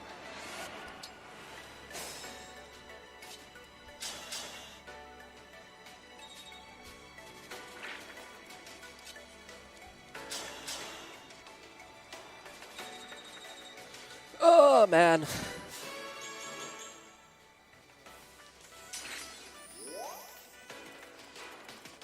Where the heck are you? Here. How mysterious. Come on. Dance. Dance Dance Revolution. Alright. So, as I was saying earlier already, he's now deploying a huge shield. I'm disappointed they did apparently not have enough budget to make the enemies real. No, they're just generic enemies. I am just complaining about this game at this point. And I'm hungry. Same. Make that free. There you go. Hey. Hey. But also, since you said you're just complaining about your game now, isn't that basically tradition for speedrunners that there is a certain point they must reach where they just say, I don't like this game anymore before they actually get good in it? Probably. After doing this for 11 years? With a certain game, yes, but with the others, I'm fine. I mean, I'm still running them, so... Are you good in the other games, though? Well, I'm still in top 5, so I guess yes.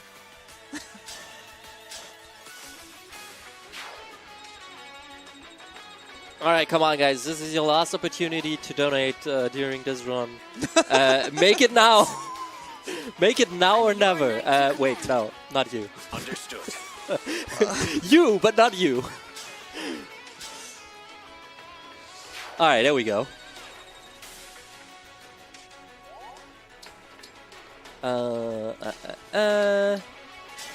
Not you. There we go.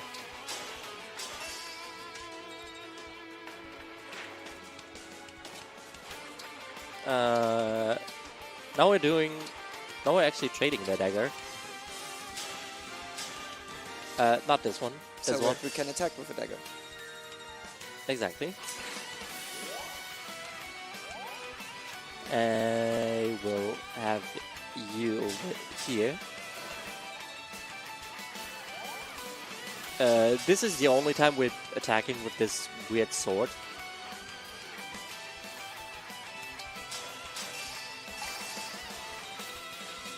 Alright.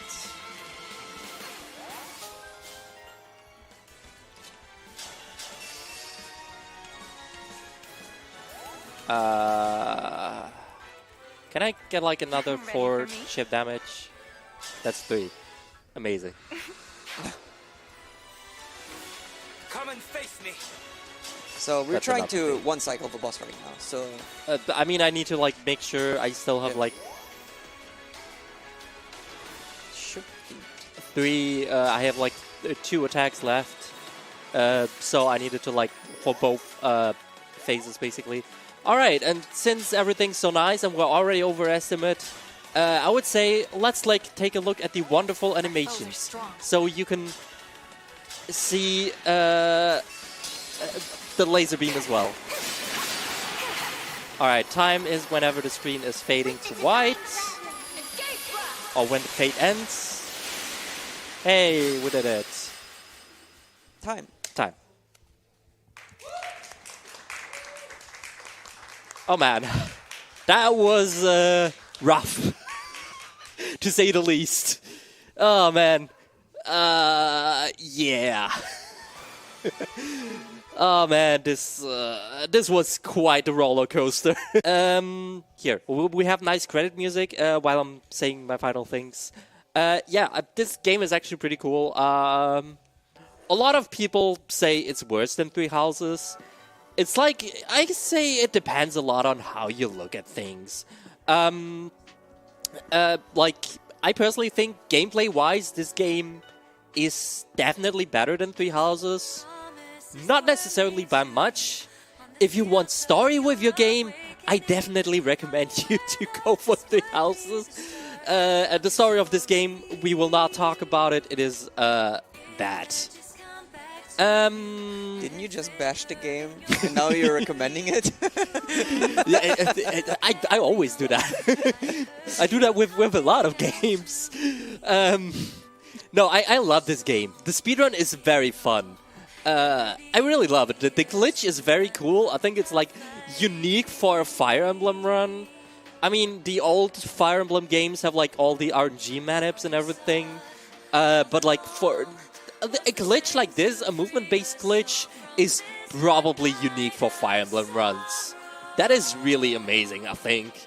That is also why I really like this run. And, yeah. The Fire Emblem community is cool. I mean, I only run Three Houses and a Gauge. I'm about to get a 3DS capture card, though, so maybe I will run some of the 3DS games as well. If you would like to see that, you can follow me on Twitch, I guess. Yeah, if you want to play, if you want to speedrun Fire Emblem as well, we have a speedrun for all the Fire Emblem speedruns, because the Fire Emblem speedrunning community is super small. Yeah, I think that's about everything I have to say. Thank you, Heike, for doing commentary for me. I'm sorry for going overestimate. Maybe I will get the time good tomorrow, like 12 minutes on the randomizer. I might have to ask my co-partner about that. Anyways, that's it for me for now. Thank you very much. Bye.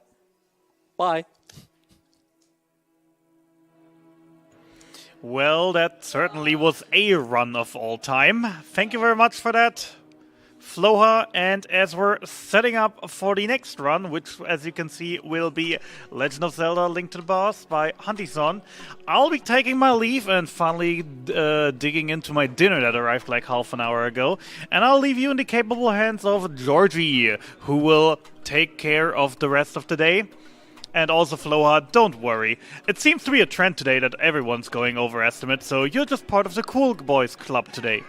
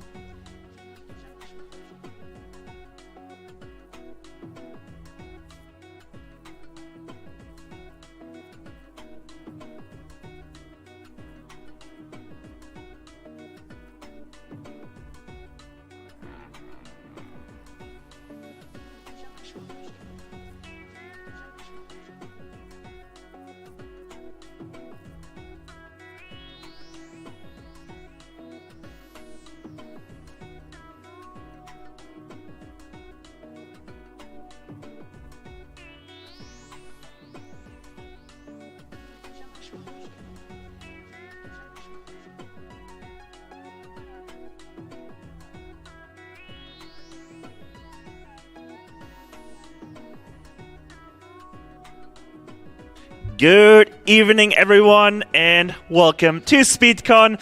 Of course, live from Potsdam, Germany. As Hapkanam has just so lovely said, yes, I am George, or Georgie, whatever you want to call me. I'm fine with both, and I'll be your host for the rest of the night here. We have A Link to the Past coming up right now. That is being set up today, but we've got tons and tons of awesome runs coming up later today. We've got 4 remaining. If I didn't count wrong, I believe so. Yes, we have, of course, Super Mario 64 coming up by Cactus Melon and Lockerman afterwards as well. We have Tomb Raider Anniversary after that by Heinke and Kayomon, and there will be a 2-player 1-controller run. Really, really looking forward to that as well. And then we will be... did I miscount? I did miscount. We have 3 runs. Okay. No. Yes, 3 runs. My bad. Not 4. Wait. Yes, 3 runs. For some reason, I thought it was 4 runs. Well, probably mislooked in the schedule. But yeah, and then we'll be heading off into our daily night break after Tomb Raider Anniversary. While we're getting set up here for A Link to the Past, obviously, do not forget that we're raising money for Save the Children. They're an amazing organization that helps children all around the world. They're active in over 120 countries. They've been doing this since 100 years. They've saved hundreds of millions of children. They've reached 144 million children in 2019 alone. So just, multiply that by the number of years they've been active. This organization does a lot of good for children all around the world. And your donation, even if it's just like a $1 or $2 donation, that's going to help a lot in helping save children all around the world. You can donate by typing !donate in the chat or go below the stream, I believe. There will also be a donate button there. And all of your donations will go directly towards the charity. We don't see a single cent of those.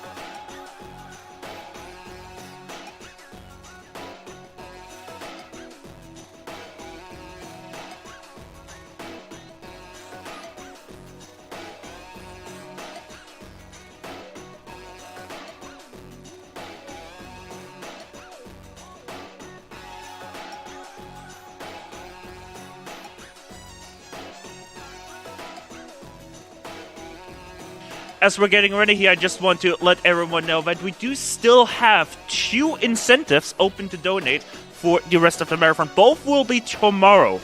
For the Legend of Zelda Skyward Sword randomizer, we have an incentive to choose the file name.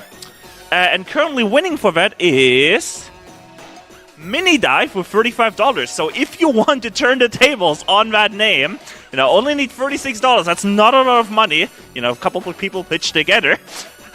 Maybe even in the audience, we can definitely get $36 raised more for Save the Children, and maybe a different file name for that. We also have an incentive for Inside. And if that is met, the runner Zed will be completing the Shockwave part of Inside blindfolded. That is sitting at $84.32 from $100. So that just needs like $15 and change more to be met. Y'all can do that like this run. Get that the hell met right now. I want to see a blindfolded. Yes.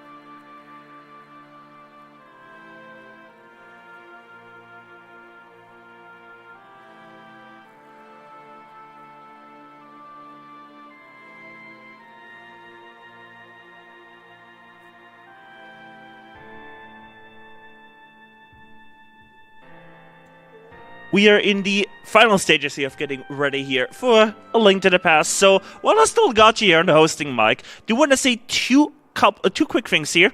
If you're enjoying SpeedCon, consider following their Twitter. They have lots of news, lots of updates on there. That is twitter.com/speedcon_EU. The underscore is important.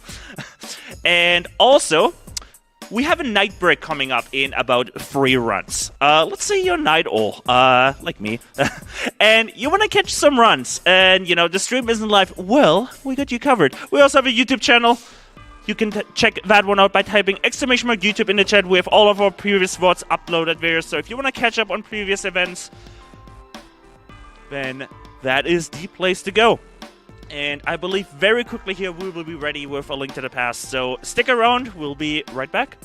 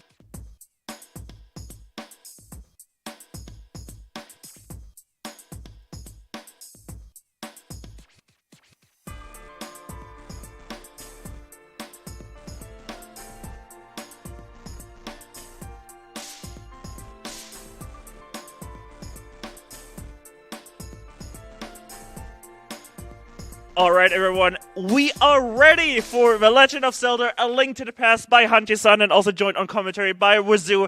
You two, the show is all yours. Take it away. So, hello guys.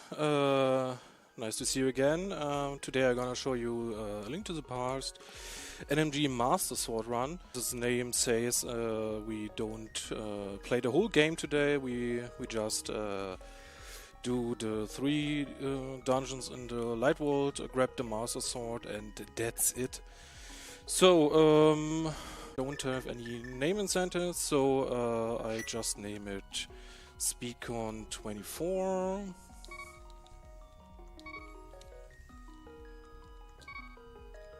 And now I just press start. Yeah, press start so when I'm going to start. Timer starts. Yeah. And I will say in 3, 2, 1, let's go. Thank you. Thank you. The story you can already read here, because we don't play the Japanese version. We play here the US version. But actually we don't play the whole game, so the story doesn't really care. The only thing you have to keep in mind is we try to rescue the princess. Same as... So yeah, and we can go the first. We are going to Zelda's castle. And yeah, we can not go in the front of the door because it's blocked. So yeah, we can go walking around and go falling down. And we are in a tunnel. This is our grandpa, and he's not dead. If you finish this game, you can see him in front of your house. So he's not dead. He's just taking a nap there. But now we are the hero. We take the sword, we take the shield, and let's go. Let's go inside the castle to rescue Zelda. Unfortunately, she didn't have a cake for us. Not cake? Princess Peach has a cake for Mario. Yeah, but not Zelda. Not Zelda. That's interesting. So yeah, we can go to under the stage, go to B1 and B3 and go to B3. So yeah, and let's... okay, right. So yeah, let's go to using the key. And they go outside here to walk around. There is one very important thing I have to tell you. We beat 3 main bosses in a dungeon, and we get a reward after beating the bosses there. And if in that moment we collect the reward, Link will take his sword and swings it around, and then comes the transition. At this moment, I would invite you to say swing. Swing.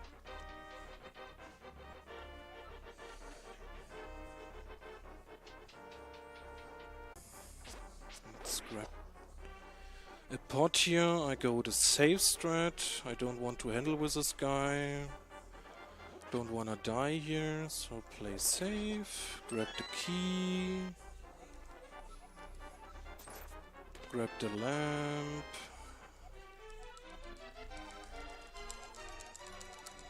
And go to talking with Zelda and skipping the text, and they go traveling back with Zelda to the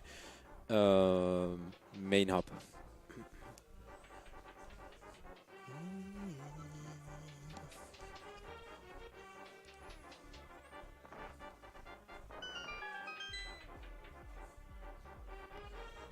So yeah, when donation or incentives, so take it away, George. I can always talk about the charity if we have like a minute or two. Yeah, we have. Awesome.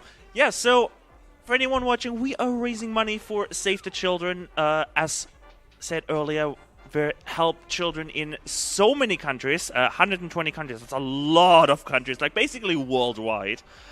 And I talked about, how they do that earlier. But I do want to kind of like show you just how much even like a small donation can do. Just $1, just one single dollar, that can feed a single child with a, I believe it's a high nutrient peanut paste that they can provide to children, to I cannot pronounce it, I'm sorry, malnourished children. I got it in the end.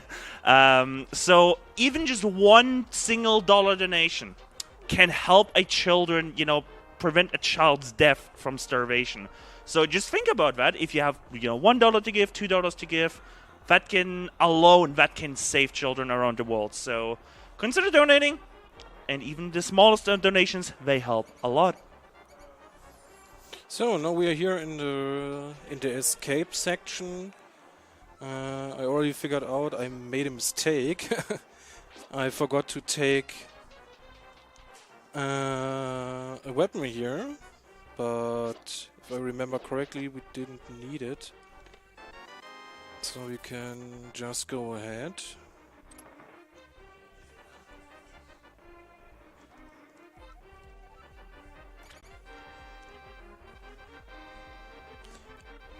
So we are going to escape the castle under the ground. And we are going to the first swing.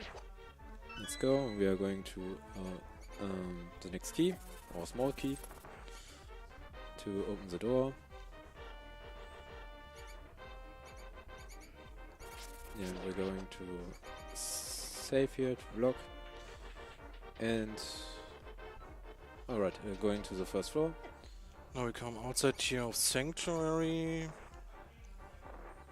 Normally, right next to the priest, we have it's a chest that contains heart container. Normally, I wouldn't take it, but today we play this a little bit more safe, so I just collect it.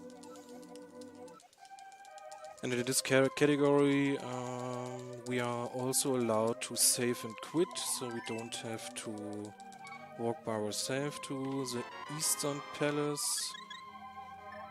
Save and quit here.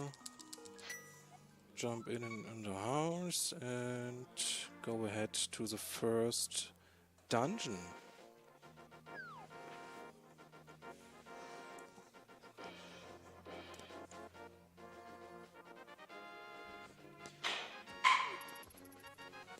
So yeah, and in the first half von the dungeon it was the movement very slow because we have not a boost. But after finish the first dungeon, we have became the boost. I think we on the boots, right? Its name's boost. Okay, right. We are becoming to boost to run faster. I don't know how to pronounce his name. I always call him Sarazar. It's Boots. Yeah, he has a very it's confusing name. Pub Boots. Yeah. So we are going to inside the first dungeon.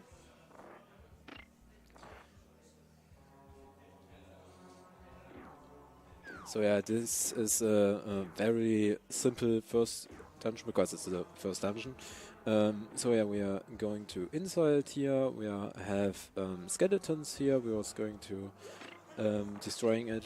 We have secret buttons to activate. This room here is something special because if we walk in a specific order and do the first kill quick enough, we just spawn here 2 skeletons. Unfortunately, I was a little bit off, so 3 came in. But normally, if you enter the room straight to the pot in the middle, there will spawn 4 skeletons. Grab a few arrows here, because the bow is our key item here in this dungeon.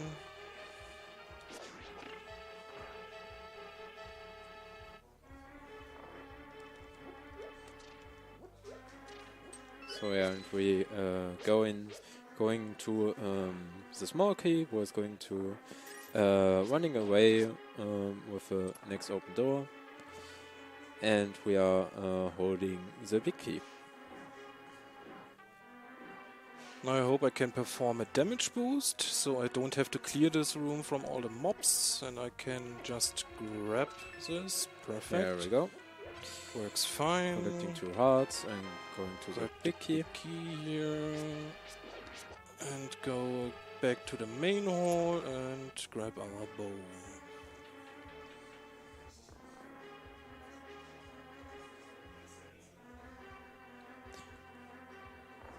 few more arrows here.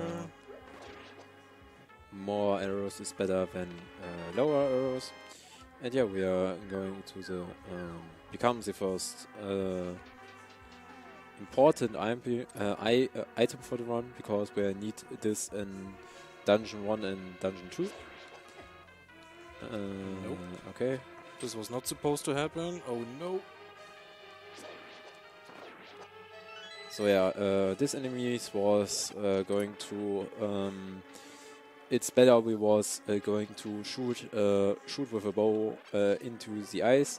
With a master sword, it's also okay, but not very. The green one you can hard. actually kill with a sword, but the red ones coming up here in the next room you can only kill with the bow.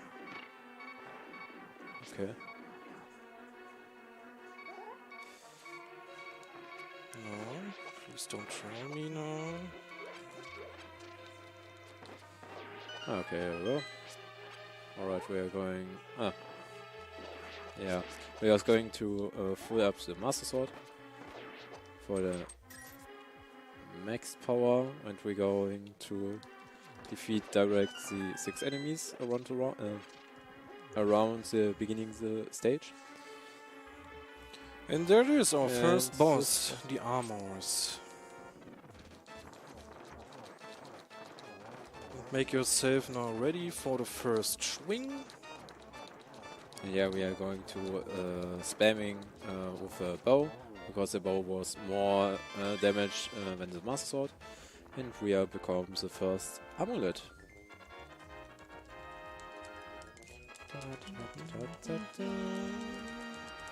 And all together. Swing.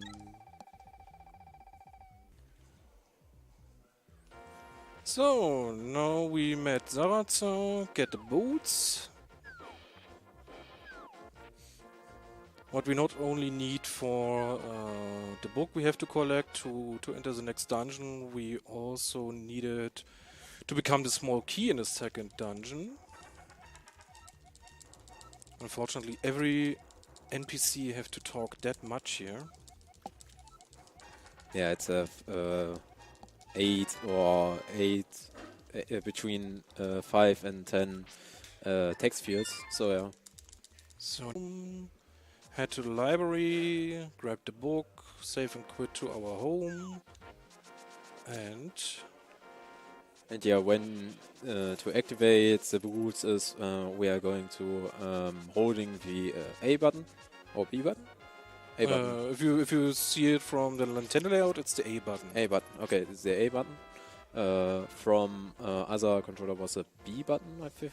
Yeah, Xbox layout is B button, and PlayStation layout is supposed to be the circle.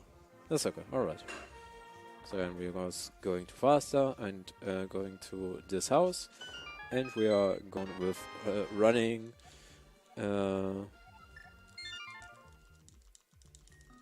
Running is to become this book. And yeah, we are going to save and quit and going to out. And I was traveling to go to the second dungeon. The Desert Palace. It's not that difficult, this dungeon, but I hate to beat the boss because I always mess it up. You can do him in a 2 cycle, I think, with the bow, but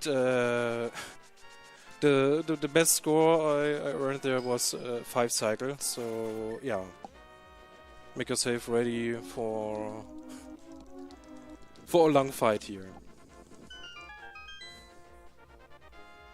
It's interesting because we are going to open this with a book and then going to playing the instrument.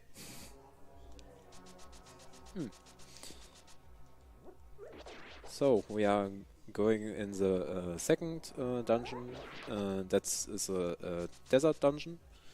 So yeah, we go to first going to before with a book, because we are going to running away and collected with a small key, and going back to the right side, because we need the big key is on the big right key? side. Yeah, what on we need to get the dungeon item here. dungeon item. What is the gloves? What we need to enter the third dungeon, or except the Death Mountains. And we can with this holding up the stones. Yeah.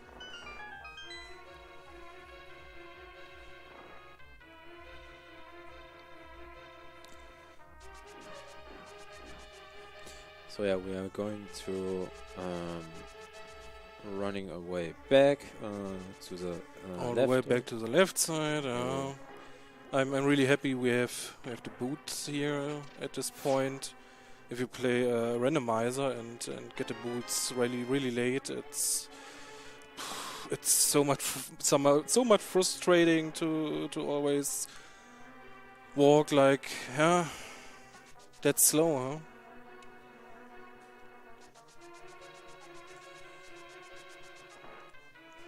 So now we leave the dungeon here and go to the second part. There is a glitch you can perform to enter this dungeon from above at this point, but I don't know if this is still NMG at this point. NMG in this case means no major glitches. Clear these mobs here, grab the key under the pot. Okay, it's fine with 2 hearts or... Ah, okay. Yeah. Okay. There's a little refill here. I take it. Okay. Okay. It's fine. D-pad was not working. Yeah, it's fine. But not please the damage from the red. Okay, it's fine. So and we go inside to the second boss.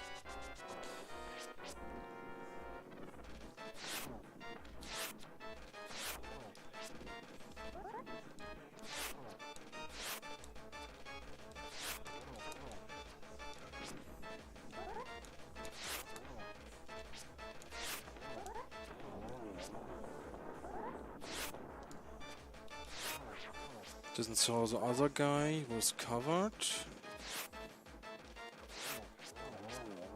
One more to go.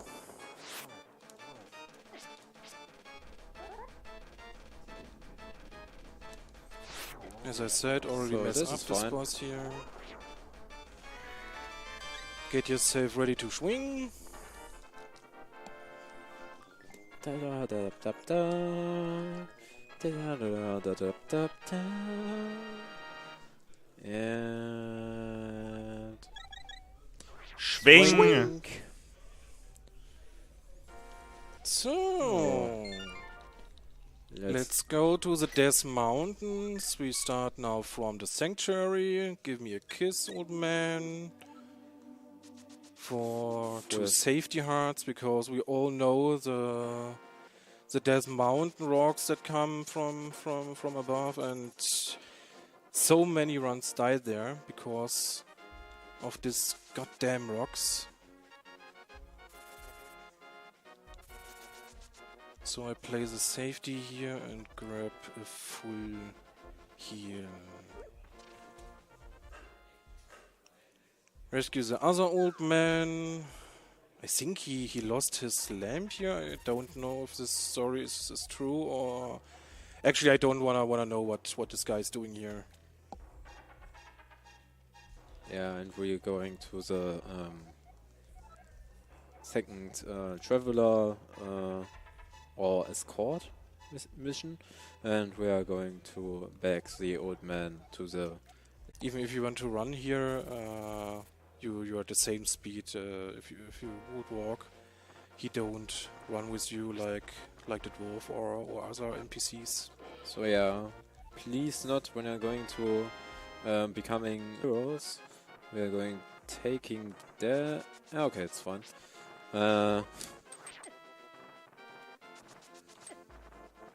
No. Okay. No. Yeah, that's fine. Alright, here we go. So yeah, the problem was this falling stones was when I was going in the text in the text field and I was spamming through, it can probably to become more stones on your, and we are going to finish the text. It's going to die because the hits from the stones was every back. So that will go away, and now we enter the last one. It's here. Go to the basement, grab the small key to go to another basement and grab the big key. Ah, okay. Okay. Use the mirror for to save a little bit time here. And now we have to wait a little bit. So if we have any donations or other things, you can go ahead. I'd love to see a couple of shrink donations if we could get those in. Unfortunately, you can donate to Save the Children and help save children all around the world. Thanks for the swing donations.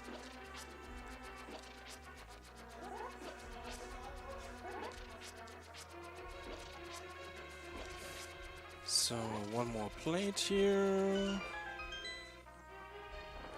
Make the lamp ready. Is this the character from Space Invaders? Oh no. I think so. Okay, we are going to activate this for fire lamps. Please kill me. I take the death here, so I get full 4 hearts here. So I say take this as key death for refill. Yeah. When we have more, we was going to take the mirror shield to back in time. But alone. Yeah, but it's fine. We was going to before the boss. We have many puts. Puts. Okay. For hard containers. So yeah. Yeah, I go for the pots. Pots. Okay, I play the safety here. Yeah, we was going to save. Just switch the red to the blue one, so I can grab the pots up there. This guy tries to troll us here. Just leave me alone. Okay, that was fine. I'm going to the pots. Okay, this is fine. The first half. And going to here.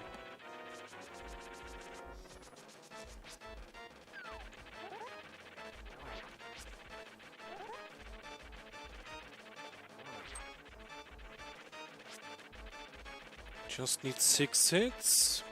After the 5th one, he goes absolutely crazy. So you have to take care you don't fall down here off the ledge.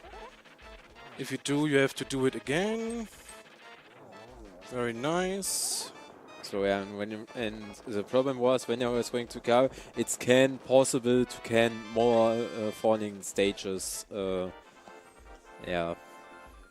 And now the last swing for today. Get yourself ready.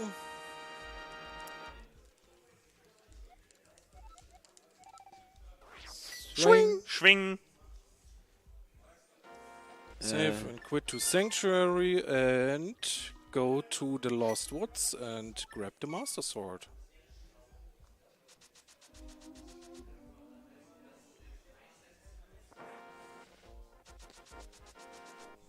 And if we have a quick moment. Yo, I remember that part where I said I'd love to see some swing donations. Well, Aubergine Waffle said hell yes and donated $3.53 with the comment swing. Swing. Thank you so much. And that brings us to $326.66.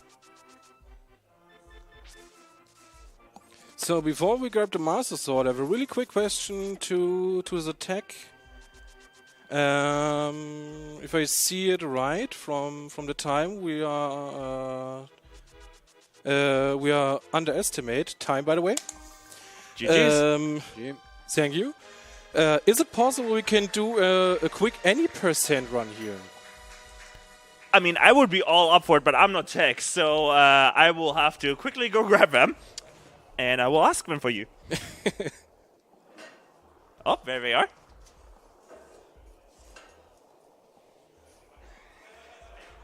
Any %, 3 Minuten, 3 minutes, any %. So, let's go ahead. So, let's go, yeah, alright, let's go to back in time. And reset. Okay, its switch was going a little bit sloppy to the intro. It's weird, but okay. And yeah, it's fine. Okay, and 3, 2, 1, go. And yeah, we can go to the any %. Any % is beat the game as fast as possible, and we are going to showing the beginner any %. Yeah, you can say. So it's very easy to learn this, and it's very funny for going to the Gendorf and finish the game. So yeah, the same was the same was with the Master Sword, where I was going to the first to the castle. And we are going to collecting the sword and shield. And after this, we don't go down to the basement. We look for a little edge we can jump from. And in this moment, we just perform a save and quit. So the game thinks we still on another layer from the game. And if we rejoin it, the game still thinks the game can't really make sure what position we are. And then we go to a specific enemy, get hit, and this clips us to the wall. Just go up here, jump down, in the middle of the air, save and quit. That's show fine. So we can go back. And going another inside the castle, but we are not taking any damage from the enemies. Okay, that's nice. Oh, fine. That's fine. And we are going out and going to the left side, and this enemy was going to taking damage, and we are going to inside the wall. So we are taking damage and going right before, and we are out of bounds here. And yeah, the interesting part was we are going before is a Zelda card. This was not supposed to happen. Can I? Yeah. Okay, it's loading time, but we can go. That's right, we are going to back, and yeah, after behind the Zelda castle is a Ganondorf castle, I think, and yeah, we can go right away because with a holding up stick, and we are going to waiting to the credits because we are going to out of bounds. We was going to walking around, and here's the Ganondorf's. Gandalf, who was going over. It's a Gandalf fight, it was very glitch. It's already done. Time. And going to time, and that was the credits. And this was A Link to the Past, any %. Thanks. Oh yeah. So yeah, that's how quick it goes. That's it for today from my side. Thanks once for joining me. No problem. Thanks to the tech. Thanks to all supporters, and see you tomorrow with Kirby's Dreamland Extra Mode. I can show you this run. I hope everything goes fine, and see you tomorrow. And swing. Bye bye. Well, that was awesome. 2 runs here of Link to the Past. And just as we're finishing up, we did get another donation from Ronko saying, love the encore. I also dislike even numbers. Swing! Thank you so much. And now we are at $330 raised for Save the Children. Really, really good work, everyone, but we can keep pushing that number higher and higher as we're getting set up here for Super Mario 64 by Capcom. I've been looking forward to Mario 64 all, like, not just all day, all marathon. As a 16-star runner myself, this is going to be one of my highlights of the entire event, and you don't want to miss this either. A race to top it all off between two people. What more can you ask for?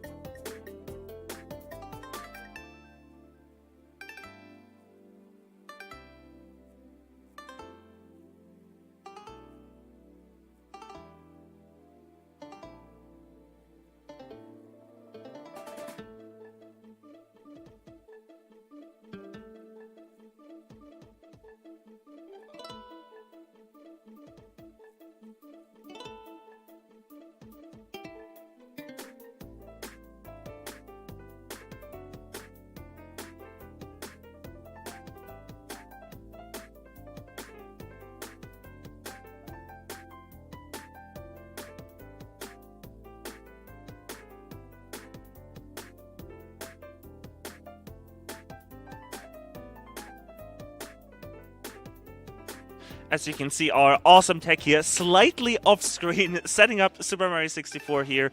I do want to say, we do still have those two bid wars open for Skyward Sword Randomizer and Inside. For Skyward Sword Randomizer, we have the file name in bid war, and Mini Dive is still winning with that. And we also have the Inside bid war for set to showcase the Shockwave part blindfolded. So seriously, get your donations in for that. I definitely want to see that bid war, and also that bid war. You know, if we can raise $36 for that, that'd be awesome.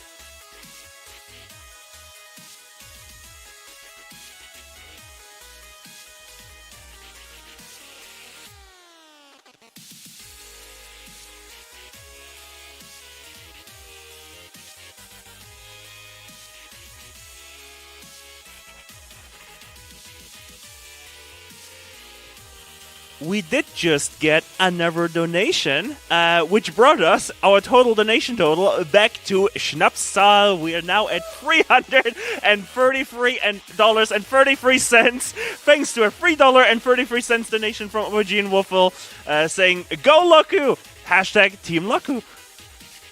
I believe someone wants Loku to win. We'll see about that. Find out when setup is done.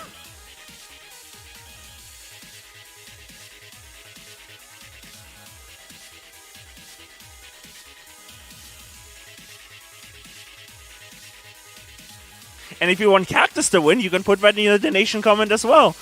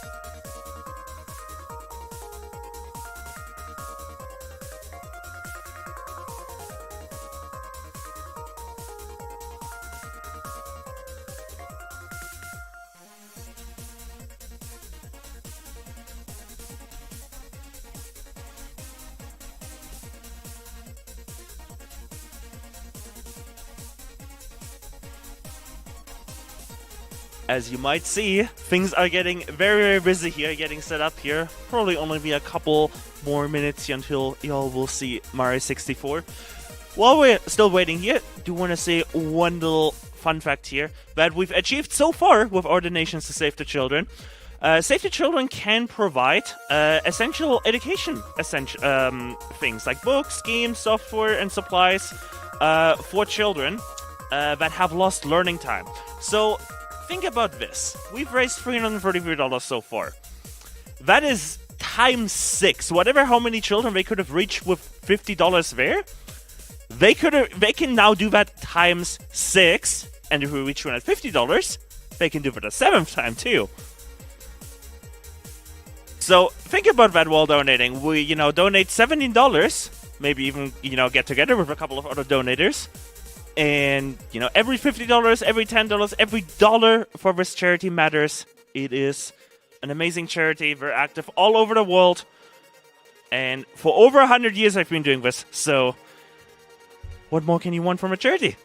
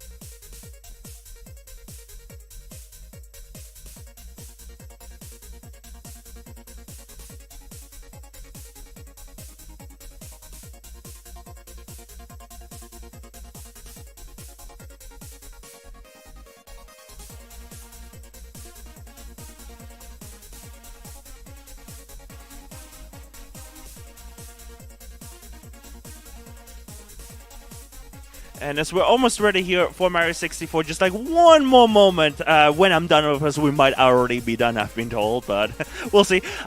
Do want to remind you all again, SpeedCon has a Twitter and a YouTube channel, so if you want to stay updated on news and updates about SpeedCon, you can find them at twitter.com/SpeedCon_EU. And if during the night break that's coming up after the next run, after Tomb Raider Anniversary, you want to catch up on some previous VODs, if you might be a night owl, you want to stay up into the night, then you can find all of our past VODs on our YouTube channel. You can check that channel out by typing !! YouTube in the chat.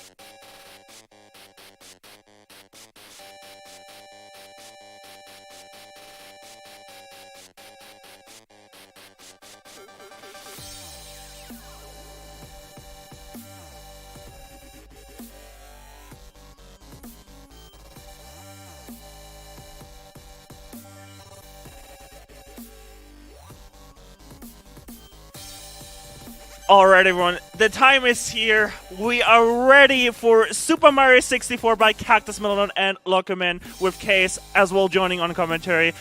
Let's get this awesome race started. The show is yours.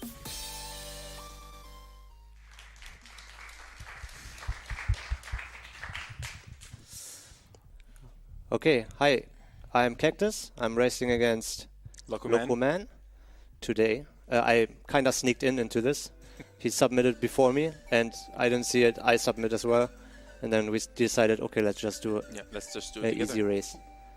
All right, I'd be down. Gonna probably time on reset. Yeah, I think Case can smash the button when we both reset. Yeah. Okay, are you ready? Yeah. Yeah. Okay. 3, 2, 1, go. Good luck. Good luck, man.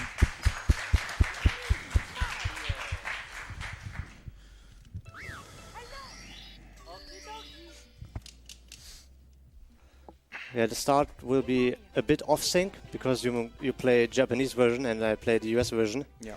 So in the beginning I look about 2 seconds slower. Mm. Yeah, but that's But it's gonna catch up. The text boxes, for example. True. Curiously, for 70 stars, there are less text boxes for the US version than for the Japanese version. And they scroll a bit faster, I guess. That's only 70 star thing for US.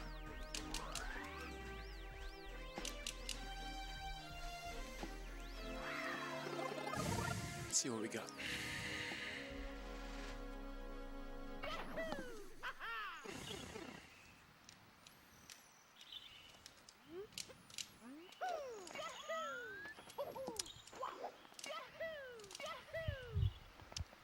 Okay, so actually the very first difference already here for the runners at least, both tried a trick called Ducky to skip, and Cactus actually got it. So if you move on the very edge of that border of that bridge, you can actually bypass having to talk to Lucky 2, and it saves a little bit of time.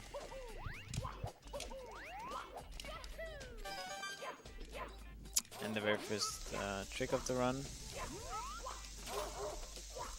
Nice, Luca got it, or Cactus got it. And Locoman actually, so they're already diverging, and Locoman is going to go for a bit of a different trick.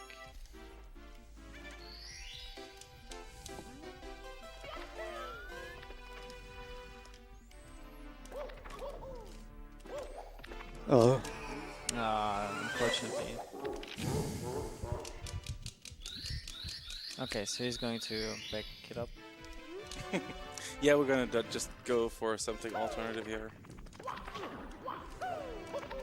What he tried to do is called Island Hop. It's, don't be fooled that he failed it. It's actually a crazy hard trick too, so it's not that easy to do by any means. But it does save quite a bit of time on routing for this game, so still props that he actually went for it. Yeah, crazy stretch, no yeah, joke. It's oh, and not even definitely not something you can just do it. Yeah. It's pretty difficult. Yeah, so dear children, please be aware, do not pull this child off when Yeah. doing a race. Yeah. Just don't do it. Just say no. So, and they're doing, as you can see, they're doing the 70-star category, which is also called BLJ-less.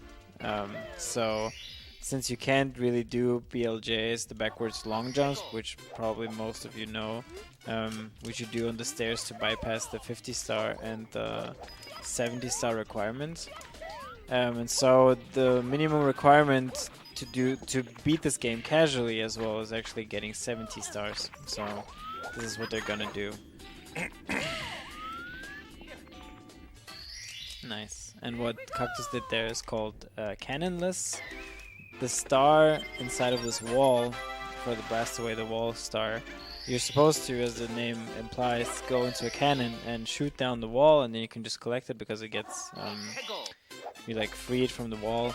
But it sticks out just a little bit outside of the wall, and with the precise angle and walk off, you can actually just collect the star that way without blasting it off. And people used to just run off and then just go for it, like setuplessly, but a couple years ago, a guy called Sockfolder actually found a setup for this. Oh, nice. And Locoman just said a trick called Owless things. Which, yeah, usually you get, I think Cactus is gonna do it. He's gonna do the normal way. Oh yeah, the normal way. Yeah, true. So the normal way, you climb up a tree and then an owl comes out. And you talk to that owl and it brings you up, and then you just drop into the cage. And Locoman did not do that, so that saves a bit of time as well. Oh, oops. It's fine that not everybody is a homie for the owl. Yeah. That's completely fine. Oh, it's my brother. My easy 4 seconds, bro. Yeah, it says actually, I think on emulator VC it doesn't save even time. It doesn't? I thought it just doesn't save time when you fail it in first try. Yeah, or maybe I was thinking it was because of the lag or something. Oh god. Yeah, so maybe if anyone doesn't know, both are playing on the N64 version of the game, and it's not a requirement. Like it's not mandatory to run the N64 version. However, the community is very conservative, or they're just preferring to play on the N64 version. There's many reasons to why people consider it to be the better version. Controls are usually much better compared to Wii Virtual Console or emulator, but also things like lag reduction strats, which are only really necessary on the N64 due to it being fairly laggy at some places, just make it a completely different speedrun really than N60 or than VC. So most respected runs, I suppose, as dumb as it sounds, are just on N64. Yeah, but if you want to have fun with the game, just have fun with the game. Yeah, of course. Yeah, true.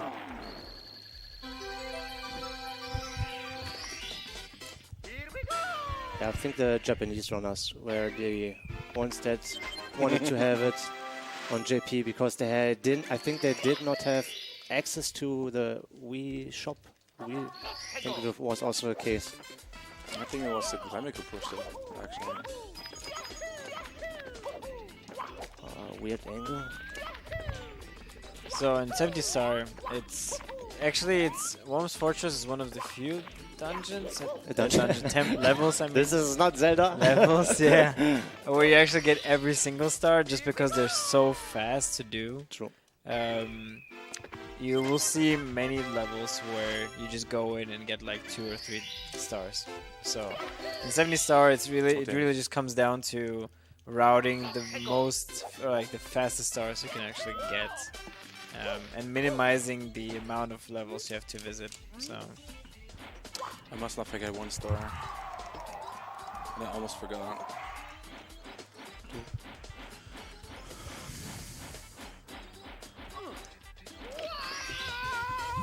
You will see that some levels, for example JRB, spoiler alert, is not going to be visited. Just because generally JRB has no very fast stars, and swimming levels, if not necessary, are also kept very, very few. So there is Dire Dire Docks visited because for one it's actually required to get into Fire Sea. And from routing you can get 2 very quick stars at the very beginning of Dire Dire Docks. So yeah, you just take those. But for example JRB, there is no very, very fast, quick stars, so it's not worth to just going into that actual room, because you also have this door opening animation and everything, so in routing perspective, it's not really worth it.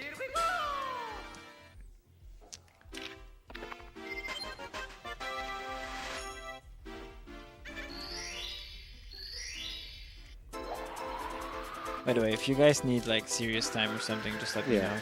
Oh, good. Sorry, did I miss you? Do you want donation speed right now? Or is this serious time?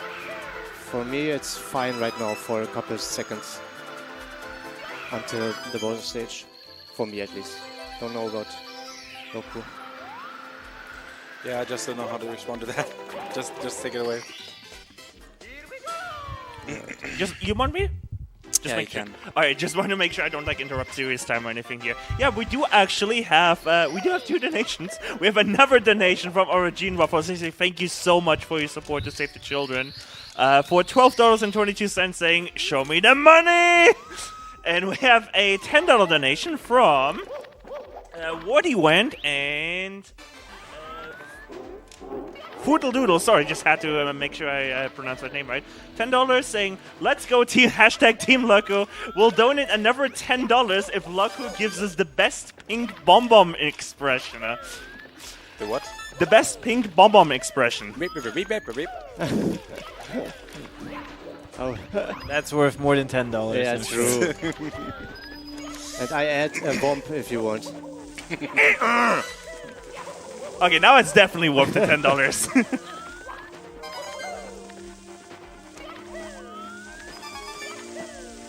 I missed a cycle, unfortunate one. Better safe than sorry. No? Oh, nice Goomba. Cool. Thanks. Oh, cool. My nemesis. Okay. Okay, let's be safe here. Did you go for shaken and back it up? Okay, whatever. Better safe than sorry.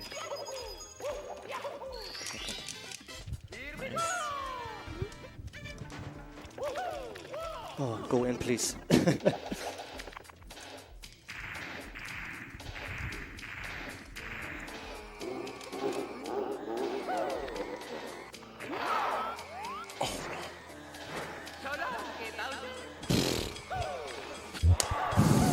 Oh, damn.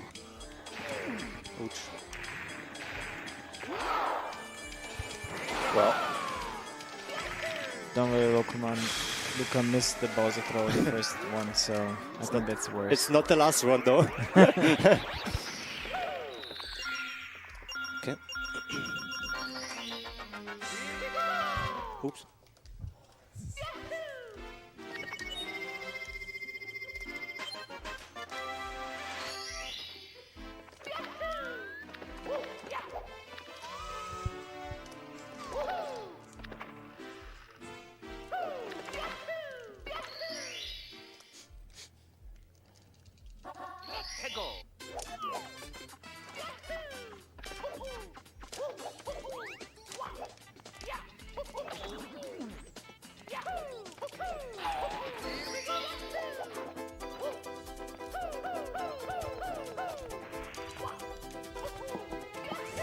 Nice, we got the star in the end.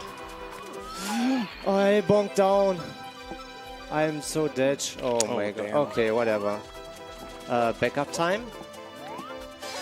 Oh. Okay. Bowser dance. Okay, I hope my wing cap doesn't despawn. It would be terrible. What is the backup? Holy. Okay. No, well, just a little Let's Play section, right? Alright. I think I'm on the same page right there. Would we have a quick moment? Yeah, what? sure. So Wardywent and Foodledud, they met up on their word. Wardywent and Foodledud have donated $10 saying the worst ping pong bomb we've ever heard. Thank you for being a good sport. Here we go. Thanks.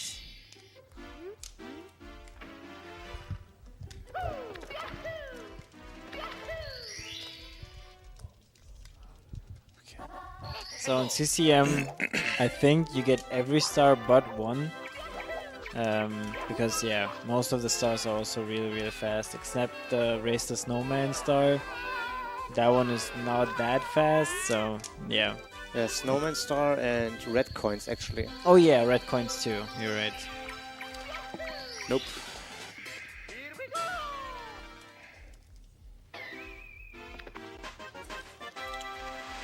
Nope.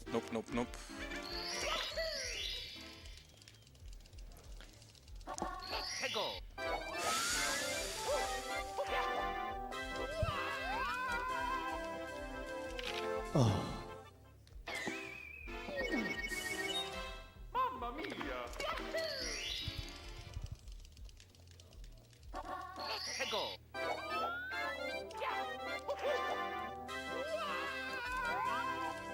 Nice. Well, just legit 4 tries. Oops.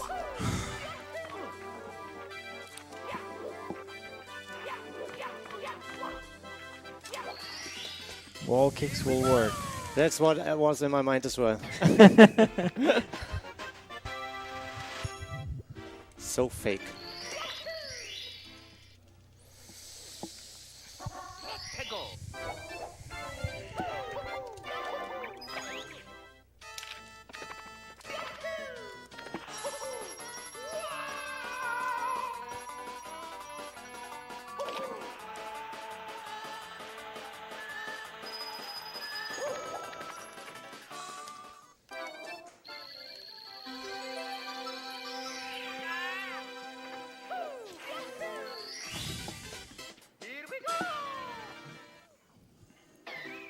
Now the scariest 100 coin coming up.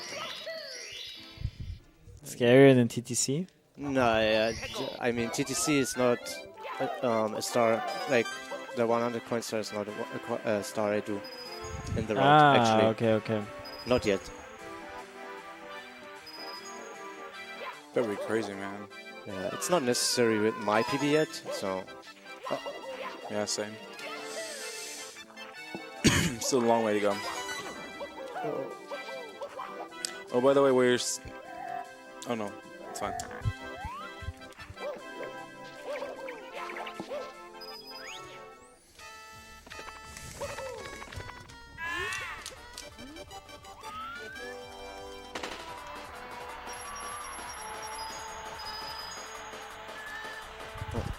So this penguin is actually pretty rubber banded.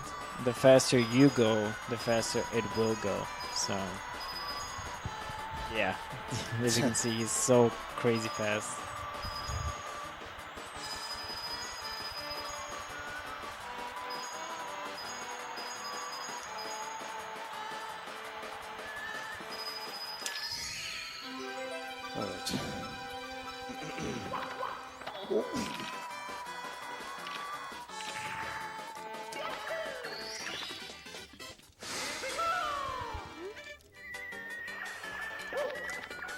That can't be true. That is impossible.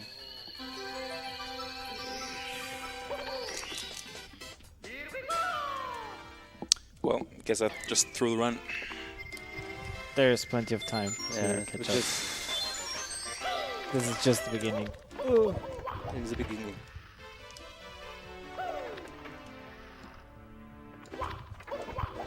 SSL is coming up still. Yeah, my favorite stage. I love it.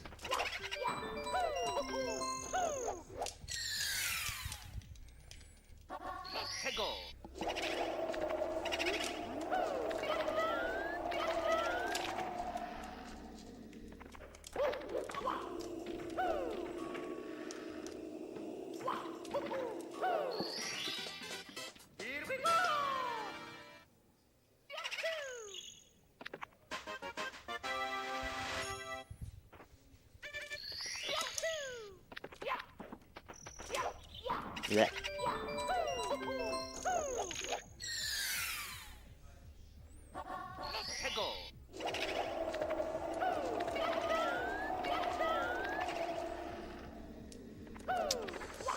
Oh yeah.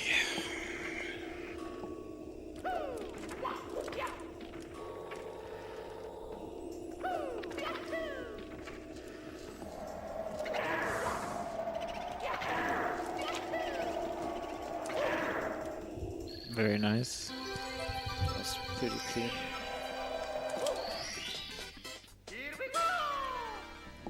Okay. BBH is actually pretty slow stage, so we just collect like 2 stars instead. Also because of the far away spawn that we got. Yeah, if you think about it, most of the stars are actually quite slow. So like all the boo killing, for example, is 1 star. That takes a bunch of time because you go into all these different rooms. The ghost like carousel at the bottom, that one's pretty slow. The 1 star you can't even get at this point because you need the vanish cap. So yeah. And in general, like the level is just not that good in routing. So okay, I need a little pause champ. So a quick focus mode. Okay, didn't work. So we do the casual strat. What Cactus tried here is called pillarless. So he's going to, with the shell, he's going to ride on all of these 4 pillars, which if you touch all of the pillars a certain way on top, it triggers so that the top of the pyramid like explodes or disappears or whatever. Yeah, his shell broke here, unfortunately. It's just sometimes the polygons of the pillars just make the shell bonk and then it disappears. So yeah, and you can actually bypass that. I don't know, Lokoman, are you gonna go for it? The fall of shame. For what exactly? Pillarless? Nope. Okay. Yeah, you can do it by doing like with the bomb, the way you saw it in bomb on Battlefield, with the bomb grab where it pushes you back, you can actually bypass doing all of that by using that and getting the bomb to push you all the way on top of the pyramid and enter it that way by clipping inside.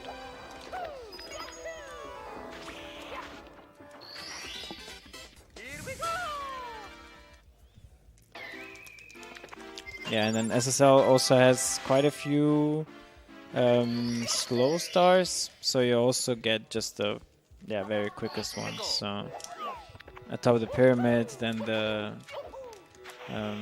bird one, and then this one, which is like, I believe this is like the fastest star in all of, or maybe the one in SL is even faster. But I think it's a bit faster. The ice maze is faster. Yeah, and this has to be like number 2 for sure.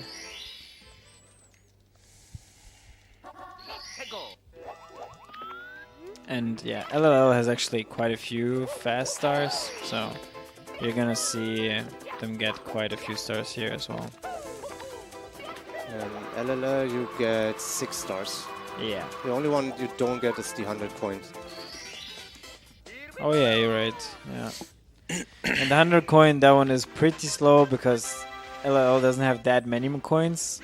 So for one, you have to get pretty much all of the ones in like the main world, and you have to extra enter the pyramid at the volcano as well, and get those coins as well. So yeah, that's just not worth it.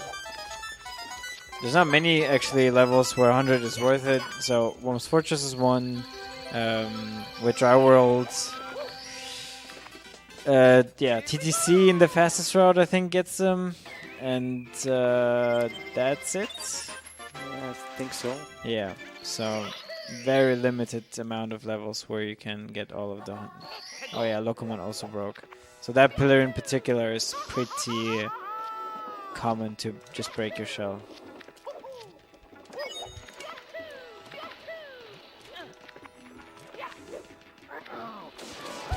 Nice, and Locomon actually didn't fall down. Didn't get the fall no of shame. fall of shame. Nice, what? The little victories, right?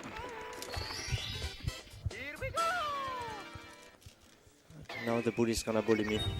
Yeah. That's why they call it bullies.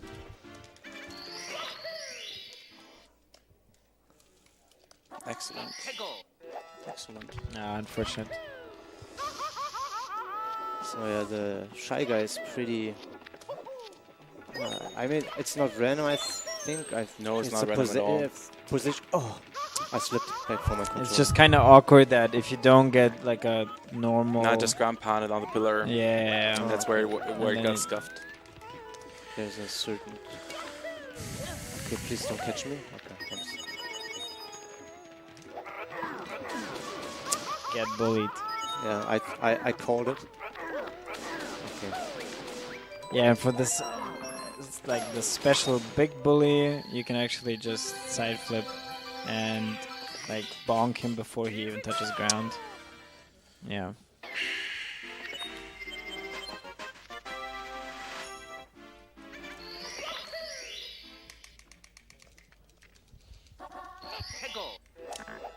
What did I just do? Oh, what is this angle? Okay.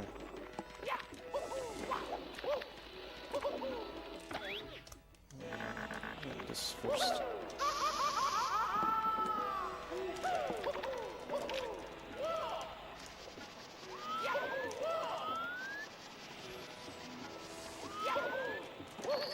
Nice. Coming up is also a pretty interesting trick that Cactus is gonna do, which is called Lava Boost. Oh, yeah. Yeah. So hopefully he gets it.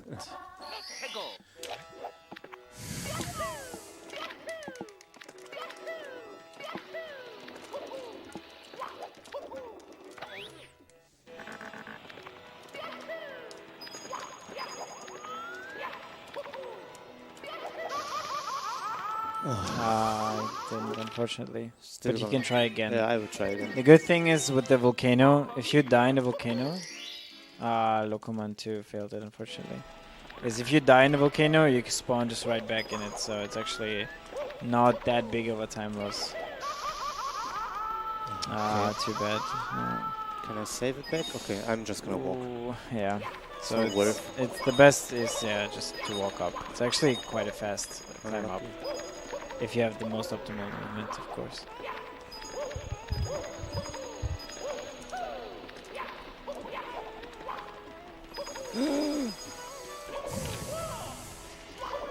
Okay. Yeah, okay, whatever. It's a very scuffed strat. Yeah, I don't know. I'm not used to. Yeah, really not used to climbing it up.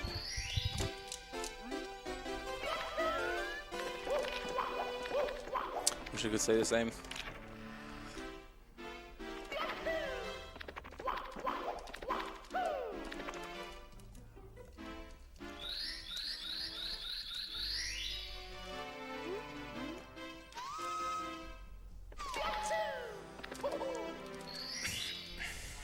The stage I'm entering right now is super laggy.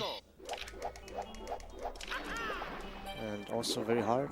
Yeah, so this is one of the levels where the difference between N64 and like VC, for example, is very obvious. So if you're not familiar with like how to move the camera and stuff, when to move the camera, how to move the camera a certain way, your game is gonna be laggy very fast. So learn your camera lag reduction strats.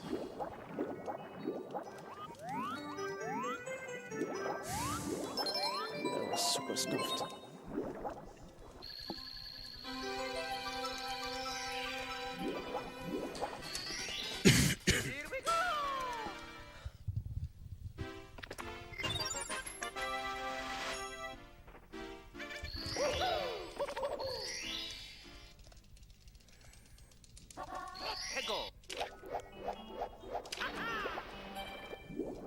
This star is actually necessary to get access to Fire Sea. Yeah. It's pretty unfortunate because it's a very long star. Yeah, it's pretty long. That's and it's annoying. True. Jeez Louise. There's two ways also to do that star. The one way that Cactus is gonna show is the easier and basic one. And then there's also another way that's a bit faster. It's called front sup, where you climb the front, as the name says, it's kind of self-explanatory, but you climb the front of the sup actually with quite a few of bit specific inputs. And yeah, it saves a bit of time, so... But it's also super precise. Yeah. Yep. Yeah, the most scam rings you will ever find in a video game coming up now. Let's see if they scam again. Oh, I didn't get scammed. Cool. Nice, yeah. Manta, aka the man of honor. If you have time, you can look up a video by Paninkuk, which is a very famous SM64 tasser, glitch hunter, whatever you want to call him. Just a person that really understands how this game works. And the thing with those rings is actually that the first couple rings are fine, and then quickly the hitbox and the visuals, so what you see, are very misaligned, and like the angle of the rings is completely different to what it actually registers, which is why in casual play you will notice that sometimes you go straight through the ring but it doesn't register, and that's because the hitbox just gets very tilted quickly. So. Yeah, sometimes it can be completely perpendicular to the actual hitbox. Just in general, like, make sure to watch some of Panikkuk's videos. He has very, very great videos. Of course, the most famous one is the half A-press HMC Rolling Rockstar. I think that video is absolute gold. So if you haven't seen that one yet, make sure to take a look.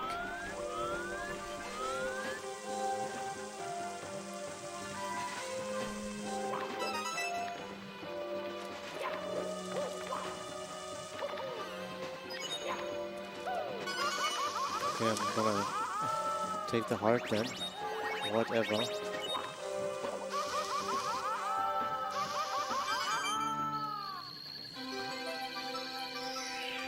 Yeah, and Fire Sea as well as Bowser in the Dark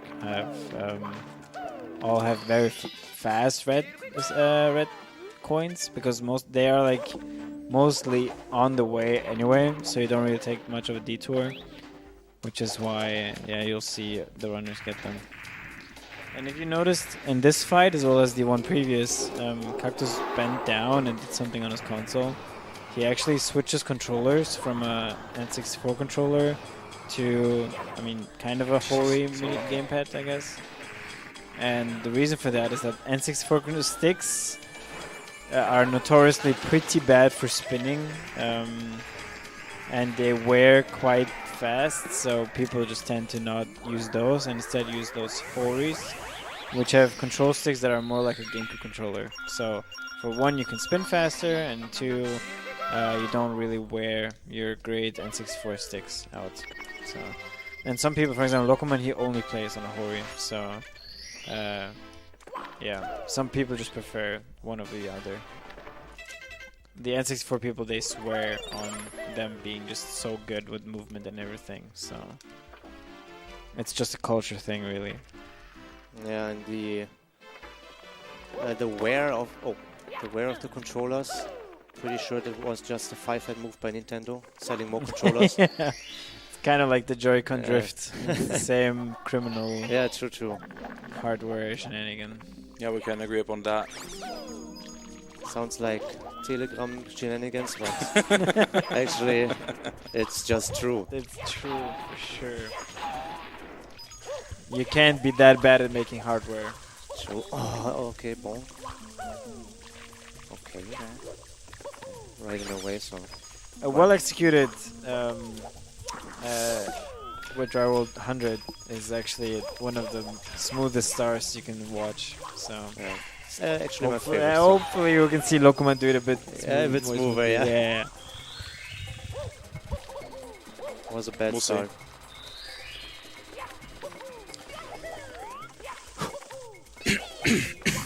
The middle part is okay so far.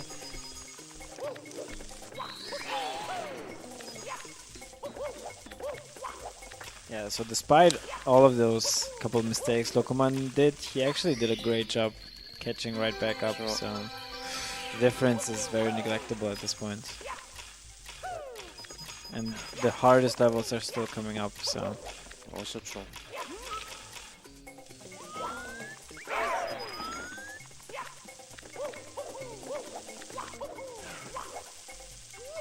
I knew it. Okay, but I have a backup. Just watch and learn.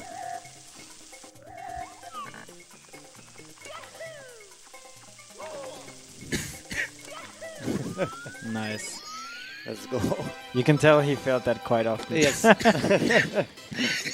Sorry. Oh, good. Yikes. Okay.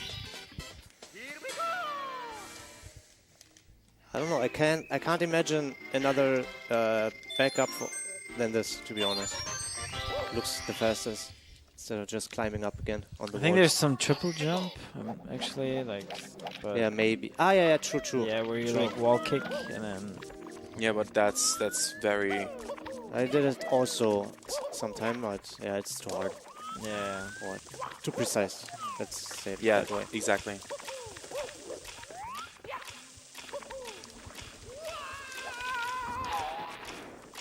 Oh, that was not good.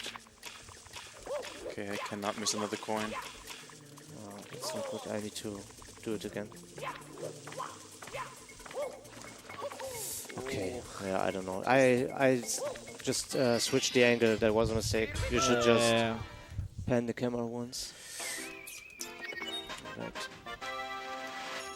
Please. Okay, I'm gonna show off cool stretches.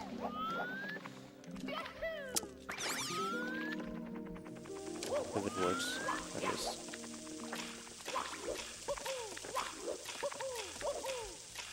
Okay. Oh, nice. Yeah, Wedge World has so many fast stars. As I said, you get... I think you also get every single one except for the one which is like very slow. It's like the red coins in the in like the second part, and there's one red coin and there's one vanish cap coin. So star, not coin. So those obviously are not done, but everything that is able to do in this main part is done. So yeah. All right. Next stage is very, very hard. It's only 3 stars, but 2 of them. Phew.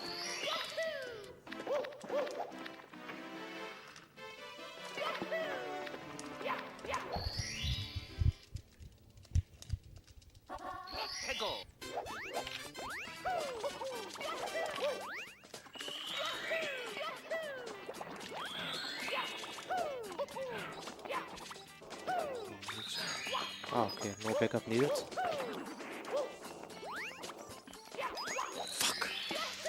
Sorry. Oh, good. It's just, oh, it's not a bad word.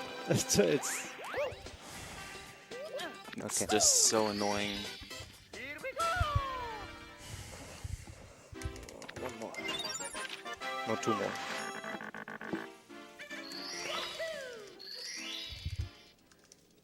So what I try now is doing a mount clip. Saves about only 2 seconds, so it's not that much faster than the usual strat. But yeah, let's try it. Ah, okay. It doesn't work. It's all good. Okay, didn't work, so all good. Gonna reattempt it though.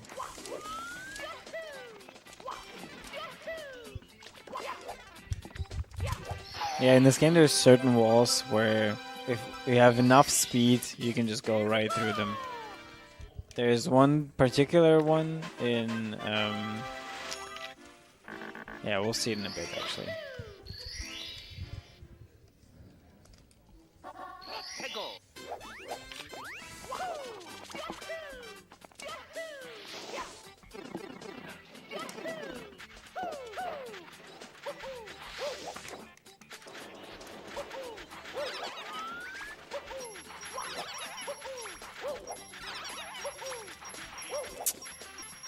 Yikes.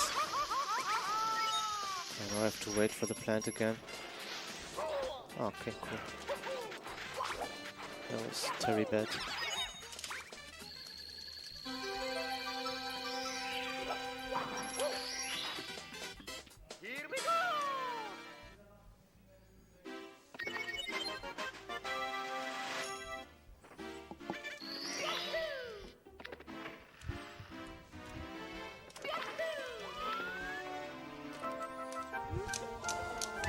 Oh no.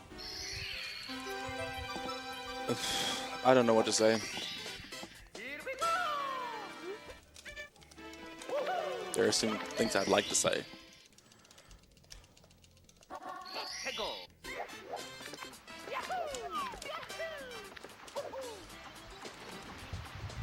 Yeah, so that wall clip there is what I meant. That one's being used almost every star.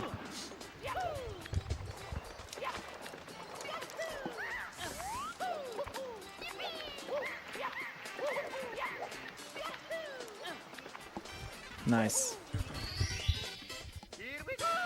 One more mountain clip.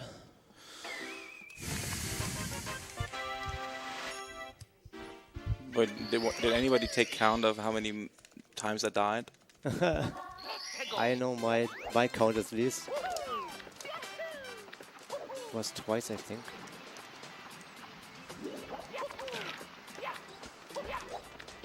You even had the most horrible deaths too, so not only some deaths, but pretty much the worst ones you can have. Yeah, true.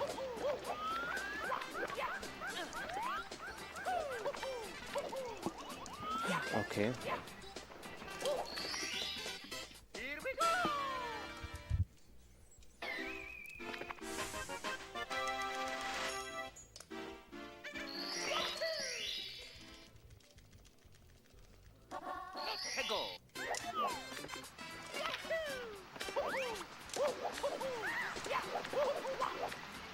Okay, back up. Okay, never mind. Back up. Yeah, backup from the backup in the backup. Nice. Basically. Good backup. Yeah, man.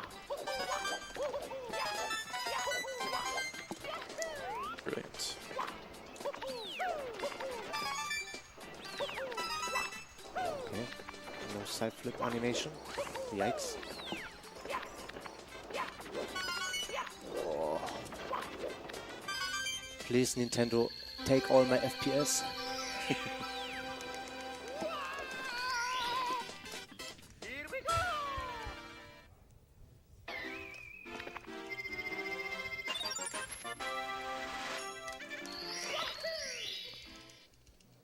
Only one, 2 stars left here.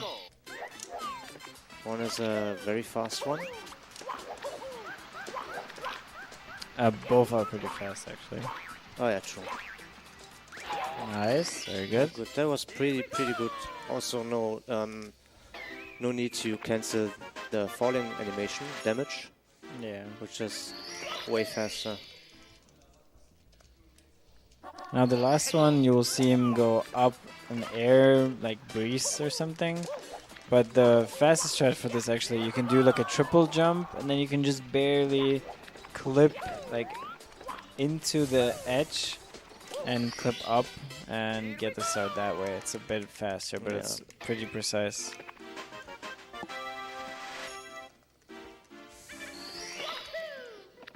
Actually, a really cool strat name for hard trick, breezeless. Breezeless, yeah. Damn. Jesus, that strat, man. Oh, nice wall. All around Mario 64 is actually a lot of invisible walls, and there's not really much you can do about it. It's just sometimes the way where you land just happens to be an invisible wall, and then especially in levels like TTC where it's just a big void down there, it's so easy to just get invisible wall, hit you, and then you just die. So it's mildly infuriating. Yeah, and SL is also super fast level. You get just the very quickest stars, and all of them are actually very quick and very accessible from the start. So, and it includes the fastest star in the game. So in my star route that I do, actually there's a pretty slow one. The red coin one, which you actually don't want to do. But yeah. Then I have to do another star, and I don't want to do the star, so I did this one instead. Okay.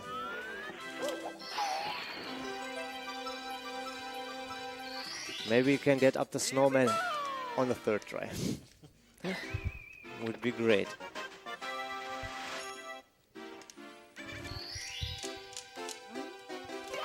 Almost died there. Oh. Snowman, pause.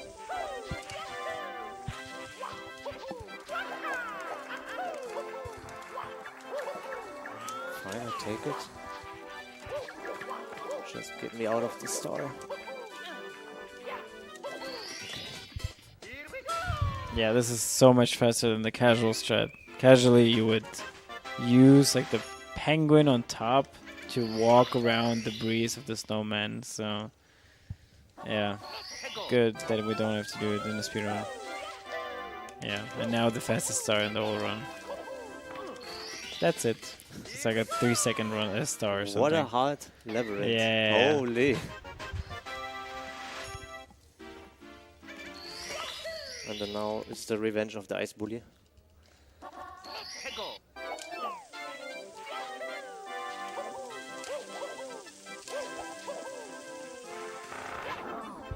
And as a little trivia, that mirror outside of this level, it's not actually a mirror, but it's actually a wall that is separating an exact same copy of Mario's actor.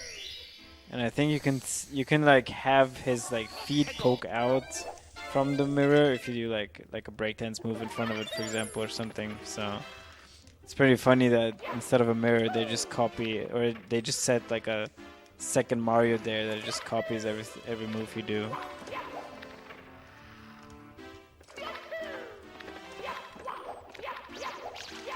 Okay, the rabbit.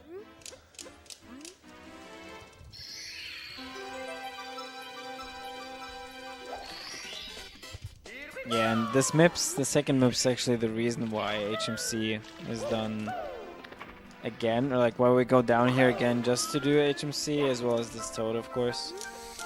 But yeah, there's 2 MIPS, one after 15 stars and one after 50 stars, so it just works out in the routing. And in total there's also 3 Toad stars. Yeah, one in front of TTM, one here, and one in front of Rainbow Ride. So.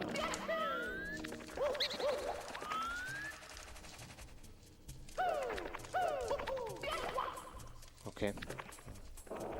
Let's take the elevator then, I guess.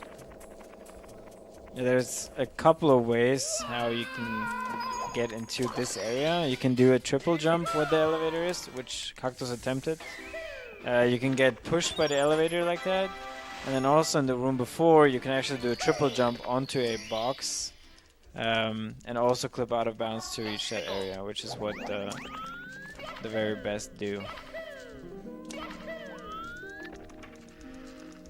But it's fairly precise to get into that box, so...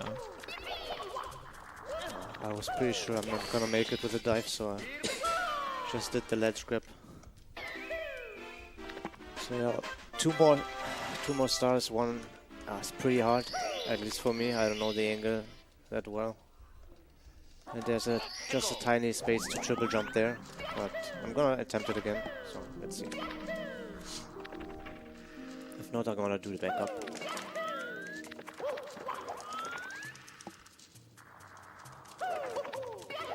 This is actually what I want to do. Ah, very nice. And maybe pushing the button as well? No. Okay. So that dive is so precise, actually, unnecessarily precise timing. So you want to get pretty high. Oh, cool. You want to get pretty high to get the button push, actually. It's not that easy in this tiny space.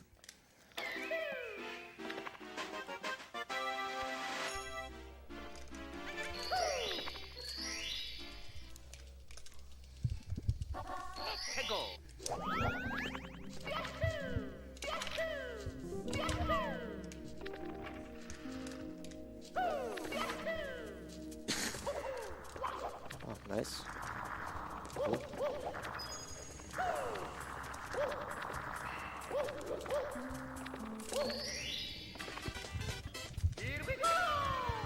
Am I done with HMC? Yeah.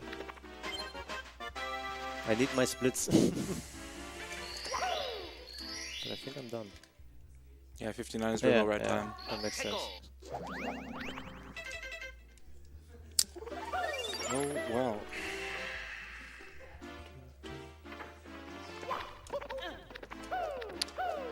Oh, oh wow.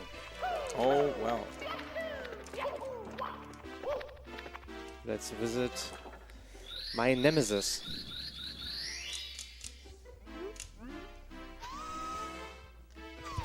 The Toad? Okay, later.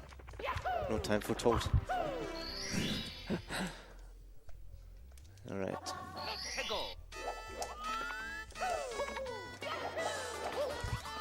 Yeah, there's a glitchy wall kick you can do at the very beginning of this level to skip having to go up a pole. Saves quite a bit of time, actually, because you have to do it pretty much every star. It's actually pretty clean. Yeah, because you have to get pretty far to the ledge for your third jump, and if you're too far, you're just dead. If you're not far enough, you won't reach the thing to do the the wall kick. So like that, yeah. Yeah. Okay.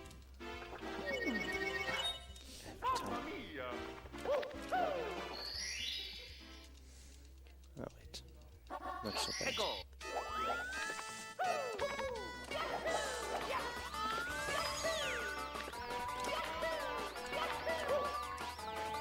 Thirsty. Okay. Yeah, one mechanic that I didn't explain yet is wall kicks have different frames on which you can press A. And if you do it on the very first frame, people call it firsty.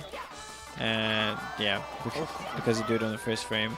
And firsties have the biggest distance away from the wall, so like your jump gets you away from the wall the furthest, which is not always wanted. In fact, there's very few occasions where you actually want the first team. Yeah. For example, for the Alice thing that that Lokomon did, it does not work with the first team. So you purposely try to avoid getting a first team.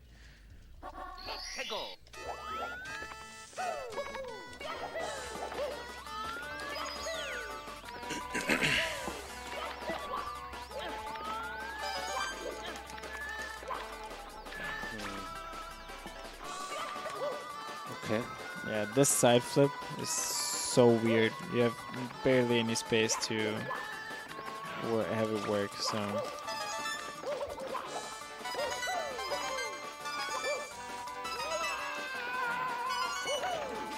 Ah, okay. If you clip me out, bro. Okay. Chill. Oh, okay.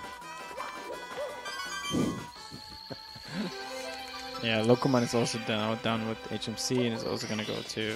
And we saved and quit. And saved and quit. Oh, no. That's unfortunate. But Save and quit. fortunately, that was one of the not so bigger mistakes where you could do that. Oh, nice. Little moonwalk, don't hurt nobody. Put the swag into this run. Oh! Ah, yeah, that's so risky. Mamma mia. Alright, another one.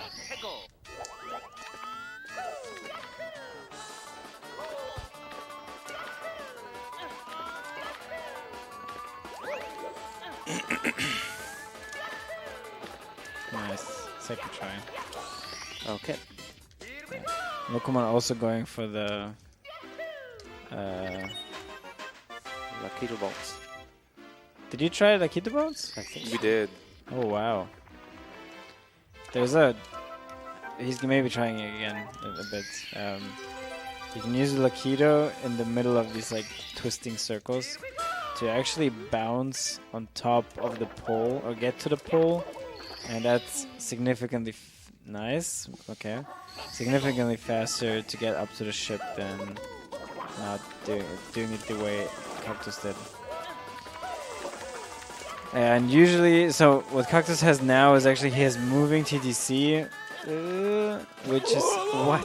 Holy! Which is not the preferred thing to do, at least for beginners. Or, yeah, whatever. It's not beginners in that case, but yeah, you know what I mean. So it adds significant difficulty to have the things move. So you will see the runners usually just wait until 12, because at 12 everything is just standing still and it's much easier to do tricks and movements. In Germany it's called Nachtruhe. Yeah, it's after the Tomb Raider run, we're gonna wait till 12 as well, so and then everything's gonna stand still. Yeah, and TTC at the highest level is actually a crazy level to watch. Especially like stuff like moving reds is actually insane.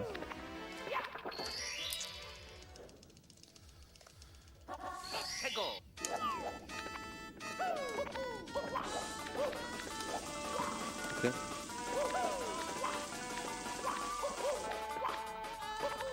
Yeah, you can see a different way of doing the star Lokomon is showing right now. Very different this time. I tried to actually do a triple jump off of this like the fire thing, but yeah, unfortunately those platforms moved away too quickly and he wasn't able to do it.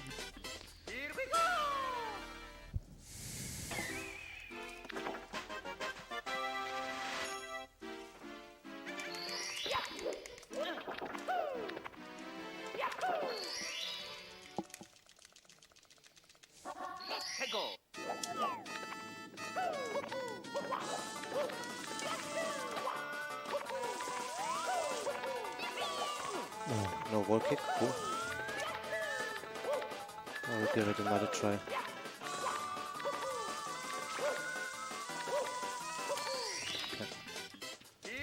Very nice. Lookman Thanks.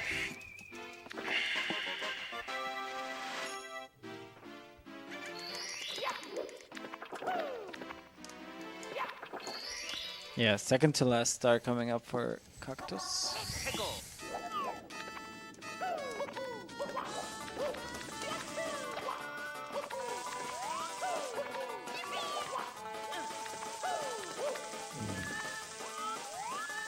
That's rough. Okay.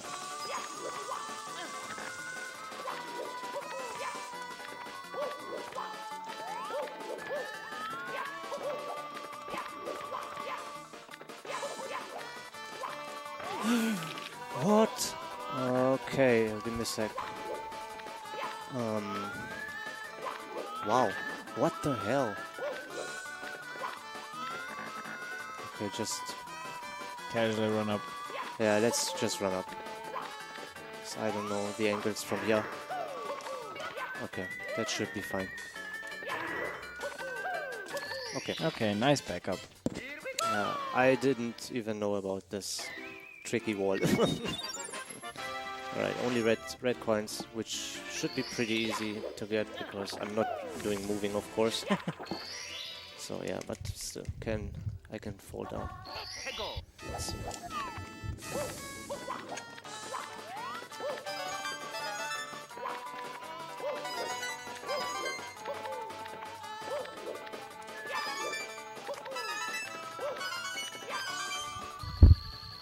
No, unfortunate for Lokomon.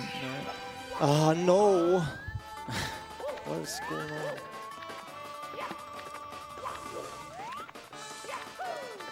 Okay, maybe no. Okay, at least I got the Z input, so it was a bit faster than just jumping in the star. So that's all stars. So now Cactus just has to go to Bowser in the Sky and beat him there. No reds there to do at least. Yeah, it's still very hard. I'm gonna go for a hard strat. So let's see. Right side? Wow. No, moving right now. Just kidding.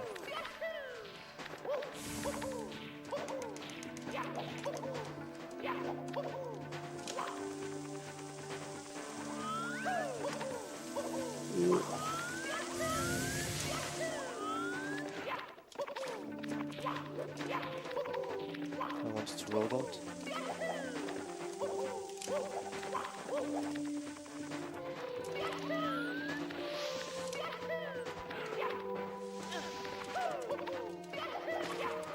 Oh, nice. Alright. You can do this trick as well on the right side. It's significantly harder, but also a bit faster. So yeah. Now Bowser throws. So pray again. Of course, 3 throws is the best you can do. One more throw. Every extra throw adds up 20 seconds or something. What the fuck am I doing? Oh, calculated. Yeah, that you couldn't have thrown it any closer. So we're further away and it still hit. So nice, number 2. Oh my god, I'm just making. Ooh. Okay. The finish leg. He's giving time to catch up. Can you please run? Ah, okay, fire, of course. Ah, okay. Ah, okay.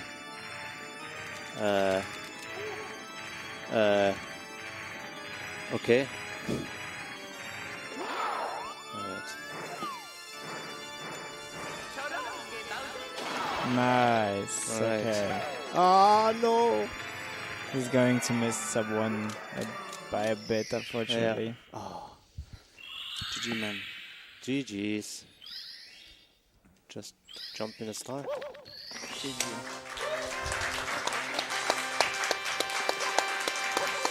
Did it timestamp? Oh, okay. Unnecessary.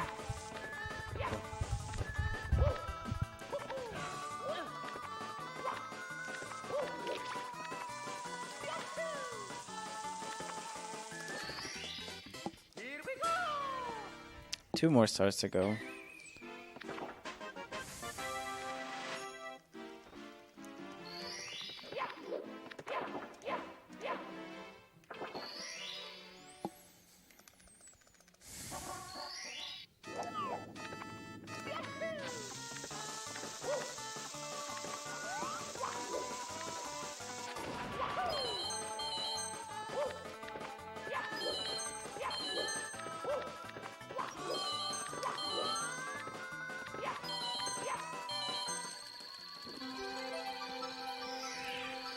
So which star are you doing last? Is it Toad? Ah, okay.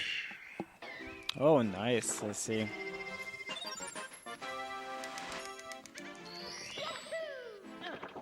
Very nice that Toad gives us a few 3 stars. Yeah. As I said, 3 in total.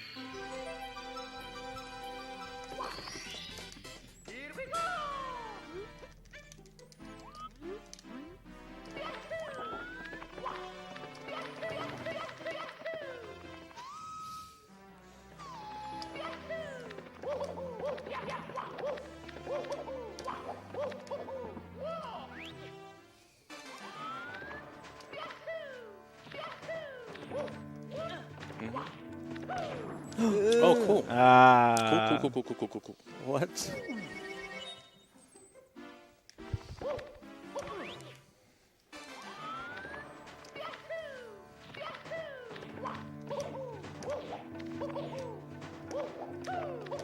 Nice speed kick. Yeah. There's a technique, yeah, it's called speed kick. I can't explain it, but like just extra movement tech that makes it a bit more speedy.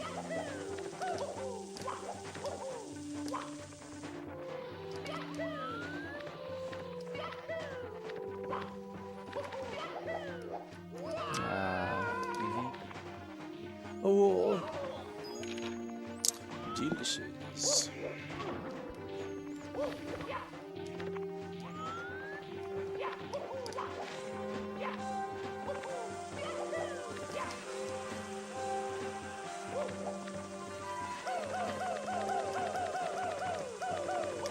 Yeah, on slopes, if you hold A while you walk up and then just spam B. Yeah, just showing some mechanics. yeah. Nice. And also he's gonna show you the... It's gonna be a little bit educated. Yeah. Welcome to the 70 star tutorial. Yeah. Let's play 70 stars. Yeah, you press this button and you did the trick. Ah, nice tutorial, thanks. 80% of all tutorials out there. Yeah. And with HyperX Ultra Cam too. And make sure you hold the controller right. Yes. Jokes on you, this was a blindfolded speedrun. The TV is off actually. Right. 1.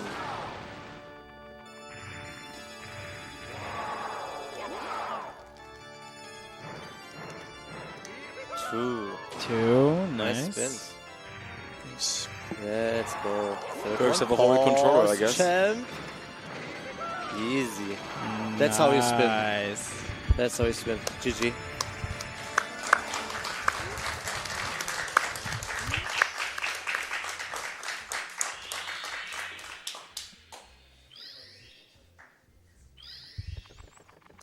Let's GG. go. GG.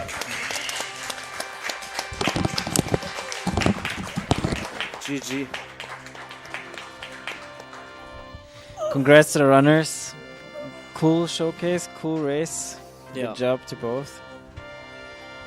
And I got a perfectly worded donation to finish it off.